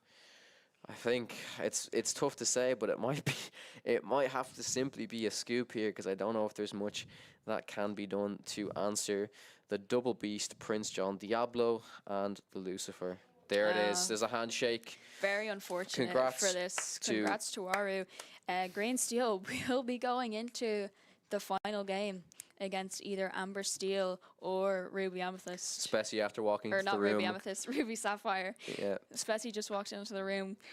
With I the- was kind of rooting for Amethyst Sapphire, but it got to the top 4, and we had over 700 players in this event, bringing a deck that is not well expected, not really one of the top tier decks, getting to make it this far into the top tour, into the top 4, into the semi-finals. This player should be so proud of themselves.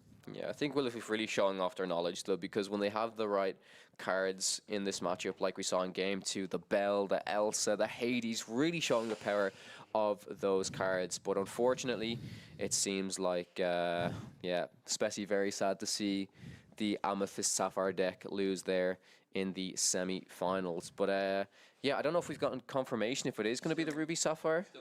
It's still ongoing. The match is still So the other ongoing. semi-final, which is taking place at the minute, still ongoing. It is Ruby Sapphire versus Amber Steel. Yep, Ruby Sapphire versus Amber Steel. Whoever comes out on top is going to be facing Emerald Steel. It's going to be very interesting, because if it is going to be Ruby Sapphire that makes it out on top, it's going to I feel like it's literally going to be the battle of, I mean, we're in France, we're in Europe, but I feel like it's going to be the battle of the winning color combination of NA versus the winning color combination of EU. And maybe we can say this finals will settle the debate. Do you imagine whoever wins this finals, if it is that matchup, will actually be the most popular deck within the Seattle DLC challenge? I will be really intrigued to see, because Amber Steel is definitely one of them decks that has been up there, has been brought to so many decks. If Amber Steel is able to overcome this Ruby Sapphire deck, which I feel Ruby Sapphire going into Amber Steel, a lot of people say it's favored. I could just see that Amber Steel taking over and taking it out, playing a more aggressive version over the Ruby Sapphire. But we could also just see Green Steel versus Ruby Sapphire in the finals. Yeah. So Cowan especially will be casting that match for you guys. I'm really excited to see what happens. It's been an amazing 2 days here at LorcaQuest in Paris, in France.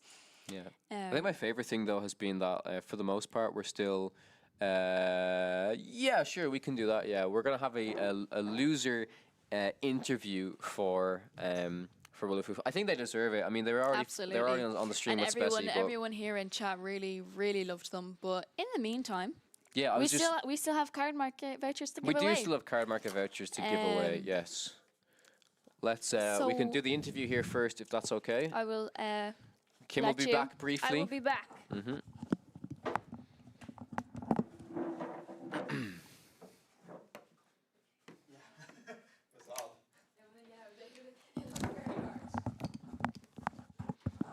Hello, William. Welcome back to the stream. How are those games? It was very, very difficult to watch. I want to let you know that the entire chat was cheering for you the whole time. But the first game was way too hard. I mean, too many discards and triple Prince John and then triple discard. It went out of control way too fast, and I couldn't handle anything. The second game went way better because he did not get anything going, so he did not went out of control. And the third game was a bit of the same, which is I was missing the Elsa to get rid of the Diablo. Diablo and target the Beast to be able to have him not be able to go out of control.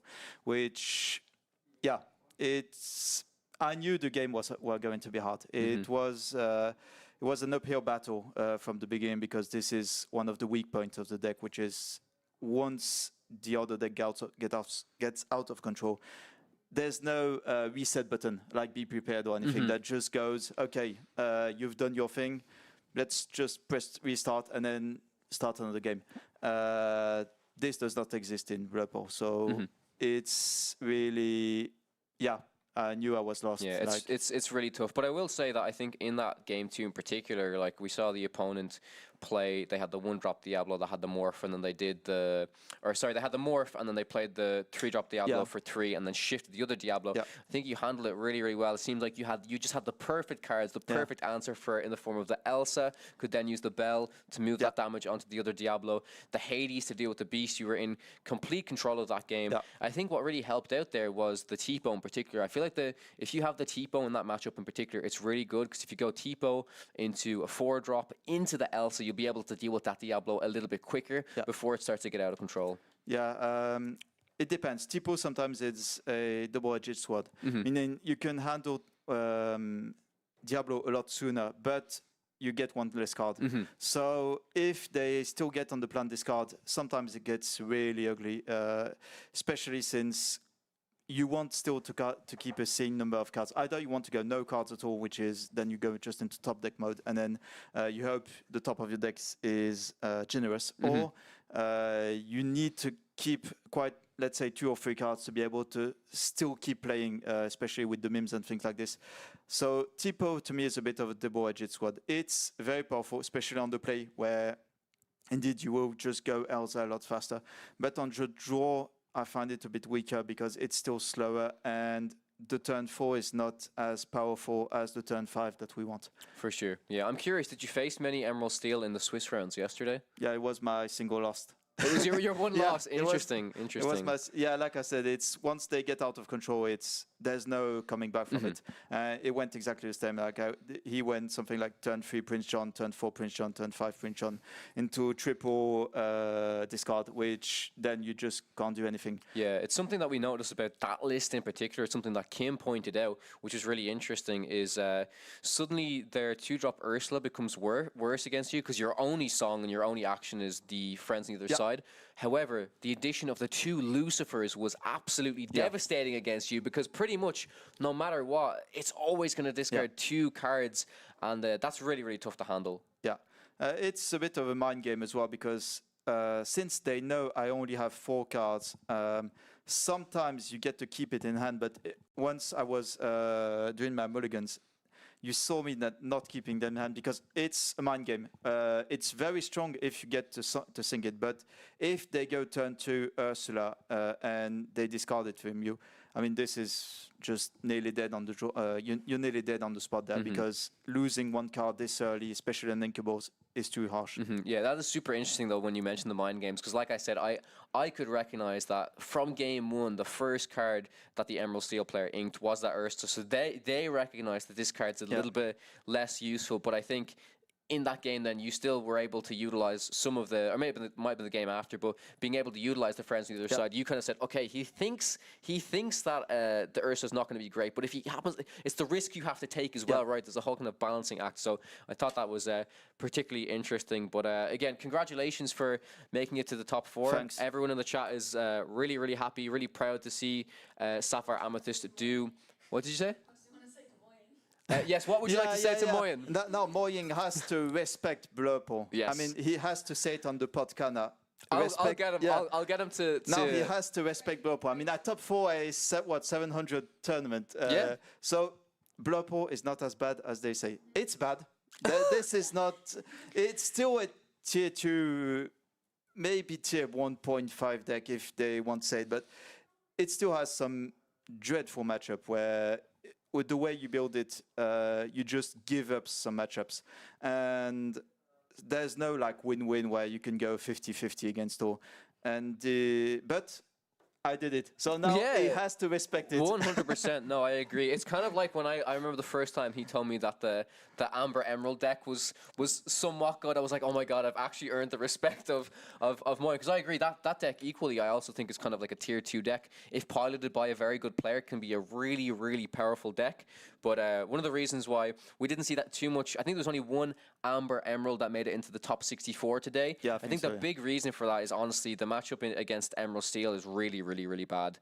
You often end up in this weird situation where, say for example, your opponent has an exerted Diablo on the board. You'll have the Prince John. As soon as you discard cards to make you draw, they'll just draw off their Diablo. So whatever cards you're discarding, they're just going to refuel off the Diablo. And it's an awful mirror match. I absolutely like. It's not even a mirror match in that sense, but it's really, really difficult to play. It's a Diablo mirror in the Prince John Diablo mirror, which indeed can get ugly pretty fast. For sure. Yeah, well, thank you so much, William, no problem. for taking the time to come on for the interview. And we're going to be moving on to the finals very, very quickly. I was just laughing to Kim. It might be, depending on the result of the other semi-finals.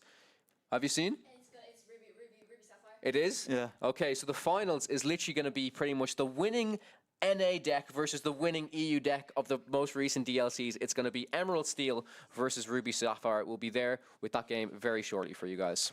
Awesome. Thanks. Bye. With the other player? Yeah, sure. Yeah, we can do an interview, yeah. Thank you so much, William. I really appreciate that. Yeah, make sure you can tag us on the Discord or in the comments anywhere, and we'll be sure I'll make sure he talks about it. Don't worry. Yeah. He has to respect. I will. 100%. Thanks, William. Thank you.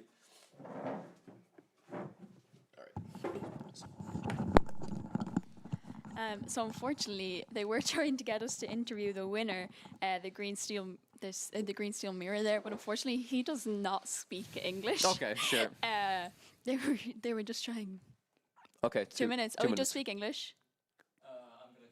I'm going to check. Okay, they're going to check if he speaks English. Check if he speaks English. No problem. Because I would love to actually question him about the Lucifer inclusion. I need to double check. I think he went higher on the Tinkerbells. He opted to cut one of the Hidden Coves.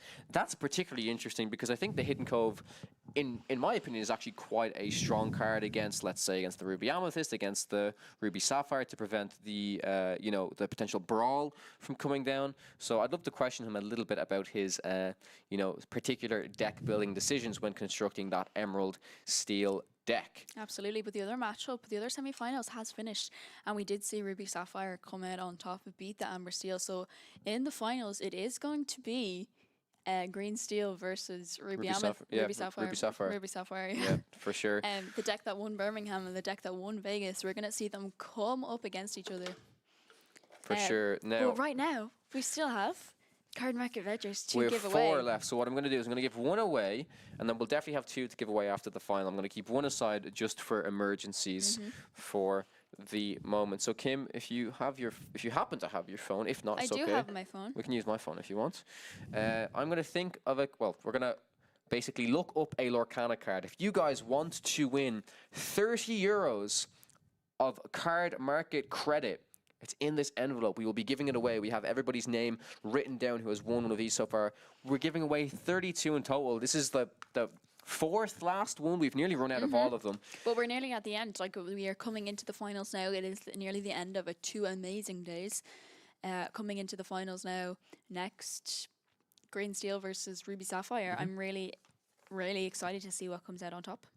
Cool. Okay, yeah. So we're going to pick a card here, an absolutely random card. Okay, Kim has selected a card. So chat, how this game works, if you want to win €30 of card market credit, what I want you guys to do is, I'm looking at a Disney Lorcana card in front of me right now. You have to ask me questions that I can only answer yes or no to. So sort of these types of questions could be, is the card a Ruby card? Is it an inkable card? Is it a 1-cost card? Does it quest for 2? Is it an item card? Is it an action card? Is it a Floodborn? Is it a Storyborn? Is it a common card? Is it an uncommon card? All of this type of stuff. Different tags. Is it a princess? Is it a prince? Is it a king? Okay, so the first one is it inkable? It is inkable. Is it McDuck Manor? It is not McDuck Manor. Is it a common? It is not a common. Is it Amethyst? It is not Amethyst. So it's an inkable card. That's all we know so far. It is not a legendary card. It is not a 2-cost card. Keep them coming, chat. Keep them coming. Is it amber? It's invited to the ball. No, it is not. It's a ruby card. It is a ruby indeed card. a ruby card. Yes, indeed. Is it set 5? It is not set 5. All we have so far is a ruby. It is a ruby inkable card. That's all we have right now. Set 1. It is. It is set 1. Set 1. Be prepared. No, it is not. Be prepared. Not be prepared. Remember, it's an inkable ruby card. Maui Hero to All. It is not. Is it an item card? It is not an item card. Not an item card. Set 1. It is set 1. Is it a character? It is a character indeed. Gaston, Maui Hook, Maui, no. Gaston, set 1, yes. Fan the Flames, no, it's a character card. Maleficent Dragon, no, no, no. Got everyone thinking it's Maui. Stitch, Abomination. Yes. Somebody Who put it is into the it? chat. It is Just Just Leanne. Leanne. Congratulations to you, Just Leanne. You have just won yourself a €30 card market voucher. Spend it wisely. Absolutely. And then next up, we're going to have an interview from the winner of the previous tournament, Green Steel, who will be advancing into the finals. I'm going to leave you guys in the capable hands of Kawa, who's going to interview this Green Steel player, who will be moving Sure thing. forward into the finals. Yep. No worries at all.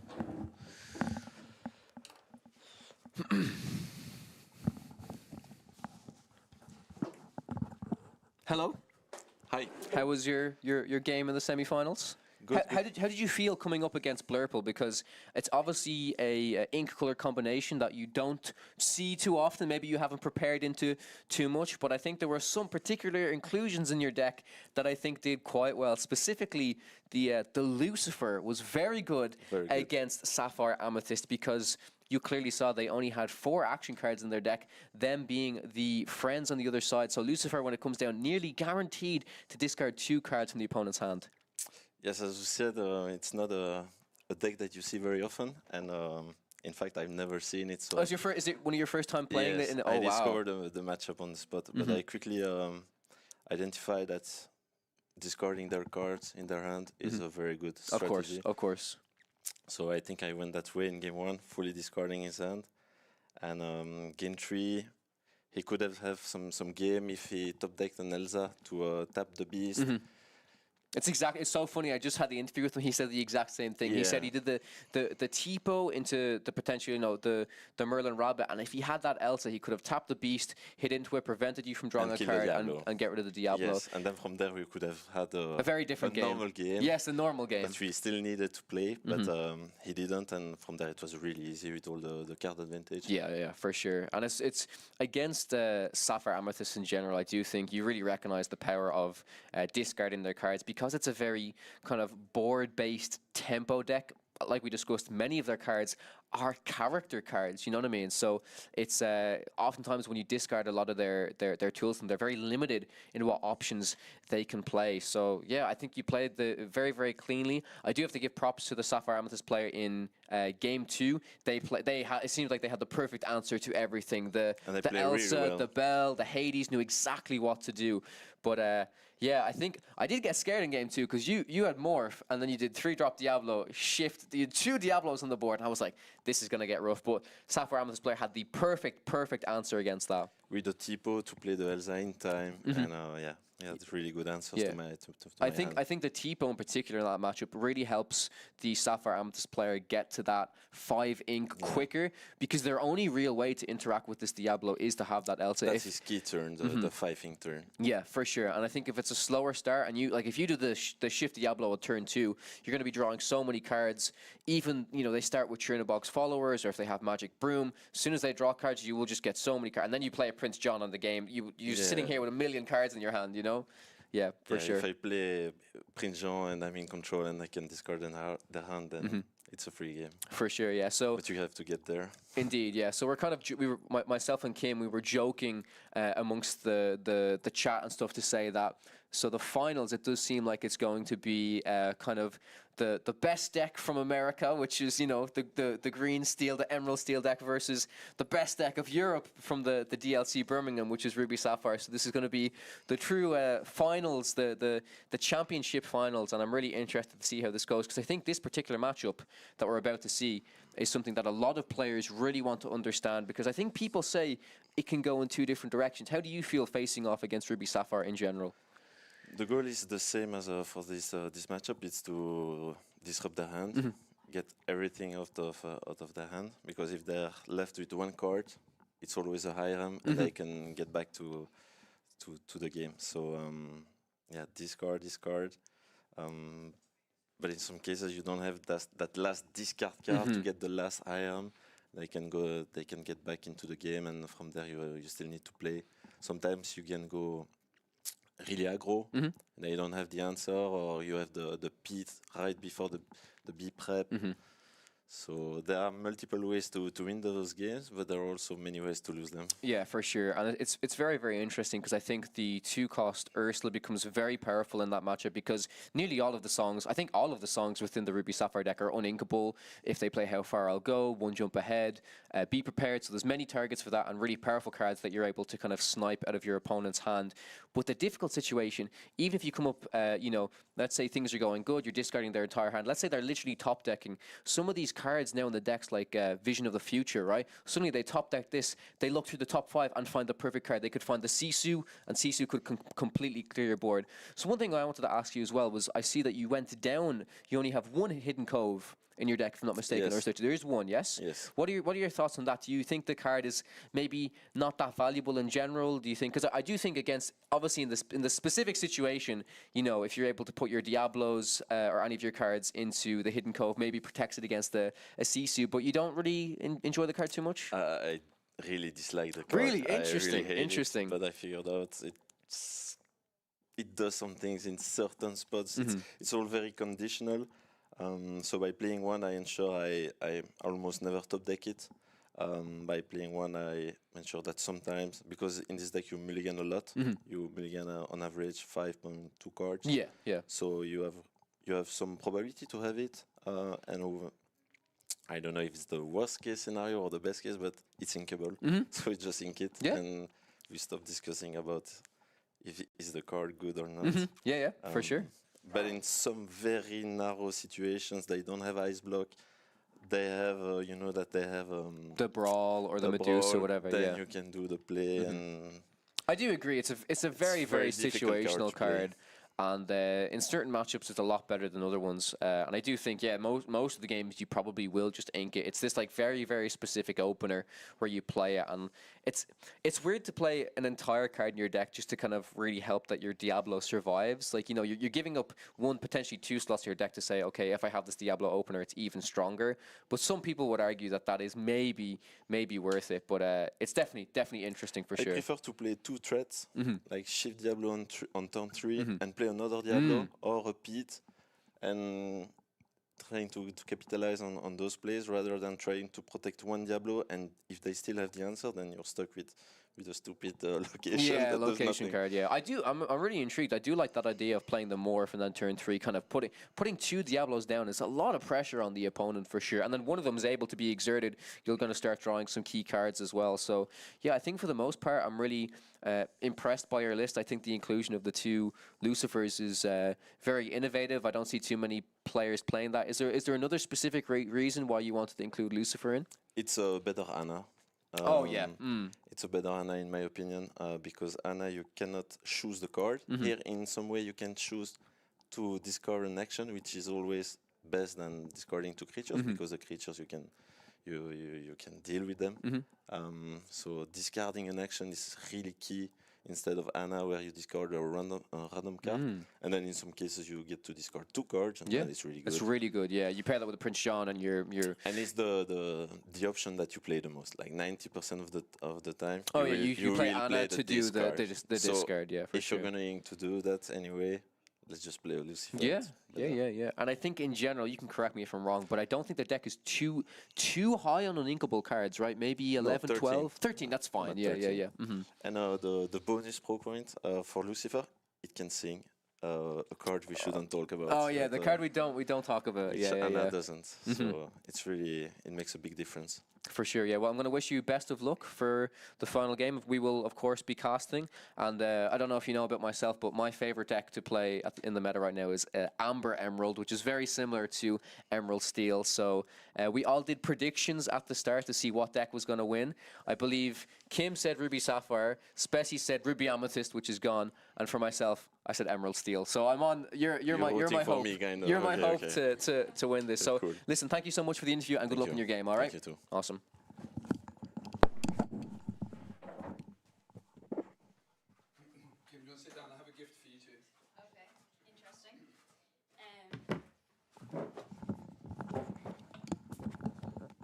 And I have been informed that the finals will be taking place in around 20 minutes. They are just trying to get set up because they do want to broadcast it live on the stage for everyone here to see. Awesome, So, yeah. it will be starting in about 20 minutes, and now we do know. I have a gift for you too. For both of us, okay. So Spessy, It's not for me. Let me show chat first. okay. Okay.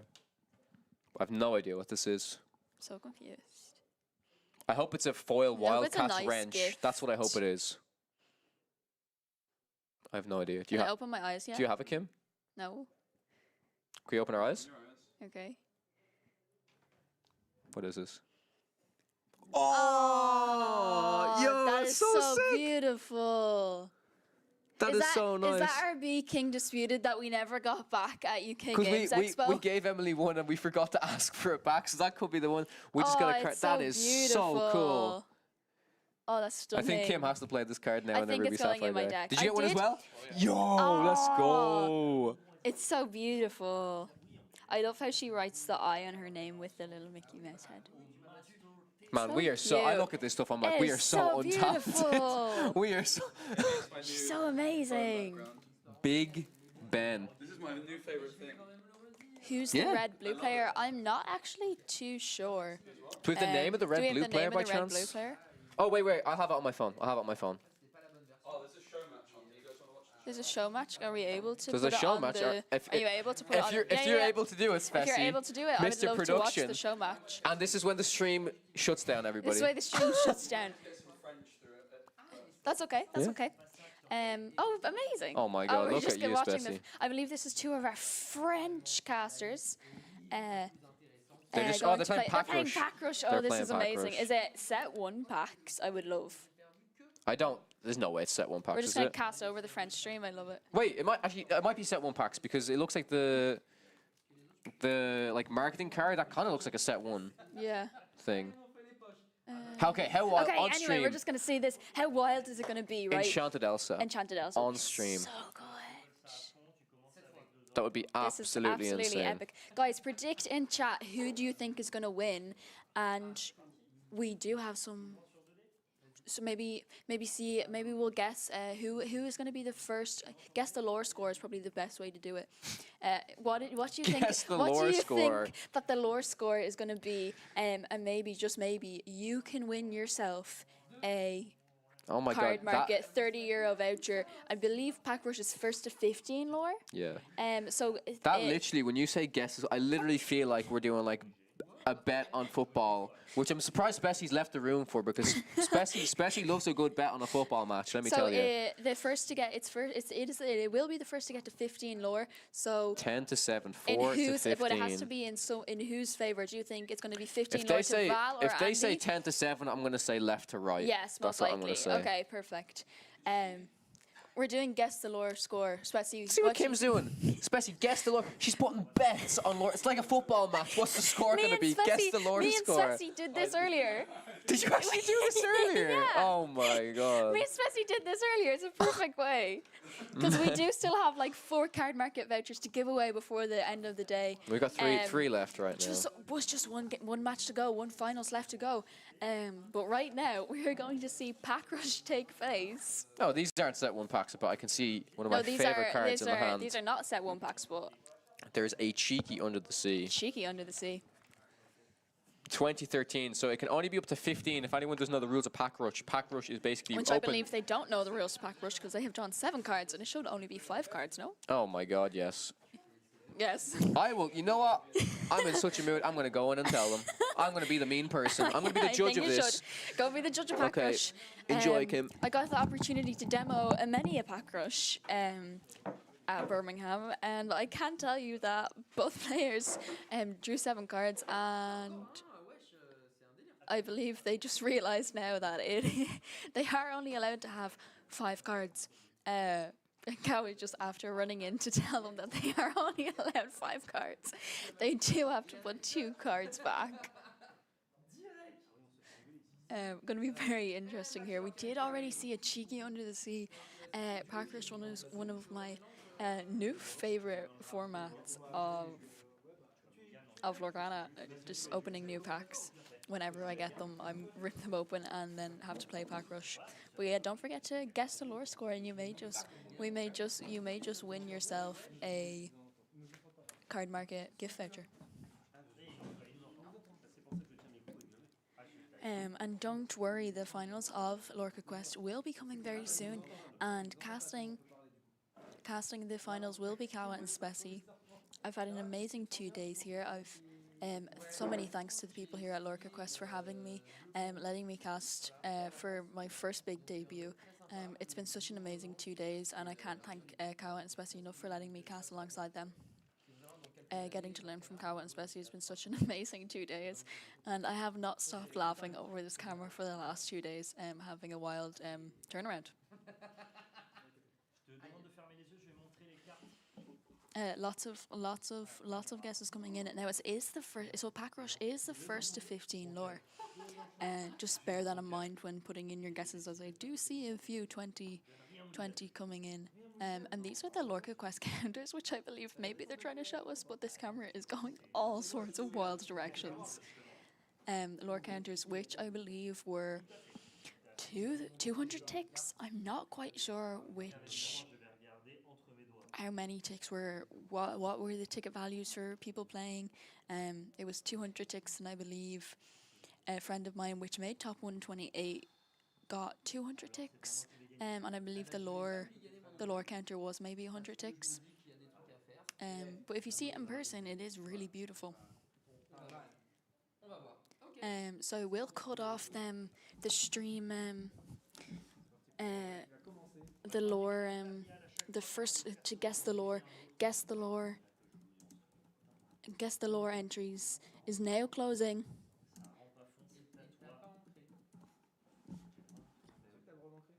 Now closing, so that people need to get their lore in now quickly before the game starts. In 5, 4, 3, 2, 1. Closed. So anyone putting in their cards now, or anyone putting in their guesses now before the players play their cards, I'm sorry, it is not valid. And we do see a steel beast coming down.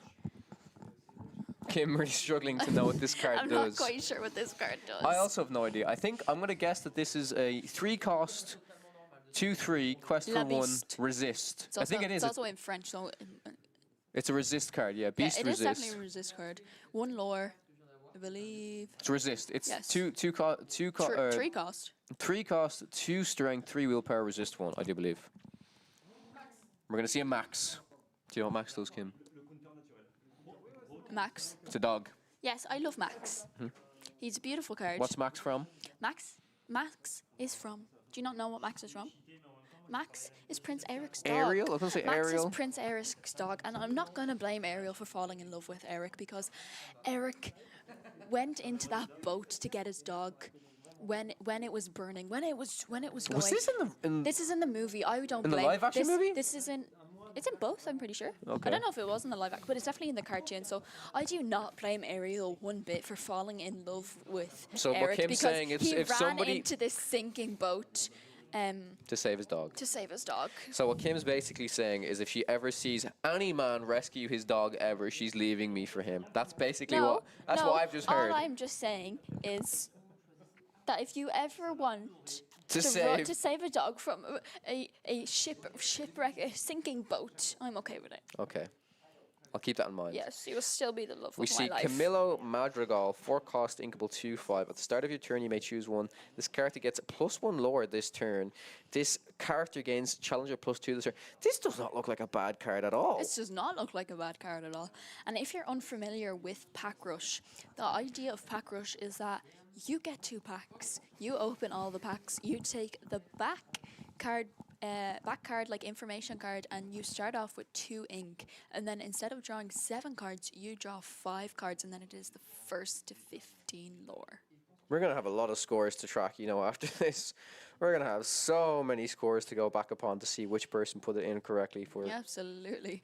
Li Shang being put into the inkwell, and Steel Mulan.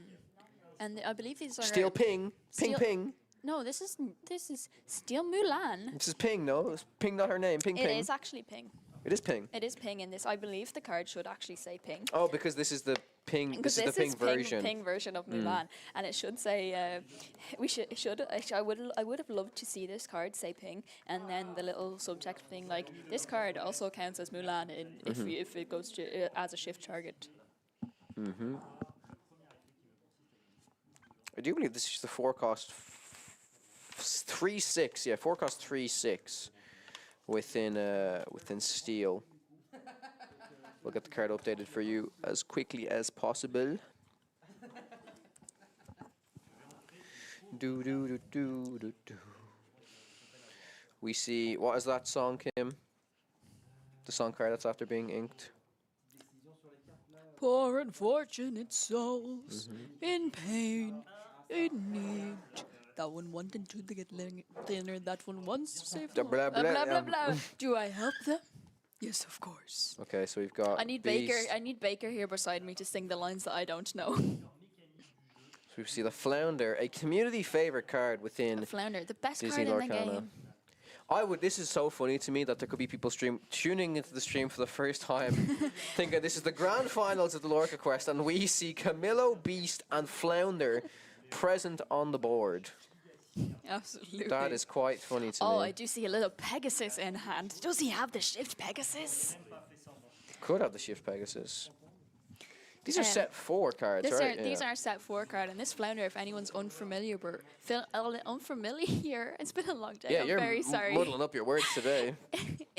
If anyone is unfamiliar with this Flounder, it is a 3-cost 2/2, quest for 2, has support, but also if you have a character named Ariel in play, you pay 1 less to play this character. Interesting. Whoa, and we do see the Max being played here. No, the Max was already sorry, played. sorry. Oh my god. We see the Pegasus being played, and also a Pete. Pegasus, he is evasive. I would love to see if he managed to get a shift the big Pegasus and shift it on and make everything else evasive. That would be pretty impressive right now. I'm actually not too sure if it's 0 lore to 0. Actually, no, it is 0 lore to 0 lore. Nothing's quested right now. Yeah.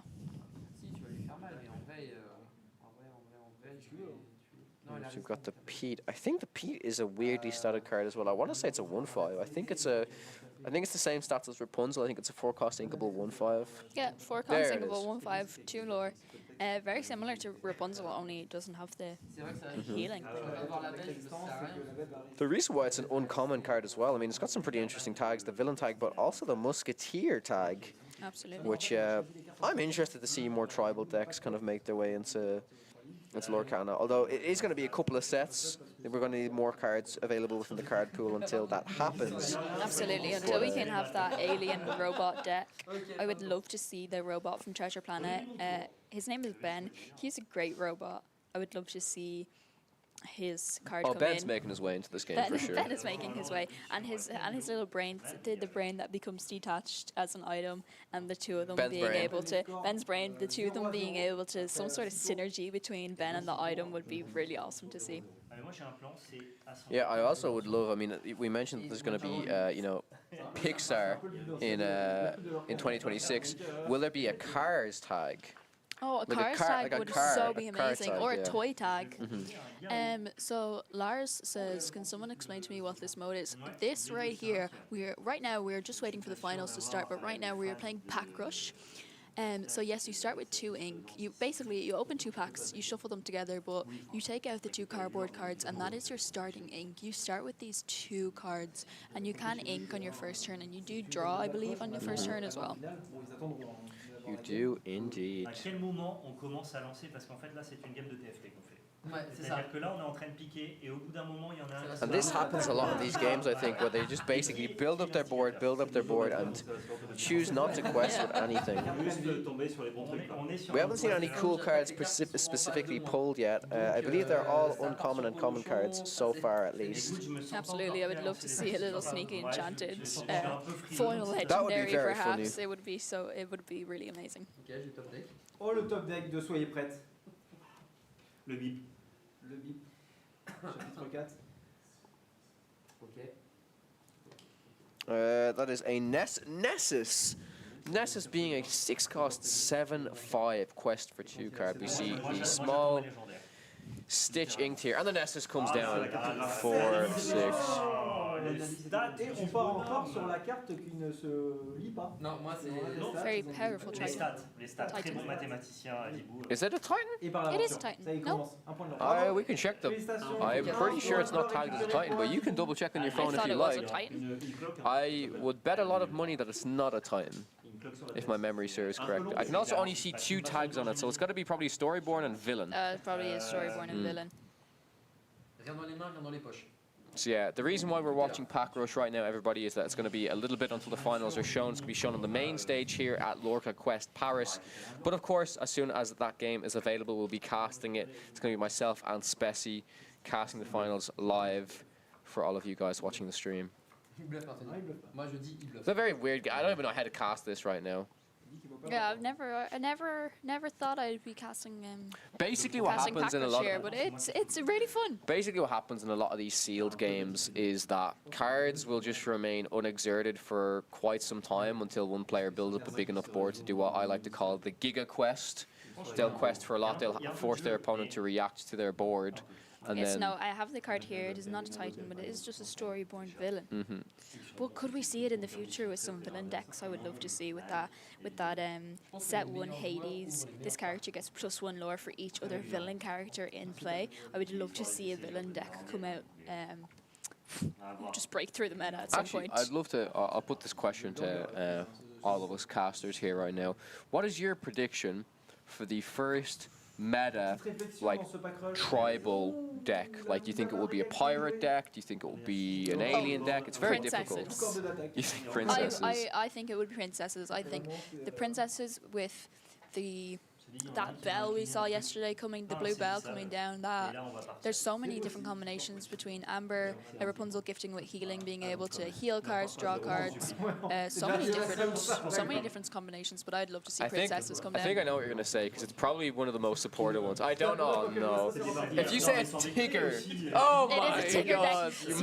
deck. You have it here first, guys. Tigger deck tribal with just the deck. Tiggers. A Tigger deck is going to break the meta. Spessy's called it Spessy's right called now. it right now, predicting the future. I was going to be very boring and say there's already kind of some tribal support for a certain tag in the game, and that's Heroes. And Floodborn. No, not Heroes. Floodborn, it was like, oh my god, yeah, I guess we've basically answered our own question. We've already had a type of deck exist like this in the meta before, in the form of Green Steel Bookie, where all that deck cared about was playing as many Floodborns as possible with the Bookie. But I don't know if that can be considered more of a tribal deck, that whereas are we considering like Storyborn, Heroborn, I will still kind of consider it. Would you consider I it? don't want to consider it. I don't Okay, want to but remember if you that. had to pick something else other Heroes. than that, would you do I think we'll go no, Heroes. but like a type like villains or heroes? I'd say Heroes. Princesses. I just want princesses. I'd say Heroes, and then I'd say after Heroes would be Pirates, just because there's so many Pirate cards being printed right Pirates would be so awesome, especially because the next set, all themed around the sea, all themed about. We've already seen some great cards being revealed. Pirate deck really possible next set. Yeah, we've also seen some like cards just printed throughout the sets that give support to some of these tags where it doesn't have to be completely built around the deck. For example, we saw Pride lands where if there was a king character or a prince character, it would. I think it would reduce the cost of certain cards. I can't even remember. This shows you how long Pride lands has been out of the Amber Steel meta as well. I cannot even remember exactly what that card does. It is what I do remember is it's a 2-cost uninkable 7 willpower card that gains 1 lore every turn, and it costs. I think it costs 2 to move. Maybe it costs 1 to move Pride there. lands? Yeah. I think it costs I think it costs 2 to move there. But then maybe if there's a king there, it costs 1 to move something. I think I believe so. If there's a king, or People in the queen, chat, please if help there's me a out. king, here it is. Yeah, so it's 2-cost uninkable 7 willpower. Costs 2 to move the card here. Characters get +2 willpower while here. And if you have a prince or king character, you pay 1 less to. Oh, even better, you play 1 less to play characters. So that to makes play sense. characters, not even to move Yeah, them because it there, was kind of yeah. like I remember now. It was kind of like the Pride Lands plus Lantern combo, you know. So Absolutely. Both players here having built up very strong I'm not even decks. concentrating on this game right now. I can't lie. I have no idea what's going on. Both players here having built up very strong decks. Decks, very strong boards. Very strong boards. I believe in Packrush, if you deck out, your discarded is reshuffled back into your deck. It is, yeah. I believe Val just took out the other Pegasus with his Pegasus, both Pegasuses. But would you call them Pegasi? Pegasi. Both Pegasuses. Pegasuses or Pegasi? Pegasuses. Pegasus. Anyway, both Pegasus, gift for Herculeses, now are in the discard. This game's gonna end when someone can't draw. But like we said, people, you can just shuffle your discard back into your. Oh, he just have Actually, it what under the happened? sea Oh, there's under the in his sea. hand. Oh my god. I believe there is enough characters here that he could sing together, send Nearly everything back. send nearly everything. I think it's just to going to be the bottom of Louisa his deck. Madrigals. Oh, it's the only card. Wait, Louisa Madrigal's 2. I think it will literally send It's literally everything. sending everything back to the bottom of Val's deck. Montrez la cam au pire. We already know what it is, yeah. Yeah. Sing together. Who does he sing together with? I don't think it even matters here. Si tu contres pas cette carte-là, avec ton esprit, j'ai gagné. Oh, he's going to reveal it, is he? Je pense que même peu importe comment je la joue, j'ai gagné. On parlait du running It'd be game. funny if they let Val reveal it to see what the card is. Yeah, Je sais ce qu'il a. because he knows it's gonna be the end. T'as combien d'encre? J'ai Well- 6. Il y a besoin des sons. What card is it? Non. Oh, we know what card is it. Ok. Yeah, but I think Val's trying to figure out what it is. Sous l'océan. Bah ouais. Alors, combien de cartes il y a? Deux. Absolutely everything What a goes great to the card bottom to of get the for deck. Packrush, though. 5, on est. Ok, c'est bon. Je pense qu'on est là. Écoute, Everything, Yeah, right? everything. c'est une I dinguerie, believe hein. so. Swoop.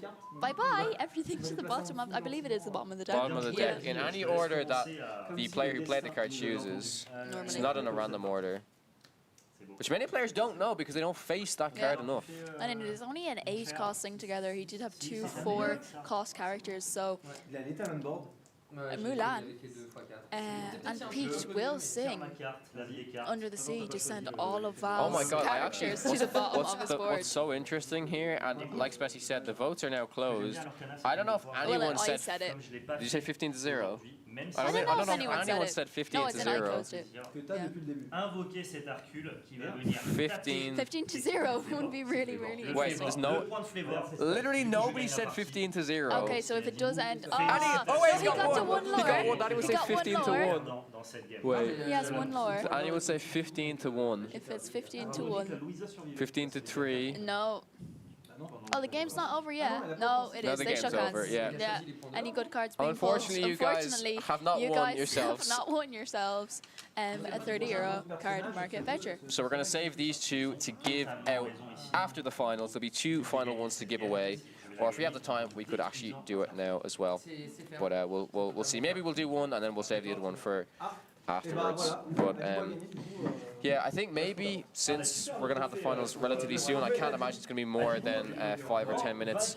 Maybe we can see if we can cut to a very quick break. We can maybe get a little snack or get a coffee or something, get refueled, Yeah. and we'll get ready to jump into the finals. Anyone needing to run to the loo can probably do so now. This No, this is the this though, trophy. by the way, guys, is the trophy. The winner, which will either be Ruby Amethyst or Ruby Sapphire or Emerald Steel. Emerald Steel. Yes. One of these color decks will take home this trophy. Very impressive trophy, I have to say. And very good luck to whoever wins this tournament today, trying to take home 5 cases and a trophy. 5 cases and that absolutely massive trophy. But yeah, if we can cut we're going to cut to a break really quickly here, just so that we can get a little bit of a quick break, a coffee, a snack, something like that. We'll be coming to you with the finals of Lorca Quest Paris very soon. On est parti pour la finale. We'll be back in a bit.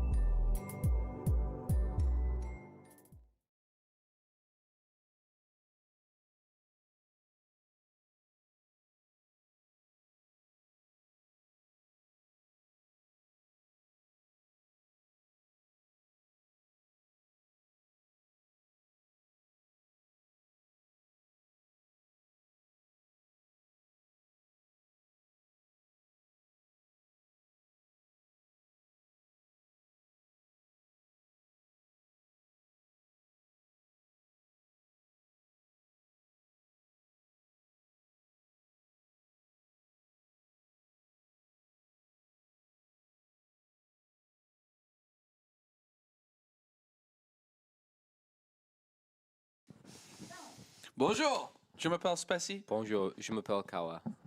Comment tu t'appelles? What's your name? Je m'appelle Kawa. Je m'appelle Spessy. Oui. Oui. Mais je voudrais. Quoi? Je voudrais. I like. No, j'adore No, is I j'adore love. is I love. Je voudrais. J'adore Coffee. I would like a coffee. Lorcana.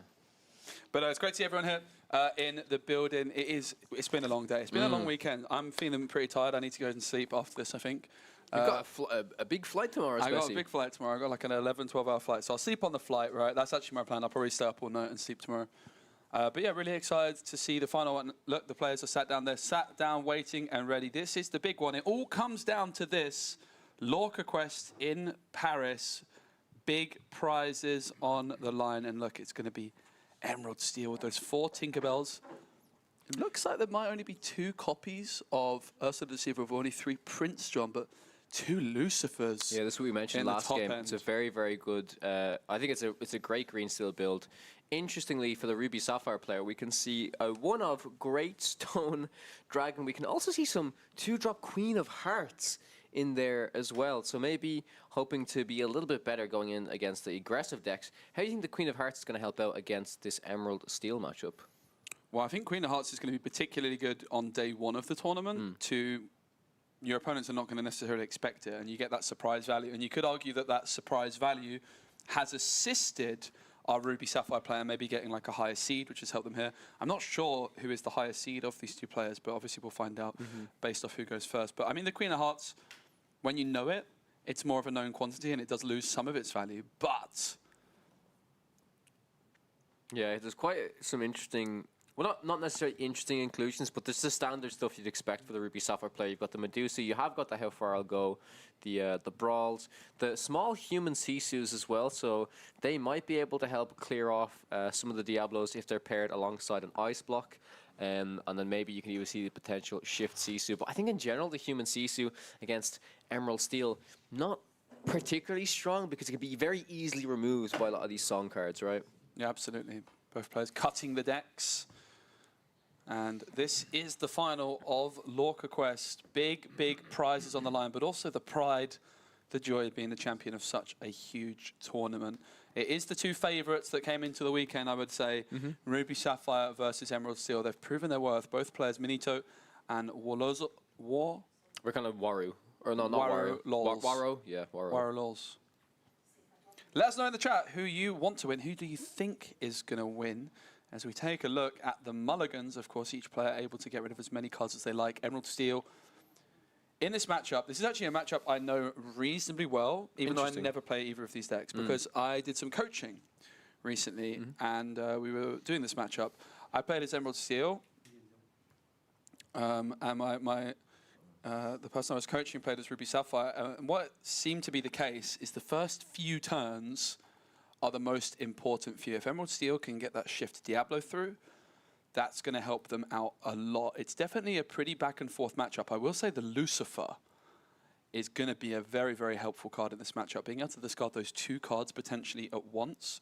The key thing for Emerald Steel is try and get some card draw through, stick some early threats, like even just a Morph into Beast is going to be really good. So Manito, I'm going to be looking to see if they are, you know, respecting something like a Morph. Like Morph doesn't seem like that much of a threat, but in this matchup it might be worth a brawl. But it is going to be Emerald Steel going first, and it's that turn 1 Diablo. But look at that. There's a Block de Glace and a human Sisu. Not 1, but 2 human Sisus. And that is exactly what you want to be seeing if you're Ruby Sapphire. Having said that, Kawa, a hidden Cove plus Diablo moving into the Cove, you would need 2 Ice Blocks and a human Sisu to remove the Diablo. I did just speak to Waro though earlier, and if I'm after looking at his deck, he's on 1 hidden Cove. Wow. He said he's not a fan of the card, which I know you're a very big fan of the card, even opting to sometimes play over 2 in most of the decks that usually include it. Yeah, hidden Cove's a weird one because I actually tend to not play it myself, but I feel like if I was going to play it, I would want to go quite heavy on it. I do kind of like it's a weird card. It's a weird card, yeah. Like when you sometimes it's just so good, and and sometimes then it's so dead. it's really, really pants. I Yeah. kind of like the idea of just having 1 because if you have it, you're always keeping it. Probably, but it's the Shift Diablo. Imagine if they've got the 1-off Cove, it's going to be Strength of a Raging Fire discarded. This is what you're looking to do as Emerald Steel, getting that Diablo down as soon as possible. It's going to be a quest and 2 ink to spare, looking maybe to play a morph at this stage, something which quest, but no card at all, although Diablo will draw for Warrow as well. Here's the ice block. And I think Warrow Lols is going to know what's coming. It's just a single ice block. Block the glass. Block the glass. And it's back on over to Emerald Steel. A fast-paced final. This is an untimed best of 3. We've got this on the main stage in the hall as well. Lots of people watching this over in the main hall, which is really amazing to see. It's Sudden Chill into the Inkwell. And for 3, it's the big man. It's the boy. It's Prince John. And Diablo is going to sing Sudden Chill, forcing Manito to discard a card. And thanks to Prince John, Warrow is then going to draw a card. Indeed. Does very much seem like Monato's play coming into turn 3 here is going to be utilizing this block the glass alongside the human Sisu. And here it is. We saw it coming an absolute mile off, and this is the power of a hidden cove potentially, because it would have been able to play around this. But I love Manito's deck building with the Ice Block Human Sisu, very good against those aggro decks, but also here, look, that is absolutely tremendous. The other great thing, Kawa, about having this little Sisu down on the board, suddenly, instead of having to get to 8 ink or 7 ink to play Be Prepared or Legendary Sisu, you can shift in for 6. So if Manito can get to 6 ink and find a Sisu, they could potentially shift in to clear the board. That could be something that would be really exciting. Yeah, I think that what would be really powerful here is if Warrow thinks that they can, you know, maybe play down the 3-drop Ursula, and then suddenly Minato comes with the second human Sisu, pairing it with the Ice Block. And then the potential is, even if one is removed, there's going to be another one present for that potential shift Sisu, which is going to be very key in taking out this warded Prince John. Yeah, and Warrow with that Lucifer, if you're playing an Amber deck, it's at this kind of moment in time you'd be able to go for a You Have Forgotten Me. Of course, not an option when playing Emerald and Steel, but that Lucifer is an option. I love the decision to remove the Sisu. It's going to be a second Prince John. They only play 3, but why does it matter if you can draw 2, setting up for an absolutely mammoth turn 5 Lucifer, if at all possible. And for Manito, they're going to be really looking for a non-character card off the top, and they found it. They found a second Ice Block. They found the Fishbone Quill. And if Lucifer comes through, they're only going to have to discard 1 instead of 2. As a result, that's a big moment potentially. That being said, even if the Lucifer does come down for the time being, that 1 card being discarded is still going to be 2 draws for Warrow. It's going to be interesting to see if Warrow actually wants to then potentially quest with these Prince Johns, maybe possibly fearing a Maui, but I wouldn't be completely against the double quest of the Prince Johns here after a potential Lucifer comes down. 2 Prince Johns down on the board. It's Minato, my apologies. It is not going to be a Lucifer, but rather a Robin Hood. Okay, you don't see the Robin Hood every day in these Emerald Steel decks, that's for sure. The reason is very interesting. There's no 1-drop Robin Hood in this deck, but it's just a pair alongside with the Morph. You can either go for the Shift Beast line or the Shift Robin line for sure. Are they playing Tinkerbell? Yes, 4 Tinkerbell. Yep. It's going to be Tala getting inked. Manito has drawn into that Be Prepared, and Warrow shortly, not too long ago. Oh, there it is, the double Block the Glass Sisu combo, dealing with Robin Hood in a single swoop, and Warrow's like, yeah, okay, that hurt. All right, but I've still got 2 Prince Johns down on the board. I'm not too worried, but that Flaversham for Minato, very, very difficult for Warrow to deal with. Doesn't have brawls, of course, in Emerald Steel. Like, how do you deal with a Flaversham? You could maybe bounce it with a Cloud Kicker. It's going to be Hypnotize, 1 jump ahead discarded. You draw for Hypnotize and draw for each Prince John. That is 4 cards you've just netted. You've played a card, drawn 3, and discarded 1. So I guess 3 cards net. It's just insane. Absolutely incredible here. So on Minato's side, still probably looking for that potential to do the Shift Sisu. Has 5 ink in the Inkwell at the moment. Does have the potential to use the Hiram to banish one of these items, look for some more card draw. But back on Warrow's side, we see the Morph has been inked and the Diablo comes down. A little bit tough because this could again potentially be playing into the Sisu. Warrow's not really sure if Minato has it in the hand or not.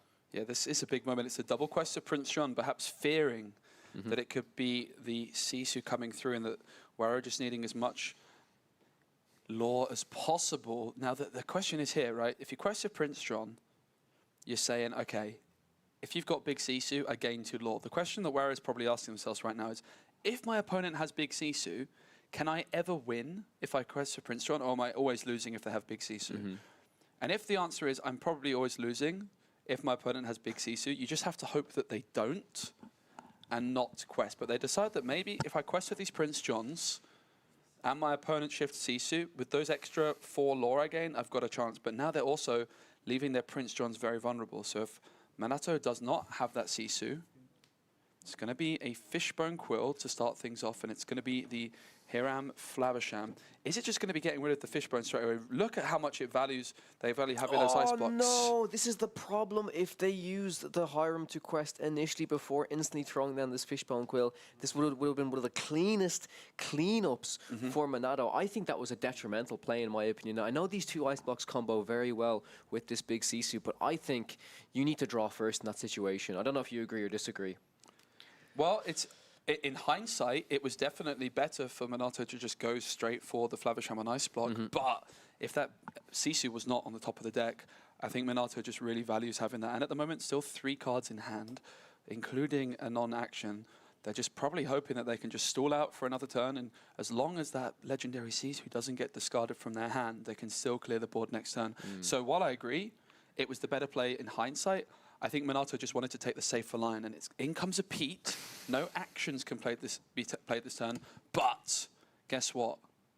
You can still shift Sisu. You can still shift Sisu, and there's still those 2 ice blocks down. So this is about to be big. Double Sisu in hand right now. I think my only fear against not doing the initial Sisu was there was the potential to remove the small Sisu, and there could have even been an Ursula Deceiver to take the Be Prepared out of the hand. But luckily, Minato has stabilized right now, being able to fully clear Waru's board right there. Yeah, absolutely incredible. Only needing 1 ice block for that Pete. Flavisham now going to quest and probably take the ice block. Block de glace. The block de glace. I mean, so just to explain a bit about what Minato was wanting to do, they wanted to keep those ice blocks on the board.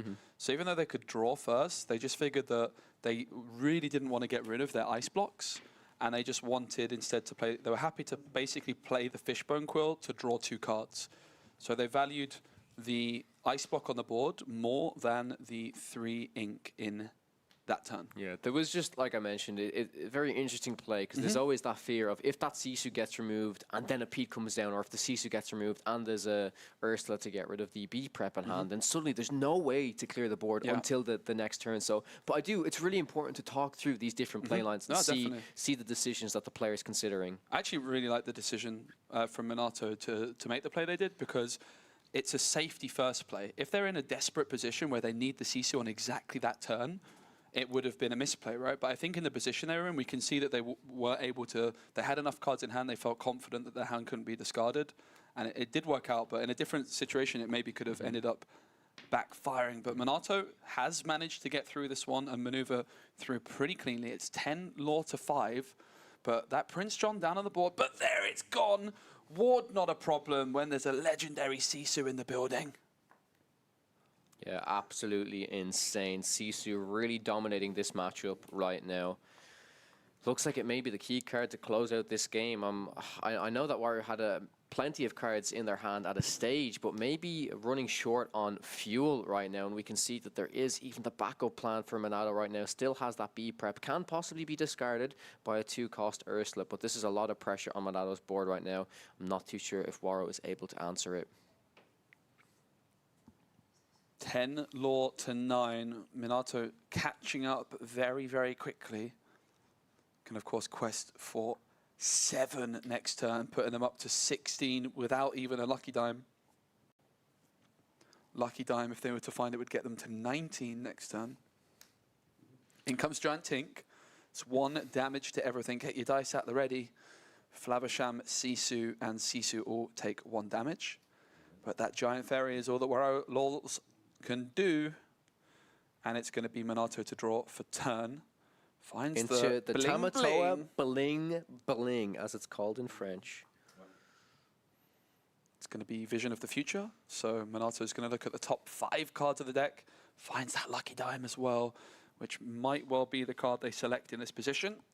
I don't know if they've got quite enough ink to play it this turn. I doubt they have enough to play it and use it, but It was the card chosen, though. Yeah, correct. It's just going to be enough to solidify the game, I would imagine. This Tinkerbell not doing quite enough in this case. The legendary Sisu going through. And this is what I talked about at the start. The games are really won and lost in the first few turns. And there is the dime.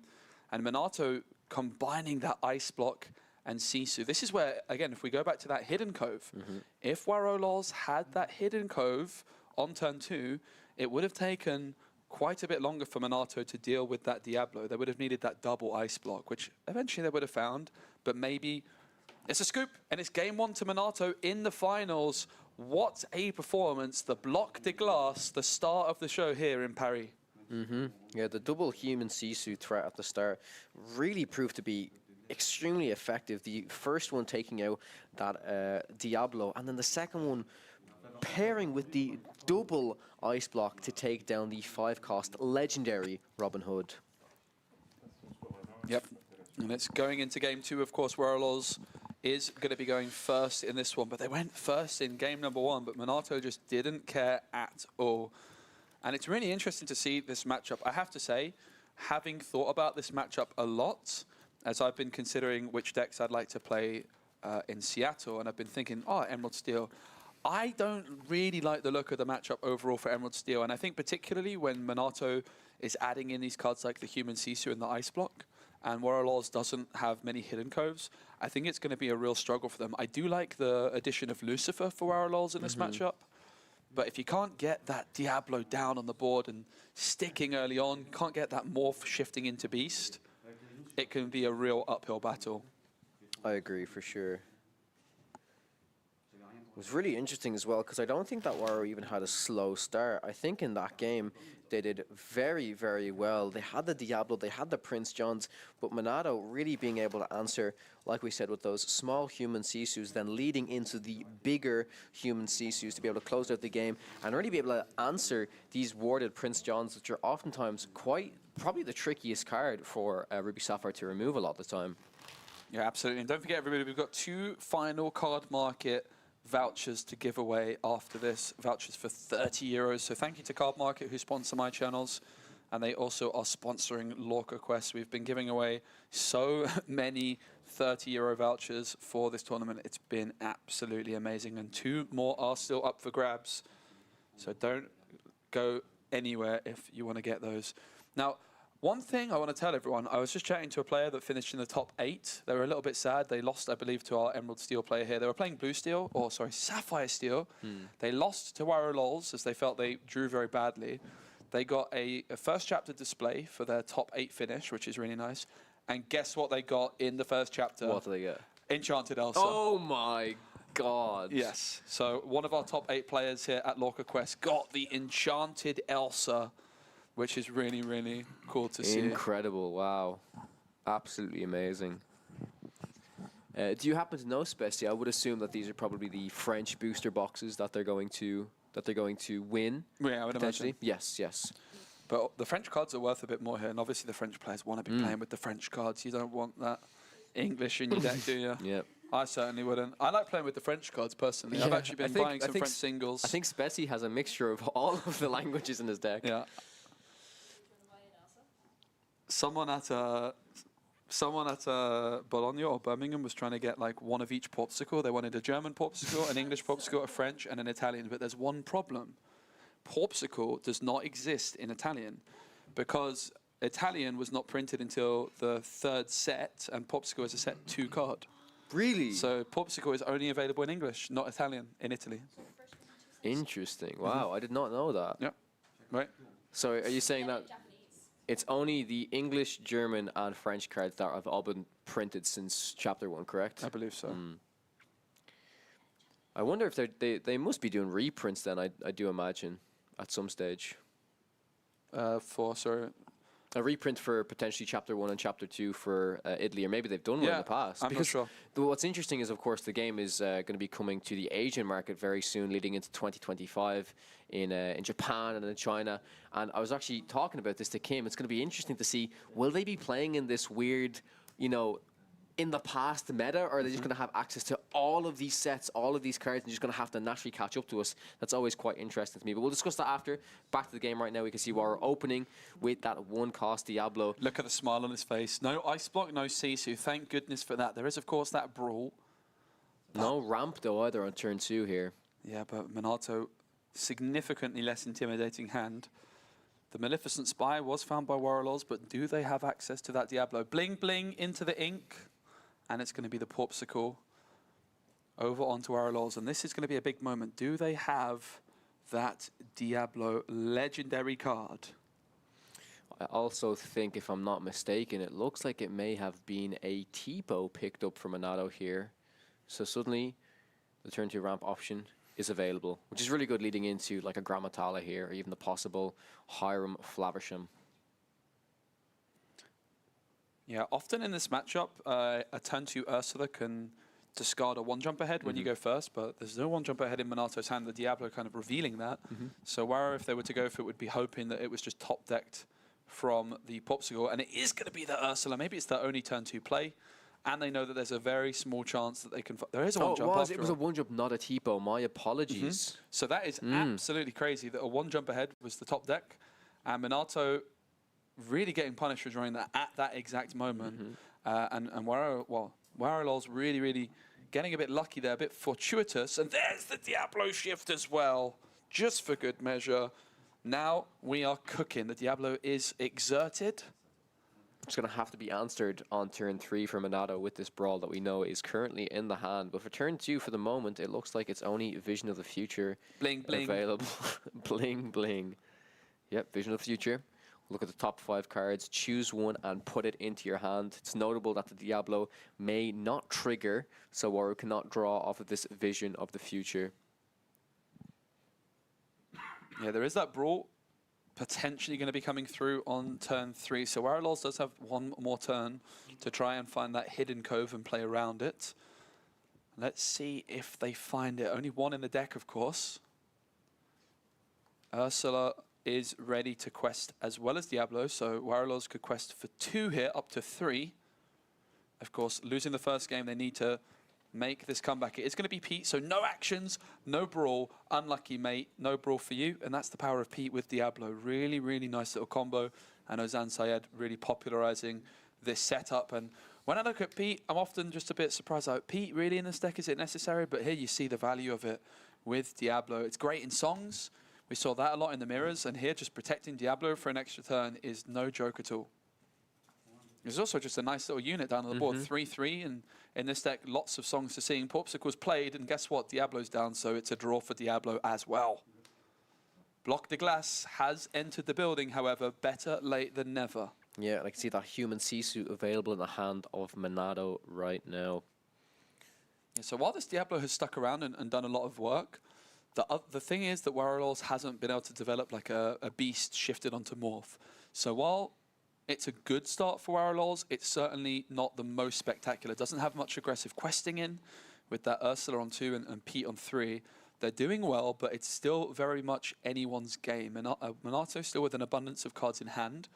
And maybe that's the next strategy for Warlords, to start trying to get some discard value through and whittle down the hand.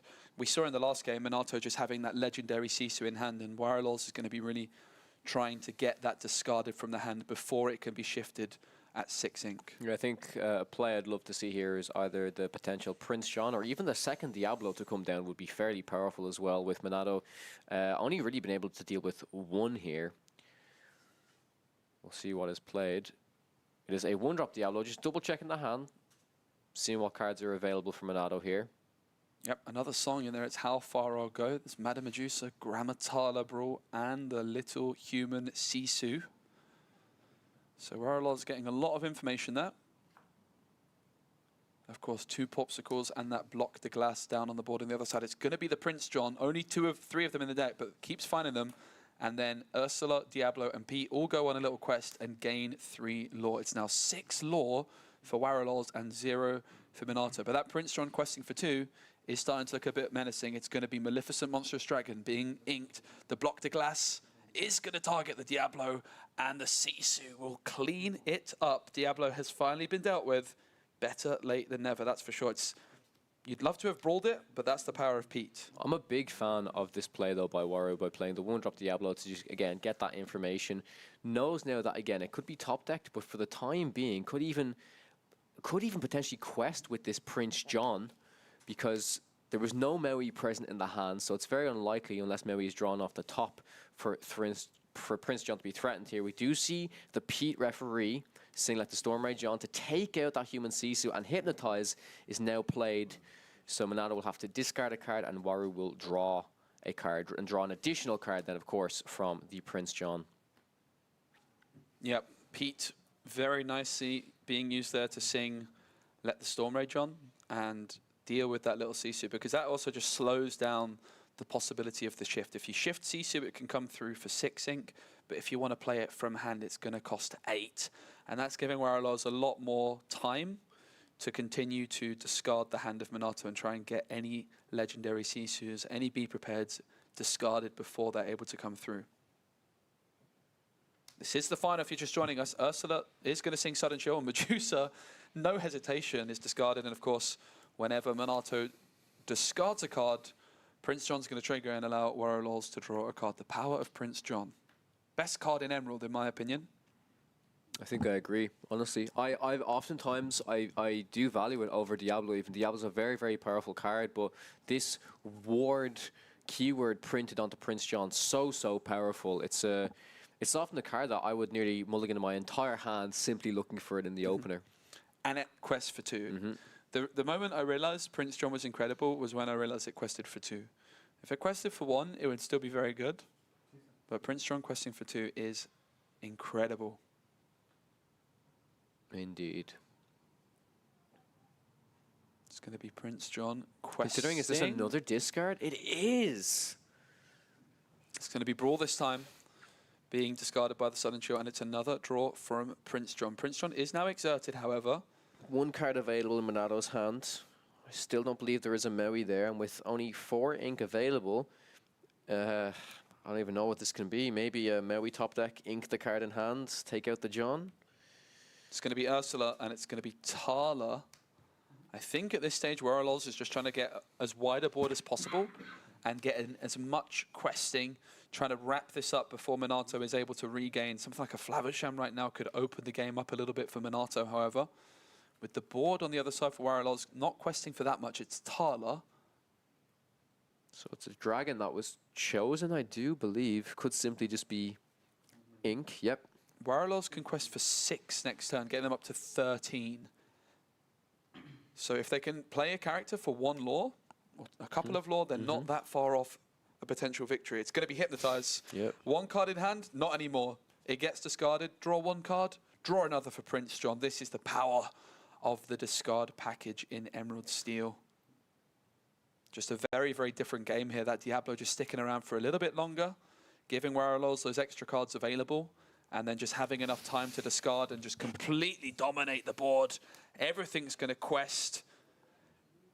It's going to bring them up to a total of 12, I'm not mistaken, because yes, that Pete was used to sing Strength for Raging Fire. This looks like it simply might be the game. It's going to be Vision. Can not do that because a Pete was played this turn, I do believe, if I'm not mistaken. Yep, I think you might be right. Yeah, I will quickly run in there. The judge will probably see it, but...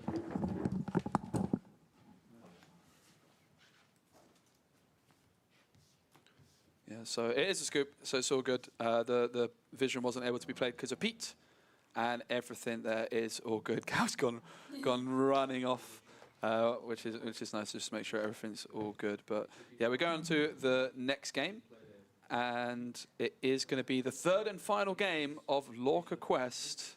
That was played. So it's an action card, so I don't think... Yeah, do you think I'm right?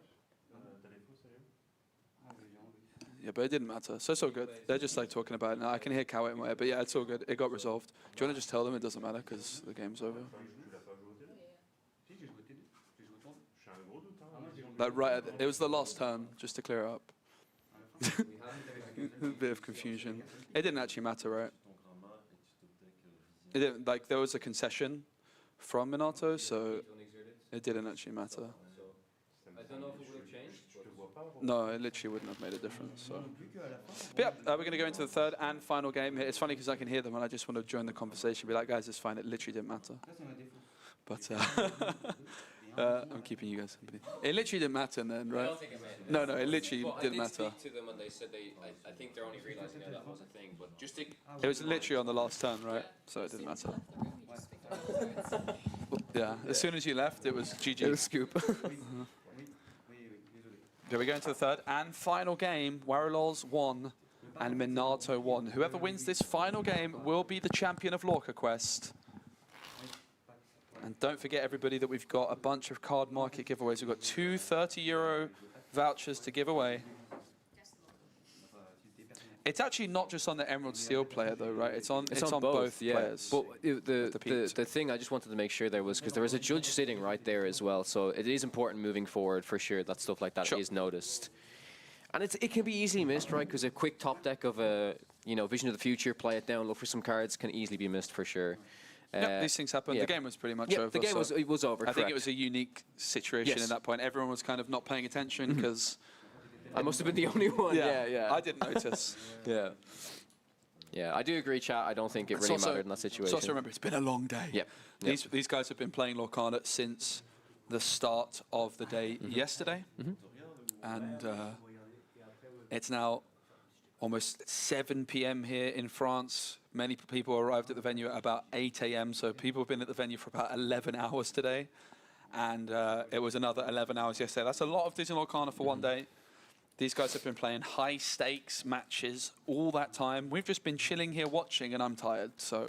I'm very tired. But yes, chat is one apiece. This is the final game of Lorca Quest Paris. We started off with 707 players in total yesterday, Specie, and we're left with 2. 2 players left. It's Ruby Sapphire, Emerald Steel. But for the first time in this final... Oh, there's Prince John. For the first time in this final, it's going to be Ruby Sapphire going first. And that does definitely change things. I think Minato's going to be able to afford to have a little bit of a slower start when going second. For example, a play like Brawl on turn 3 is not something you would expect to see on a morph. But it's something that Minato's got the luxury of doing. Added to that, Fishbone Quill on turn 3 might be a mistake for Minato. It's not something they're going to be that interested in doing. As good as that is for ramping up, it's also removing a card from your hand and giving the possibility for Warriors to discard their entire hand. So Minato's just going to be looking to get an Ice Block down, a Porpsicle down on 1, get to 4 ink and play a Flaversham to just start continuing to refill that hand and making it difficult for Warriors to discard their hand. For Warriors, it's going to be really, really important to try and discard Minato's hand as quickly as they can. Some very nice shuffling on display. I can't do that. I cannot do that either, no. So here we go with another little refresh. It sounds, I can hear it in my ears and it sounds so nice. If I tried to attempt that, I would flick it and all my cards would just go everywhere, honestly. I think one of our players is going for a toilet break, perhaps. You can see also in the background there, we've got the Ursula's Quest. Ursula's Return. Ursula's, what's it called? The Illumineer's Quest. Illumineer's Quest. Ursula's Return. Is it called like something else? I don't know. What?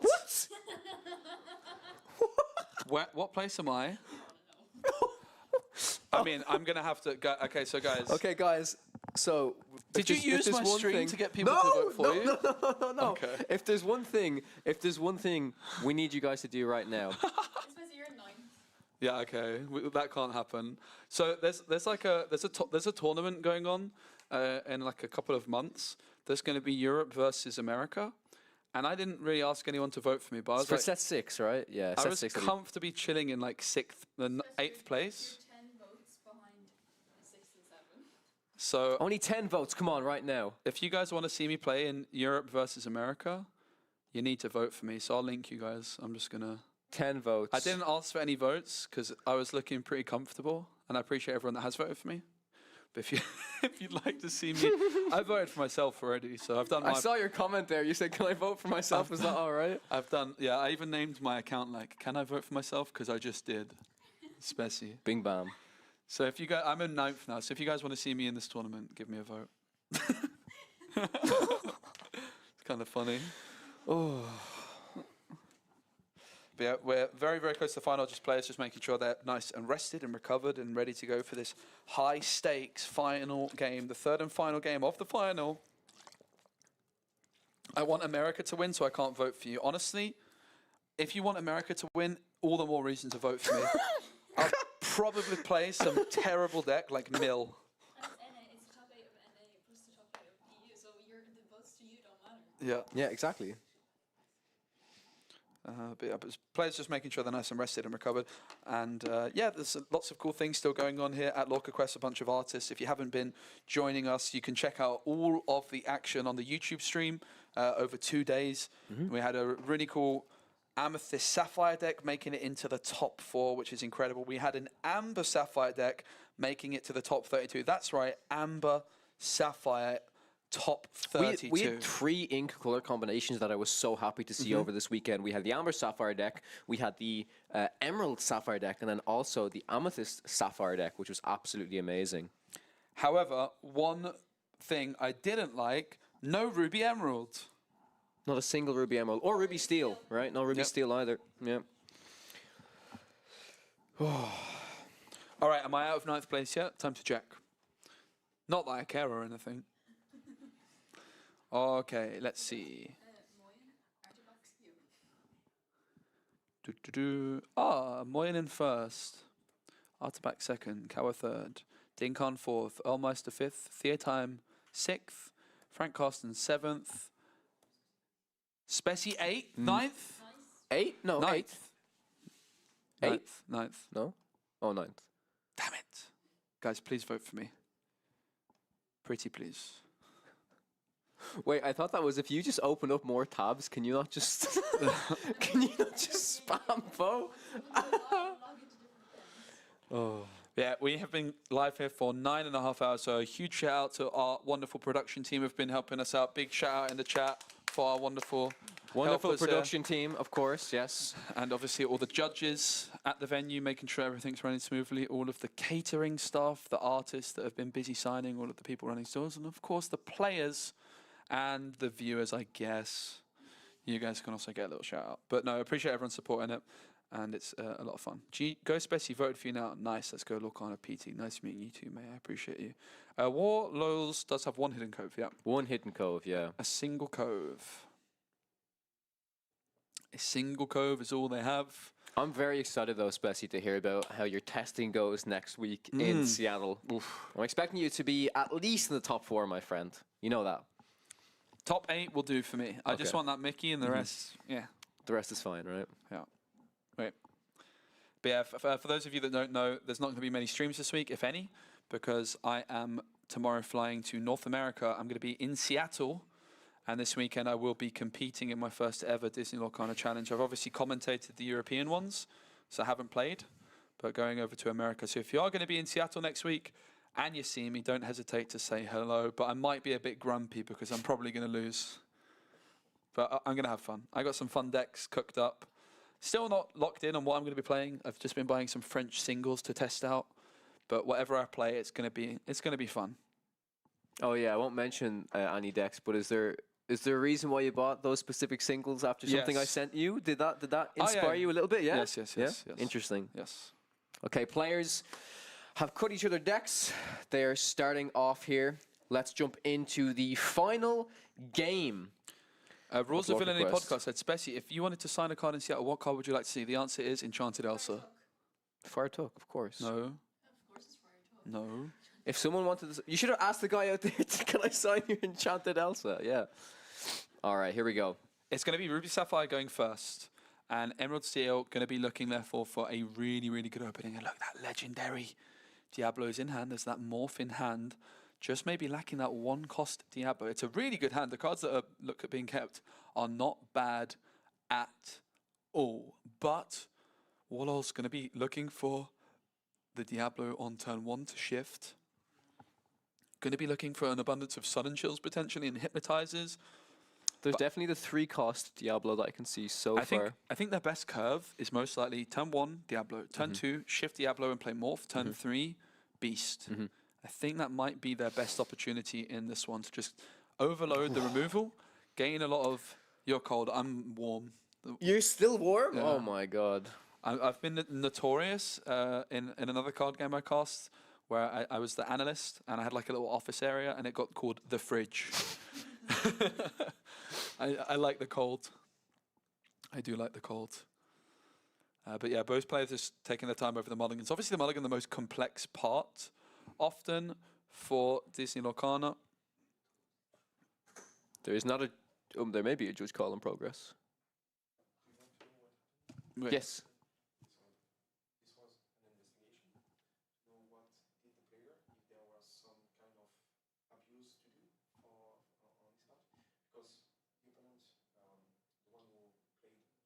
Mm-hmm. Yeah. Mm-hmm. Yeah, Mhm. yeah. Mm-hmm.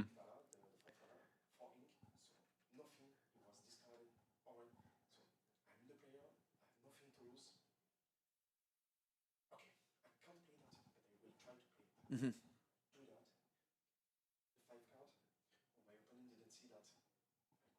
Mm-hmm.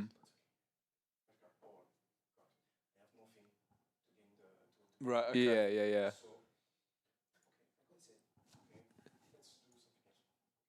Yeah.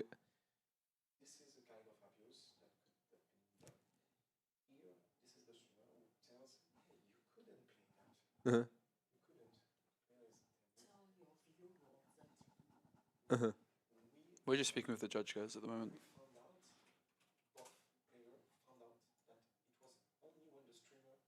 Mm-hmm. Uh-huh. Yeah, so basically the judge call is they were just making sure that everything was okay and that there wasn't any kind of intentional plays. And it's a warning, everything's good, basically, so we're moving on to game 3. I Thank you assume very it's- much to the judge there thank for you to just head filling judge us there. in. Yeah, I Just- assume it's going to be a warning to both players because head judge just informing that both players did miss that peak coming down. Didn't realize that the vision of the future could not be played. It was basically explained that they only realized once I stepped in to inform them. It's going to be the Tipo on turn 2, so there was that turn 1 Diablo. Now Tipo on turn 2. Yeah, so a big shout out to the judge. They're just informing us that everything is good, that they're happy to continue, and everything has been resolved, and the players have both been spoken to. And they were the judges just ensuring that there was nothing else that needed to be done there. So big shout out again to all our judges working super hard. Is that a Diablo shift about to come in? The way it's hovering over makes me think it might be. That's 3 for 3 in the final. Waraloz has found the shift. Absolutely insane. That is really unlikely to happen. He's making it look easy. That is not easy to find. But Oh my god, it might be exactly what you said, Specie. well, it's interesting that Beast has been inked because I don't know, but my presumption would be a turn 3 shift Beast would be the best bet. But perhaps Waraloz has something else in mind, or perhaps there's just a second Beast in hand. Even possibly maybe they like the Robin Hood shift because they can quest it and start to be a little bit more aggressive potentially. Yep, does quest quite nicely. Obviously, that Beast just getting that potential card draw seems like it might be a little bit more valuable. Tipo was down on the board for Minato, so they're at 3 ink and can go to 4 now this turn. But Minato just considering their options, Vision of the Future, Lucky Dime in hand, as well as perhaps a couple of others. It's going to be Vision into the ink, 4 ink now available. And all 4 ink on the Hiram Flavisham. And this is exactly what I talked about Minato wanting to do. Get that Popsicle down, get the Flavisham down as quickly as you possibly can. But Flavisham drawing a couple of cards, well, guess what? That Diablo's exerted, and there's a couple of cards for Oro. They did remember to draw for Diablo, right? They did. I do believe so. I hope so. Yeah, you would imagine so in the grand final. That's not something you're going to miss. So the Diablo was exerted. So 2 cards for Waraloz available as extra. And of course, now Morph down on the board. Minato has found that human Sisu, perhaps looking for a ice block to help deal with that Diablo. But Flavisham down on the board, while it gives your opponent cards in hand, the most important thing is the Ruby Sapphire player in this position. When you're going first, sorry, you've got that extra little bit of leeway. You don't mind so much those 2 extra cards drawn for your opponent. Like the 2 cards extra you draw are worth more than the 2 cards your opponent draws. I agree. But Diablo and Morph down on the board for Waraloz. They're at 2 ink, but will go to 3. In goes the Robin Hood to the Inkwell. 3 ink is now available. Interesting. Again, this is also going into the Inkwell, so must have maybe a different shift line potentially here. After inking the Beast and the Robin Hood after playing the turn 2 morph. So I'm very intrigued to see. We're going to see a Pete. This is just going to further protect this Diablo, I'm Do assuming. we ever see another Diablo shift onto Morph? Imagine you see the double Diablo, one shifting onto the little, one onto the Morph. But Pete comes through, and that is going to protect Diablo from, of course, that brawl on the next turn. Not enough ink right now for Minato to go for Mana Medusa. No ice block in sight, so Warlords is feeling like this Pete is going to protect the Diablo, and I like how far forward Pete has been put on the... After the last little mishap, for sure. Yeah, this Pete is in play. And no card play. Now, this is fascinating. Minato not playing a card from hand, and this seems a bit odd. There's the little Sisu. Okay, it's not going to remove anything, but why wouldn't you just want that on the board? Some players might think, but Minato is fully aware that Warlords has the potential to discard their hand down. They want to keep as many cards in hand as possible, and also that little Sisu might be better later on as well. So a couple of reasons to play nothing. It seems like it might be a disaster. But again, Ruby Sapphire, if they can just survive this early game, these first few turns are so important and will determine the outcome of this game. The game is often won or lost in these first 1 to 10 turns with this deck, maybe even like the first 1 to 6. And currently, Warlords on their 4th turn with that morph going into the Inkwell. They went second in this 3rd and final game, remember? 2 lore ahead to no lore for Minato for now. Really, the lore is not that important. It's more just about the resources, both on the board and in hand for each player. Both players with an abundance of cards. In comes PJ, it's Prince John, and Diablo will quest for 1. Pete is also going to be exerted. In fact, Diablo maybe not going to quest. Interesting to see if that is... It's going to be Pete questing instead. Diablo, perhaps Warlords considering singing something instead of questing. Diablo is going to exert to do something. Nothing to challenge, of course, so it's either going to be questing or singing. With Prince drawn down, a sudden chill would represent a card discarded for Minato, but also that card drawn for Warlords. And it is going to be sudden chill, sung by Diablo, and it's going to be the lucky dime, numero uno as it's called in Italian, discarded by Minato, and 1 card drawn for Warlords off the Prince John. Yeah, the additional card going to be drawn as well very, very soon once the turn is passed over to Minato. Yeah, that morph still sat there ready and waiting. We saw Beast go into the Inkwell on turn 2. Hidden Cove has entered the building. That could be a game changer. Only 1 copy of it in Warlords' deck. No ink to move anything there right now. And Diablo will draw. But of course, Pete was played 2 turns ago, Kawa. So the Diablo might be getting removed. It's how far I'll go to start things off. I'll tell you what I did see drawn, though, from Minato. Okay. That turn was a big Sisu. Okay, that could be absolutely humongous. Hiram Flaversham not questing on this occasion, but instead going to sing How Far I'll Go. 1 card from the top 2 goes into the hand, and the other card not onto the bottom, but rather into the Inkwell. Yeah, the hand currently consisting, definitely, I've seen 2 human Sisus and that 8-drop Sisu as well. So curious as to what is available here now. It was a Fishbone Quill, I do believe, added into the hand. Big shout out to everyone in the building watching this. Everyone watching at home as well. This is Lorca Quest Final Game 3. The winner of this will be the champion. Around 700 players here in France at a massive Disney Lorcana event. We had 2 Disney Lorcana Challenge champions participating, Theatim and Ely, who won the challenge events in Bochum and Bologna. But they've been knocked out, and these are the final 2 players that remain.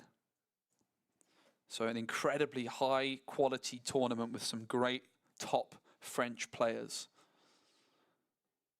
The Fishbone Quill down on the board.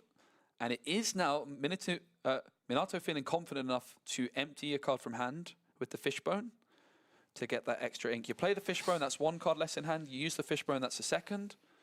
And then in comes the little Sisu. And now it's not going to target anything, but it does represent that option to shift. Now, one thing I'm a bit worried about for Minato, how many cards do they have in hand, and have they remembered about the Lucifer? Could Lucifer possibly be catching them off guard here? Because they don't have that many cards left in hand.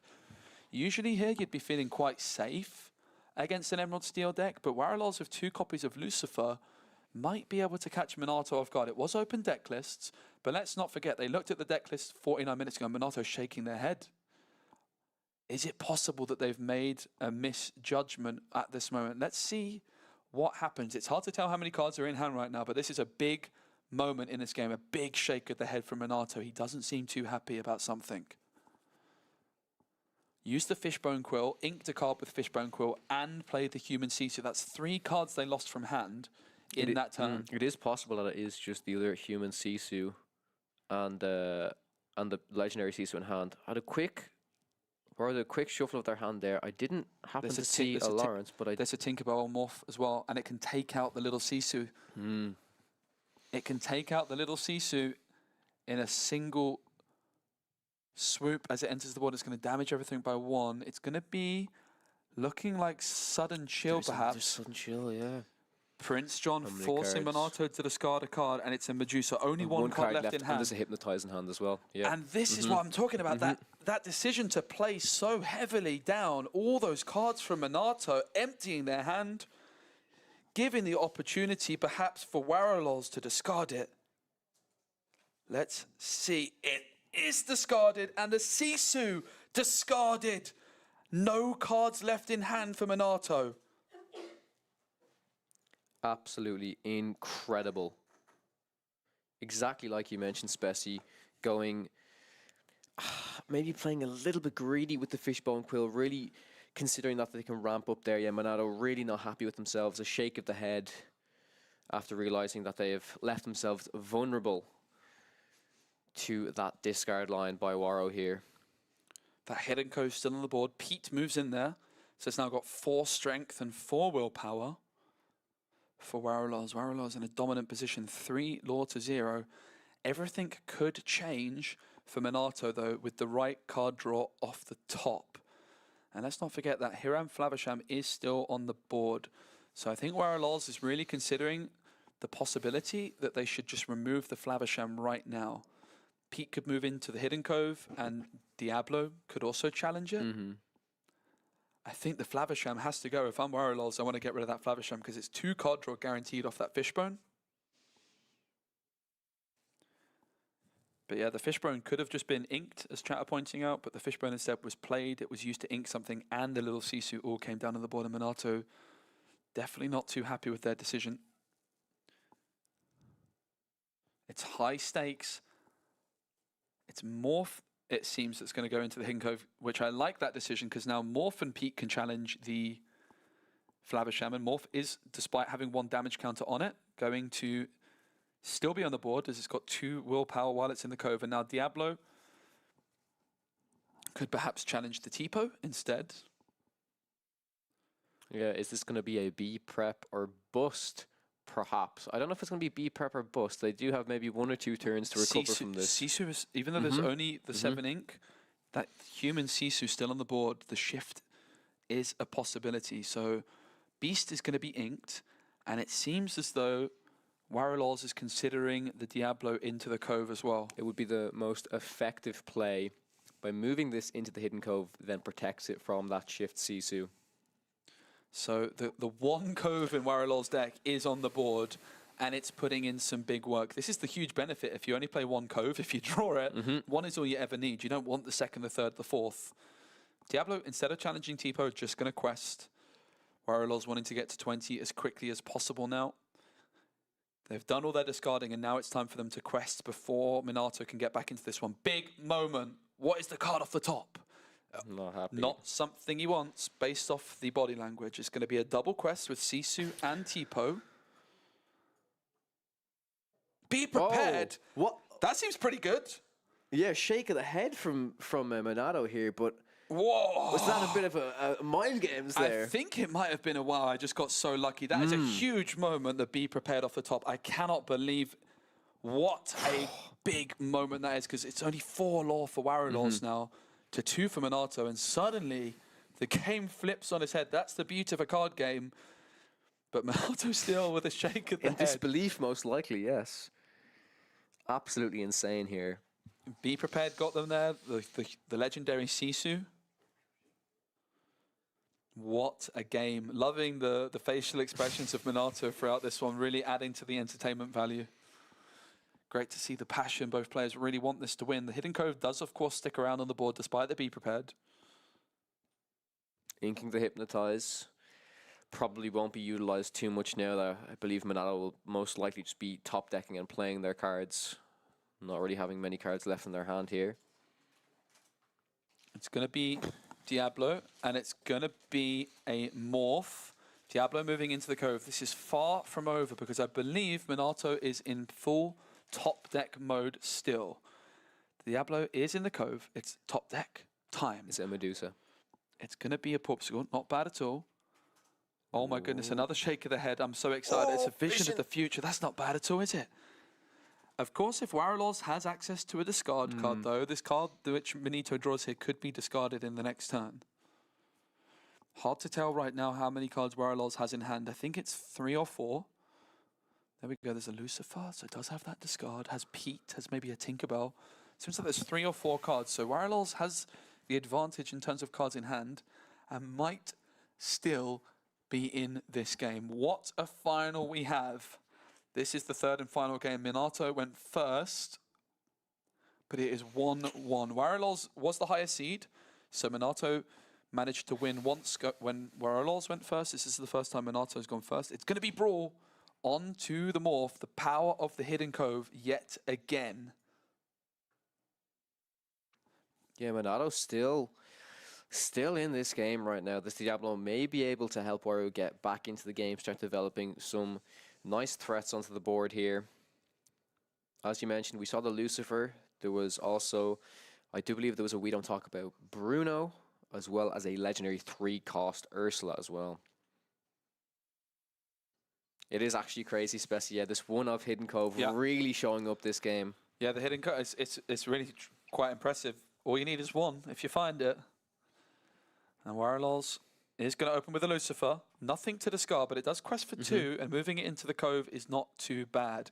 Diablo and Lucifer on the board. Minato perhaps looking for another Be Prepared, because Diablo is now just continuing to give Warlords resources each turn, and Minato is still in top deck mode.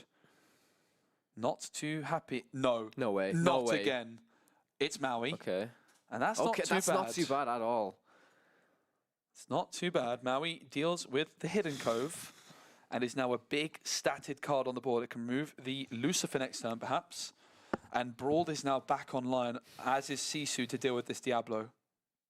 It is notable here, though, that there's still only 7 ink available for Minato. So if the big Sisu is top decked here, it's actually not playable currently. It is 5 lore to 2 currently. Warlords at 5. Minato trailing behind, but Lucifer's going to quit. Oh, it's not. It's going to sing We Don't Talk About Bruno. Bye-bye, Maui. And Minato, oh, yeah, okay. I see what you did there.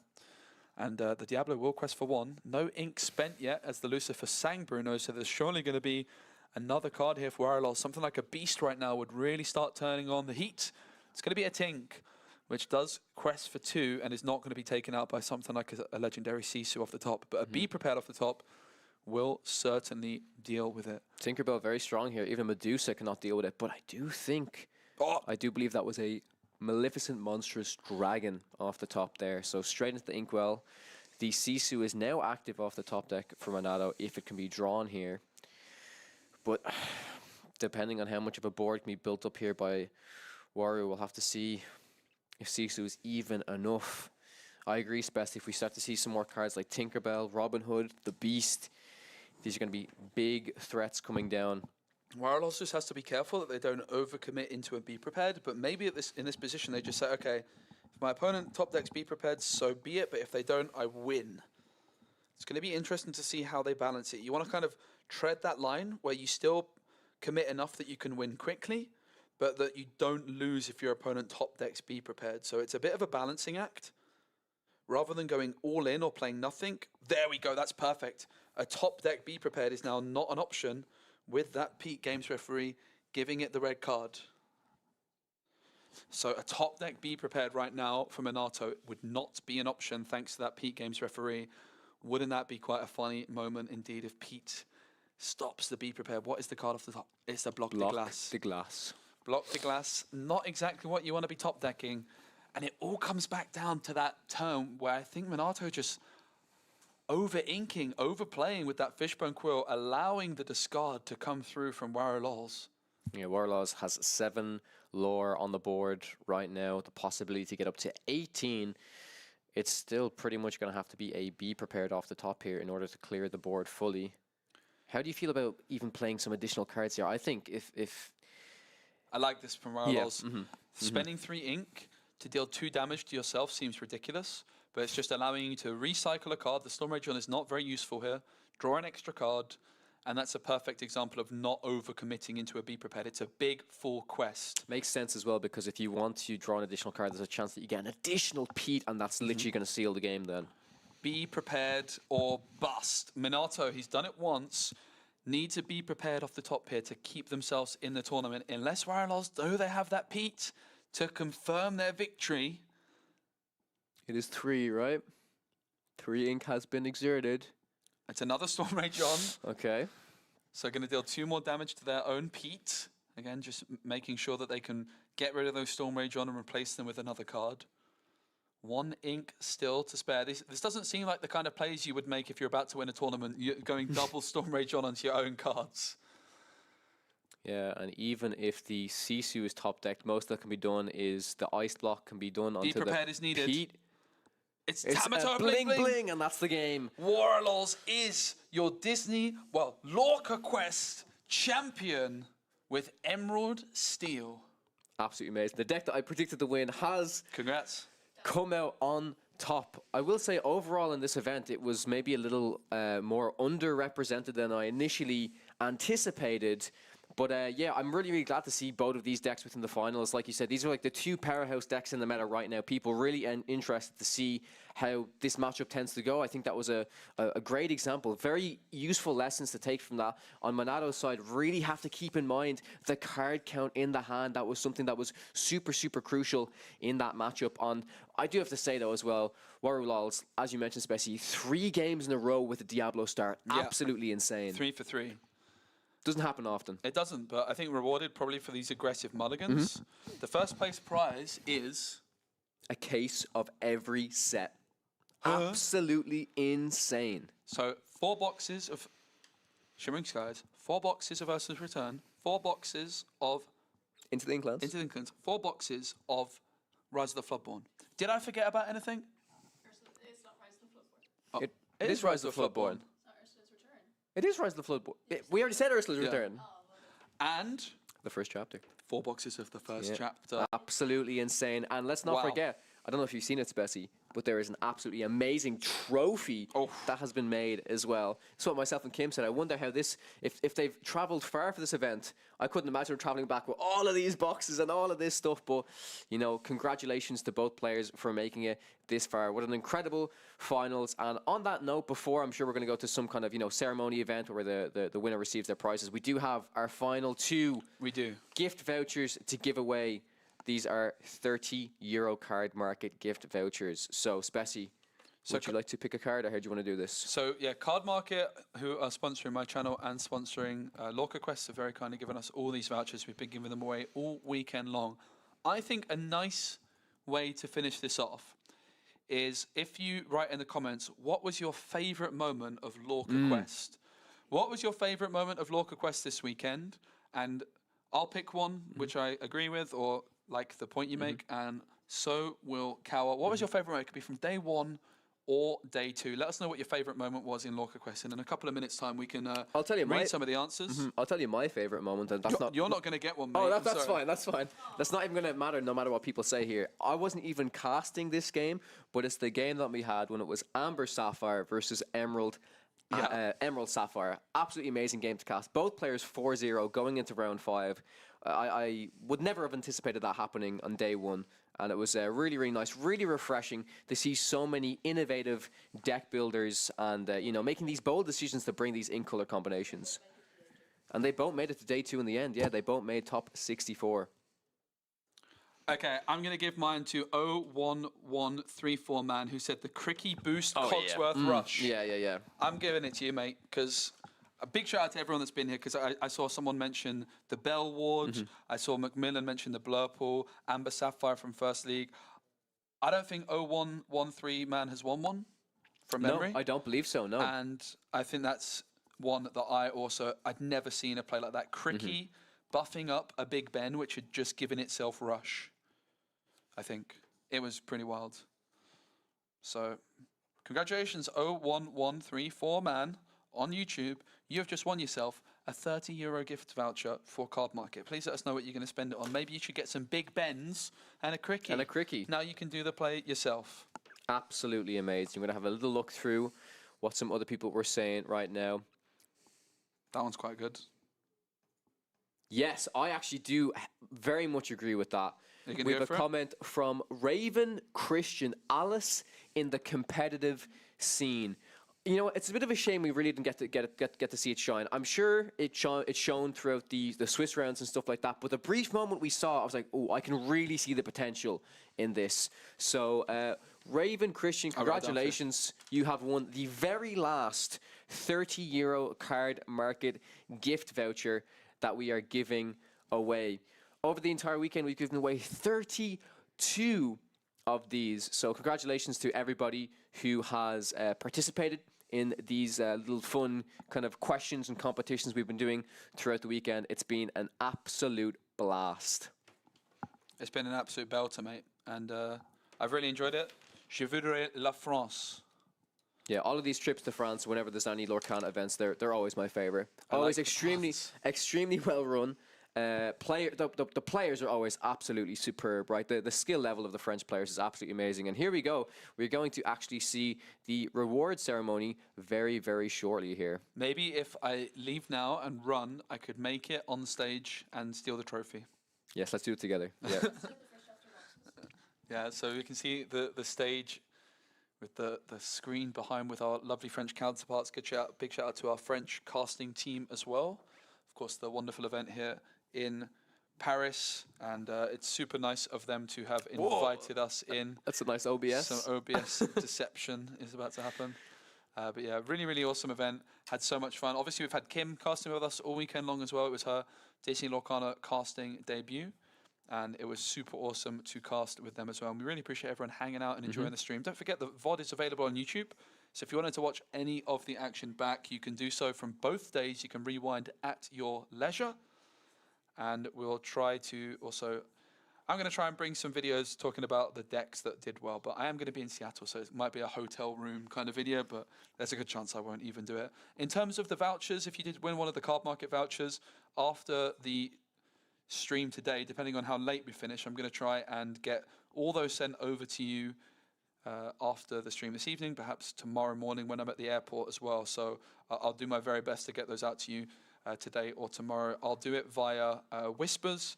I know I can definitely Twitch Whisper if it's on YouTube. I'm pretty sure I can, but definitely have to look into it. Yeah. If I don't contact you via YouTube, my biggest recommendation is just join the Discord. I've got all the names written out. My Discord channel is the best place. If you have any issues, you can just write in there that you want to give away. Give me your YouTube username, all that kind of thing, and we can work it out. But I think I can whisper on. Yeah, we've got everyone's names written YouTube. down on the gift vouchers. All of these are for people in chat. Look at that. It's a hefty amount. That is a lot of Card Market cards. You can trade in these for like 2 Emerald Seal decks. Yes, 2 Emerald Seal decks are pretty expensive, mate. For sure. So yeah, with that, we're going to see the closing ceremony, and then we'll be closing out here very, very shortly. It's been a fantastic weekend. It's been a pleasure, Spessy, as always. Always an honor to cast alongside you, my friend. We've casted many times before for other games, and it's great. This is one of the first times I think I've been able to cast Lorcana with you in person, which is absolutely amazing. Yeah, no, it's been so much fun, and obviously having Kim on board as well has been awesome. Yep. Yeah, Kim crushed it for sure. Oh my god, that was the sound of that in my ears was. Was it loud? No, that was like. Anytime he wants to do it again.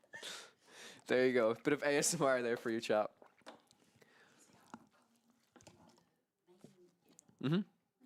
All right, so the players, we've just been informed the players are making their way over to the main stage here. Kim, if it's okay, would you mind hopping on? I really need to run to the loo very quickly. Say your goodbyes. Goodbye, everybody. Thank you so much for watching the stream. It's been an absolute pleasure, and I'm sure you'll see me featured on Spessie's channel very soon where he is beating my ass again.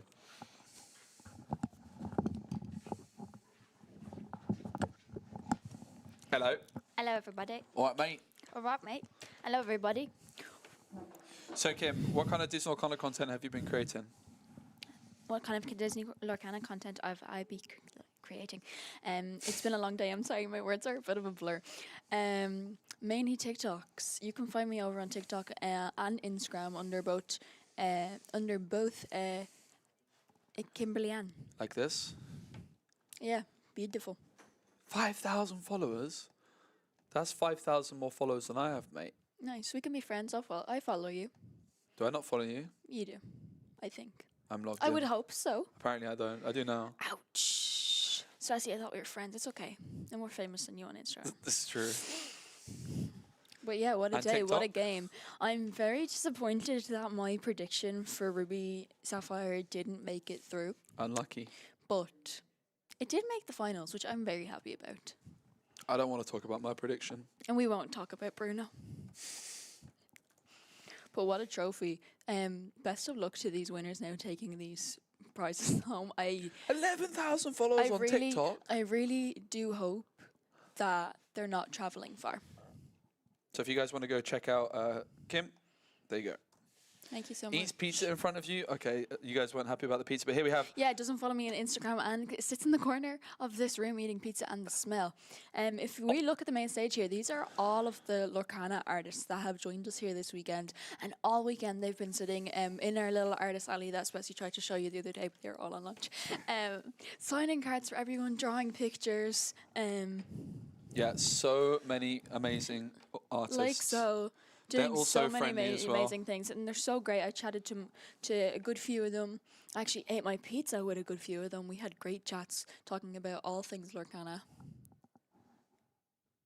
Yeah, and But really unfortunately, great it does to see. seems like the camera might have frozen there on the main stage. May have went a bit too far away, but it seems like all the artists of the Lorcana cards are going to be joining the winners on stage when they announce their prizes. And they're all our artists. So the artist here to the far right is the artist of Maui.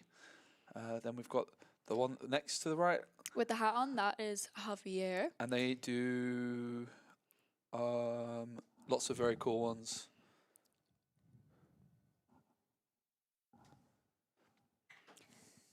But yeah, all of the artists. If you want to know more about them, figure out what cards they drew. I do believe that Lorca Quest on Instagram has posted each of them with pictures of the cards, all available to see and check them out on Lorca Quest's Instagram page.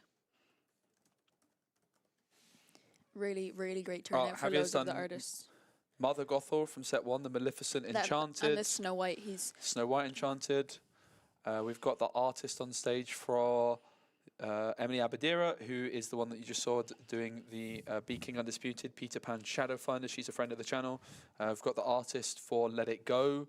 Got the artist for Sorcerer Mickey from the first chapter. We've got Kenneth, who very kindly gave me his food voucher, so I got 2 lunches. No way. Yeah, I When? did. Yep, just now, just Today? before the final. Yeah. Whoa. I was moaning that I was hungry, and he was like, "Oh mate, I've got a spare food voucher. I'm not going to use." I was like, "Well, all right." What you use it? What you? Chicken katsu curry, mate. And guess where I ate it? Where? In the corner when you were casting. I did not see this. I think I was too engrossed in the Blurple matchup Yeah. that I did not. It was not as mean as it's the pizza. It's okay. But yeah, also got the artists of Let It Go, for example, the Surfer Stitch from set 1. But also a bunch of artists who do some really, really amazing artwork that maybe aren't some of the most competitive cards, but it's still the artwork which is absolutely bringing the game to life. And I'm sure I speak for the whole community that we really do appreciate everything that each of the artists do for this game, because it's really, really just such an amazing Absolutely. bit of art. For me, one of my favorite things of the weekend was seeing the artist alley and all of their artworks lined up, and then seeing their face. I'm like, huh? I'm like, Huh? whoa! You do that card? You can finally put the name on the bottom of the card to the face, and it's so great to see because they made this they made the game really come to life with the art. Is one of my favorite things really about the game, and just getting to see all the different versions of the cards come to life. Yeah, absolutely. It's been an absolute blast this weekend. I think we do still have a ceremony on stage with the trophy. And our players, that was our artists on stage. Really, really nice to see them all getting a big round of applause. It's pretty late here in France, 7:40 p.m. almost. So it's going to been a long day for the artists, for the players, and I'm sure everyone's looking forward to having a nice rest this evening. But hopefully we can just see in a moment the trophy ceremony. And again, big shout out to everyone for being here and supporting the stream. Thank you to LorcaQuest for having us. It's been a blast. Thank you very much to Kawa and Kim for all of their time and hard work. Thank you Our for all your production hard team. work. Our production queen over here. Yeah. Wait. And here we go Here we on the go stage. for We've got our- big shout out to our judges and all the staff members that have been organising this amazing event, all of the singers. All of the players, everyone that showed up.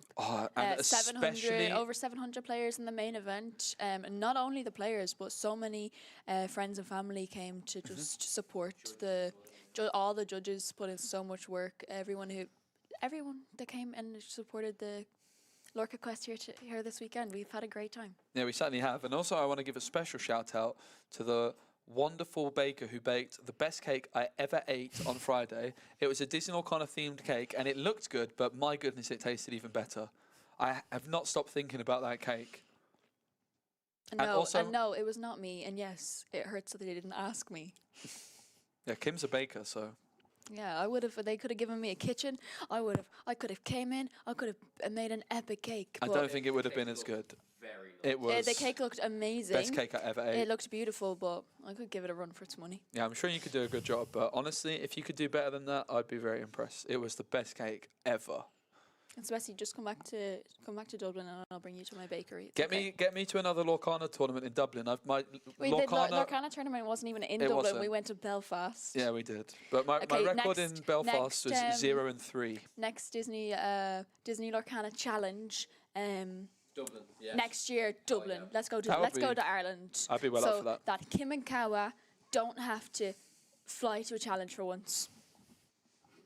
Yeah, it seems like we've unfortunately got a few technical issues with the camera over on the main stage, but working our best to get that over to you. And then we are going to be calling it a day. 10 hours and 10 minutes we've been live. Oh, we're epic. Oh, and here we are going back. Camera reconnected now.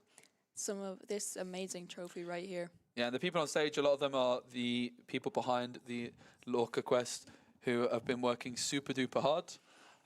All year long. I mean, I first started speaking with some of the organisers back in June, which is like 4 months ago now, about this event. So it's been a really, really long time in the works, big planning involved.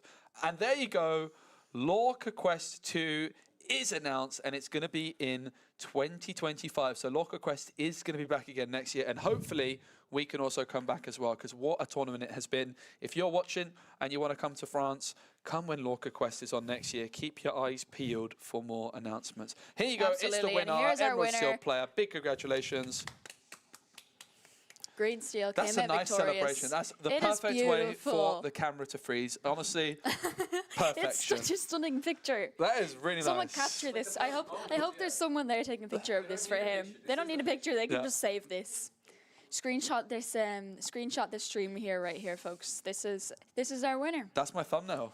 Our LorcaQuest. I'm gonna say 2024 because I've no doubt that maybe hopefully we'll be back for another one next But year. it says there we will be. Oh, LorcaQuest 2. amazing! Lorca, yeah, but I mean us. Maybe they'll want us. All right. Amazing. But I wish our winner the best of luck trying to bring these 5 cases and trophy home. And I do believe they also received a full collection of all the art. There was particular individual art cards made specifically for the event, one from each of our Lorcana artists here. So I also believe they received a full collection of those art cards. with that, I think. It's time to end it. It's been a pleasure. It's been so good. It's been lovely. It's been wonderful. Thanks again to everyone for all the support. Thank you, Kawa and Kim. Come on, Kawa, come and give us a wave. Thank you guys for letting From me us, have from my these debut. two, it's us. It's goodbye. Or should I say, bonsoir. Au revoir. Au revoir. Au revoir. Toodles. Bonsoir. Merci Can beaucoup. we fade again? I want to fade. Au revoir. Merci beaucoup. Oh.